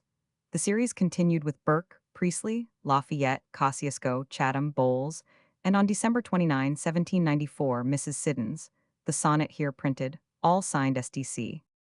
But the next appearance of the sonnet was as an effusion by Lamb in Coleridge's Poems on Various Subjects, 1796, signed CL, and its next in the poems, 1797, among Lamb's contributions. In 1803, however, we find it in Coleridge's Poems, 3rd edition, with no reference to Lamb whatever. This probably means that Lamb and Coleridge had written it together, that Coleridge's original share had been the greater, and that Lamb and he had come to an arrangement by which Coleridge was to be considered the sole author. For Lamb did not reprint it in 1818 with his other early verse. Writing in 1796 to Coleridge concerning his treatment of other of Lamb's sonnets, Lamb says, that to Mrs. Siddons, now, you were welcome to improve if it had been worth it. But I say unto you again, Coleridge, spare my ewe lambs. Such a distinction drawn between the sonnet to Mrs. Siddons and the others supports the belief that Lamb had not for it a deeply parental feeling. This was not the only occasion on which Lamb and Coleridge wrote a sonnet in partnership. Writing to Southey in December 1794, Coleridge says, of the following sonnet, the 4 last lines were written by Lamb, a man of uncommon genius. Sonnet O gentle look that didst my soul beguile. Why hast thou left me, still in some fond dream? Revisit my sad heart, auspicious smile. As falls on closing flowers the lunar beam. What time in sickly mood, at parting day, I lay me down and think of happier years, of joys that glimmered in hope's twilight ray, then left me darkling in a veil of tears. O pleasant days of hope forever flown! Could I recall one, but that thought is vain. Availeth not persuasion's sweetest tone, to lure the fleet-winged travelers back again. Anon they haste to everlasting night, nor can a giant's arm arrest them in their flight. Subsequently, Coleridge rewrote the final couplet. Lamb printed the sonnet to Mrs. Siddons twice, in 1796 and 1797. Page 4, was it some sweet device of fairy? This sonnet passed through various vicissitudes. Lamb had sent it to Coleridge for his poems on various subjects in 1796, and Coleridge proceeded to remodel it more in accordance with his own views. The following version, representing his modifications, was the one that found its way into print as Lamb's. Was it some sweet device of fairyland that mocked my steps with many a lonely glade, and fancied wanderings with a fair-haired maid? Have these things been, or did the wizard wand of Merlin wave, impregning vacant air, and kindle up the vision of a smile in those blue eyes that seemed to speak the while such tender things as might enforce despair to drop the mirthring knife and let go by his fell resolve? Ah me, the lonely glade still courts the footsteps of the fair-haired maid, among whose locks the west winds love to sigh. But I forlorn do wander, reckless where, and mid my wanderings find no Anna there. CL. The present sonnet belongs to the series of 4 love sonnets which is completed by the one that follows, Methinks how dainty sweet it were, and those on page 8 beginning, When last I roved, and a timid grace. Anna is believed to have been Anne Simmons, who lived at Blenheim's, a group of cottages near Blakesware, the house where Mrs. Field, Lamb's grandmother, was housekeeper. Mrs. Field died in 1792, after which time Lamb's long visits to that part of the country probably ceased. He was then 17. Nothing is known of Lamb's attachment beyond these sonnets. The fact that when he lost his reason for a short time in 1795-1796, he attributed the cause to some person unmentioned who is conjectured to have been Anna, and the occasional references in the Ella essays to Alice W., and to his old passion for her dream children in particular, in Vol. Roman II, the death of Mrs. Lamb in September 1796, and the duty of caring for and nursing his sister Mary, which then devolved upon Charles, put an end to any dreams of private happiness that he may have been indulging, and his little romance was over. How deep his passion was we are not likely ever to know, but Lamb thenceforward made very light of it, except in the pensive recollections in the essays 25 years later. In November 1796, when sending Coleridge poems for his second edition, he says, "Do not entitle any of my things love sonnets, as I told you to call 'em. 'Twill only make me look little in my own eyes, for it is a passion of which I retain nothing. Thank God, the folly has left me forever. Not even a review of my love verses renews one wayward wish in me." Again, in November 1796, in another letter to Coleridge about his poems in the 1797 edition, Lamb says, "Oh, my friend, I think sometimes could I recall the days that are past, which among them should I choose? Not those merrier days, not the pleasant days of hope, not those wanderings with a fair-haired maid, which I have so often and so feelingly regretted, but the days, Coleridge, of a mother's fondness for her schoolboy." Lamb printed this sonnet 3 times, in 1796, 1797, and 1818. Page 5, Methinks how dainty sweet it were, reclined. When this sonnet was printed by Coleridge in 1796, the sestet was made to run thus. But ah, sweet scenes of fancied bliss, adieu. On rose-leaf beds amid your fairy bowers, I all too long have lost the dreamy hours. Beseems it now the sterner muse to woo, if haply she her golden meed impart, to realize the vision of the heart. Lamb remonstrated, "I had rather have seen what I wrote myself, though they bear no comparison with your exquisite lines. On rose-leafed beds, amid your fairy bowers, etc. I love my sonnets because they are the reflected images of my own feelings at different times." This sonnet was printed by Lamb 3 times, in 1796, 1797, and 1798. Page 5. Oh, I could laugh to hear the midnight wind. This sonnet, written probably at Margate, was entitled in 1796, Written at Midnight by the Seaside After a Voyage.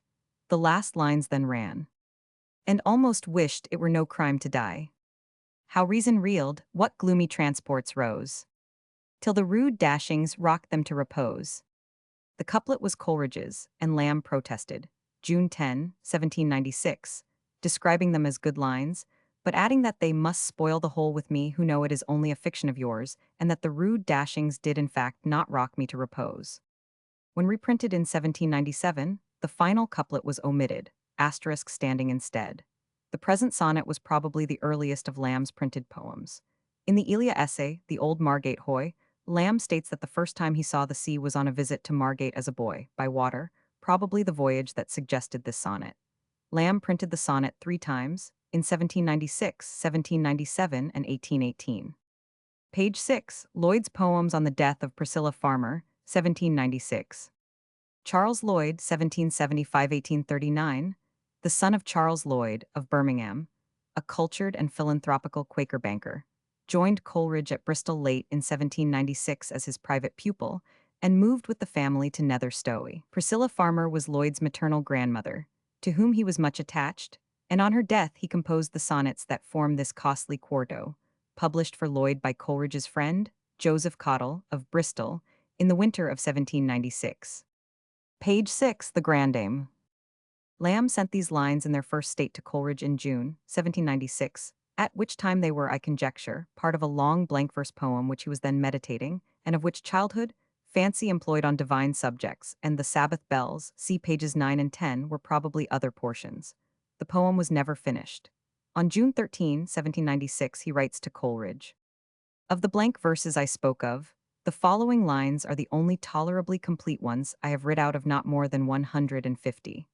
That I get on slowly, you may fairly impute to want of practice in composition, when I declare to you that, the few verses which you have seen accepted, I have not writ 50 lines since I left school. It may not be amiss to remark that my grandmother, on whom the verses are written, lived housekeeper in a family, the 50 or 60 last years of her life, that she was a woman of exemplary piety and goodness, and for many years before her death was terribly afflicted with a cancer in her breast, which she bore with true Christian patience. You may think that I have not kept enough apart the ideas of her heavenly and her earthly master.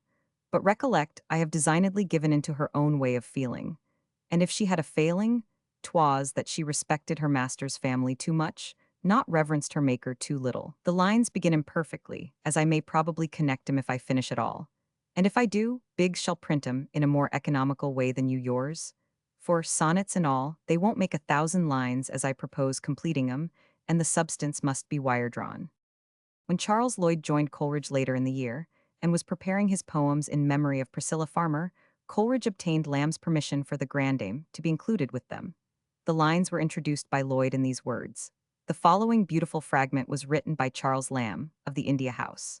Its subject being the same with that of my poems, I was solicitous to have it printed with them, and I am indebted to a friend of the author's for the permission. The poem differed then very slightly from its present form. When the book was sent to Lamb, he remarked in December 1796 on the odd coincidence of two young men, in one age, caroling their grandmothers. I cannot but smile to see my granny so gaily decked forth. The book was expensively produced by Lloyd, though.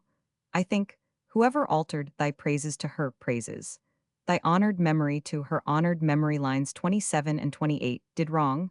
They best expressed my feelings. There is a pensive state of recollection, in which the mind is disposed to apostrophize the departed objects of its attachment, and, breaking loose from grammatical precision, changes from the first to the third, and from the third to the first person, just as the random fancy or feeling directs. Mrs. Mary Field Nee Bruton, Lamb's maternal grandmother, was housekeeper at Blakesware House, near Widford, the seat of the Plumer family for very many years, during the latter part of her life being left in sole charge, for William Plumer had moved to his other seat, Gilston, a few miles distant. See Blakesmoor in H. Shire, and notes Vol. Roman 2. Lamb and his brother and sister visited their grandmother at Blakesware as though in her own house. Mrs. Field died of cancer in the breast, July 31, 1792, aged 79, and was buried in Widford churchyard. Approached from the east, the churchyard seems to be anything but on the hilltop, for one descends to it. But it stands on a ridge and seen from the north, or, as at the old Blakesware house from the west, it appears to crown an eminence. The present spire, though slender and tapering, is not that which Lamb used to see. Mrs. Field's plain stone, whose legibility was not long since threatened by overhanging branches, has now been saved from danger and may still be read. It merely records the name, Mary Failed, a mistake of the stonecutter and the bare dates. This poem was printed by Lamb 3 times, in 1796 in Lloyd's book, in 1797 with Coleridge, and in 1818. Page 8, Coleridge's Poems, 1797. Coleridge's Poems on Various Subjects, 1796, went into a second edition in 1797 under the title Poems by S.D. Coleridge, second edition, to which are now added poems by Charles Lamb and Charles Lloyd. Coleridge invented a motto from Griscalius for the title page, bearing upon this poetical partnership: Duplex nobis vinculum, et amicitia et similium junctarum camonarum, quod utinam nec mors solvet, nec temporis longinquitas. Double is the bond which binds us, friendship, and a kindred taste in poetry. Would that neither death nor lapse of time could dissolve it. Lamb's contributions were thus referred to by Coleridge in the preface. There were inserted in my former edition a few sonnets of my friend and old schoolfellow, Charles Lamb. He has now communicated to me a complete collection of all his poems, qui non prorsus amit, illum omnes et virtuts et veners odora, which things, whoever is not unreservedly in love with, is detested by all the virtues and the graces. Lamb's poems came last in the book, an arrangement insisted upon in a letter from him to Coleridge in November 1796. Do you publish with Lloyd or without him? In either case, my little portion may come last, and after the fashion of orders to a country correspondent, I will give directions how I should like to have 'em done. The title page to stand thus: Poems by Charles Lamb of the India House. Under this leaf the following motto, which for want of room I put over leaf, I desire you to insert, whether you like it or no.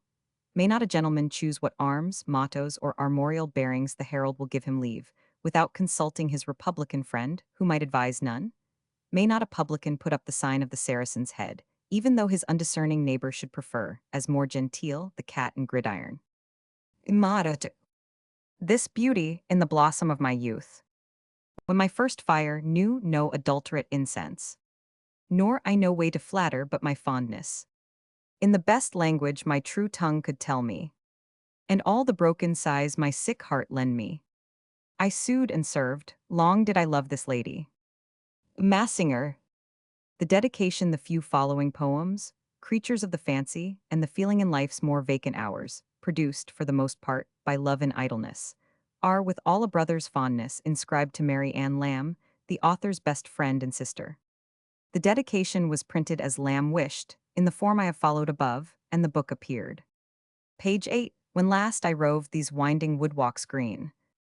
This was sent to Coleridge on June 1, 1796, in a letter containing also the sonnets, The Lord of Life, page 16, A Timid Grace, page 8, and We Were Two Pretty Babes, page 9. It was written, said Lamb, on revisiting a spot where the scene was laid of my first sonnet. Was it some sweet device, page 4. Lamb printed this sonnet twice, in 1797 and 1818, page 8. A timid grace sits trembling in her eye. This, the last of the 4 love sonnets, see note on page 310, seems to be a survival of a discarded effort, for Lamb tells Coleridge, in the letter referred to in the preceding note, that it retains a few lines from a sonnet of mine, which you once remarked had no body of thought in it. Lamb printed this sonnet twice, in 1797 and 1818. Page 9, If from my lips some angry accents fell. Lamb sent this sonnet, which is addressed to his sister, to Coleridge in May, 1796. The sonnet I send you has small merit as poetry, but you will be curious to read it when I tell you it was written in my prison house and asylum in one of my lucid intervals. It is dated 1795 in Coleridge's poems. Lamb printed the sonnet twice, in 1797 and 1818. Page 9, We Were Two Pretty Babes, the youngest she. First printed in the Monthly Magazine, July, 1796. The next and last wrote Lamb in the letter to Coleridge referred to in the notes on page 310, I value most of all. 'Twas composed close upon the heels of the last, A Timid Grace, page 8. In that very wood I had in mind when I wrote Methinks How Dainty Sweet, page 5. It is dated 1795 in Coleridge's poems. In the same letter, Lamb adds, "Since writing it, I have found in a poem by Hamilton of Bangor, William Hamilton, 1704-1754, the Scotch poet of Bangor, Linlithgowshire, these two lines to happiness. None sober and devout, where art thou fled? To hide in shades thy meek contented head." Lines eminently beautiful, but I do not remember having read 'em previously, for the credit of my 10th and 11th lines. Parnell Thomas Parnell, 1679-1718 has two lines, which probably suggested the above to contentment. "Whither, ah, whither art thou fled? To hide thy meek contented head." Cowley's exquisite elegy on the death of his friend, Harvey suggested the phrase of "we two." "Was there a tree about that did not know the love betwixt us two?" When Coleridge printed the sonnet in the pamphlet described on page 310, he appended to the 11th line the following note: "Innocence, which, while we possess it, is playful as a babe, becomes awful when it has departed from us." This is the sentiment of the line, a fine sentiment and nobly expressed. Lamb printed this sonnet twice, in 1797 and 1818. Page 9, Childhood. See note to the Grandame, page 312. The turf-clad slope in line 4 was probably at Blakesware. It is difficult to recreate the scene, for the new house stands a quarter of a mile west of the old one, the site of which is hidden by grass and trees. Where once were gardens is now meadow land. Lamb printed this poem twice, in 1797 and 1818. Page 10, The Sabbath Bells. Lamb printed this poem twice, in 1797 and 1818. Church bells seem always to have had charms for him. See the reference in John Woodville, page 197, and in Susan Yates' story in Mrs. Lester's School in Vol, Roman 3. See note to the Grandame. Page 10, Fancy employed on divine subjects. In the letter of December 5, 1796, quoted below, Lamb remarks concerning this poem, "I beg you to alter the words pain and want to pain and grief." Line 10, this last being a more familiar and ear-satisfying combination. "Do it, I beg of you." But the alteration either was not made or was cancelled later. The reference in lines 6, 7, and 8 is to Revelation Roman 22, 1-2, see note to the Grandame. Lamb printed this poem twice, in 1797 and 1818. Page 11, The Tomb of Douglas. The play on which this poem was founded was The Tragedy of Douglas by John Home, 1722-1808, produced in 1756. Young Norval, or Douglas, the hero, after killing the false Glenalvon, is slain by his stepfather, Lord Randolph, unknowing who he is. On hearing of Norval's death, his mother, Lady Randolph, throws herself from a precipice. In the letter to Coleridge of December 5, 1796, quoted above, Lamb also copied out The Tomb of Douglas, prefixing these remarks, "I would also wish to retain the following, if only to perpetuate the memory of so exquisite a pleasure, as I have often received at the performance of the Tragedy of Douglas, when Mrs. Siddons has been the Lady Randolph." To understand the following, if you are not acquainted with the play, you should know that, on the death of Douglas, his mother threw herself down a rock, and that at that time Scotland was busy in repelling the Danes. Coleridge told Southey that Lamb, during his derangement, at the end of 1795, and beginning of 1796, believed himself at one time to be young Norval. Lamb printed this poem, which differs curiously in character from all his other poetical works, only once in 1797. Page 12, to Charles Lloyd. Lamb copied these lines in a letter to Coleridge on January 18, 1797, remarking, "You have learned by this time, with surprise, no doubt, that Lloyd is with me in town. The emotions I felt on his coming so unlooked for are not ill expressed in what follows, and what if you do not object to them as too personal, and to the world obscure, or otherwise wanting in worth, I should wish to make a part of our little volume." Page 13, A Vision of Repentance. Writing to Coleridge on June 13, 1797, Lamb says of this Spenserian exercise, "You speak slightingly. Surely the longer stanzas were pretty tolerable, at least there was one good line in it, line 5. Thick-shaded trees, with dark green leaf rich clad." To adopt your own expression, I call this a rich line, a fine full line, and some others I thought even beautiful. Lamb printed the poem twice, in 1797 and 1818. Page 16. Poems written in the years 1795-1798 and not reprinted by Lamb. Page 16. Sonnet, The Lord of Life shakes off his drowsed. The Monthly Magazine, December 1797, signed Charles Lamb.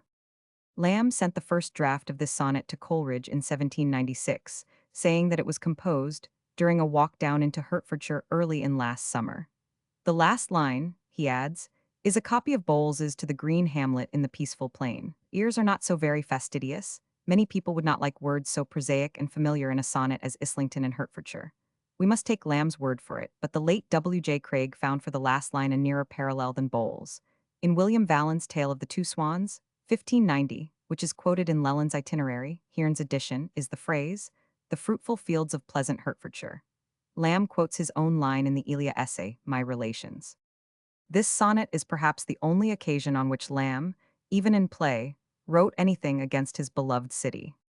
It may be noted here that this was Lamb's last contribution to the monthly magazine, which had printed in the preceding number, November 1797, Coleridge's satirical sonnets, signed Nehemiah Higginbottom, in which Lamb and Lloyd were ridiculed, and which had perhaps some bearing on the coolness that for a while was to subsist between Coleridge and Lamb. See Charles Lamb and the Lloyds, 1898, pages 44-47. Page 16, to the poet Cowper. The Monthly Magazine, December 1796, signed C. Lamb.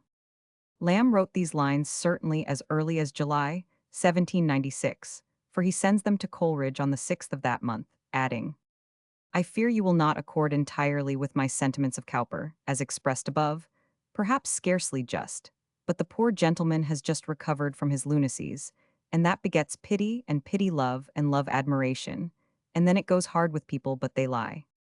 Lamb admired Cowper greatly in those days, particularly his Crazy Kate, Task, Book I 534-556.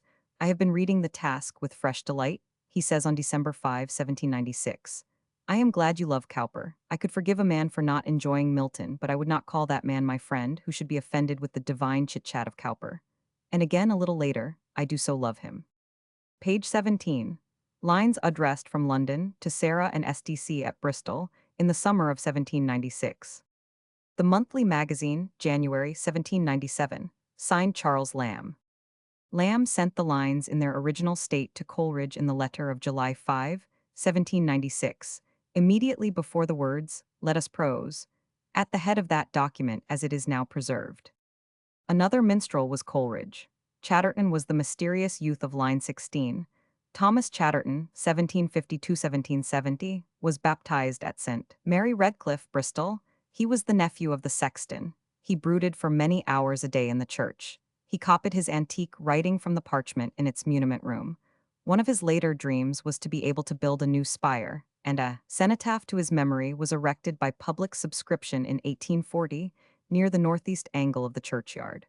Chatterton went to London on April 24, 1770, aged 17 and a half, and died there by his own hand on August 25 of the same year. The poem originated in an invitation to Lamb from the Coleridges at Bristol, which he hoped to be able to accept, but to his request for the necessary holiday from the India House came refusal. Lamb went to Nether Stowey, however, in the following summer and met Wordsworth there. Lamb at one time wished these lines to be included among his poems in the second edition of Coleridge's Poems, 1797. Writing on January 18, 1797, Lamb says, I shall be sorry if that volume comes out, as it necessarily must do, unless you print those very schoolboyish verses I sent you on not getting leave to come down to Bristol last summer. At the end of the letter he adds, Yet I should feel ashamed that to you I wrote nothing better, but they are too personal, almost trifling and obscure withal. Page 18, Sonnet to a Friend. The Monthly Magazine, October 1797, signed Charles Lamb. Writing to Coleridge again, a week later concerning the present poem. Lamb said, I am aware of the unpoetical cast of the 6 last lines of my last sonnet, and think myself unwarranted in smuggling so tame a thing into the book. Only the sentiments of those 6 lines are thoroughly congenial to me in my state of mind, and I wish to accumulate perpetuating tokens of my affection to poor Mary. It has to be borne in mind that only 3 months had elapsed since the death of Mrs. Lamb, and Mary was still in confinement. Page 18, to a young lady, signed C.L. Monthly Magazine, March 1797, afterwards copied into the Poetical Register for 1803, signed C.L. in both cases. We know these to be lambs from a letter to Coleridge of December 5, 1796. The identity of the young lady is not now known. Page 19, Living Without God in the World. The annual anthology, Vol. I, 1799.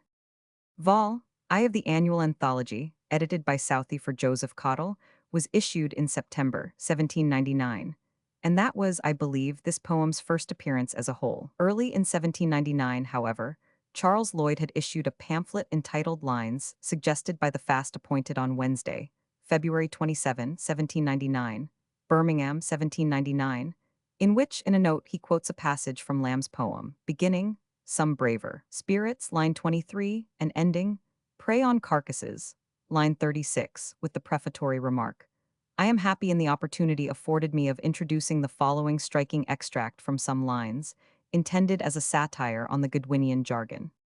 Writing to Southey concerning this poem, Lamb says, I can have no objection to you printing, Mystery of God afterwards called Living Without God in the World with my name, and all due acknowledgments for the honor and favor of the communication. Indeed, 'tis a poem that can dishonor no name. Now, that is in the true strain of modern Modesto Vanitas. Page 21. Blank Verse by Charles Lloyd and Charles Lamb, 1798. Charles Lloyd left Coleridge early in 1797 and was in the winter 1797-1798 living in London, sharing lodgings with James White, Lamb's friend, and the author of Original Letters, etc., of Sir John Falstaff, 1796. It was then that the joint production of this volume was entered upon. Of the 7 poems contributed by Lamb only, The Old Familiar Faces, shorn of one stanza, and the lines, composed at midnight, were reprinted by him, on account, it may be assumed, of his wish not to revive in his sister, who would naturally read all that he published, any painful recollections. Not that she refused in after years to speak of her mother, but Lamb was, I think, sensitive for her, and for himself and the family too. As a matter of fact, the circumstances of Mrs. Lamb's death were known only to a very few of the Lamb's friends until after Charles' death. It must be remembered that when Blank Verse was originally published, in 1798, Mary Lamb was still living apart, nor was it known that she would ever be herself again. It was this little volume which gave Gilray an opportunity for introducing Lamb and Lloyd into his cartoon, The New Morality, published in the first number of the Anti-Jacobin Review and Magazine, which succeeded Canning's Anti-Jacobin, August 1, 1798. Canning's lines, The New Morality, had been published in the Anti-Jacobin on July 9, 1798, containing the couplets, And ye 5 other wandering bards that move in sweet accord of harmony and love. C, D, G, E, and S, T, H, Y, L, D, and L, B, and Co. Tune all your mystic harps to praise Lepox. In the picture, Gilray introduced Coleridge as a donkey offering a volume of dactylics, and Southey as another donkey, flourishing a volume of sapphics.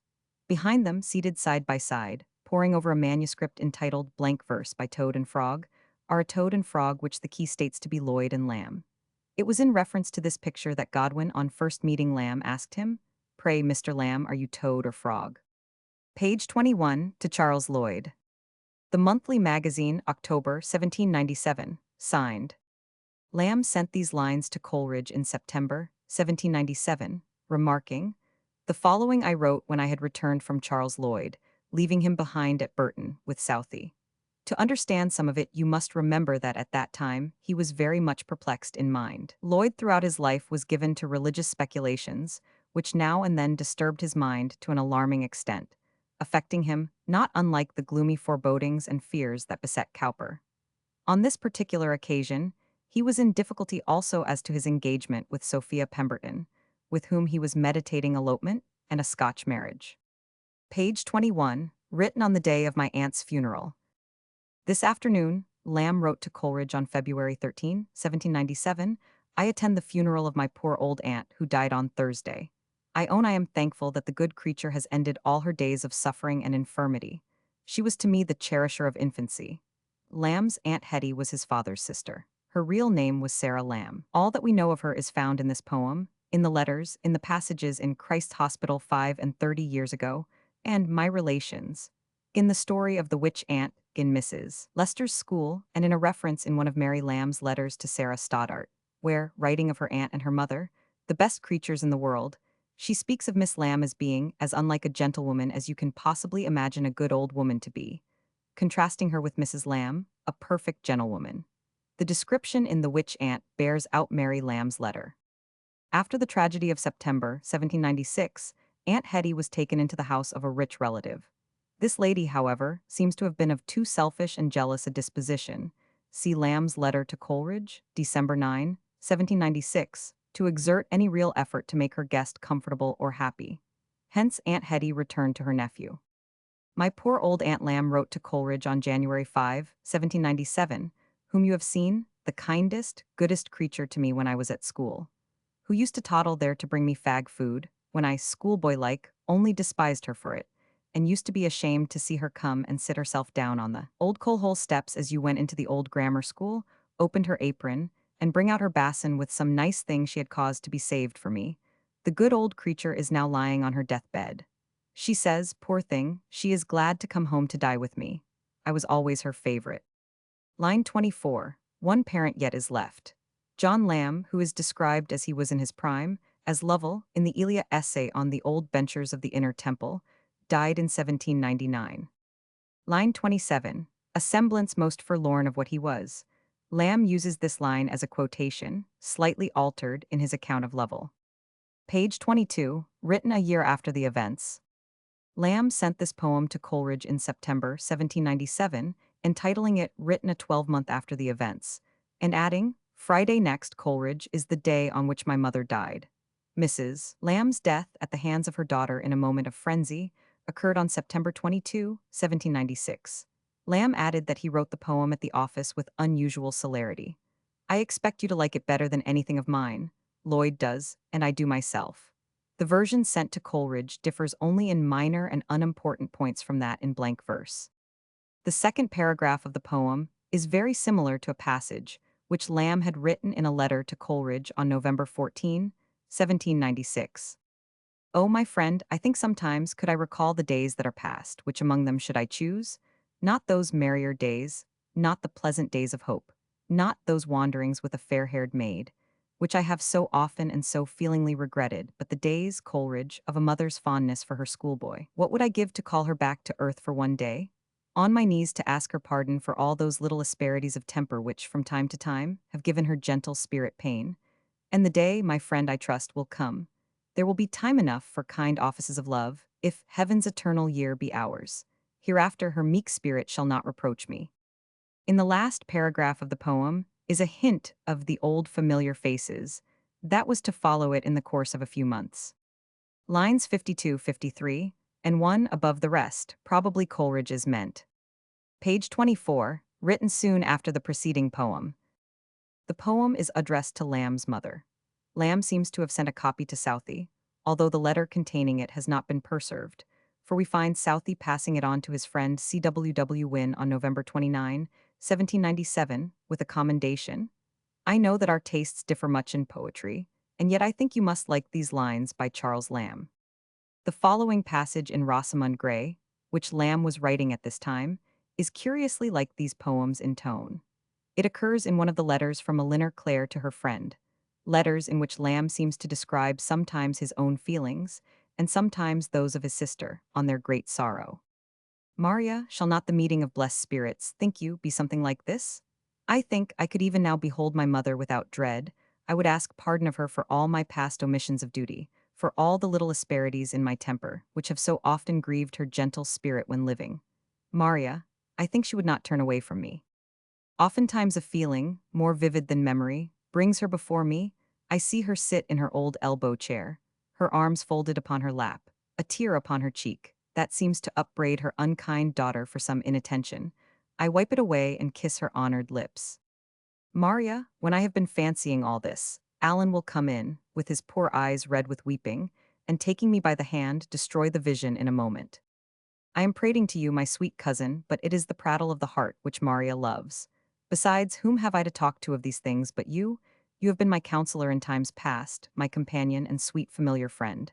Bear with me a little, I mourn the cherishers of my infancy. Page 25, written on Christmas Day, 1797. Mary Lamb, to whom these lines were addressed, after seeming to be on the road to perfect recovery, had suddenly had a relapse necessitating a return to confinement from the lodging in which her brother had placed her. Page 25, The Old Familiar Faces. This, the best known of all Lamb's poems, was written in January 1798, following, it is suggested, upon a fit of resentment against Charles Lloyd. Writing to Coleridge in that month, Lamb tells of that little difference, adding, "But he has forgiven me." Mr. J.A. Rutter, who, through canon anger, enunciated this theory, thinks that Lloyd may be the friend of the fourth stanza, and Coleridge the friend of the sixth. The old, but untenable, supposition was that it was Coleridge whom Lamb had left abruptly. On the other hand, it might possibly have been James White, especially as he was of a resolutely high-spirited disposition. In its 1798 form, the poem began with this stanza. "Where are they gone, the old familiar faces? I had a mother, but she died and left me. Died prematurely in a day of horrors. All are gone, the old familiar faces." And the last stanza began with the word for, and italicized the words. "And some are taken from me." I am inclined to think from this italicization that it was Mary Lamb's new seizure that was the real impulse of the poem. The poem was dated January 1798. Lamb printed it twice, in 1798 and 1818. Page 26, composed at midnight. On the appearance of Lamb's works, 1818, Leigh Hunt printed in the Examiner, February 7 and 8, 1819, the passage beginning with line 32, entitling it "A Hint to the Greater Criminals Who Are So Fond of Declaiming Against the Crimes of the Poor and Uneducated, and in favor of the torments of prisons and prisonships in this world, and worse in the next.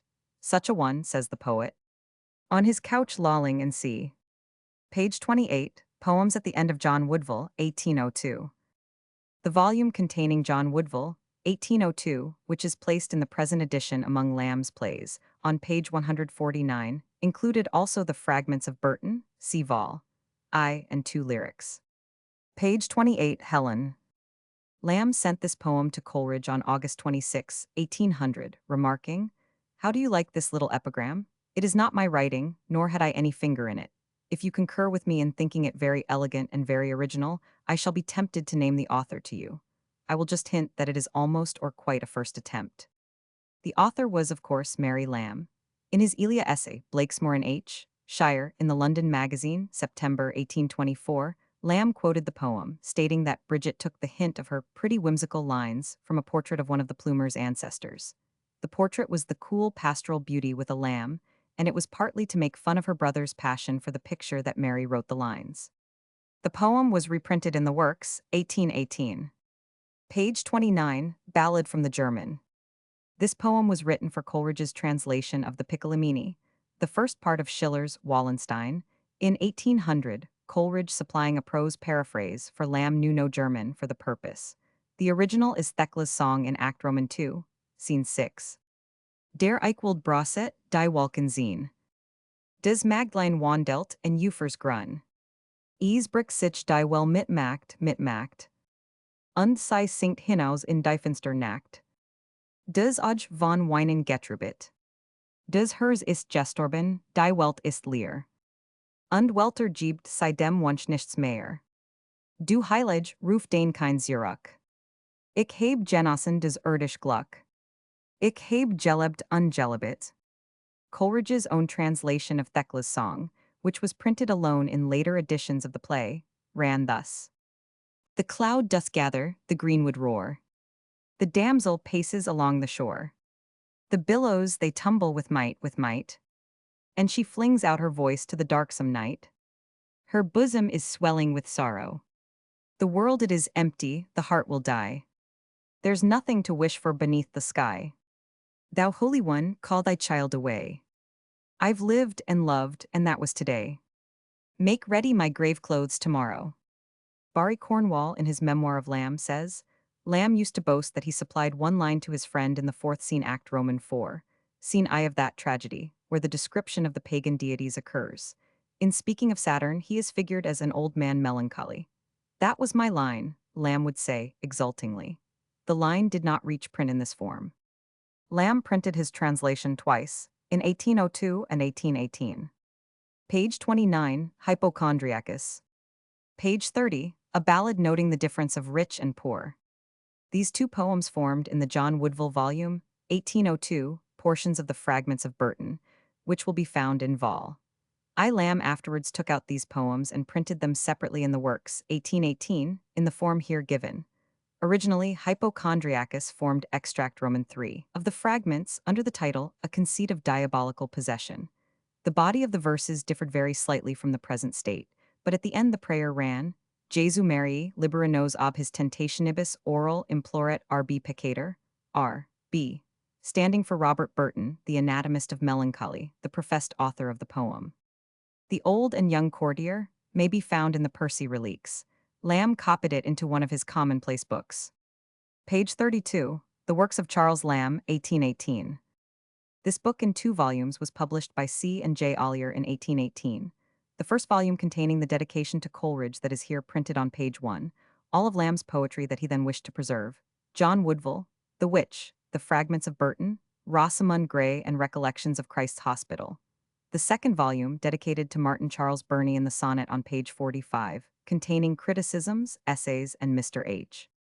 The scheme of the present volume makes it impossible to keep together the poetical portion of Lamb's works.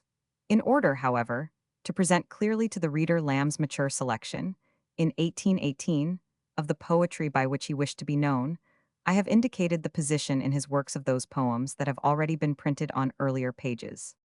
Page 32, Hester. Lamb sent this poem to Manning in March, 1803. I send you some verses I have made on the death of a young Quaker you may have heard me speak of as being in love with for some years while I lived at Pentonville, though I had never spoken to her in my life. She died about a month since. Hester Savory was the daughter of Joseph Savory, a goldsmith in the Strand. She was born in 1777 and was thus by 2 years Lamb's junior. She married in July 1802 Charles Stoke Dudley, a merchant, and she died in February of the following year and was buried at Bunhill Fields. Lamb was living in Pentonville from the end of 1796 until 1799. Page 33, Dialogue Between a Mother and Child, by Mary Lamb. Charles Lamb, writing to Dorothy Wordsworth on June 2, 1804, says, I send you 2 little copies of verses by Mary L. B. Then follow this dialogue and the Lady Blanche verses on page 41. Lamb adds at the end, I wish they may please you, we in these parts are not a little proud of them. Page 34, A Farewell to Tobacco. First printed in the Reflector, number Roman 4, 1811. Lamb had begun to think poetically of tobacco as early as 1803. Writing to Coleridge in April 13 of that year, he says, What do you think of smoking? I want your sober, average, noon opinion of it. I generally am eating my dinner about the time I should determine it. Morning is a girl and can't smoke. She's no evidence one way or the other, and night is so evidently bought over that he can't be a very upright judge. Maybe the truth is that 1 pipe is wholesome, 2 pipes toothsome, 3 pipes noisome, 4 pipes fulsome, 5 pipes quarrelsome, and that's the sum on't. But that is deciding rather upon rhyme than reason. Writing to William and Dorothy Wordsworth on September 28, 1805, Lamb remarked regarding his literary plans, Sometimes I think of a farce, but hitherto all schemes have gone off.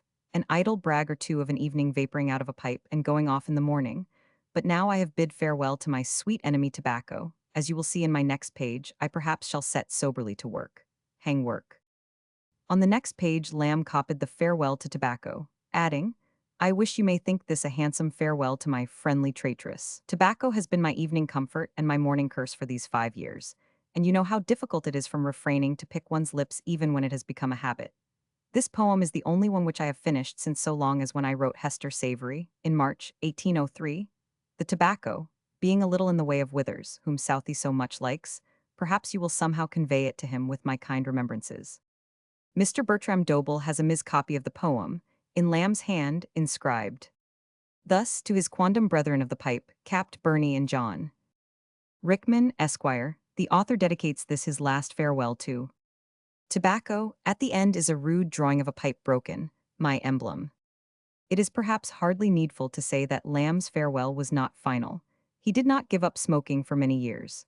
When asked, Talfourd's version of the story says by Dr. Parr how he was able to emit such volumes of smoke, he replied, I toiled after it, sir, as some men toil after virtue.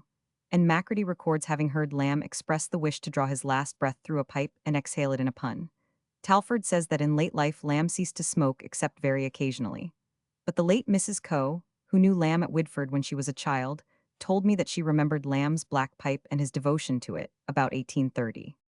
In his character sketch of the late Elia C. Vol, Roman II, written in 1822, Lamb describes the effect of tobacco upon himself.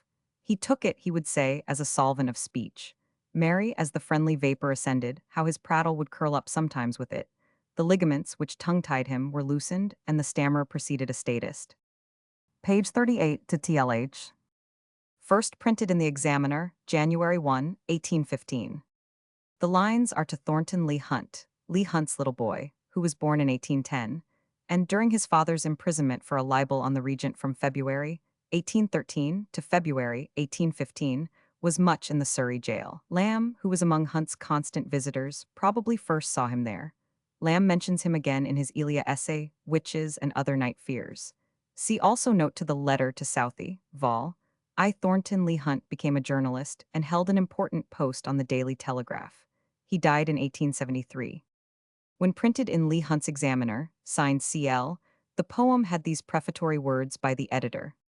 The following piece perhaps we had some personal reasons for not admitting, but we found more for the contrary, and could not resist the pleasure of contemplating together the author and the object of his address, to one of whom the editor is owing for some of the lightest hours of his captivity, and to the other for a main part of its continual solace. Page 41. Lines suggested by a picture of two females by Leonardo da Vinci by Mary Lamb. This was the Lady Blanche poem, which Lamb sent to Dorothy Wordsworth in.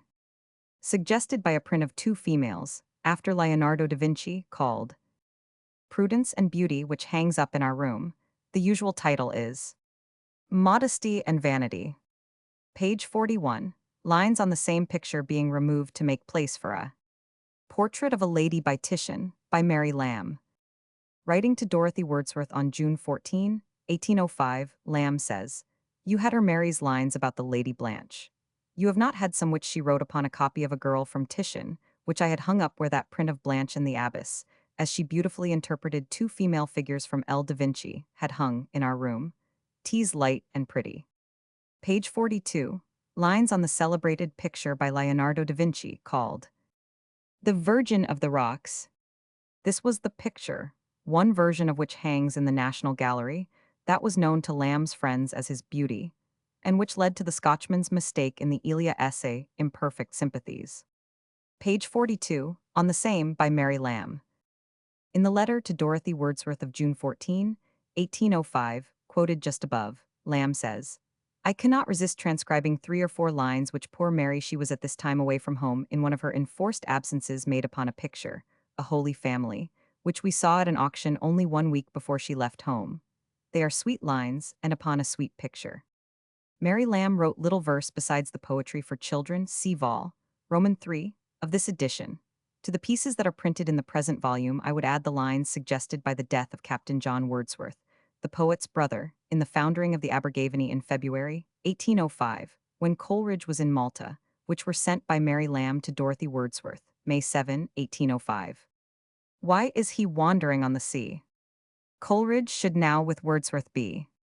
By slow degrees he'd steal away their woe and gently bring a ray. So happily he'd time relief of comfort from their very griefs. He'd tell them that their brother dead, when years have passed o'er their head, will be remembered with such holy, true and perfect melancholy, that ever this lost brother John will be their heart's companion.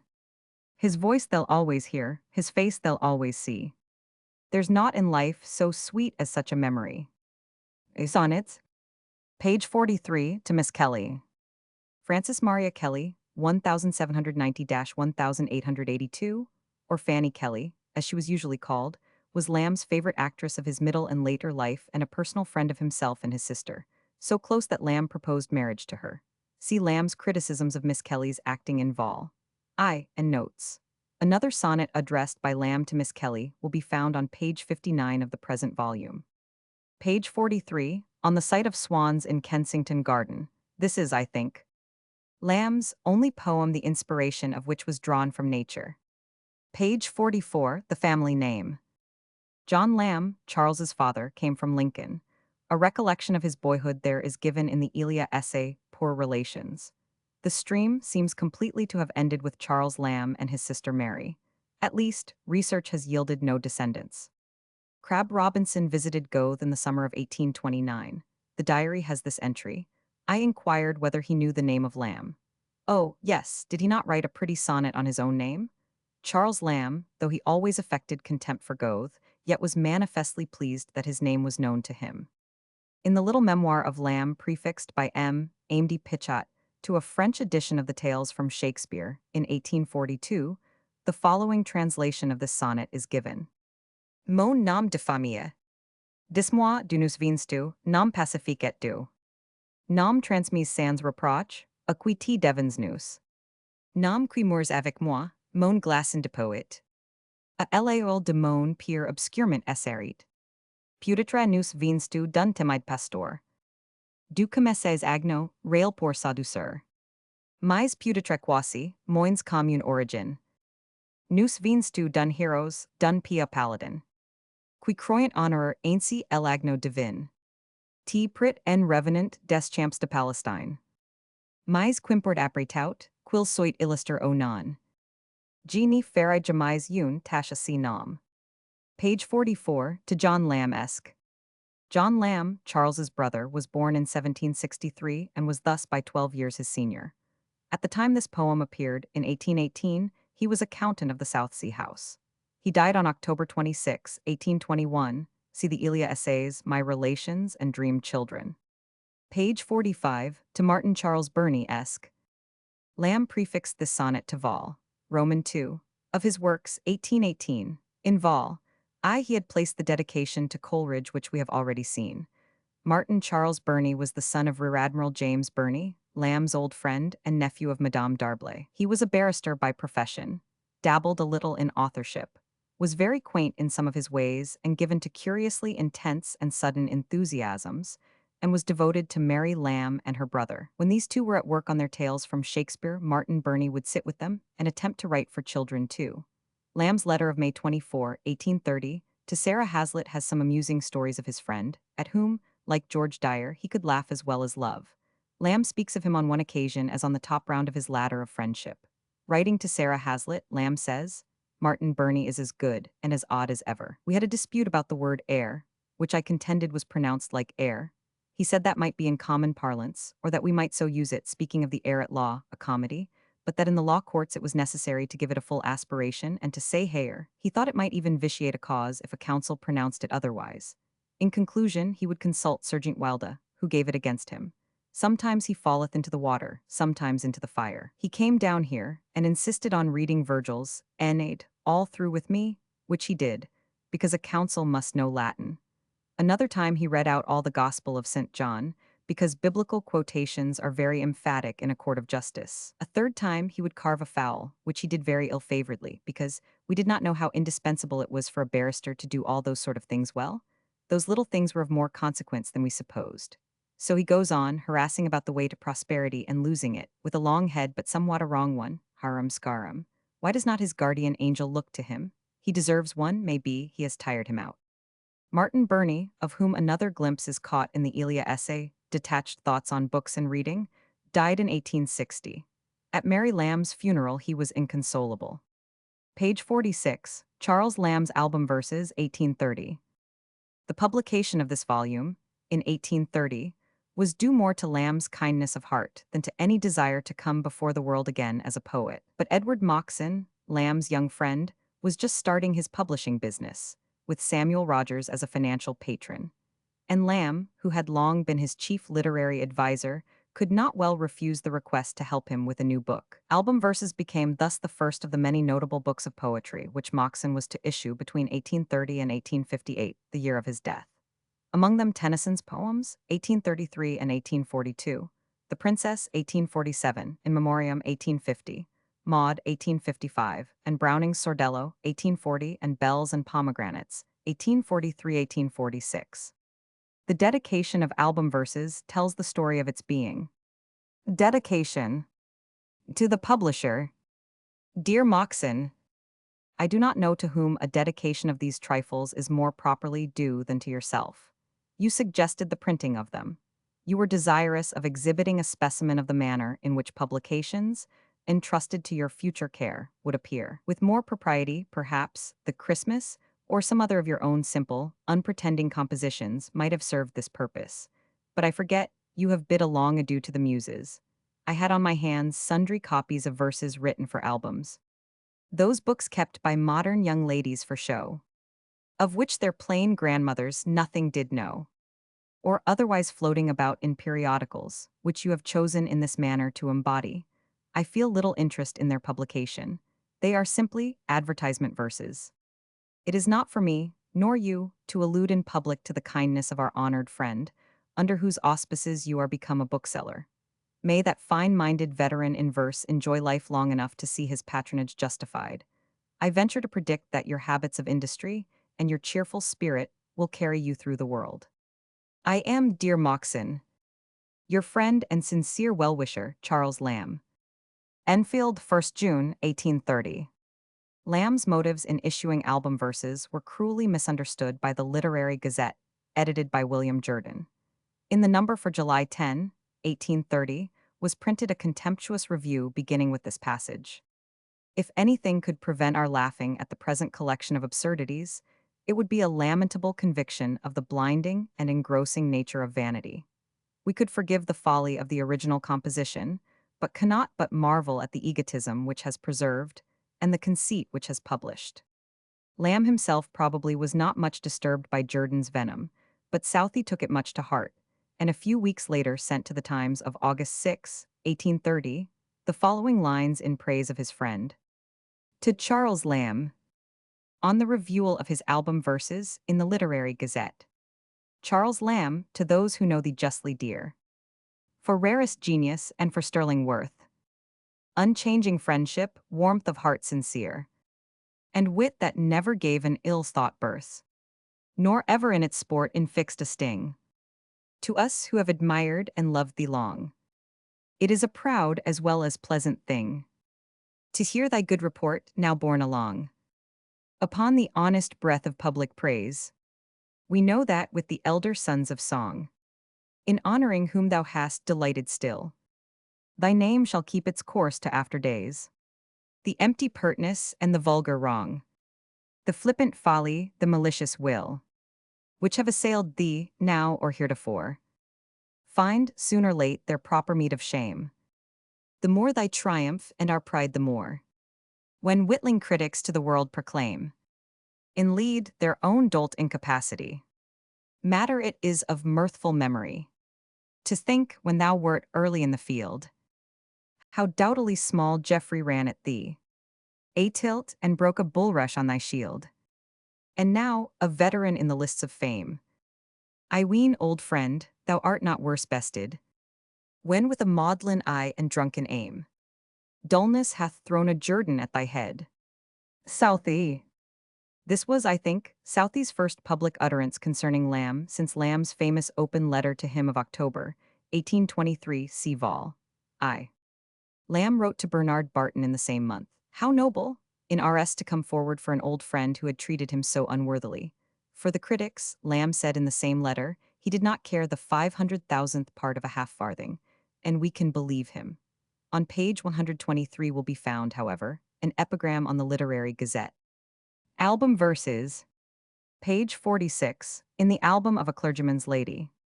This lady was probably Mrs. Williams, of Fornham, in Suffolk, in whose house Lamb's adopted daughter, Emma Isola, lived as a governess in 1829-1830. The epitaph on page 65 and the acrostic on page 107 were written for the same lady. Page 46, in the autograph book of Mrs. Sargent W. Mrs. Sargent Wilde, née Wileman, was the first wife of Thomas Wilde. Afterwards Lord Truro, 1782-1855, for whose election at Newark in 1831. Lamb is said to have written facetious verses, see my large edition. The Wildes were Lamb's neighbors at Enfield. Page 47, in the album of Lucy Barton. These lines were sent by Lamb to Lucy Barton's father, Bernard Barton, the Quaker poet, in the letter of September 30, 1824. Lucy Barton, who afterwards became the wife of Edward Fitzgerald, the translator of Omar Khayyam, lived until November 27, 1898. She retained her faculties almost to the end, and in 1892 kindly wrote out for me her memory of a visit paid with her father to the Lambs at Colebrook Row about 1825. A little reminiscence first printed in Bernard Barton and His Friends, 1893. Page 48 in the album of Miss. This poem was first printed in Blackwood's Magazine, May, 1829, entitled For a Young Lady's Album. The identity of the young lady is not now discoverable, probably a school friend of Emma Isola's. Page 48, in the album of a very young lady. Josepha was a daughter of Mrs. Williams of Fornham. Page 49, in the album of a French teacher. First printed in Blackwood's Magazine, June, 1829, entitled For the Album of Miss, French teacher at Mrs. Gisborne's School, Enfield. Page 49, in the album of Miss Daubeny. Miss Daubeny was a schoolfellow of Emma Isola's at Dulwich.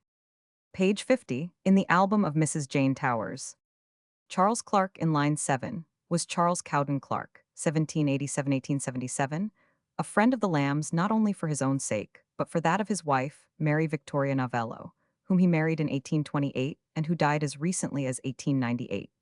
Their Recollections of Writers, 1878, have many interesting reminiscences of Charles and Mary Lamb. Writing to Cowden Clark on February 25, 1828, Lamb says, "I had a pleasant letter from your sister, greatly over-acknowledging my poor sonnet. Alas for sonneting teas as the nerves are. All the summer I was dawdling among green lanes, and verses came as thick as fancies. I am sunk winterly below prose and zero." Mrs. Towers lived at Standerwick in Somersetshire, and was fairly well known in her day as a writer of books for children, The Children's Fireside, etc. Page 50 in my own album. This poem was first printed in the Bijou, 1828, edited by William Fraser under the title Verses for an Album. Miscellaneous. Page 51, Angel Help. This poem was first printed in the New Monthly Magazine, 1827, with trifling differences, and the addition, at the end of this couplet, "Virtuous poor ones, sleep, sleep on, and, waking, find your labors done." I am afraid that the nonsense verses, on page 123, represent an attempt to make fun of this beautiful poem. Adair's house in Euston Square was hung with engravings principally of the German school. See the poem on page 94 addressed to him. Page 52, The Christening. These lines were first printed in Blackwood's Magazine, May, 1829. Page 53, On an Infant Dying as Soon as Born. This poem was first printed in the Gem, 1829. The Gem was then edited by Thomas Hood, whose child, his firstborn, it was that inspired the poem.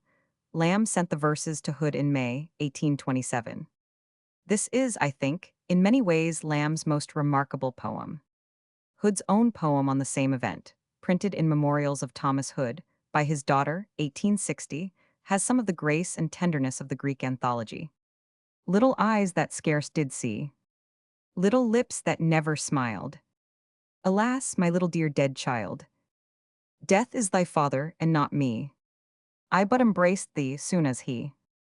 Page 55, to Bernard Barton. These lines were sent to Barton in 1827, together with the picture. On June 11, Lamb wrote again.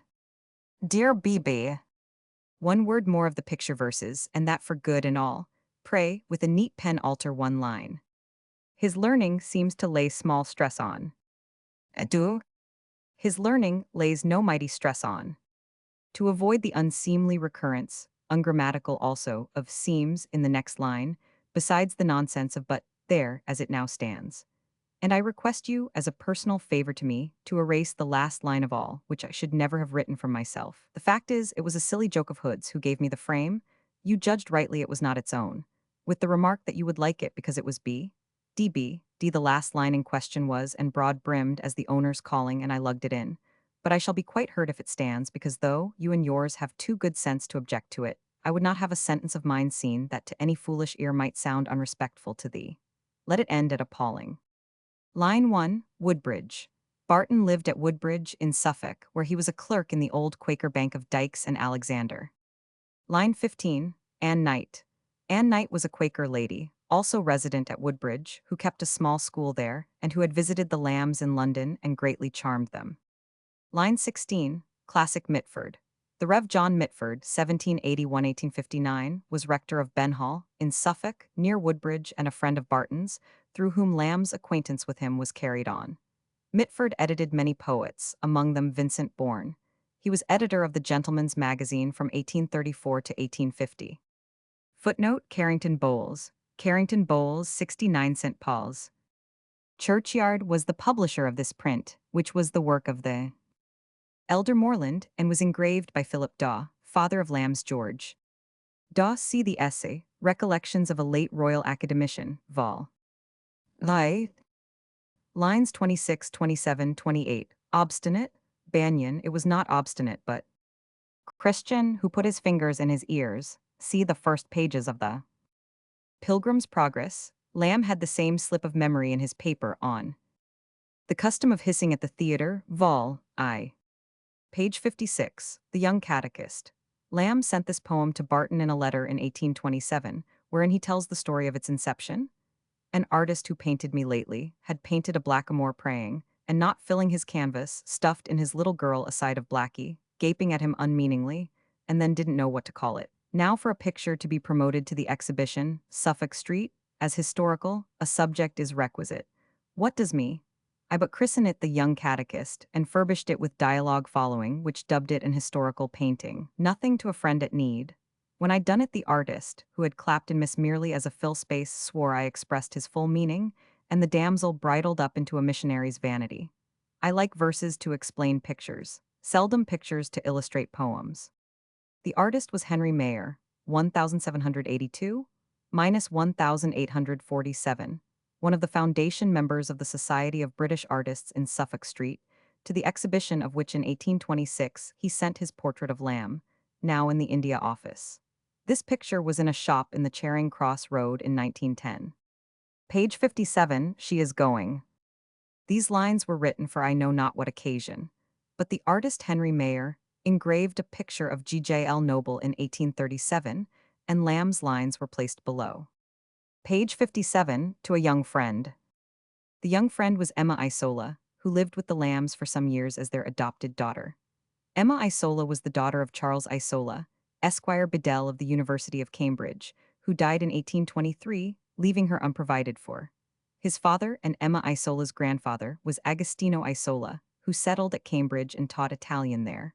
Wordsworth was among his pupils. He edited a collection of pieces selected from the Italian poets, 1778, also editions of Gerusalem Liberata and Orlando Furioso, and a book of Italian dialogues. Emma Isola is first mentioned by Lamb in an unpublished letter written to her aunt, Miss Humphreys, in January 1821, arranging for the little girl's return to Trumpington Street, Cambridge, from London, where she had been spending her holidays with the Lambs.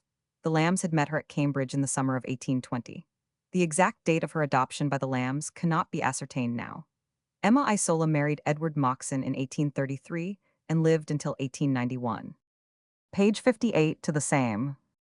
Writing to Proctor in January 1829, Lamb calls Miss Isola a silent brown girl, and in his letter of November 1833 to Mr. and Mrs. Moxon he says, I hope you Moxon and Emma will have many a quarrel and many a make-up, and she is beautiful in reconciliation. See the poem To a Friend on His Marriage, page 80, for a further description of Emma Isola's character. Sonnets. Page 58, Harmony and Unlikeness. The two lovely damsels were Emma Isola and her friend Maria. Page 59, Written at Cambridge.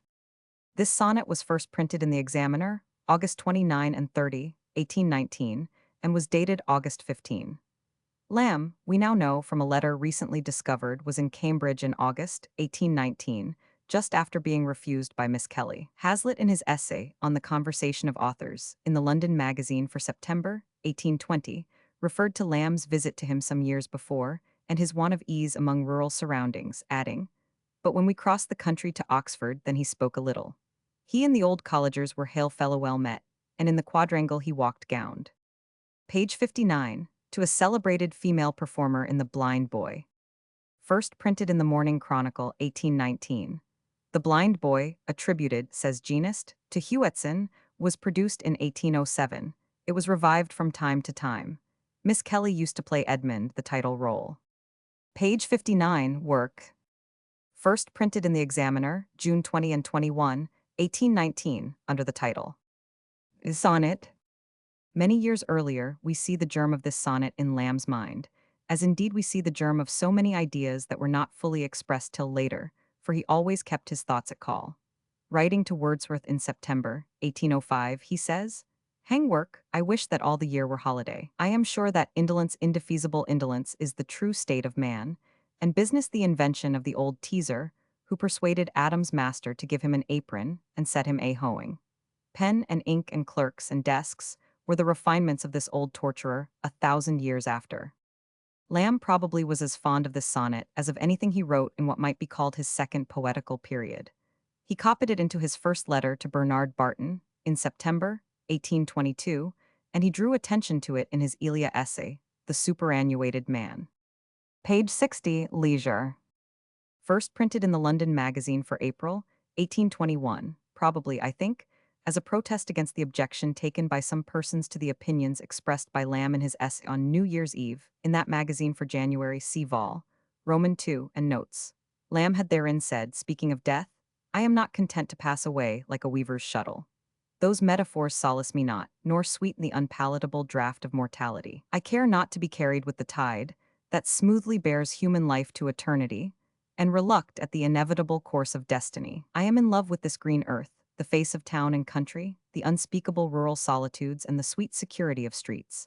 I would set up my tabernacle here. I am content to stand still at the age to which I am arrived, I and my friends, to be no younger, no richer, no handsomer. I do not want to be weaned by age, or drop, like mellow fruit, as they say, into the grave." Such sentiments probably called forth some private as well as public protests, and it was, as I imagine, in a whimsical wish to emphasize the sincerity of his regard for life, that Lamb reiterated that devotion in the emphatic words of Leisure in the April number. This sonnet was a special favorite with Edward Fitzgerald. It is sad to think that Lamb, when his leisure came, had too much of it.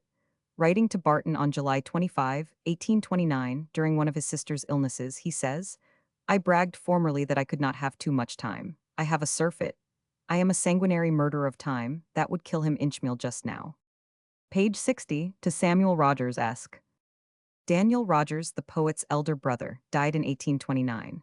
In acknowledging Lamb's sonnet, Samuel Rogers wrote the following letter, which Lamb described to Barton, July 3, 1829, as the prettiest he ever read. "Many, many thanks, the verses are beautiful, I need not say with what feelings they were read, pray accept the grateful acknowledgments of us all, and believe me when I say that nothing could have been a greater cordial to us in our affliction than such a testimony from such a quarter. He was, for none knew him so well, we were born within year or two of each other, a man of a very high mind and with less disguise than perhaps any that ever lived. Whatever he was that we saw, he stood before his fellow beings, if I may be forgiven for saying so, almost as before his Maker, and God grant that we may all bear as severe an examination. He was an admirable scholar, his Dante and his Homer were as familiar to him as his alphabets, and he had the tenderest heart. When a flock of turkeys was stolen from his farm, the indignation of the poor far and wide was great and loud. To me he is the greatest loss, for we were nearly of an age, and there is now no human being alive in whose eyes I have always been young. Yours most gratefully, Samuel Rogers. Another sonnet to Rogers will be found on p. 100. Page 61, The Gypsy's Malison. First printed in Blackwood's Magazine, January, 1829. Lamb had sent it to the Gem, but as he told Proctor in a letter on January 22, 1829, the editors declined it on the plea that it would shock all mothers, so they published the Widow Hood's parody of Lamb instead. I am born out of time. I have no conjecture about what the present world calls delicacy. I thought Rosamund Gray was a pretty modest thing. Hesse assures me that the world would not bear it. I have lived to grow into an indecent character. When my sonnet was rejected, I exclaimed, "Hang 27 the age, I will write for antiquity." In another letter to Proctor, Lamb tells the sonnet's history. January 29, 1829. when Miss Udcroft, who is now Mrs. Bedham Badams and beddamned to her, was at Enfield, which she was in summer-time, and owed her health to its suns and genial influences, she visited with young ladylike impertinence a poor man's cottage that had a pretty baby, oh the yearling, gave it fine caps and sweetmeats. On a day, broke into the parlor our two maids uproarious. "Oh, ma'am, who do you think Miss Udcroft, they pronounce it Hallcroft, has been working a cap for?" "A child," answered Mary, in true Shandian female simplicity. "'Teased the man's child as was taken up for sheep stealing." Miss Udcroft was staggered and would have cut the connection, but by main force I made her go and take her leave of her protege. I thought if she went no more, the abactor or the abactor's wife, V.D. Ainsworth, would suppose she had heard something, and I have delicacy for a sheep stealer. The overseers actually overhauled a mutton pie at the baker's, his first, last, and only hope of mutton pie, which he never came to eat, and thence inferred his guilt. Per occasionum cujus I framed the sonnet, observe its elaborate construction. I was 4 days about it. Here came the sonnet. Bari, study that sonnet. It is curiously and perversely elaborate. 'Tis a choking subject, and therefore the reader is directed to the structure of it. See you, and was this a fortner to be rejected by a trumpery annual? Forsooth, 'twould shock all mothers, and may all mothers who would so be shocked be damned. As if mothers were such sort of logicians as to infer the future hanging of their child from the theoretical hangibility, or capacity of being hanged, if the judge pleases, of every infant born with a neck on. O.B.C. My whole heart is faint, and my whole head is sick. How is it? At this damned canting unmasculine age. Footnote 27, Talford, Canon Inger gives damn. Commendatory verses. Page 61, to the author of poems published under the name of Bari. Cornwall. Printed in the London Magazine, September 1820. Bari Cornwall was the pen name of Brian Waller Proctor, 1787–1874, whose impulse to write poetry came largely from Lamb himself. In his dramatic scenes, 1819, was the beginning of a blank verse treatment or adaptation of Lamb's Rosamund Gray. Proctor addressed to Lamb some excellent lines over a flask of sherris, which were printed in the London Magazine, 1825, and again in English Songs, 1832. His Martian Colonna, an Italian tale, was published in 1820, and his Sicilian story later in the same year. The Dream was printed in dramatic scenes. Proctor in his old age wrote a charming memoir of Lamb. Page 62, to R.S. Knowles-esque. First printed in the London Magazine, September 1820. By a curious oversight, the error in Knowles's initials was repeated in the album verses, 1830, Knowles's first name being, of course, James. James Sheridan Knowles, 1784–1862, had been a doctor, a schoolmaster, an actor, and a traveling elocutionist before he took seriously to writing for the stage. His first really successful play was Virginius, written for Edmund Kean, transferred to Macready, and produced in 1820. His greatest triumph was The Hunchback, 1832. Lamb, who met Knowles through William Hazlitt of Wem, the Esquith's father, wrote both the prologue and epilogue for Knowles's play The Wife, 1833, see pages 146–7. Page 63, quatrains to the editor of the Everyday Book. First printed in the London Magazine, May, 1825, and copied by Hone into the Everyday Book for July 9 of the same year. William Hone, C. Vol. I. Notes, 1780–1842, was a bookseller, pamphleteer, and antiquary, who, before he took to editing his Everyday Book in 1825, had passed through a stormy career on account of his critical outspokenness and want of ordinary political caution.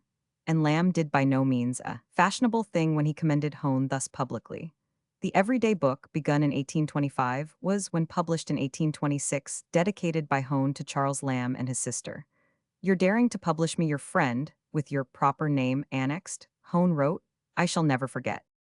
Page 63, acrostics. In his more leisurely years, at Islington and Enfield, Lamb wrote a great number of acrostics, many more probably than have been preserved, of which these, printed in album verses, are all that he cared to see in print. Probably he found his chief impulse in Emma Isola's schoolfellows and friends, who must have been very eager to obtain in their albums a contribution from so distinguished a gentleman as Elia, and who passed on their requests through his adopted daughter. I have not been able to trace the identity of several of them. The lady who desired her epitaph was Mrs. Williams, in whose house Emma Isola was governess. While their Emma was seriously ill, and Lamb traveled down to Fornham, in Suffolk, in 1830 to bring her home. On returning, he wrote Mrs. Williams several letters, in one of which, dated Good Friday, he said, "I beg you to have inserted in your county paper something like this advertisement. To the nobility, gentry, and others about Barry, c. Lamb respectfully informs his friends and the public in general that he is leaving off business in the acrostic line, as he is going into an entirely new line. Rebuses and charades done as usual and upon the old terms. Also, epitaphs to suit the memory of any person deceased. Mrs. Williams probably then suggested that Lamb should write her epitaph, for in his next letter he says, "I have ventured upon some lines which combine my old acrostic talent, which you first found out, with my new profession of epitaph monger. As you did not please to say, when you would die, I have left a blank space for the date. May kind heaven be a long time in filling it up." On page 48 will be found some lines to one of Mrs. Williams' daughters. The acrostic on page 65 is to another. These would both be Emma Isola's pupils. Translations. Page 66, translations from Vincent Bourne. Vincent Bourne, 1695–1747, the English-Latin poet, entered Westminster School on the foundation in 1710, and on leaving Cambridge, returned to Westminster as a master. He was so indolent a teacher and disciplinarian that Cowper, one of his pupils, says, "He seemed determined, as he was the best, so to be the last Latin poet of the Westminster line." Bourne's Pomata appeared in 1734. It is mainly owing to Cowper's translations, particularly the Jackdaw, that he is known, except to Latinists. Lamb first read Bourne in 1815. Writing to Wordsworth in April of that year, he says, "Since I saw you, I have had a treat in the reading way which comes not every day. The Latin poems of V. Bourne, which were quite new to me. What a heart that man had, all laid out upon town and scenes, a proper counterpoise to some people's rural extravaganzas. Why I mention him is that your power of music reminded me of his poem of the ballad singer in the Seven Dials. Do you remember his epigram on the old woman who taught Newton the ABC? Which after all he says he hesitates not to call Newton's Principia. I was lately fatiguing myself with going through a volume of fine words by Eld Thurlow, excellent words, and if the heart could live by words alone, it could desire no better regale. But what an aching vacuum of matter. I don't stick at the madness of it, for that is only a consequence of shutting his eyes and thinking he is in the age of the old Elizabeth poets. From thence I turn to V. Bourne. What a sweet, unpretending, pretty-mannered, matterful creature, sucking from every flower, making a flower of everything, his diction all Latin, and his thoughts all English. Bless him, Latin wasn't good enough for him. Why wasn't he content with the language which Gay and Prior wrote in? On the publication of Album Verses, wherein these 9 poems from Vincent Bourne were printed, Lamb reviewed the book in Moxon's Englishman's Magazine for September 1831, under the title, "The Latin Poems of Vincent Bourne, see Vol. I." There he quoted the ballad singers and the epitaph on an infant sleeping, remarking of Bourne, "He is so Latin, and yet so English all the while. In diction worthy of the Augustan age, he presents us with no images that are not familiar to his countrymen. His topics are even closelier drawn. They are not so properly English as Londonish. From the streets and from the alleys of his beloved metropolis, he culled his objects, which he has invested with an Hogarthian richness of coloring. No town picture by that artist can go beyond his ballad singers. Gay's trivia alone in verse comes up to the life and humor of it." Page 72, Pindaric Ode to the Treadmill. First printed in the New Times, October 24, 1825. The version there given differed considerably from that preserved by Lamb. It had no divisions. At the end of what is now the first strophe came these lines. "Now by Saint Hilary, a saint I love to swear by, though I should forfeit thereby 5 ill-spared shillings to your well-warmed seat, worshipful justices of Worship Street, or pay my crowns at great Sir Richard's still more awful mandate down. They raise my gorge. Those ministers of Anne or the first George. Which was it? For history is silent and my closet reading affords no clue. I have the story, Pope, alone from you. In such a place and see." Lamb offered the ode to his friend Walter Wilson for his work on Defoe, to which Lamb contributed prose criticisms, see Vol. I, but Wilson did not use it. The letter making this offer, together with the poem, differing very slightly in 1 or 2 places, is preserved in the Bodleian. Page 75, Going or Gone. First printed in Hone's Table Book, 1827, signed Elia, under the title Gone or Going. It was there longer, after stanza 6 coming the following. "Had he mended in right time, he need not in night time, that black hour in freight time, till sexton interred him, have groaned in his coffin, While demons stood scoffing, Yudha thought him a coughing. My own father 28 heard him. Could gain so importune. With occasion opportune. That for a poor fortune. That should have been ours 29. In soul he should venture. To pierce the dim center. Where will forgers enter amid the dark powers? And in the table book the last stanza ended thus. And flaunting Miss Waller. That soon must befall her. Which makes folks seem taller 30. Though proud once as Juno. Footnote 28, who sat up with him. Footnote 29, I have this fact from parental tradition only. Footnote 30, death lengthens people to the eye. To annotate this curious tale of old friendships, dating back, as I suppose, in some cases to Lamb's earliest memories, both of London and Hertfordshire, is a task that is probably beyond completion. The day is too distant. But a search in the Woodford Register and Churchyard reveals a little information and oral tradition a little more. Stanza 2, Rich Kitty Wheatley, the Rev. Joseph Whatley, vicar of Woodford in the latter half of the 18th century, married Jane Plumer, sister of William Plumer of Blakesware, the employer of Mrs. Field Lamb's grandmother. Archbishop Whatley was their son, Kitty. Wheatley may have been a relative. Stanza 2, Polly Perkin. On June 1, 1770, according to the Woodford Register, Samuel Perkins married Mary Lanham. This may have been Polly. Stanza 3, Carter, Lily. The late Mrs. Tween, a daughter of Randall Norris, Lamb's friend, and a resident in Woodford, told Canon Anger that Carter and Lily were servants at Blakesware. Lily had noticeably red cheeks. Lamb would have seen them often when he stayed there as a boy. In Cusson's Hertfordshire is an entertaining account of William Plumer's widow's adhesion to the old custom of taking the air. She rode out always from Gilston, only a few miles from Woodford and Blakesware, in the family chariot, with outriders and postilion, a successor to Lily, and so vast was the equipage that turnouts had to be cut in the hedges, visible to this day, like sidings on a single-line railway to permit others to pass. The Woodford Register gives John Lilly, died October 18, 1812, aged 85, and Johanna Lilly, died January 1, 1823, aged 90. It also gives Benjamin Carter's marriage in 1781, but not his death. Stanza 4, Clemetson's widow. Mrs. Tween told Canon Anger that Clemetson was the farmer of Blakesware Farm. I do not find the name in the Woodford Register, and Elizabeth Clemenson is there. Stanza 4, Good Master Clapton. There are several Claptons in Woodford Churchyard. 30 years from 1827, the date of the poem, takes us to 1797.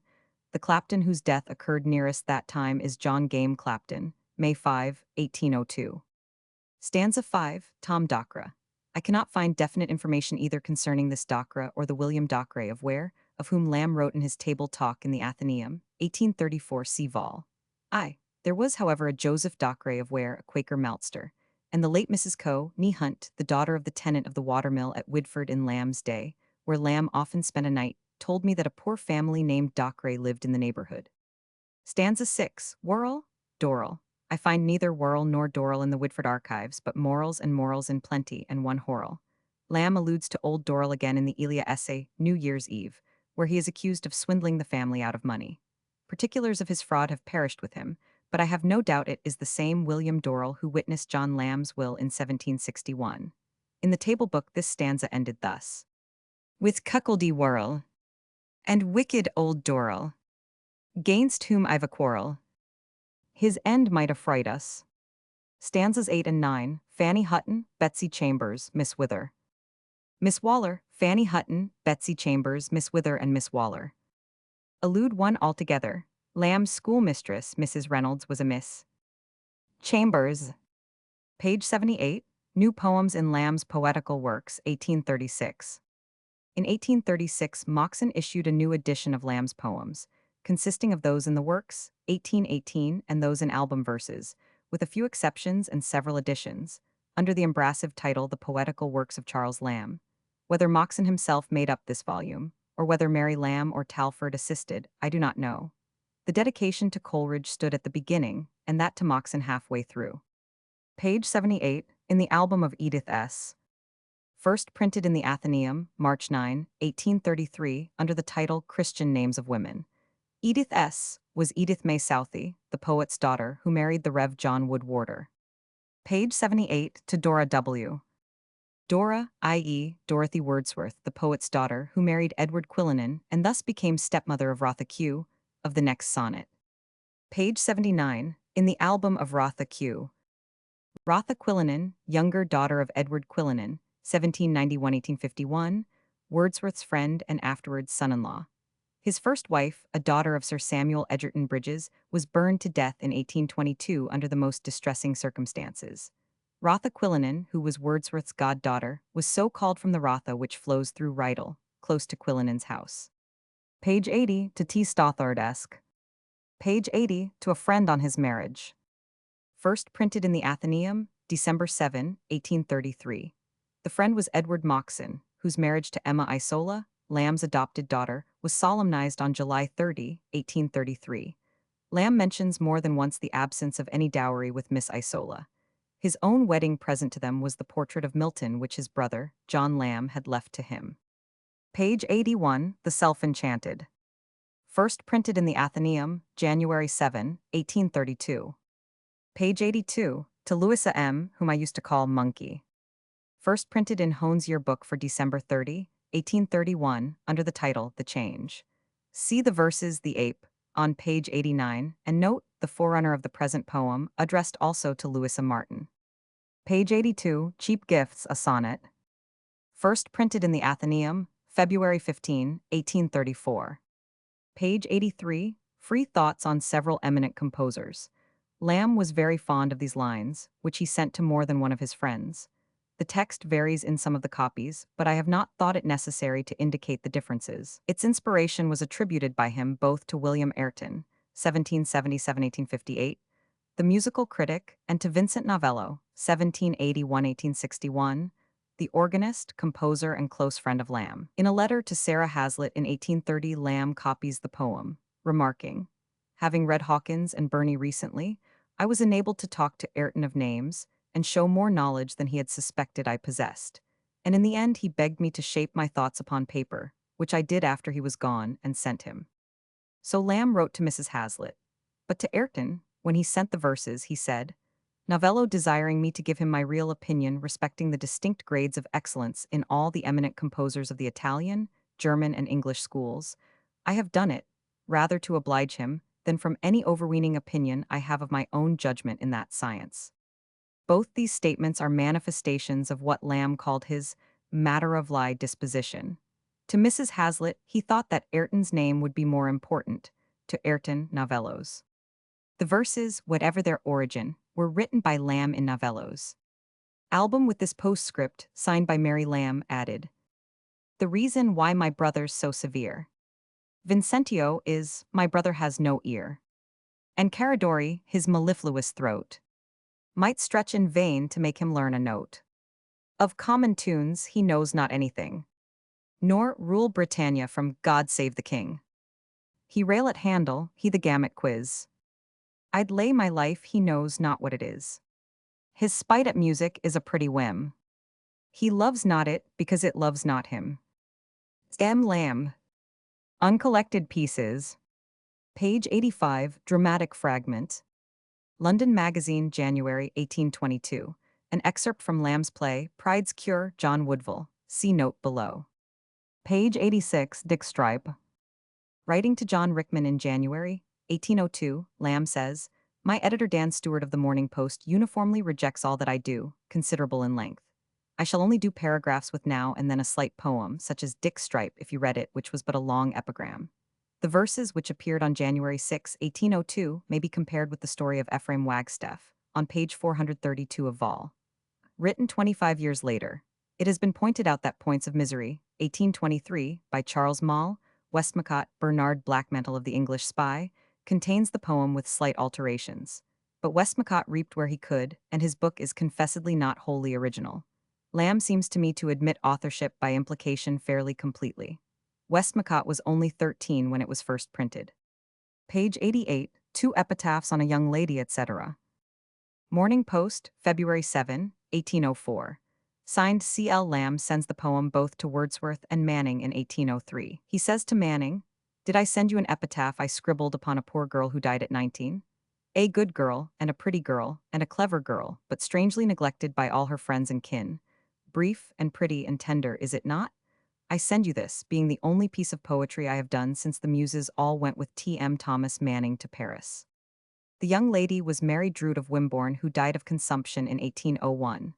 The verses are not on her tombstone.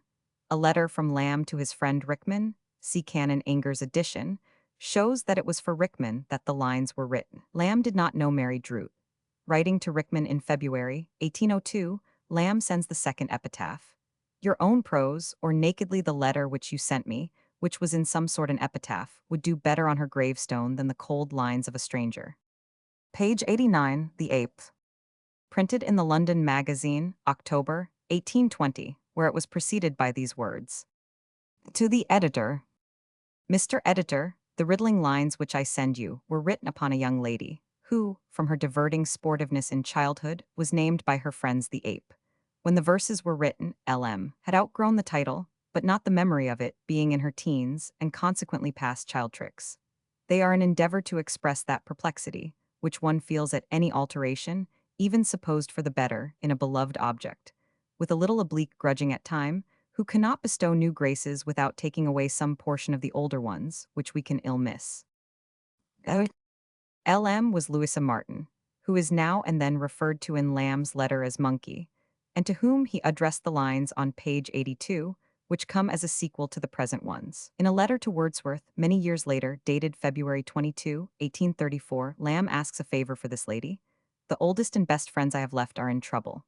A branch of them, and they of the best stock of God's creatures, I believe, is establishing a school at Carlisle. Her name is Louisa Martin. Her qualities are the most amiable, most upright. For 30 years she has been tried by me, and on her behavior I would stake my soul. Page 90, In Tabulum Eximii. These Latin verses were printed in the Champion, May 6 and 7, 1820, signed Carlagnulus, accompanied by this notice.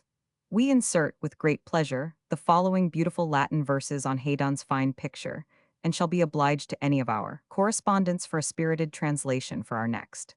The following week brought one translation, Lamb's own, signed CL. Both were reprinted in the Poetical Recreations of the Champion in 1822, and again in Tom Taylor's Life of Haydon, 1853. Benjamin Robert Haydon, 1786–1846, was for 6 years at work upon this picture, Christ's entry into Jerusalem, which was exhibited at the Egyptian Hall in 1820.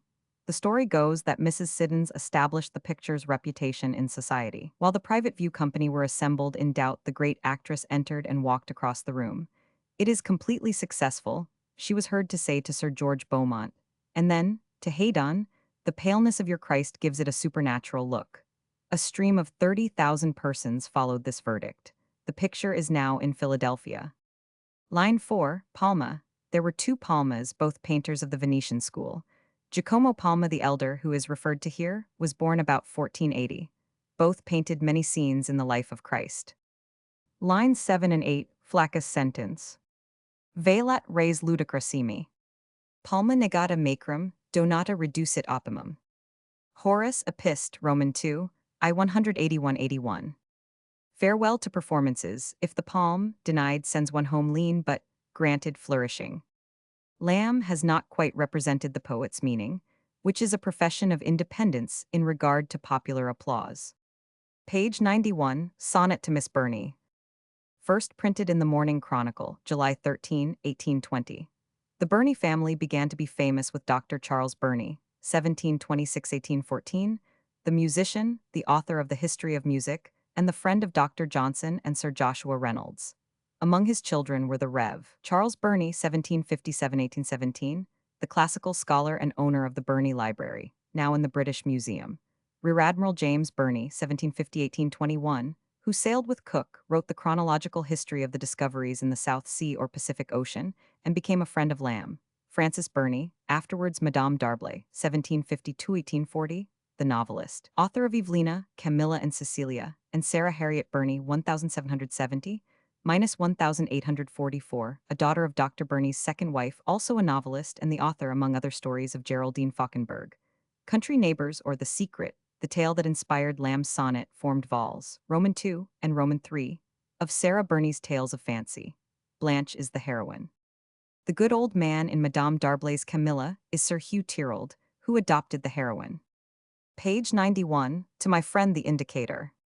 Printed in the Indicator, September 27, 1820, signed, preceded by these words by Leigh Hunt, the editor. Every pleasure we could experience in a friend's approbation, we have felt in receiving the following verses. They are from a writer who, of all other men, knows how to extricate a common thing from commonness, and to give it an underlook of pleasant consciousness and wisdom. The receipt of these verses has set us upon thinking of the good-natured countenance, which men of genius, in all ages, have for the most part shewn to contemporary writers. Page 92, on seeing Mrs. K. B. The late Mr. Dykes Campbell thought it very likely that these charming verses were Lamb's. I think they may be, although it is odd that he should not have reprinted anything so pretty. Mr. Thomas Hutchinson's belief that they are Lamb's, added to that of their discoverer, leads me to include them confidently here. Here and there it seems impossible that the poem could come from any other hand. Line 11, for example, and the idea in lines 13 to 16, and the statement in lines 27 and 28. None the less it must be borne in mind that one does but conjecture. The lines are in the Tickler magazine for 1821. Page 93, to Emma, Learning Latin and Desponding. First printed in Blackwood's Magazine, June, 1829. Mary Lamb had other pupils in her time, among them Miss Kelly, the actress, Mary Victoria Novello, afterwards Mrs. Cowden Clarke, and William Hazlitt, the Eskist's son. Emma was, of course, Emma Isola. Sarah Coleridge's translation of Martin Dobrajoffer's Historia de Abiponibus under the title Account of the Abipones was published in 1822, when she was only 20. To think Lamb wrote to Barton, on February 17, 1823, of Sarah Coleridge that she should have had to toil through 5 octavos of that cursed. I forget I write to a Quaker, Abbey Pony History, and then to abridge them to 3, and all for £113. At her years, to be doing stupid Jesuits' Latin into English, when she should be reading or writing romances. Sarah Coleridge's romance writing came later, in 1837, when her fairy tale, Phantasmian, appeared. In its original form, this sonnet in its 5th line ran thus.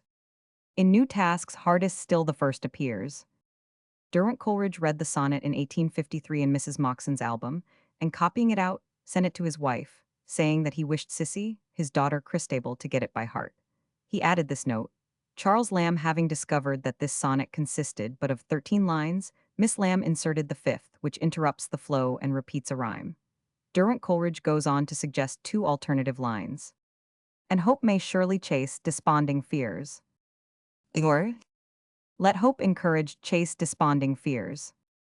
Lamb, however, had already amended the 5th line, as in Blackwood's Magazine to young beginnings natural are these fears. Page 93, lines addressed to Lute, R.W.H. Hardy, R.N. First printed in the Athenaeum, January 10, 1846, contributed by an anonymous correspondent, probably Thomas Westwood the Younger, who sent also The First Leaf of Spring, page 105. Travels in the Interior of Mexico in 1825. 1828 by Robert William Hale Hardy, was published in 1829. Lamb made an exception in favor of Hardy's book. Writing to Dilke for something to read from the Athenaeum office in 1833, he particularly desired that no natural history or useful learning, such as pyramids, catacombs, giraffes, or adventures in southern Africa, might be sent. Page 94, Lines for a Monument. First printed in the Athenaeum, November 5, 1831, and again in the Tatler, Hunt's paper, December 31, 1831. In August 1830, 4 sons and 2 daughters of John and Anne Rigg of York were drowned in the Ouse. Several literary persons were asked for inscriptions for the monument, erected at York in 1831, and that by James Montgomery of Sheffield was chosen. Lamb sent his verses to Vincent Novello, through whom he seems to have been approached in the matter, on November 8, 1830, adding, "Will these lines do? I despair of better. Poor Mary is in a deplorable state here at Enfield." Page 94, to see a Durs-esque. First printed in Hone's Yearbook, March 19, 1831, see note to Angel. Help above. Page 95, Hercules Pacificatus. First printed in the Englishman's Magazine, August 1831. Suidas is supposed to have lived in the 10th or 11th century and to have compiled a lexicon, a blend of biographical dictionary. Page 98, the parting speech of the celestial messenger to the poet. First printed in the Athenaeum, February 25, 1832. Palingenius was an Italian poet of the 16th century, whose real name was Pietro Angelo Mazzoli, but who wrote in Latin under the name of Marcellus Palingenius Stolatus. His Zodiacus Vitae, a philosophical poem, was published in 1536. Page 99. Existence considered in itself no blessing. First printed in the Athenaeum, July 7, 1832. Page 100. To Samuel Rogers, Esquire, on the new edition of his Pleasures of Memory. First printed in the Times, December 13, 1833. Signed C. Lamb. This is the sonnet mentioned in the letter which is quoted on page 344, in the note to the sonnet to Stothard. The new edition of Pleasures of Memory was published by Moxon in 1833, dated 1834. Page 101, to Clara N. First printed in the Athenaeum, July 26, 1834. Clara N. was, of course, Clara Anastasia Novello, daughter of Lamb's friend, Vincent Novello, 1781–1861, the organist and herself a fine soprano singer. See also the poem The Sisters, on the same page. Miss Novello, who was born on June 10, 1818, became the Countess Gigliucci and survived until March 12, 1908. Clara Novella's reminiscences, compiled by her daughter, the Contessa Valeria Gigliucci, with a memoir by Arthur Duke Coleridge, were published in 1910. In them is this charming passage. How I loved dear Charles Lamb. I once hid, to avoid the ignominy of going to bed, in the upright cabinet pianoforte, which in its lowest part had a sort of tiny cupboard. In this I fell asleep, awakening only when the party was supping. My appearance from beneath the pianoforte was hailed with surprise by all, and with anger from my mother. But Charles Lamb not only took me under his protection, but obtained that henceforth I should never again be sent to bed when he came, but, glory and delight, always sit up to supper. Later, in Frith Street days, my father made me sing to him one day, but Lamb stopped me, saying, "Clara, don't make that d noise," for which I think I loved him as much as for all the rest. Some verses he sent me were addressed to St. Clara. In spite of Lamb's declaration about himself, and want of musical sense, both Crabbe Robinson and Barrenfield tell us that he was capable of humming tunes. Page 101, The Sisters. These verses, printed in Mr. W. C. Hazlitt's Lamb and Hazlitt, 1900, were addressed. For Saint Cecilia, at Signor Vincenzo Novello's Music Repository, number 67 Frith Street, Soho. They were signed C. Lamb. One might imagine Emma, the nut-brown maid, to be Emma Isola, as that was a phrase Lamb was fond of applying to her, assuming the title The Sisters to be a pleasantry. But the late Miss Mary Sibylla Novello assured me that the sisters were herself, Emma Aloysia Novello and Clara Anastasia Novello, see above. Page 102, Love Will Come. Love Will Come was included by Lamb in a letter to Miss Fryer, a schoolfellow of Emma Isola. Lamb writes, "By desire of Emma, I have attempted new words to the old nonsense of Tartar drum. But with the nonsense, the sound and spirit of the tune are unaccountably gone, and we have agreed to discard the new version altogether. As you may be more fastidious in singing mere silliness, and a string of well-sounding images without sense or coherence, drums of Tartars, who use none, and tulip trees 10 foot high, not to mention spirits in sunbeams and sea, then we are, so you are at liberty to sacrifice an inspiriting movement to a little sense. Though, I like little sense less than his vagarying younger sister no sense, so I send them." The fourth line of first stanza is from an old ballad. The old ballad is, I imagine, Wally Wally, of which Lamb was very fond. Page 102, to Margaret W. This poem, believed to be the last that Lamb wrote, was printed in the Athenaeum for March 14, 1835. I have not been able to ascertain who Margaret W. was. Album verses and acrostics. Page 104, What is an album? These lines were probably written for Emma Isola's album, which must not be confounded with her extract book. The album was the volume for which Lamb, in his letters, occasionally solicited contributions. It was sold some years ago to Mr. Quaritch and is now, I believe, in a private collection, although in a mutilated state, several of the poems having been cut out. These particular lines of Lamb's were probably written by him also in other albums, for John Matthew Gutch, his old schoolfellow, discovered them on the flyleaf of a copy of John Woodville and sent them to Notes and Queries, Oct. 11, 1856. In that version, the 21st line ran, "There you have, Maidlena, an album complete." Lamb quoted from the lines in his review of his album verses, under the title, The Latin Poems of Vincent Bourne, in the Englishman's Magazine, see Vol. I. Two versions of the lines are copied by Lamb into one of his commonplace books. Line 6, Sweet Ellie Else. Ellie L was, of course, Letitia Elizabeth Landon, afterwards Mrs. McLean, 1802-1838, famous as an album and annual poetess. Lamb, if an entry in P.G. Patmore's diary is correct, did not admire her, or indeed any female author. He said, "If she belonged to me, I would lock her up and feed her on bread and water till she left off writing poetry." Page 105, The First Leaf of Spring. Printed in the Athenaeum, January 10, 1846, contributed probably by Thomas Westwood. In a note prefacing the three poems which he was sending, this correspondent stated that the first leaf of spring had been printed before, but very obscurely. I have not discovered where. Page 105, to Mrs. F., on her return from Gibraltar. This would probably be Mrs. Jane Field, née Carncroft, the wife of Lamb's friend, Baron Field, who inspired the Elia essay on distant correspondence. Field held the Chief Justiceship of Gibraltar for some years. Page 106, to M.L. F. M.L. Field, the second daughter of Henry Field and Baron Field's sister. This lady, who lived to a great age, gave Canon Anger the copy of the prologue to Richard Roman II, written by Lamb for an amateur performance at her home. Page 106, to Esther Field, another of Baron Field's sisters. The text of these three poems has been corrected by the Thomas Hutchinson's Oxford edition. Page 107, to Mrs. Williams. See note above. In writing to Mrs. Williams on April 2, 1830, to tell of Emma Isola's safe journey after her illness, Lamb says, "How I employed myself between Epping and Enfield, the poor verses in the front of my paper may inform you, which you may please to christen an acrostic in a cross road." Mrs. Williams replied with the following acrostic upon Lamb's name, which Mr. Cecil Turner, a descendant, has sent me, and which I give according to his copy. To Charles Lamb. Answer to acrostics on the names of two friends. Charmed with the lines thy hand has sent. Honor, I feel thy compliment. Amongst thy products that have won the ear. Ranged in thy verse two friends most dear. Lay not thy winning pen away. Each line thou writ'st we bid thee stay. Still ask to charm us with another lay. Long linked, long lived by public fame. A friend to misery whate'er its claim.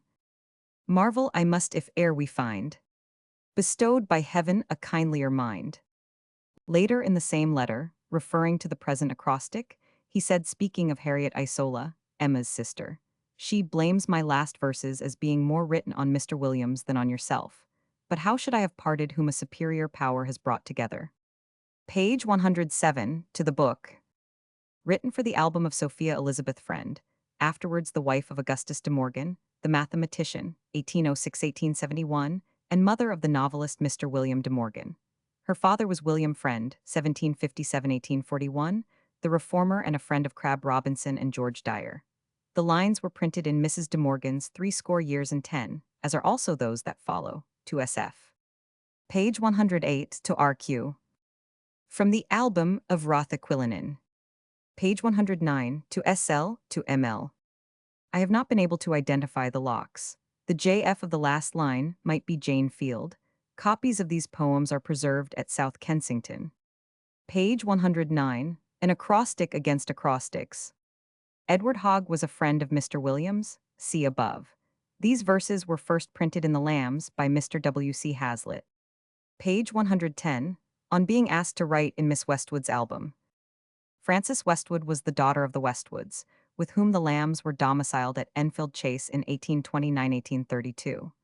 See letters to Gilman and Wordsworth, November 30, 1829, and January 22, 1830, for description of the Westwoods. The only son, Thomas Westwood, who died in 1888 and was an authority on the literature of angling, contributed to Notes and Queries some very interesting reminiscences of the Lambs in those days. This poem and that which follows it were sent to Notes and Queries by Thomas Westwood, June 4, 1870. It is concerning these lines that Lamb writes to Barton in 1827. Adieu to albums for a great while. I said when I came here and had not been fixed 2 days, but my landlord's daughter, not at the pothouse, requested me to write in her female friends and in her own. If I go to Thou art there also, O all-pervading album. All over the Leeward Islands, in Newfoundland and the back settlements, I understand there is no other reading. They haunt me. I die of albophobia. Page 111, Unsolitaire.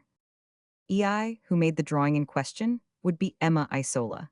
The verses were copied by Lamb into his album, which is now in the possession of Mrs. Alfred Morrison. Page 111, to Sarah Thomas.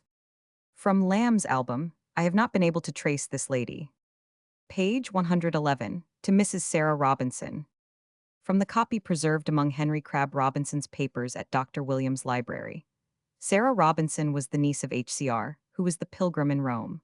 The stranger to thy land was Emma Isola, Fornham, in Suffolk, where she was living, being near to Bury St. Edmunds, the home of the Robinsons. Page 112, to Sarah. From the album of Sarah Apsey, Lamb seems to have known very many Sarahs. Page 112, to Joseph Vale Asbury. From Lamb's album, Jacob not Joseph, as Lamb supposed, Vale Asbury was the Lamb's doctor at Enfield. There are extant 2 amusing letters from Lamb to Asbury. Page 113, to D.A. From Lamb's album, Dorothy Asbury, the wife of the doctor. Page 113, to Louisa Morgan. From Lamb's album, Louisa Morgan was probably the daughter of Coleridge's friend, John Morgan of Calney, in Wiltshire, with whom the Lambs stayed in 1817. The same Morgan, Morgan Demogorgon, who ate walnuts better than any man Lamb knew, and munched cos lettuce like a rabbit. See letters to Coleridge in August, 1814. Southey and Lamb each allowed John Morgan £10 a year in his old age and adversity, beginning with 1819. Page 113, to Sarah James of Beguildy. Sarah James was Mary Lamb's nurse, and the sister of the Mrs. Parsons with whom she lived during the last years of her life. Miss James was the daughter of the rector of Beguildy, in Shropshire. The verses are reprinted from My Lifetime by the late John Halshead, who was the great-nephew of Miss James and Mrs. Parsons. Page 114, to Emma Button. Included in a letter from Lamb to John Aitken, editor of the Cabinet. July 5, 1825. Page 114, written upon the cover of a blotting book. The Mirror, May 7, 1836. Identified by Mr. Walter Gerald, first collected by Mr. Thomas Hutchinson. Page 115, Political and Other Epigrams. The majority of the epigrams printed in this section might have remained unidentified, were it not that in 1822 John Thelwall, who owned and edited the Champion in 1818-1820, issued a little volume entitled The Poetical Recreations of the Champion, wherein Lamb's contributions were signed R.et.R., this signature being appended to certain poems of which we know Lamb to have been the author, as The Three Graves, which he sent also to the London Magazine in 1825, and which he was in the habit of reading or reciting to his friends, enables us to ascertain the authorship of the others. A note placed by Thelwall above the index of the book states, "It is much to be regretted that, by mere oversight, or rather mistake, several of the printed epigrams of R.et.R. have been omitted, but a search through the files of the Champion has failed to bring to light any others with Lamb's adopted signature. The origin of the signature R.et.R. is unknown. Mr. Percy Fitzgerald suggests that it might stand for Romulus and Remus, but offers no supporting theory.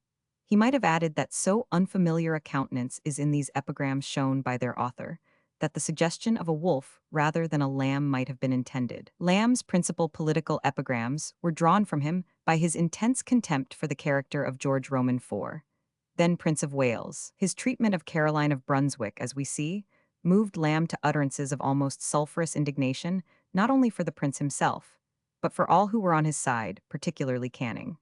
Lamb, we must suppose, was wholly on the side of the Queen, thus differing from Coleridge, who when asked how his sympathies were placed would admit only to being anti-prince. John Thelwall, 1764-1834, Citizen Thelwall, was one of the most popular and uncompromising of the radicals of the 1790s.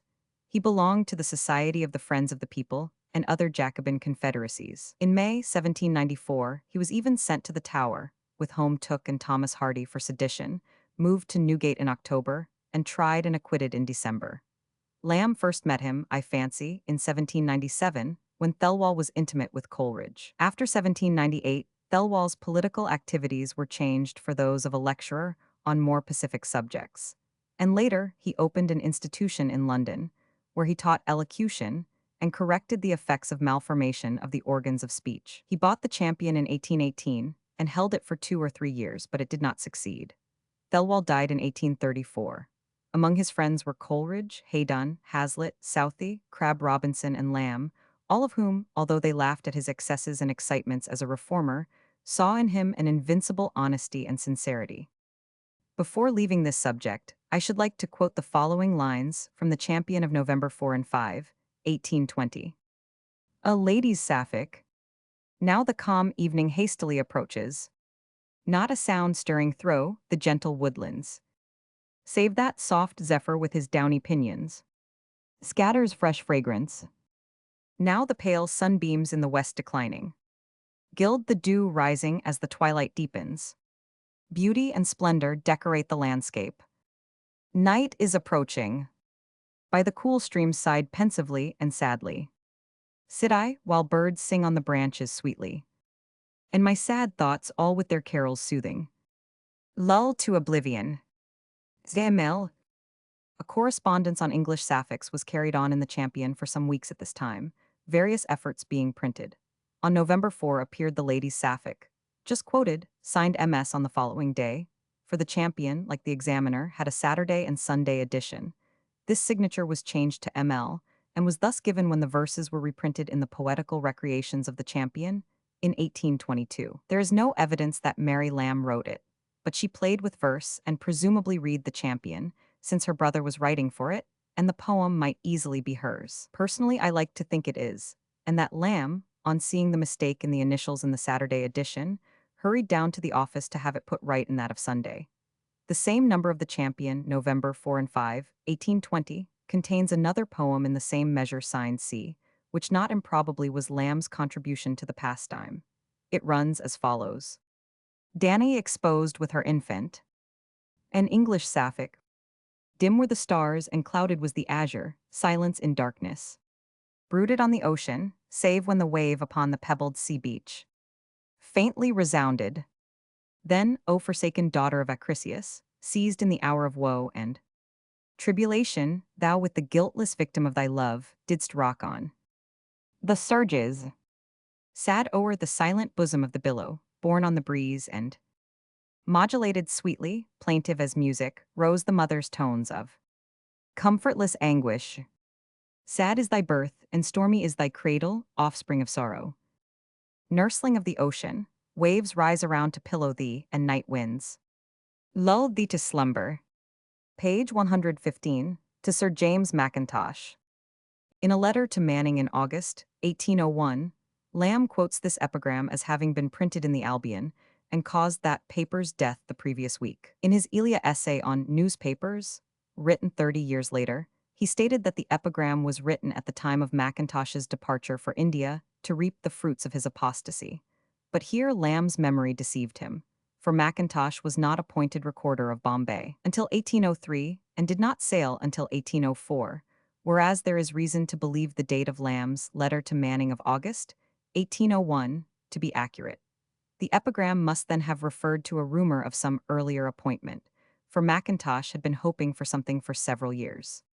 Sir James Mackintosh, 1765-1832, the lawyer and philosopher, had in 1791 issued his Vindicia Galliae, a reply to Burke's reflections on the French Revolution. Later, however, he became one of Burke's friends and an opponent of the Revolution, and in 1798 he issued his introductory discourse to his lectures on the law of nature and nations, in which the doctrines of his Vindiciae Gallicae were repudiated. Hence his apostasy. Mackintosh applied unsuccessfully for a judgeship in Trinidad, and for the post of Advocate General in Bengal, and Lord Wellesley had invited him to become the head of a college in Calcutta. Rumor may have credited him with any of these posts, and thus have suggested Lamb's epigram. In 1803, he was appointed Recorder of Bombay. Lamb's dislike of Mackintosh may have been due in some measure to Coleridge, between whom and Mackintosh a mild feud subsisted. It had been Mackintosh, however, brother-in-law of Daniel Stewart of the Morning Post, who introduced Coleridge to that paper. See Notes to Vol, Roman II, where further particulars of the Albion, edited by Lamb's friend, John Fenwick, will be found. Lamb may or may not have invented the sarcasm in this epigram, but it was not new. In Mrs. Montagu's letters, some years before, we find something of the kind concerning Charles James Fox. His rapid journeys to England, on the news of the king's illness, have brought on him a violent complaint in the bowels, which will, it is imagined, prove mortal. However, if it should, it will vindicate his character from the general report that he has no bowels, as has been most strenuously asserted by his creditors. Page 115, Twelfth Night Characters. Morning Post, January 8, 1802. These epigrams were identified by the late Mr. Dykes Campbell from a letter of Lamb's to John Rickman, dated Jan. 14, 1802, printed in Anger's edition.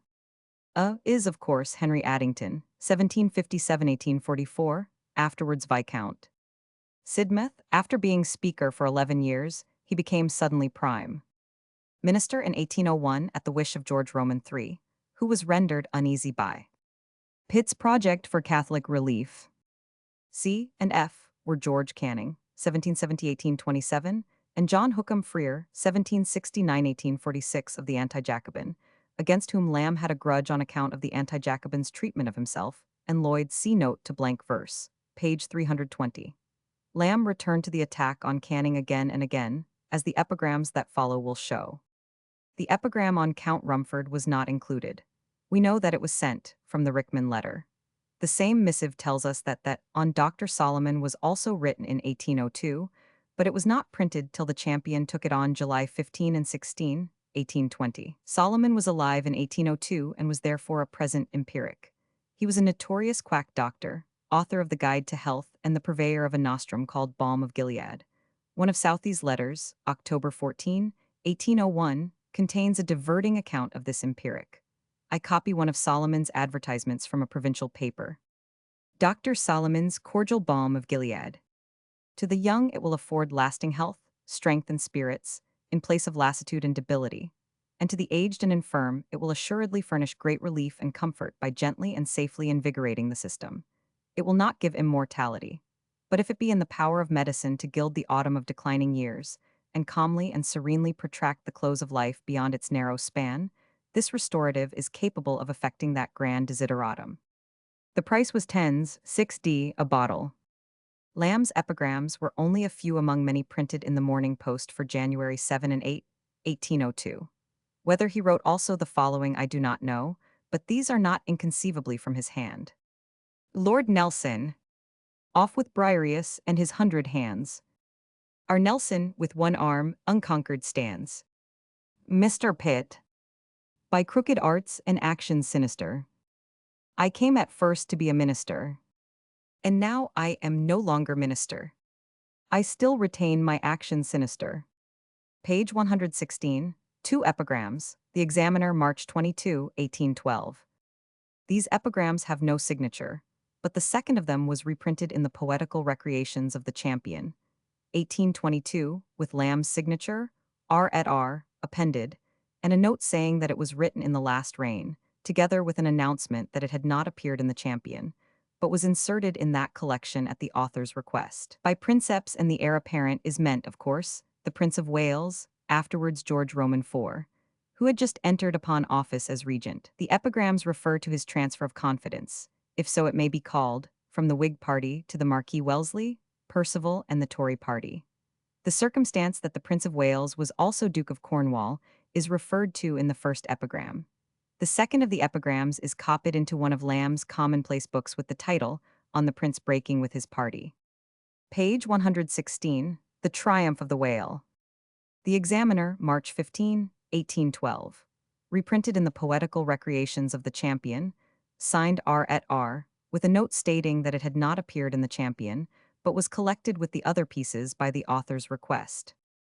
The subject of the verses was, of course, the first gentleman in Europe. The Examiner was never overnice in its treatment of the prince, and it was in the same year, 1812, that Leigh Hunt, the editor and his brother, the printer of the paper, were prosecuted for the article styling him a libertine and the companion of gamblers and demi-reps, which appeared the week following Lamb's poem, and were condemned to imprisonment for it. Lamb's lines came very little short of expressing equally objectionable criticisms, but verse is often privileged. Thelwall and Lamb showed some courage in reprinting the lines in 1822, when the prince had become king. Talford relates that Lamb was in the habit of checking harsh comments on the prince by others with the smiling remark, "I love my regent." In Galignani's 1828 edition of Byron, this piece was attributed to his lordship. Page 118, sent Crispin to Mr. Gifford. The Examiner, October 3 and 4, 1819. Reprinted in the Poetical Recreations of the Champion, 1822. William Gifford, 1756-1826, editor of the Quarterly Review, had been apprenticed to a cobbler. Lamb had an old score against him on account of his editorial treatment of Lamb's review of Wordsworth's Excursion in 1814 and other matters. See note to Letter to Southey, Vol. I. Writing to the Olliers on the publication of his works, June 18, 1818, Lamb says, in reference to this sonnet, "I meditate an attack upon that cobbler Gifford, which shall appear immediately after any favorable mention which Southey may make in the Quarterly. It can't in decent gratitude appear before." When the sonnet was printed in the Examiner, it purported to have reference to the Quarterly's treatment of Shelley's Revolt of Islam, which treatment Leigh Hunt was then exposing in a series of articles. Page 118, The Godlike.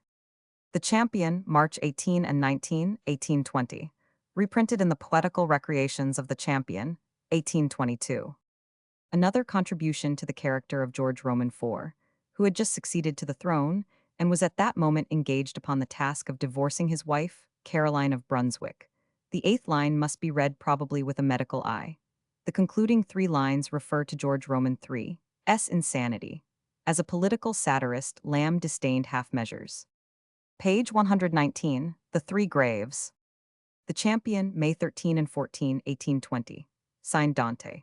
Reprinted in the Poetical Recreations of the Champion, 1822, signed Dante and R et R. Reprinted in the London Magazine, May, 1825, unsigned with the names in the last line printed only with initials and dashes, and the subtitle, written during the time, now happily almost forgotten, of the spy system.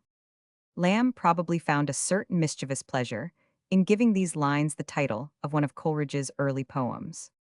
The spy system was a protective movement undertaken by Lord Sidmouth, 1757-1844, as Home Secretary in 1817. After the Luddite riots, the general disaffection in the country, Thistlewood's Spa Fields uprising, and the breakdown of the prosecution. Curious reading on the subject is to be found in the Memoirs of Richmond the Spy, and Peter Mackenzie's remarks on that book and its author, in Tate's Magazine. The spy system culminated with the failure of the Cato Street conspiracy in 1820, which cost Thistlewood his life. That plot to murder ministers was revealed by George Edwards, one of the spies named by Lamb in the last line of this poem. Castles and Oliver were other government spies mentioned by Richmond. Line 2, Bedloe Oates. William Bedloe, 1650-1680, and Titus Oates, 1649-1705, were associated as lying informers of the proceedings of the imaginary popish plot against Charles Roman II. Page 119, Sonnet to Matthew Wood-esque. The Champion, May 13 and 14, 1820. Reprinted in the Poetical Recreations of the Champion, 1822. Matthew Wood, afterward Sir Matthew, 1768-1843, was twice Lord Mayor of London, 1815-1817, and MP for the city. He was one of the principal friends and advisers of Caroline of Brunswick, George Roman IV's repudiated wife, hence his particular merit in Lamb's eyes. Later he administered the affairs of the Duke of Kent, whose trustee he was, and his baronetcy was the first bestowed by Queen Victoria. The sonnet contains another of Lamb's attacks on Canning. This statesman's mother, after the death of George Canning, her first husband, in 1771, took to the stage, where she remained for 30 years. Canning was at school at Eton.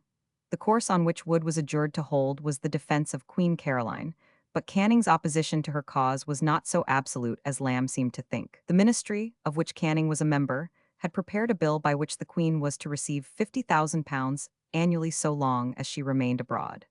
The king insisted on divorce or nothing, and it was his own repugnance to this measure that caused Canning to tender his resignation. The king refused it, and Canning went abroad and did not return until it was abandoned. Line 11, Pickpocket Peer. This would be Henry Dundas, Viscount Melville, 1740–1811, Pitt's lieutenant, who was impeached for embezzling money as First Lord of the Admiralty. He was acquitted, but that was a circumstance that would hardly concern Lamb when in this mood. Page 120, On a Projected Journey. The Champion, July 15 and 16, 1820. Reprinted in the Poetical Recreations of the Champion, 1822. George Roman IV. S. visit to Hanover did not, however, occur till October 1821. This is entitled in Ayrton's Ms. Book, see below, Upon the King's Embarkation at Ramsgate for Hanover, 1821. Page 120, Song for the Sea, N. The Champion, July 15 and 16, 1820.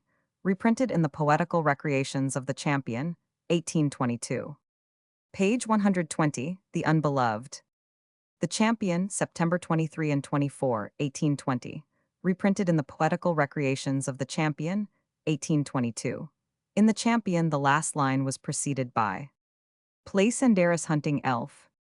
The reference to heiress hunting touching upon Canning's marriage to Miss Joan Scott, a sister of the Duchess of Portland, who brought him £100,000. Line 4, C. G.H. Robert Stewart, Viscount Castlereagh and 2nd Marquis of Londonderry, 1769–1822, Foreign Secretary from 1812 until his death. He committed suicide in a state of unsound mind. Line 6, The Doctor. This was the nickname commonly given to Henry. Addington, Viscount Sidmouth. Line 8, Their chatty, childish Chancellor. John Scott, afterwards Earl of Eldon, 1751–1838, the Lord Chancellor. Line 9, In Liverpool some virtues strike. Robert Banks Jenkinson, Earl of Liverpool, 1770–1828, Prime Minister at the time, and therefore principal scapegoat for the divorce bill. Line 10, And Little Van's beneath dislike. Nicholas Vansittart, afterwards Baron Bexley, 1766–1851, Chancellor of the Exchequer. Line 12, H. T. Thomas Taylor, 1st Marquis of Hertford, 1757–1829, the principal figure in a crim. Con case in 1804 when he was sued by a clergyman named Massey and had to pay £10,000 damages. Page 121. On the arrival in England of Lord Byron's remains. From a Ms. Book of William Ayrton's. In the New Times, October 24, 1825, the verses followed the ode to the treadmill. The epigram, which was unsigned, then ran thus. The poetical cask. With change of climate manners alter not. Transport a drunkard, he'll return a sot. So lordly Juan D. to endless fame. Went out a pickle, and comes back the same. Lord Byron's body had been brought home from Greece, for burial at Hucknall Torkard, in 1824, and the cause of the epigram was a paragraph in the New Times of October 19, 1825, stating that the tub in which Byron's remains came home was exhibited by the captain of the Rodney for twos. 6d. A head, afterwards sold to a cooper in Whitechapel, resold to a museum, and finally sold again to a cooper in Middle New Street, who was at that time using it as an advertisement. The third line recalls Pope's line. See Cromwell damned to everlasting fame. Essay on Man, Roman 4, 284. Page 121. Lines suggested by a sight of Waltham Cross. First printed in the Englishman's Magazine, September, 1831. Lamb sent the epigram to Barton in a letter in November, 1827. The body of Caroline of Brunswick, the rejected wife of George Roman IV, was conveyed through London only by force, involving a fatal affray between the people and the Life Guards at Hyde Park Corner, on its way to burial at Brunswick. Page 122, for the Table Book. This epigram accompanies a note to William Hone. It was marked for the Table Book, but does not seem to have been printed there. Page 122, The Royal Wonders. The Times, August 10, 1830. Signed Charles Lamb. The epigram refers to the Paris insurrection of July 26, 1830, which cost Charles X his throne, and, at home, to William Roman IV. Extreme fraternal friendliness to his subjects. Page 122, Brevis Esse Laboro, 1 dip. Page 123, Suum Cuique. These epigrams were written for the sons of James Augustus Hesse, the publisher, two merchant tailor boys.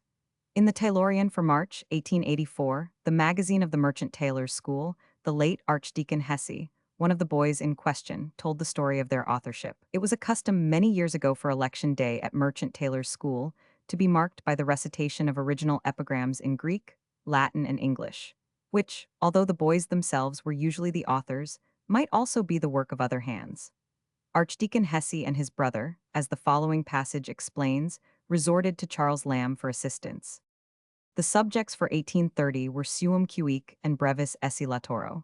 After some 3 or 4 exercise nights, I confess that I was literally at my wits' end. But a brilliant idea struck me. I had frequently, boy as I was, seen Charles Lamb, Elia, at my father's house. And once in 1825 or 1826, I had been taken to have tea with him and his sister, Mary Lamb, at their little house, Colebrook Cottage, a whitish-brown tenement, standing by itself, close to the new river at Islington. He was very kind, as he always was to young people, and very quaint. I told him that I had devoured his roast pig. He congratulated me on possessing a thorough schoolboy's appetite, and he was pleased when I mentioned my having seen the boys at Christ's Hospital at their public suppers, which then took place on the Sunday evenings in Lent. Could this good-natured and humorous old gentleman be prevailed upon to give me an epigram? I don't know, said my father, to whom I put the question, but I will ask him at any rate and send him the mottos. In a day or two there arrived from Enfield, to which Lamb had removed some time in 1827, not one, but 2 epigrams, one on each subject. That on suum cuique was in Latin, and was suggested by the grim satisfaction which had recently been expressed by the public at the capture and execution of some notorious highwayman. That on brevis esse laboro was in English, and might have represented an adventure which had befallen Lamb himself, for he stammered frequently, though he was not so grievous a balbulus as his friend George Darley, whom I had also often seen. I need scarcely say that the 2 epigrams were highly appreciated, and that my brother and myself, for I gave my brother one of them, were objects of envy to our schoolfellows. The death of George Roman IV, however, prevented their being recited on the occasion for which they were written. Suum cuique, which was signed F. Hesse, was thus translated by its presumptive author. A thief, on dreary Bagshot's heath well known, was fond of making others' goods his own. Meum was never thought of, nor was tuum, but everything with him was counted suum. At length each gets his own, and no one grieves. The rope his neck, Jack Ketch his clothes receives. His body to dissecting knife has gone. Himself to Orcus, well, each gets his own. The English epigram, which was signed J. A. Hesse, was a rhyming version of a story which Lamb was fond of telling. 3, at least, of his friends relate the story in their recollections of him. Mrs. Matthews in her life of her husband, Leigh Hunt in The Companion, and De Quincey in Fraser's Magazine. The incident possibly occurred to Lamb when as a boy, or little more. He stayed at Margate about 1790. Lamb must have written Merchant Taylor's epigrams before, for in 1803, in a letter to Godwin about writing to order, he speaks of having undertaken, 3 or 4 times, a schoolboy copy of verses for Merchant Taylor's boys at a guinea a copy, and refers to the trouble and vexation the work was to him. Writing to Southey on May 10, 1830, Lamb said at the end, "Perhaps an epigram, not a very happy gram, I did for a schoolboy yesterday may amuse. I pray Jove he may not get a flogging for any false quantity. But 'tis, with one exception, the only Latin verses I have made for 40 years, and I did it to order. Cuique suum. Adsisit sibi divicias et opes alienas. Fur, rapiens, spoliens quad mihi, quadque tibi. Proprium erat, temnens hic verba, meumque tuumque. Omni suum est, tandem cuique suum tribuit. Dat risticulum, rests va carnifice dat. Sis diabolo sic bene, cuique suum." Page 123, on the Literary Gazette. The Examiner began the attack on August 14, 1830. All the epigrams are signed TA. This means that if Lamb wrote the above, he wrote all, which is not, I think, likely. I do not reproduce them, the humor of punning upon the name of the editor of the Literary Gazette being a little outmoded. TA may, of course, have been Lamb's pseudonymous signature.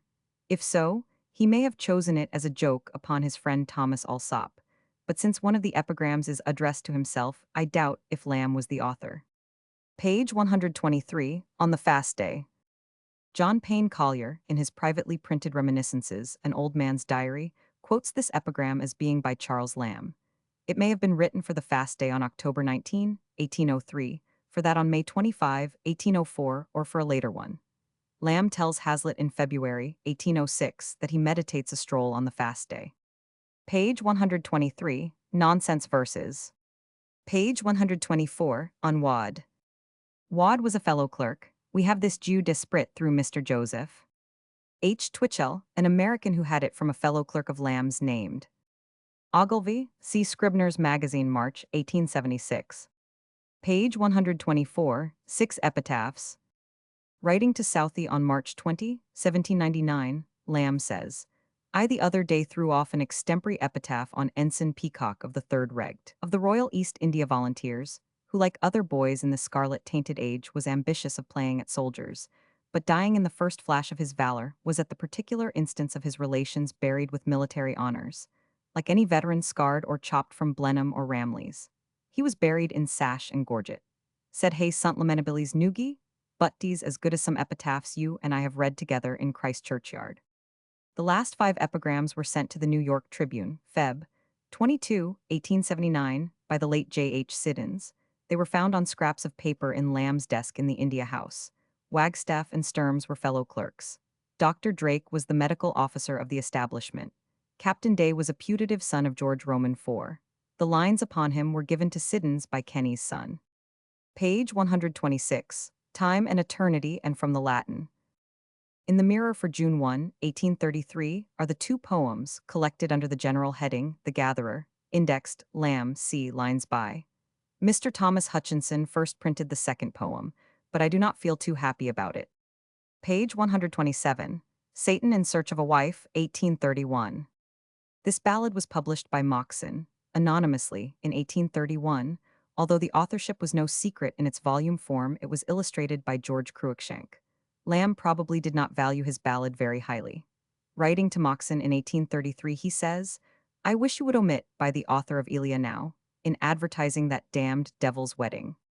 There is a reference to the poem in Lamb's letter to Moxon of October 24, 1831, which needs explanation.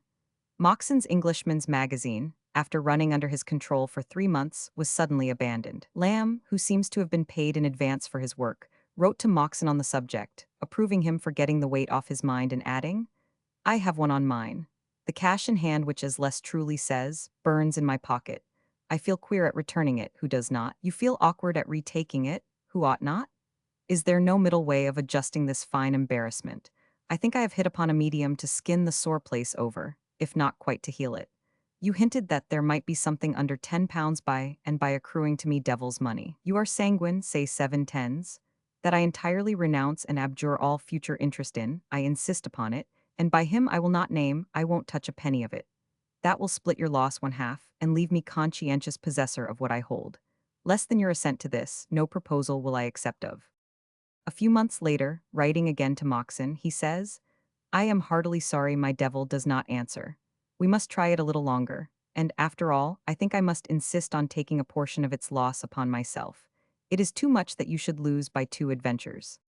According to some reminiscences of Lamb by Mr. J. Fuller Russell, printed in Notes and Queries, April 1, 1882, Lamb suppressed Satan in Search of a Wife, for the reason that the vicar of Enfield, Dr. Cresswell, also had married a tailor's daughter and might be hurt by the ballad.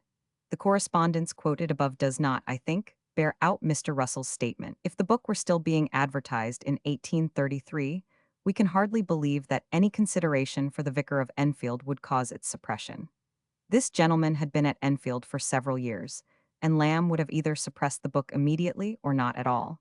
But possibly his wish to disassociate the name of Elia from the work was inspired by the coincidence. The ballad does not call for much annotation. The legend mentioned in the dedication tells how Cecilia, by her music, drew an angel from heaven, who brought her roses of paradise. The ballad of King Cophetua and the beggar maid may be read in the Percy Reliques. Hecate is a triple deity, known as Luna in heaven, Diana on earth, and Proserpine in hell. In the reference to Milton, I think Lamb must have been thinking of the lines, Paradise Lost, I 27:28. Say first, for he even hides nothing from thy view, nor the deep tract of hell. Or Paradise Lost, v. 542. And so from heaven to deepest hell. Lecto parti stanza Roman 2 was one of the Furies. Old par stanza Roman 4 lived to be 152. He died in 1635. Semiramis stanza Roman 17 was queen of Assyria, under whom Babylon became the most wonderful city in the world. Helen was Helen of Troy, the cause of the war between the Greeks and Trojans. Medea was the cruel lover of Jason, who recovered the golden fleece. Clytemnestra stanza Roman 18 was the wife and murderer of Agamemnon. Joan of Naples was Giovanna, the wife of Andrea of Hungary, who was accused of assassinating him. Landor wrote a play, Giovanna of Naples, to restore her fame and requite her wrongs. Cleopatra was the queen of Egypt and lover of Mark Antony. Jocasta married her son Oedipus unknowing who he was. A. Taylor's goose, stanza Roman 22, is his smoothing iron, and his hell, stanza Roman 23, the place where he throws his shreds and debris. Lamb's own Vision of Horns, see Vol. I serves as a commentary on stanza Roman 27, and in his essay on the melancholy of tailors, Vol. I are further remarks on the connection between tailors and cabbage in stanza I of part Roman 2. The two Miss Crockfords of stanza Roman 18 would be the daughters of William Crockford, of Crockford's Club, who, after succeeding to his father's business of fishmonger, opened the gaming house which bore his name and amassed a fortune of upwards of £1,000,000. Semele stanza Roman 21, whose lightest wish Jupiter had sworn to grant, was treacherously induced to express the desire that Jupiter would visit her with the divine pomp in which he approached his lawful wife Juno. He did so, and she was consumed by his lightning and thunderbolts. The bard of stanza Roman 25 is, of course, Virgil. Page 138, Prologues and Epilogues. Writing to Sarah Stoddart concerning Godwin's Falconer, Mary Lamb remarked, "Prologues and epilogues will be his Charles's death." Page 138, Epilogue to Antonio. Had Lamb not sent this epilogue to Manning in the letter of December 13, 1800, we should have no copy of it, for Godwin, by Lamb's advice, did not print it with the play. Writing to Godwin 2 days before, Lamb remarked, "I have been plotting how to abridge the epilogue, but I cannot see that any lines can be spared, retaining the connection, except these two, which are better out. Why should I instance and see the sick man's purpose and see?" And then the following line must run thus. The truth by an example best is shown. See lines 16, 17, and 18. Lines 35 and 36. Suit, Bannister, Richard Suit, 1755-1805, and Jack Bannister, 1760-1836, two famous comedians of that day. Line 62. Pizarro, Sheridan's patriotic melodrama, produced May 24, 1799, at Drury Lane. Page 140, Prologue to Falconer. William Godwin's tragedy, Falconer, was produced at Drury Lane, December 16, 1807, with some success. Lamb's letters to Godwin of September 9 and 17, 1801, suggest that he had a share in the framing of the plot. Later, the play was taken in hand by Thomas Holcroft and made more dramatic. According to Godwin's preface, 1807, the story was taken from the 1745 edition of Defoe's Roxana, which contains the episode of Susanna imagining herself to be Roxana's daughter and throwing herself in her mother's way. Godwin transformed the daughter into a son. Lamb, however, seems to have believed this episode to be in the first edition, 1724, and afterwards to have been removed at the entreaty of Southern, Defoe's friend. See Lamb's letters to Walter Wilson, Defoe's biographer, of December 16, 1822, and February 24, 1823. But it is in reality the first edition which lacks the episode, and Mr. G.A. Aitken, Defoe's latest editor, doubts Southern's interference altogether and considers Susanna's curiosity an alien interpolation. For Lamb's other remarks on Defoe, see also the Ode to the Treadmill, page 72 of this volume, an estimate of Defoe's secondary novels, Vol. I. Writing to Walter Wilson on November 15, 1829, on the receipt of his memoirs of Defoe, Lamb exclaims, "Defoe was always my darling." Page 140, Epilogue to Time's a Tell-Tale. A play by Henry Siddons, 1774-1815, Mrs. Siddons' eldest son. It was produced in 1807 at Drury Lane, with Lamb's prologue, which was, however, received so badly that on the second night another was substituted for it. Page 142, Prologue to Remorse. Coleridge's tragedy Remorse, a recasting of his Osorio, written at Sheridan's instigation in 1797, was produced with success on January 23, 1813, and was printed with the prologue in the same year. Lamb's prologue, spoken by Mr. Carr, was, according to Mr. Dykes Campbell, a recasting of some verses composed for the prize offered by the Drury Lane Committee in the previous year, 1812, in response to their advertisement for a suitable poem to be read at the reopening of the new building after the fire of 1809. It was, of course, this competition which brought forth the rejected addresses, 1812, of the brothers James and Horace Smith. The prologue as printed is very different from that which was spoken at the theatre by Mr. Carr. A writer in the Theatrical Inquisitor for February 1813, in his contemptuous criticism, refers to several passages that are no longer extant. I quote from an account of the matter by the late Mr. Dykes Campbell in the Illustrated London News, October 22, 1892. I am afraid the true text of Lamb's rejected address, even as modified for use as a prologue, has not come down to us. This is how the severe and suspicious Inquisitor describes it and its twin brother, the epilogue. The prologue and epilogue were among the most stupid productions of the modern muse. The former was, in all probability, a rejected address, for it contained many eulogiums on the beauty and magnificence of the dome of Drury, talked of the waves being not quite dry, and expressed the happiness of the bard at being the first whose muse had soared within its limits. More stupid than the doggerel of Twiss, and more affected than the pretty verses of Miles Peter Andrews, the epilogue proclaimed its author and the writer of the prologue to be par nobile fratrum, in rival dullness both preeminent. The reader of Lamb's prologue will find little of all this in it, but there is no reason for doubting the critic's account of what he heard at the theatre. It is not at all unlikely that it was this paragraph which suggested to Lamb the advisability of still further revising the rejected address.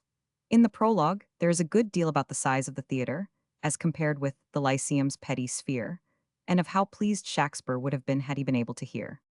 When that dread curse of Lear's had burst tremendous on 1,000 ears. Rather an anticlimax, by the way, for it means an audience of but 500, which would have been a beggarly account for the new Drury. There is nothing either about its dome, or about the scenery, except commonplaces so flat that one doubts if it be quite fair to quote them. The very use, since so essential grown, of painted scenes, was to his Shakespeare's stage unknown. This is not an improvement on the waves, not yet quite dry, a lamb-like touch which could not have been invented by the critic, and may go far to convince us of his veracity. Above all, there is no trace of that splendidly audacious suggestion that Coleridge was the first, whose muse had soared, within the new dome, unless we find a blind one in the closing lines, supposing them to have been converted by the simple process of inversion. Instead of Coleridge being the first whose muse had soared in the new Drury, Drury was the first place in which his dramatic muse had soared. Lamb was not among the writers parodied by the sneering brothers, as he called them later, but Coleridge was. Lamb's turn came in 1825, when P.G. Patmore, afterwards his friend and the father of Coventry Patmore, wrote rejected articles, in which was a very poor imitation of Elia. Line 9, Betterton or Booth. Thomas Betterton, born probably in 1635, acted for the last time in 1710, the year in which he died. Barton Booth, 1681-1733, left the stage in 1728. Betterton was much at the Little Theatre in Lincoln's Inn Fields, also at Sir John Vanbrugh's Theatre in the Haymarket. Line 11. Quin, James Quin, 1693-1766, of Drury Lane and Covent Garden, Garrick's great rival, famous as Falstaff. His last appearance was in 1753. Line 12. Garrick. Garrick's Drury Lane, in which Lamb saw his first play, was that built by Sir Christopher Wren in 1674. It lasted, with certain alterations, including a new face by the brothers Adam, nearly 120 years. The seating capacity of this theatre was modest. In 1794, a new Drury Lane Theatre, the third, was opened, too large for comfortable seeing or hearing. This was burned down in 1809, and the new one, the fourth, and that in which Remorse was produced, was opened in 1812. This is the building, with certain additions, that still stands. Lines 13-16. Garrick in the Shades. Many years later, Lamb used the same idea in connection with Elliston, c. To the Shade of Elliston, Vol. Roman 2. Line 20, Ben and Fletcher. Ben Jonson, 1573, minus 1637, and John Fletcher, 1579-1625, Beaumont's collaborator. Ben Jonson's Every Man in His Humor was produced at the Globe in 1598, Shakespeare being in the cast, but in the main he wrote for Henslowe, who was connected with the Rose and the Swan on Bankside, and with the theatre in Newton Butts, and who built with Allen in 1600 the Fortune in Golden Lane, Cripplegate without. Beaumont and Fletcher's plays went for the most part to Burbage, who owned the Globe at Southwark and the Blackfriars Theatre. Shakespeare also wrote for Burbage. Page 143, Epilogue to Debtor and Creditor. Debtor and Creditor was a farce by James Kenny, 1780–1849, Lamb's friend, with whom he stayed at Versailles in 1822. The play was produced April 20, 1814. Gosling's experiences as a dramatic author seem to have been curiously like Lamb's own. See note to Mr. H on page 392. Line 12, they never bring the Spanish. Spanish old slang for money. Line 40, Politos. Polito at one time kept the menagerie in Exeter. Change. Line 42, Larry Whack. Larry Whack is referred to in the play, says, Samson on one occasion, who be I, come that be capital, why bent I? Sampson Miller, didn't I bang the Derby core at York races? And durst Sir Harry Slang bring me up to town to fight Larry Whack, the Irish ruffian? Page 145. Epilogue to an amateur performance of Richard Roman II. This epilogue, says Canon Anger, who first printed it, was written for a performance given by the family of Baron Field in 1824. The family of Henry Field, Baron's father, would perhaps be more accurate, for Baron Field was childless. The verses, which I print by permission of Miss Kendall, Miss Field's residuary legatee, were given to Canon Anger by the late Miss M.L. Field of Hastings. In his interesting note he adds of this lady, to whom Lamb addressed the verses on page 106, she told me that she, then a girl of 19, sat by the side of Lamb during the performance. She remembered well, she said, that in course of the play a looking-glass was broken, and that Lamb turned to her and whispered, "Sixpence?" She added that before the play began, while the guests were assembling, the butler announced Mr. Negus, upon which Lamb exclaimed, "Hand him round." Lamb refers in the opening lines to Edmund Kean and John Philip Kemble. In this connection, it may be interesting to state that Lamb told Patmore that he considered John of Gaunt, time-honored Lancaster, the grandest name in the world. Page 146, Prologue to the Wife. The original form of the prologue to James Sheridan Knowles' comedy, not hitherto collected in any edition of Lamb's writings, is preserved in the Forster collection in the South Kensington Museum. It was sent to Moxon, for Knowles, in April 1833, and differs considerably. See the large edition of this work. It is curious that the prologue was not attributed to Lamb when the play was printed. Knowles wrote in the preface, "To my early, my trusty and honored friend, Charles Lamb, I owe my thanks for a delightful epilogue, composed almost as soon as it was requested. To an equally dear friend, I am equally indebted for my prologue." Page 147, Epilogue to the Wife. This epilogue was spoken by Miss Ellen Tree. Page 149, John Woodville. First published in 1802 in a slender volume entitled John Woodville, a Tragedy, by C. Lamb, to which are added fragments of Burton, the author of The Anatomy of Melancholy. The full contents of the book were. John Woodville was reprinted by Lamb in the Works, 1818, the text of which is followed here. If Mr. Fuller Russell was right in his statement in Notes and Queries, April 1, 1882, that Lamb told him he had lost £25 by his best effort, John Woodville, we must suppose that the book was published wholly or partially at his own cost. The history of the poem which follows is, with an omission and addition here and there, that compiled by the late Mr. Dykes Campbell and contributed by him to the Athenaeum, October 31 and November 14, 1891. Mr. Campbell had the opportunity of collating the edition of 1802 with a manuscript copy made by Lamb and his sister for Manning. With that patient thoroughness and discrimination which made his work as an editor so valuable, Mr. Campbell minutely examined this copy and put the results on record. And they are now, for the first time, by permission of Mrs. Dykes Campbell and the editor of the Athenaeum, incorporated in an edition of Lamb's writings. The copy itself, I may add, when it came into the market, was secured by an American collector. Mr. Campbell's words follow, my own interpolations being within square brackets. Charles Lloyd shared with Southey the pains and pleasures of criticizing Lamb's verses, for Lamb asks the latter if he agrees with Lloyd in disliking something in The Witch. Thus, Lloyd objects to shutting up the womb of his purse in my curse, which, for a Christian witch in a Christian country, is not too mild, I hope.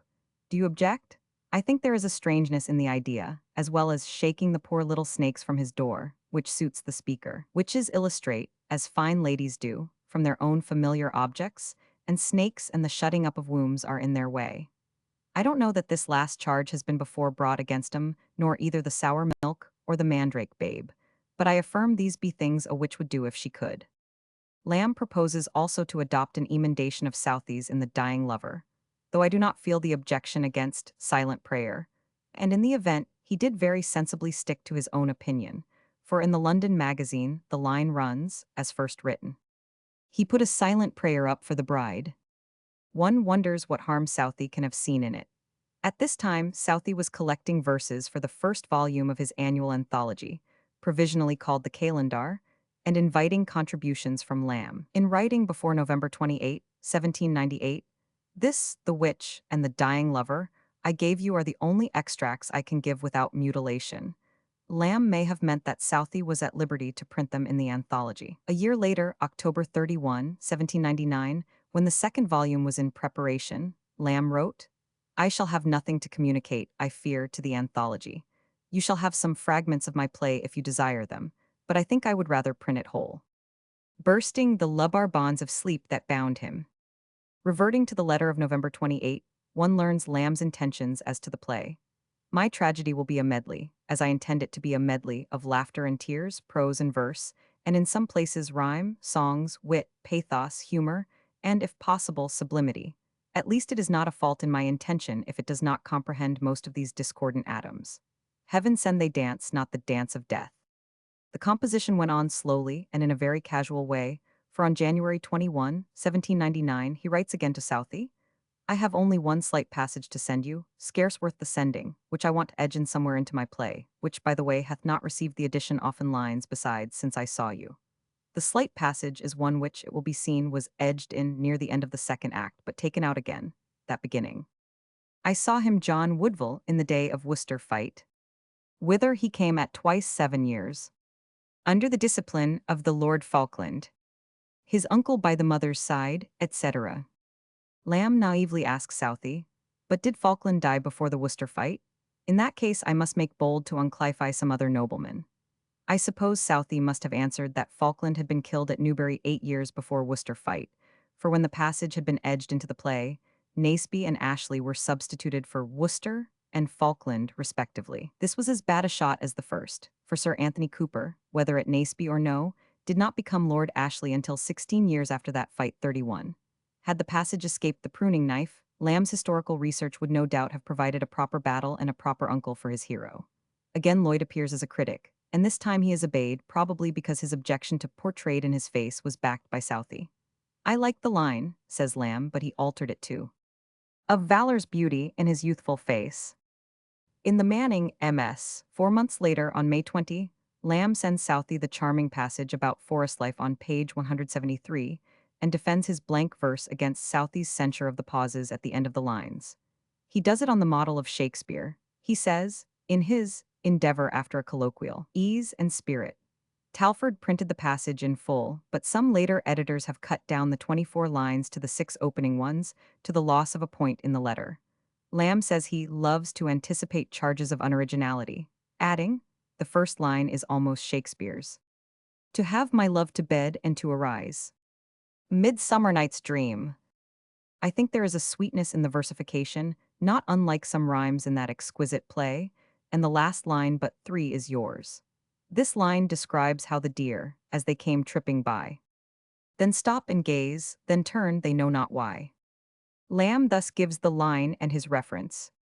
"Then I, that met the gaze, or turned it knew not why." Rosamund's epistle. But of course, he misquotes both line and title, though Southey would feel flattered in finding that his friend's memory had done so well.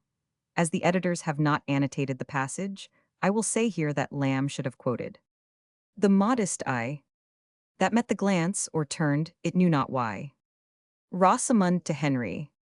The poem is one of those in the now scarce volume which Southey and Lovell published jointly at Bath in 1795, poems, containing the retrospect. It was this forest passage which, as Hazlitt tells us in his Spirit of the Age, so puzzled Godwin.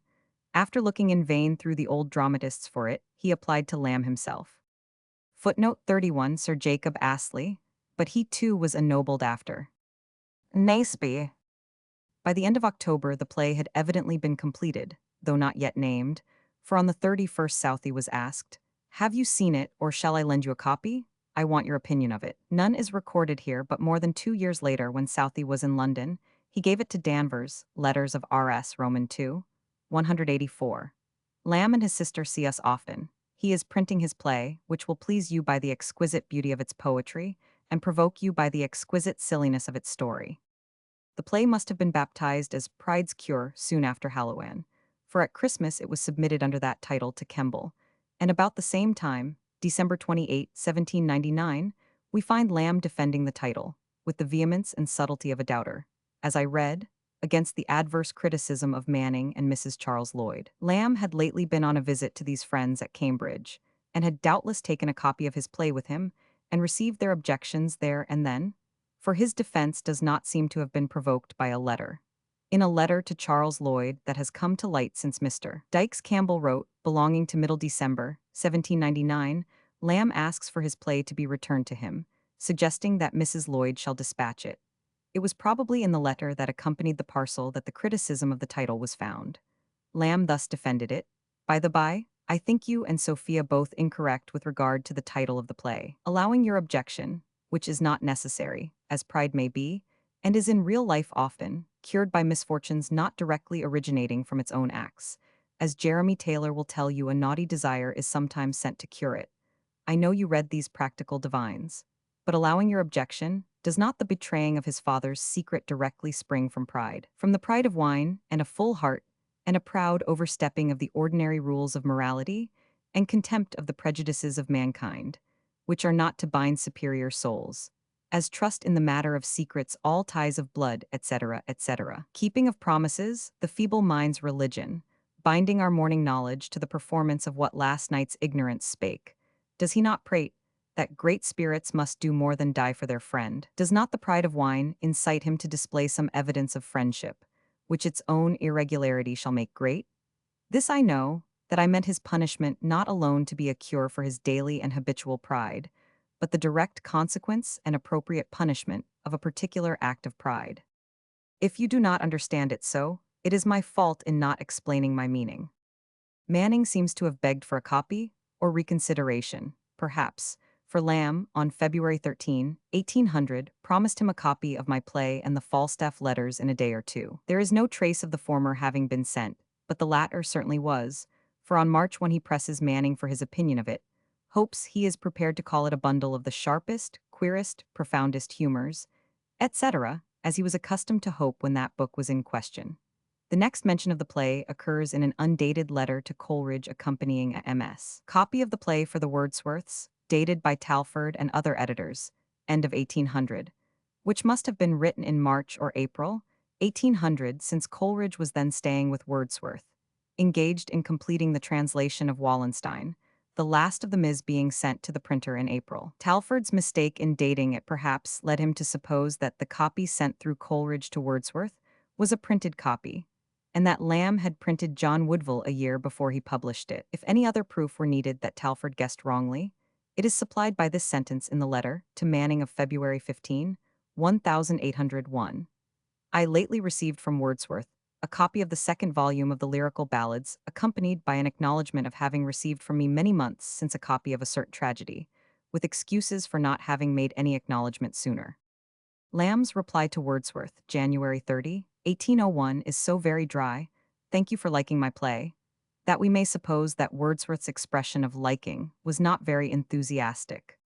Things become clearer when we reach November 3, 1800, on which day Lamb thus addressed Manning. I quote verbatim from the original letter. "At last I have written to Kemble to know the event of my play, which was presented last Christmas. As I suspected, came an answer back that the copy was lost, with a courteous, reasonable request of another copy, if I had one by me, and a promise of a definite answer in a week. I could not resist so facile and moderate demand. So scribbled out another, omitting sundry things, such as the witch story, about half the forest scene, which is too leisurely for story, and transposing that damned soliloquy about England getting drunk, which, like its reciter, stupidly stood alone, nothing prevenient or antevenient, and cleared away a good deal besides. I sent it last night, and am in weekly expectation of the tolling bell and death warrant. It will be observed that that second copy sent to Kemble must have differed essentially from the one sent to Manning, for the latter includes the witch story and retains in its original place the soliloquy about England getting drunk. To this copy sent to Manning, we now come in chronological order, but the exact date of its dispatch must remain uncertain. Clearly it was subsequent, but probably not long subsequent, to Kemble's rejection of the play, which took place soon after All Souls' Day, for Kemble must have made up his mind within half an hour of taking up the manuscript. I venture to assume that the argosy which bore all the treasures recounted in the following bill of lading sailed about Christmas, 1800. It is sad to think that the bill of lading itself and the Ms. of Pride's cure are the only salvage. I send you all of Coleridge's letters to me which I have preserved. Some of them are upon the subject of my play.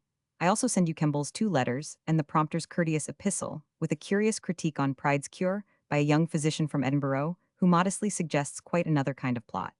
These are monuments of my disappointments which I like to preserve. You will carefully keep all except the Scotch doctors, which burn in statu quo till I come to claim mine own. On the reverse of the half-sheet is written, "For Mr. Manning, teacher of the mathematics and the black arts, there is another letter in the inside cover of the book, opposite the blank leaf that was." This is the other letter, written inside the board cover of the copy of the play, in Charles Lamb's hand. Mind this goes for a letter. Acknowledge it directly, if only in 10 words. Dear Manning, I shall want to hear this come safe. I have scratched out a good deal, as you will see. Generally, what I have rejected was either false in feeling or a violation of character, mostly of the first sort. I will here just instance in the concluding few lines of the dying lover's story, which completely contradicted his character of violent and unreproachful. I hesitated a good while what copy to send you, and at last resolved to send the worst, because you are familiar with it and can make it out. A stranger would find so much difficulty in doing it that it would give him more pain than pleasure. This is compounded precisely of the 2 persons' hands you requested it should be. Yours sincerely, C. Lamb. The 2 persons were undoubtedly Charles Lamb and his sister. Before proceeding to the Ms. itself, it will be desirable to refer to Lamb's letter to Manning of February 15, 1802, in which he defends himself against Manning's animadversions on the changes found in the printed John Woodville. This letter is addressed to Mr. Thomas Manning, Mason Magnan, number 342, Boulevard Italian, Paris. The italics are in the original. Apropos, I think you wrong about my play. All the omissions are right. And the supplementary scene, in which Sandford narrates the manner in which his master is affected, is the best in the book. It stands where a hodgepodge of German puerilities used to stand. I insist upon it that you like that scene. There is one thing more to add. Its excuse is the best in the world. It is quite new. In that precious letter of February 15, 1801, is a passage printed in Canon Anger's edition deluxe, which shows that Lamb, probably, tried George Colman the Younger with Pride's cure. The potentate of the Haymarket was probably less sublimely courteous in his rejection than Kemble. Now to my own affairs. I have not taken that thing to Colman, but I have proceeded one step in the business. I have inquired his address and am promised it in a few days. The Manning copy of John Woodville is thus described by Mr. Dykes Campbell. It is composed of foolscap sheets stitched into a limp wrapper of marbled paper. The writing is chiefly Mary Lamb's. Her brother's portion seems to have been done at various times, for the ink varies in shade and the handwriting in style. On the inside of the first cover, as before noted, is written the letter quoted above. Then comes a page with "Begun August 1798, finished May 1799." This comes in beginning 2D Act. A letter of Marg to John. This being Margaret's letter, page 160 of the present volume. On the reverse, Mary has written out the characters in Pride's Cure, a tragedy. In this list, Lovell and Gray are described as 2 court spies.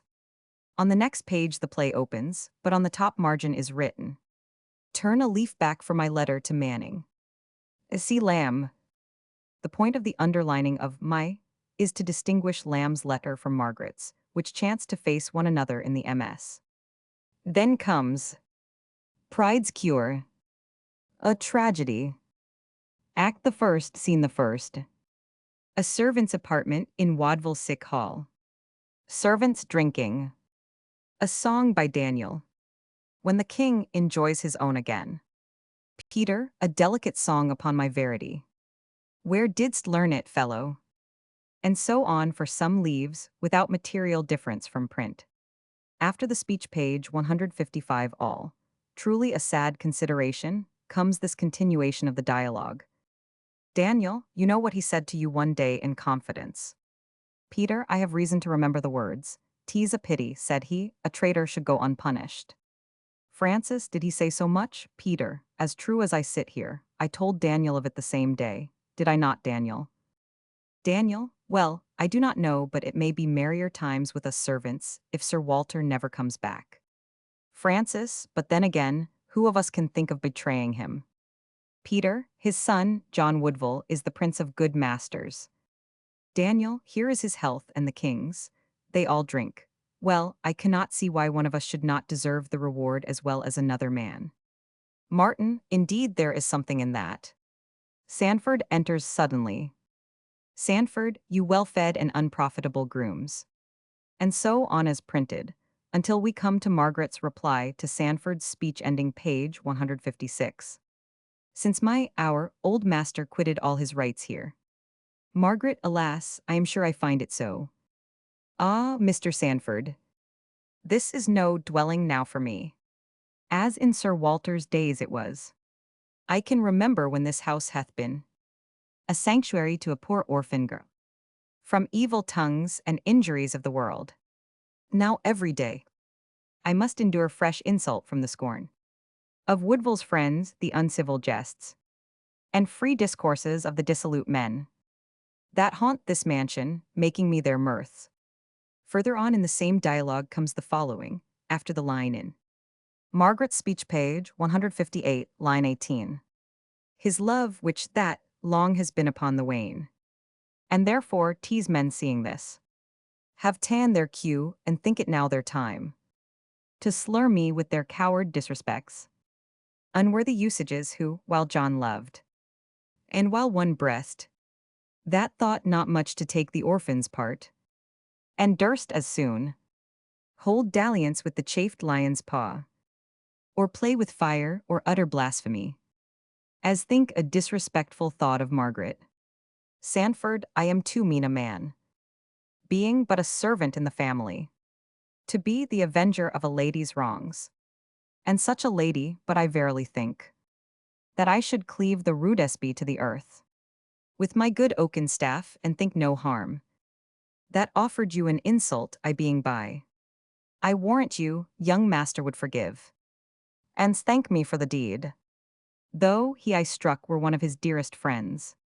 Margaret, oh Mr. Sandford, you must think it, I know, as sad undecency in me, to trouble thus your friendly hearing with my complaints, but I have now no female friend in all this house, adviser none or friend, to counsel with, and when I view your face, I call to mind old times, and how these things were different once, when your old friend and master ruled this house. Nay, never weep, why man, I trust that yet Sir Walter shall return one day, and thank you for these tears, and loving services to his poor orphan. For me, I am determined what to do. And so on as printed down to Margaret's line page 158, line 3 from foot. And cowardice grows, enamored of rare accidents. The 3 lines which follow in print pages 158-9 are not in the MS. Margaret continues thus. But we must part now. I see one coming, that will also observe us. Before night comes we will contrive to meet. And then I will tell you further, till when farewell. Sandford, my prayers go with you, lady, and your counsels. And heaven so prosper them, as I wish you well. They part several ways. Here follows Scene the second, a library in Woodville Hall, John Woodville alone. John Woodville, alone, now universal England getteth drunk. And so on as printed in Act Roman 2, on page 165, after the last printed line. A fishing, hawking, hunting country gentleman. The Ms. has these 5 lines, but Lamb drew his pen through them. Great spirits ask great playroom, I would be. The phaeton should put the world to a hazard. Ere I'd forgo the horses of the sun, and giddy luster of my travels' glory. For tedious common paces, exit. Next comes, scene the third, an apartment in Woodville Hall, Margaret Sanford. Margaret, I pray you spare me, Mr. Sanford. And so on as printed as the continuation of the former scene, page 159 to the end of that, and of the first act. But in the middle of Sanford's speech comes in the witch story, thus introduced. Sanford, I know a suit of lovely Lincoln green, that much shall grace you. In the wear, being glossy, fresh and worn but seld. Young Stephen Woodville's they were, Sir Walter's eldest son, who died long since in early youth. Margaret, I have somewhere heard his story, I remember. Sir Walter Rowland would rebuke me, being a girl, when I have asked the manner of his death. But I forget it. Sanford, one summer night Sir Francis, as it chanced, was pacing to and fro in the avenue that westward fronts our house. Margaret, methinks I should learn something of his story. Whose garments I am to wear. Sanford, among those aged oaks, etc. The course I have taken seemed to me best both for the warding off of calumny from myself, which should bring dishonor upon the memory of Sir Rowland my father, if a daughter of his could be thought to prefer doubtful ease before virtuous sufferance, softness before reputation, and for the once-for-all releasing of yourself. No notable alteration occurs until we come to the second scene, which in the MS, owing to the transposition of Woodville's soliloquy, followed immediately on Lovell's reply to Woodville's speech. No, you shall go with me into the gallery. Printed on page 164. Scene the second, Sherwood Forest, Sir Walter Woodville, Simon, dressed as Frenchman. Sir Walter's opening speech is long in print, page 166, in MS. It is but this. Sir Walter, how fares my boy, Simon, my youngest born? My hope, my pride, young Woodville, speak to me. Thinkest thy brother plays thy father false? My life upon his faith and noble heart. Son John could never play thy father false. There is no further material change to note until we come to the point in the conversation between Sir Walter, Simon, and Margaret, page 172, where Simon calls John a scurvy brother, to whom Margaret responds. Margaret, I speak no slander, Simon, of your brother, he is still the first of men. Simon, I would fain learn that, if you please. Margaret, hadst ye rather hear his praises in the mass, or parcelled out in each particular? Simon, so please you in the detail, general praise. Will leave to his epitaph maker. Margaret, I will begin then. His face is fancy's tablet where the witch paints in her fine caprice ever new forms, making it apt all workings of the soul, all passions and their changes to display. His eye, attention's magnet, draws all hearts. Simon, is this all about your son, sir? Margaret, pray let me proceed, his tongue. Simon, well skilled in lying, no doubt. Sir Walter, ungracious boy, will you not hear her out? Margaret, his tongue well skilled in sweetness to discuss, false tongue that seemed for love vows only framed. Simon, did I not say so? Margaret, all knowledge and all topics of converse. Even all the infinite stuff of men's debate. From matter of fact to the heights of metaphysic.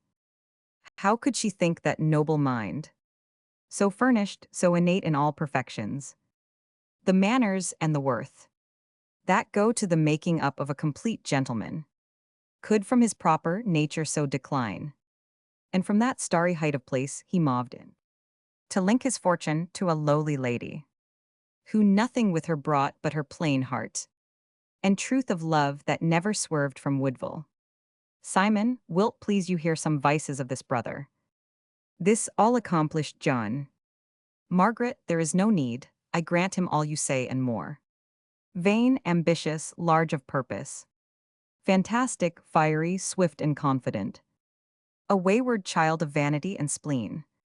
A harebrained madcap, dreamer of gold dreams. A daily feaster on high self-conceit. With many glorious faults beside. Weak minds mistake for virtues. Simon, add to these. that having gained a virtuous maiden's love, one fairly prised at 20 times his worth, he let her wander houseless from his door, to seek new friends and find elsewhere a home. Sir Walter, fie upont. All men are false, I think, etc. And here we arrive at The Dying Lover, which was printed anonymously in the London Magazine for January 1822. But before passing from the long passage transcribed above, I am bound to say that Lamb drew his pen through it all, marking some bits bad and others very bad. I venture to think that in this he did himself some injustice. Margaret, all are not false, I knew a youth who died for grief because his love proved so, and married to 32 another. I saw him on the wedding day, for he was present in the church that day, and in his best apparel 233, as one that came to grace the ceremony. I marked him when the ring was given. His countenance never changed, and when the priest pronounced the marriage blessing, he put a silent prayer up for the bride, for they stood near who saw his lips move 34. He came invited to the marriage feast, with the bride's friends, and was the merriest of them all that day. But they who knew him best called it feigned mirth. And others said, he wore a smile like death's 35 upon his face. His presence dashed all the beholders' mirth, and he went away in tears. Simon, what followed then? Margaret, oh then, he did not as neglected suitors use, affect a life of solitude and shades, but lived in free discourse and sweet society, among his friends who knew his gentle nature best. Yet ever when he smiled, there was a mystery legible in his face, that whoso saw him said he was a man not long for this world. And true it was, for even then, the silent love was feeding at his heart, of which he died, nor ever spake word of reproach, only he wished in death that his remains 36 might find a poor grave in some spot not far from his mistress' family vault, being the place where one day Anna should herself be laid.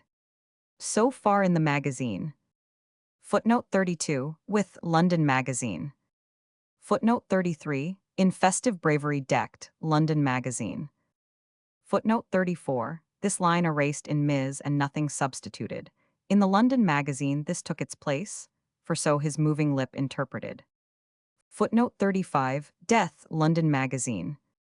Footnote 36, Lamb drew his pen through the 4 concluding lines and wrote in the margin, very bad.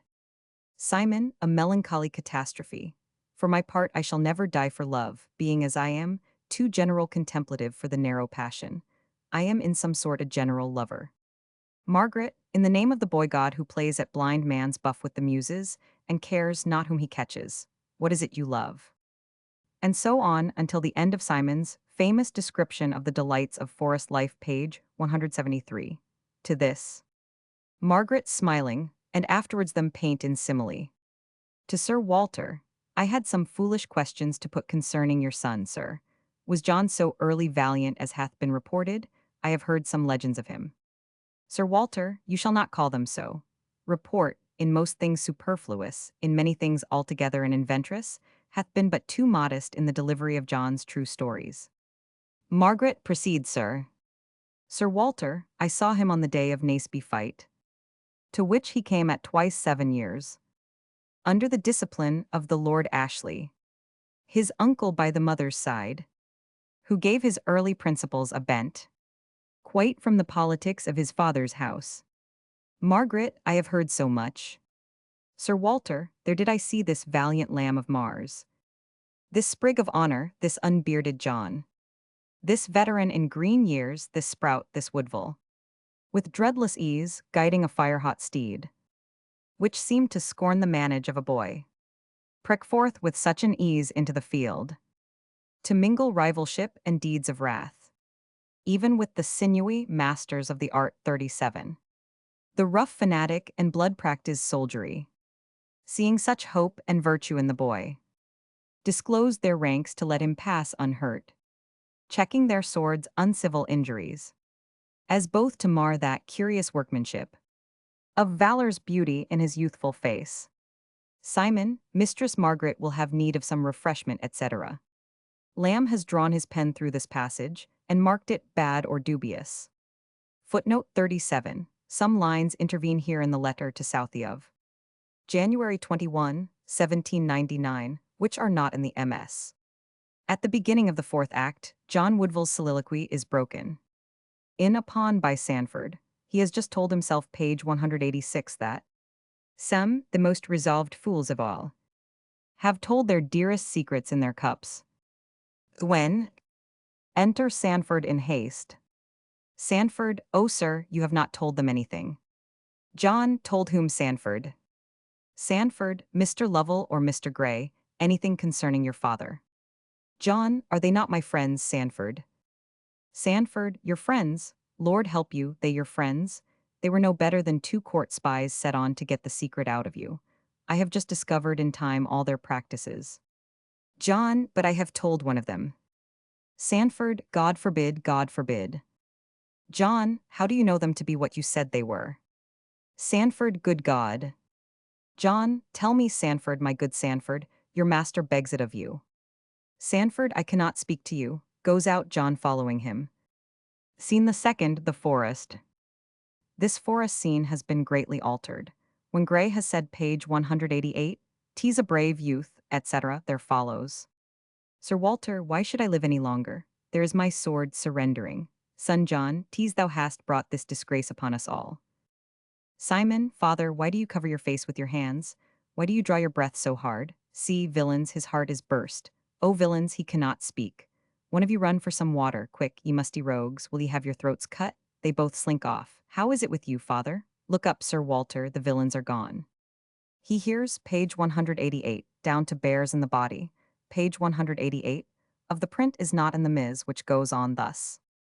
Sir Walter, barely a minute's breath is left me now, which must be spent in charity by me. And Simon, as you prize my dying words, I charge you with your brother live in peace, and be my messenger, to bear my message to the unhappy boy. For certain his intent was short of my death. Simon, I hope as much, father. Sir Walter, tell him I send it with my parting prayer. And you must fall upon his neck and weep, and teach him pray and love your brother John. For you two now are left in the wide world, the sole survivors of the Woodville name. Bless you, my sons dies. Simon, my father's soul is fled. And now, my trusty servant, my sword. One labor yet, my sword, then sleep forever. Drink up the poor dregs left of Woodville's name, and fill the measure of our house's crimes. How nature sickens to view her customary bands so snapped, when love's sweet fires go out in blood of kin, and natural regards have left the earth.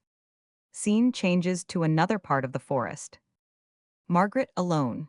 They are gone to bear the body to the town. It was an error merely and no crime. And so to the end of her long speech, as printed page 189. At this point in the Ms. comes in the hodgepodge of German puerilities.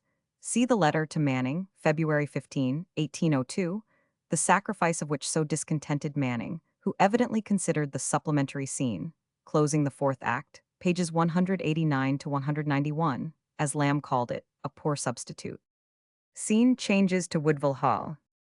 John reading a letter by Scraps, a servant attending. An event beyond the possible reach of foresight. Tease thought the deep disgrace of supposed treachery in you o'ercame him, his heart break. You will acquit yourself of worse crimes than indiscretion. My remorse must end with life. Your quondam companion, and penitent for the wrong he has done ye. Gray. Postscript, the old man being unhappily removed, the young man's advancement henceforth will find no impediment. John, impediment indeed there now is none. For all has happened that my soul presaged. What hinders but I enter in forthwith, and take possession of my crown state? For thy advancement, Woodville, is no less. To be a king, a king. I hear the shoutings of the underworld. I hear the unlawful accents of their mirth. The fiends do shout and clap their hands for joy. That Woodville is proclaimed the prince of hell. They place a burning crown upon my head. I hear it hissing now, puts his hand to his forehead. And feel the snakes about my mortal brain. Sinks in a swoon, is caught in the arms of a servant. Scene, a courtyard before Woodville Hall. Sanford, Margaret, as just arrived from a journey. Margaret, can I see him tonight? Sanford, I think he had better stay till the morning, he will be more calm. Margaret, you say he gets no sleep. Sanford, he hath not slept since Sir Walter died. I have sat up with him these 2 nights. Francis takes my place tonight. Oh, Mistress Margaret, are not the witch's words come true? All that we feared and worse? Go in and change your garments, you have travelled hard and want rest. Margaret, I will go to bed. You will promise I shall see him in the morning. Sanford, you will sleep in your old chamber. Margaret, the tapestry room, yes, pray get me a light, a good night to us all. Sanford, amen, say I they go in. Scene, the servants' hall. Daniel, Peter, and Roberts. Daniel, are we all of one mind, fellows? He that loved his old master speak. Shall we quit his son's service for a better? Is it I or no? Peter, for my part, I am afraid to go to bed tonight. Robert, for certain, young master's indiscretion was that which broke his heart. Peter, who sits up with him tonight. Robert Francis. Peter, Lord, what a conscience he must have, that he cannot sleep alone. Robert, they say he is troubled with the nightmare. Daniel, here he comes, let us go away as fast as we can. Enter John Woodville and Francis, they run out. John, I lay me down to get a little sleep, and just when I began to close my eyes heavy to sleep, it comes. Francis, what comes? John, I can remember when a child the maids 38 would place me on their lap as they undressed me. As silly women use and tell me stories. Of witches, make me read Glanville on witchcraft. And in conclusion, show me in the Bible.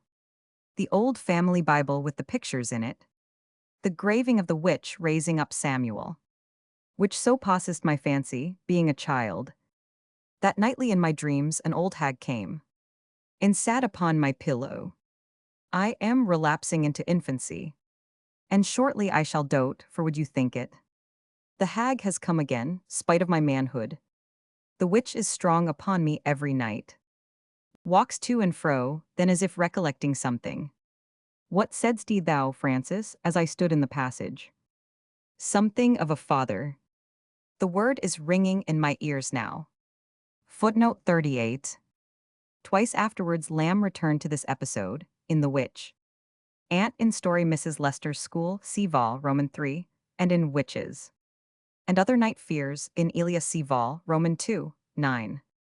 Francis, I remember, one of the servants, sir, would pass a few days with his father at Leicester.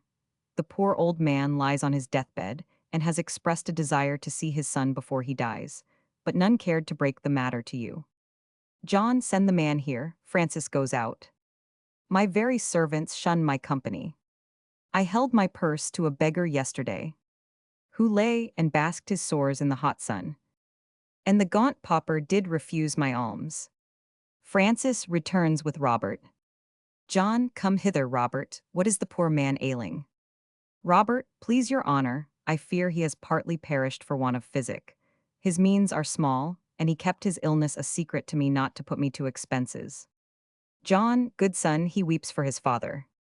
Go take the swiftest horse in my stables. Take Lightfoot or Eclipse, no, Eclipse is lame. Take Lightfoot then, or Princess 39. Ride hard all night to Leicester. And give him money, Francis. The old man must have medicines, cordials, and broth to keep him warm, and careful nurses. He must not die for lack of tendance, Robert. Footnote 39. Lamb puts his pen through these 2 lines and writes across them, miserable bad. Robert, God bless your honor for your kindness to my poor father. John, pray now make haste, you may chance to come in time. Robert goes out.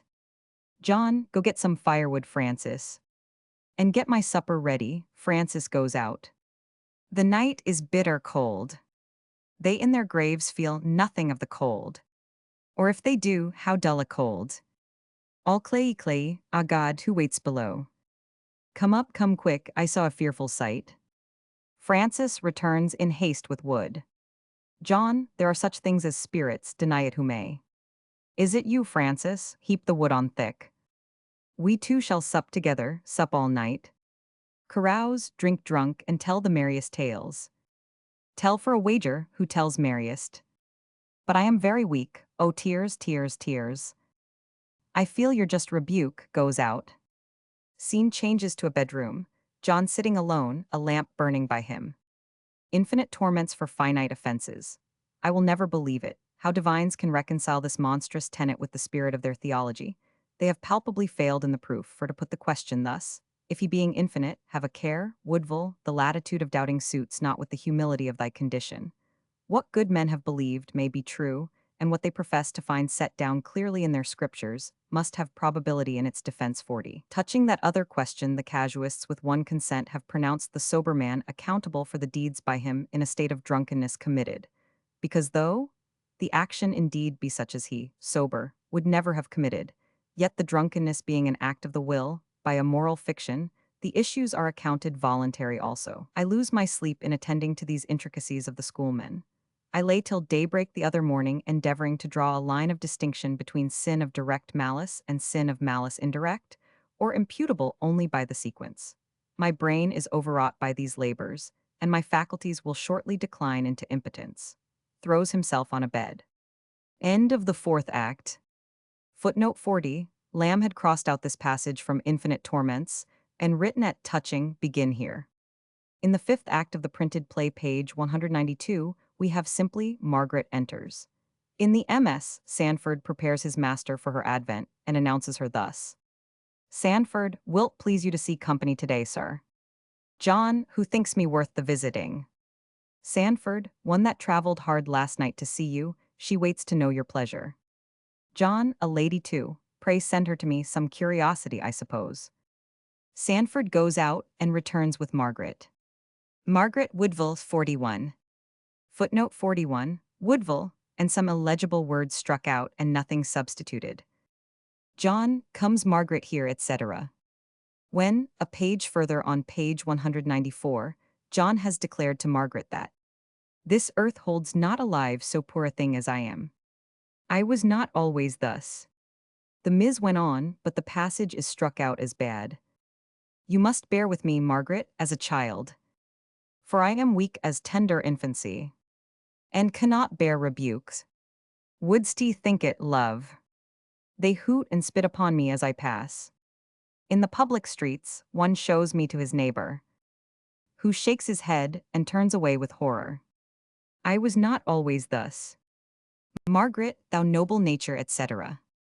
The next scene, the last page L95, is much cut about, the long speech of Margaret beginning. To give you in your stead a better self. And John's reply, both printed at pages 196-7, are struck out, and nimmies, written by Lamb's pen in large characters in the margin. But after that all goes on in harmony with the print, to the end. It seemed the guilt of blood was passing from me, even in the act and agony of tears, and all my sins forgiven. At this point in the MS, Simon arrives. A noise is heard as of one without, clamorous to come in. Margaret, tease your brother Simon, John. Enter Simon, with his sword in a menacing posture. John staggers towards him and falls at his feet, Margaret standing over him. Simon, is this the man I came so far to see? The perfect cavalier, the finished courtier, whom ladies loved, the gallant curled Woodville, whom brave men feared, the valiant fighting Woodville, the haughty high-ambitioned parricide, the same that sold his father's secret in his cups, and held it but an after-dinner's trick, so humble and in tears, a crestfallen penitent, and crawling at a younger brother's feet. The sinews of my stiff revenge grow slack. My brother, speak to me, my brother John. Aside, now this is better than the beastly deed, which I did meditate. John, rising and resuming his old dignity. You come to take my life. I know it well. You come to fight with me, laying his hand upon his sword. This arm was busy on the day of Naseby. 'Tis paralytic now, and knows no use of weapons. The luck is yours, sir, surrenders his sword. Simon, my errand is of peace. A dying father's blessing and lost prayers. For his misguided son. Sir Walter sends it with his parting breath. He bade me with my brother live in peace. He bade me fall upon his neck and weep. As I now do, and love my brother John. For we are only left in the wide world. The poor survivors of the Woodville name, they embrace. Simon and Margaret here shall witness our atonement. For Margaret still hath followed all your fortunes. And she shall dry thy tears and teach thee pray. So we'll together seek some foreign land, where our sad story, John, shall never reach. End of Pride's Cure and Charles Lamb's dramatic works. After all this, Mr. Campbell adds finally, is the reader prepared to think Manning altogether wrong and Lamb altogether right as to what was done in the process of transforming Pride's Cure into John Woodville? The version of 1818 here printed differs practically only in minor matters of typography and punctuation from that of 1802. There are, however, a few alterations which should be noted. On page 176 in John's first speech, fermentations was, in 1802, stimuli. On page 178 in the speech of the third gentleman there is a change. In 1802 he said, dashing his glass down, pshaw, damn these acorn cups, they would not drench a fairy. Who shall pledge and see, and at the end of Act Roman 3, one line is omitted. In 1802 John was made to say, after disarming Lovell, page 186. Still have the will without the power to execute, as unfeared eunuchs meditate a rape. This simile, which one reviewer fell upon with some violence, was not reprinted. Mr. Thomas Hutchinson, writing in the Athenaeum, December 28, 1901, remarks, the truth is that in Lamb's imitations of the elder writer's anachronistic improprieties, as Thomas Warton would say, are exceedingly rare. In John Woodville it would not, I think, be easy to discover more than two. Caprice, which, in the sense of a capricious disposition, seems to belong to the 18th century, and anecdotes, i.e., secret court history, which, in its English form at least, probably does not occur much before 1686. This note is already too long, or I should like to say something of the reception of John Woodville, which was not cordial. The annual review was particularly severe, and the Edinburgh caustic. Page 109, The Witch. In the works 1818, this dramatic sketch followed John Woodville. Lamb sent The Witch to Robert Lloyd in November, 1798, see Charles Lamb and the Lloyds, page 91, in a version differing widely from that of the works here given. The speakers are Sir Walter Woodville's steward and Margaret. The principal variation is this, after the curse. Margaret, a terrible curse. Old steward, O lady, such bad things are said of that old woman. You would be loth to hear them. Namely, that the milk she gave was sour. And the babe who sucked her, shriveled like a mandrake. And things besides, with a bigger horror in them. Almost, I think, unlawful to be told. In the penultimate line, the mystery of God was creation's beauteous workmanship. Page 202, Mr. H. Lamb composed this farce in the winter 1805-1806. Writing to Hazlitt on February 19, 1806, he says, have taken a room at Three's. A week to be in between 5 and 8 at night, to avoid my nocturnal alias nocturnal visitors. The first fruits of my retirement has been a farce which goes to manager tomorrow. Mary Lamb, writing to Sarah Stoddart at about the same time, says, Charles is gone to the lodging to finish the farce, and I am to hear it read this night. I am so uneasy between my hopes and fears of how I shall like it, that I do not know what I am doing. The next day or so, February 21, she says that she liked the farce very much and cannot help having great hopes of its success, stating that she has carried it to Mr. Rotten at Drury Lane. The reply came on June N, 1806, saying that the farce was accepted, subject to a few alterations, and would be produced in due course. See Lamb's letter to Wordsworth, written in wantonness of triumph, of June 26. Mary Lamb, writing to Sarah Stoddart, probably in October 1806, says that Charles took an emendated copy of his farce to Mr. Rotten, the manager, yesterday. Mr. Rotten was very friendly to him and expressed high approbation of the farce. But there are two, he tells him, to come out before it. We are pretty well and in fresh hopes about this farce. Lamb tells Manning about it on December 5, adding after an outline of the plot, that's the idea, how flat it is here, but how whimsical in the farce. Later he says, I shall get £200 from the theatre if Mr. H. has a good run, and I hope £100 for the copyright. Nothing if it fails, and there never was a more ticklish thing. The whole depends on the manner in which the name is brought out, which I value myself on, as a chef d'oeuvre. And a little later still, N.B. If my little thing don't succeed, I shall easily survive. Mr. H. was produced on December 10, 1806. The playbill for the night ran thus. Theatre Royal, Drury Lane. This present Wednesday, December 10, 1806.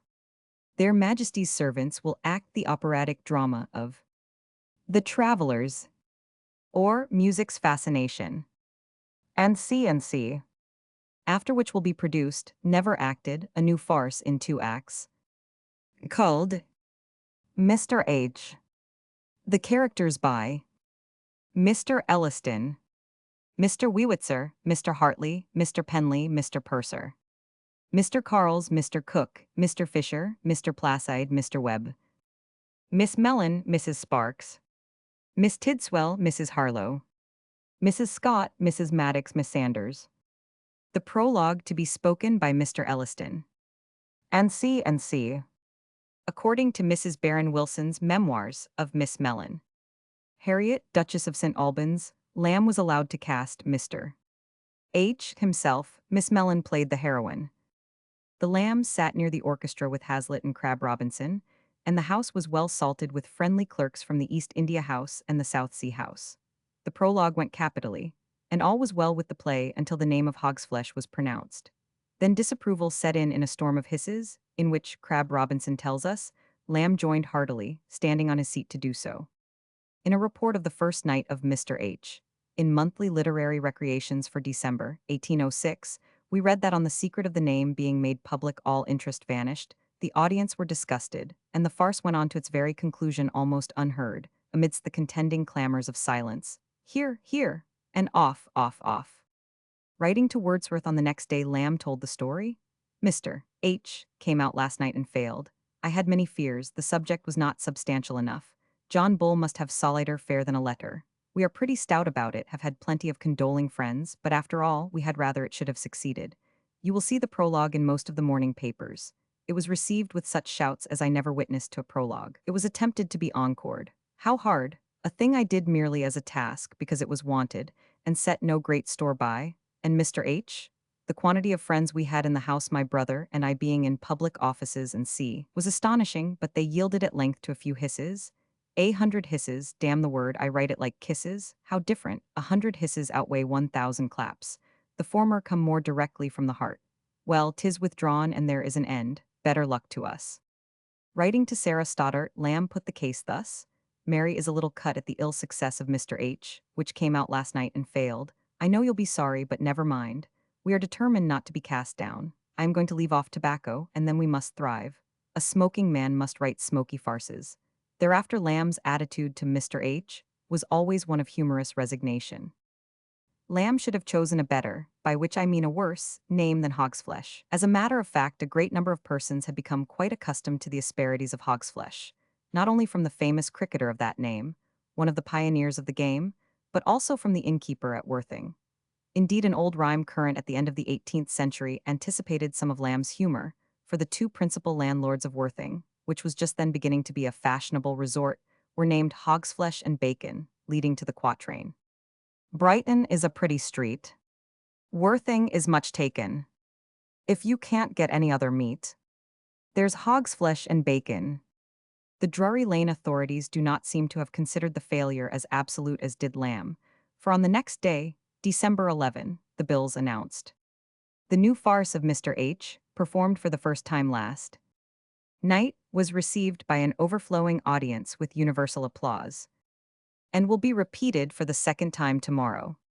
But the next evening's bill, December 12, 1806, stated that the new farce of Mr. H. is withdrawn at the request of the author. Mr. H. did not then disappear altogether from the stage. A correspondent of Notes and Queries, May 26, 1855, remembered seeing it at Philadelphia when he was a boy. The last scene, he says, particularly amused the audience. And in William B. Wood's Personal Recollections of the Stage, 1855, it is recorded of the Philadelphia Theater, of which he was manager, that in 1812, Charles Lamb's excellent farce of Mr. H. met with extraordinary success and was played an unusual number of nights. Lamb, however, did not profit thereby. The little play was published in Philadelphia in 1813 under the title Mr. H., or Beware a Bad Name. A farce in 2 acts, as performed at the Philadelphia Theatre, Lamb's name not figuring in any way in connection with it. In England, Mr. H. was not revived until 1885, when, as a curiosity, it was played by the Dramatic Students' Society. The performance was held at the Gaiety on October 27, 1885, the prologue being spoken by a gentleman made up to resemble Lamb. At the Cheadle Town Hall on October 19 and 20, 1910, Mr. H. was given again, with the difference that the secret of the name was disclosed from the start. In Notes and Queries, August 3, 1889, the following amusing playbill was printed, contributed by Mr. Bertram Doble. Theatre Royal, English Opera House, Strand. Particularly private. This present Friday, April 26, 1822, will be presented a farce called Mr. H. N.B. This piece was damned at Drury Lane Theatre. Cast follows, previous to which a prologue will be spoken by Mrs. Edwin. After the farce, for the first time in this country, and now performing, with immense success in Paris, a French petite comédie called Le Comédien d'Étampes. N.B. This piece was never acted in London, and may very probably be damned here. Cast follows, immediately after which, A Lover's Confession in the Shape of a Song, by M. Émile, from the Théâtre de la Poste, Saint Martin at Paris, to conclude with a pathetic drama in 1 act called The Sorrows of Werther. N.B. This piece was damned at Covent Garden Theatre. Cast follows, Brothers and Sisters of Charlotte by 6 cherubims. Got for the occasion, orchestra, leader of the band, Mr. Knight, conductor, Mr. E. Knight. Pianoforte, Mr. Knight, Jun harpsichord, Master Knight, that was. Clavecin, by the father of the knights to come. Vivat Rex, no money returned because none will be taken. On account of the above surprising novelty, not an order can possibly be admitted, but it is requested that if such a thing finds its way into the front of the house, it will be kept. Doors open at 6:30, begin at 7:30 precisely. The entrance for all parts of the house at the private box door in Exeter Street. Loans, Printer, Marquis Court, Drury Lane, London. Mr. Doble wonders if Lamb had any knowledge of this performance, and he suggests that possibly he had a hand in the bill. Certainly, the interpolations concerning damnation are in his manner. I add a few notes. Page 208, The Man with the Great Nose.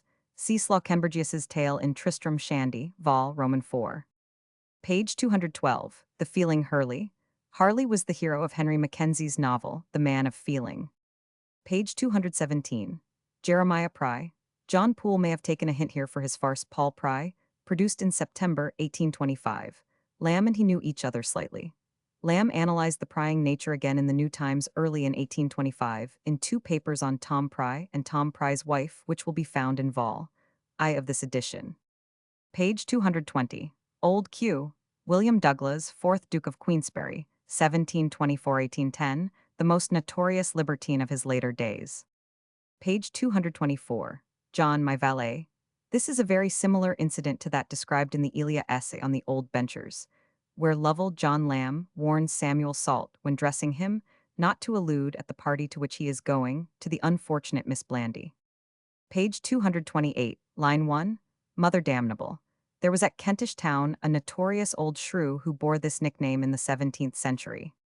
Page 238, The Pawnbroker's Daughter. Printed in Blackwood, January, 1830, and not reprinted by Lamb. This little play was never acted.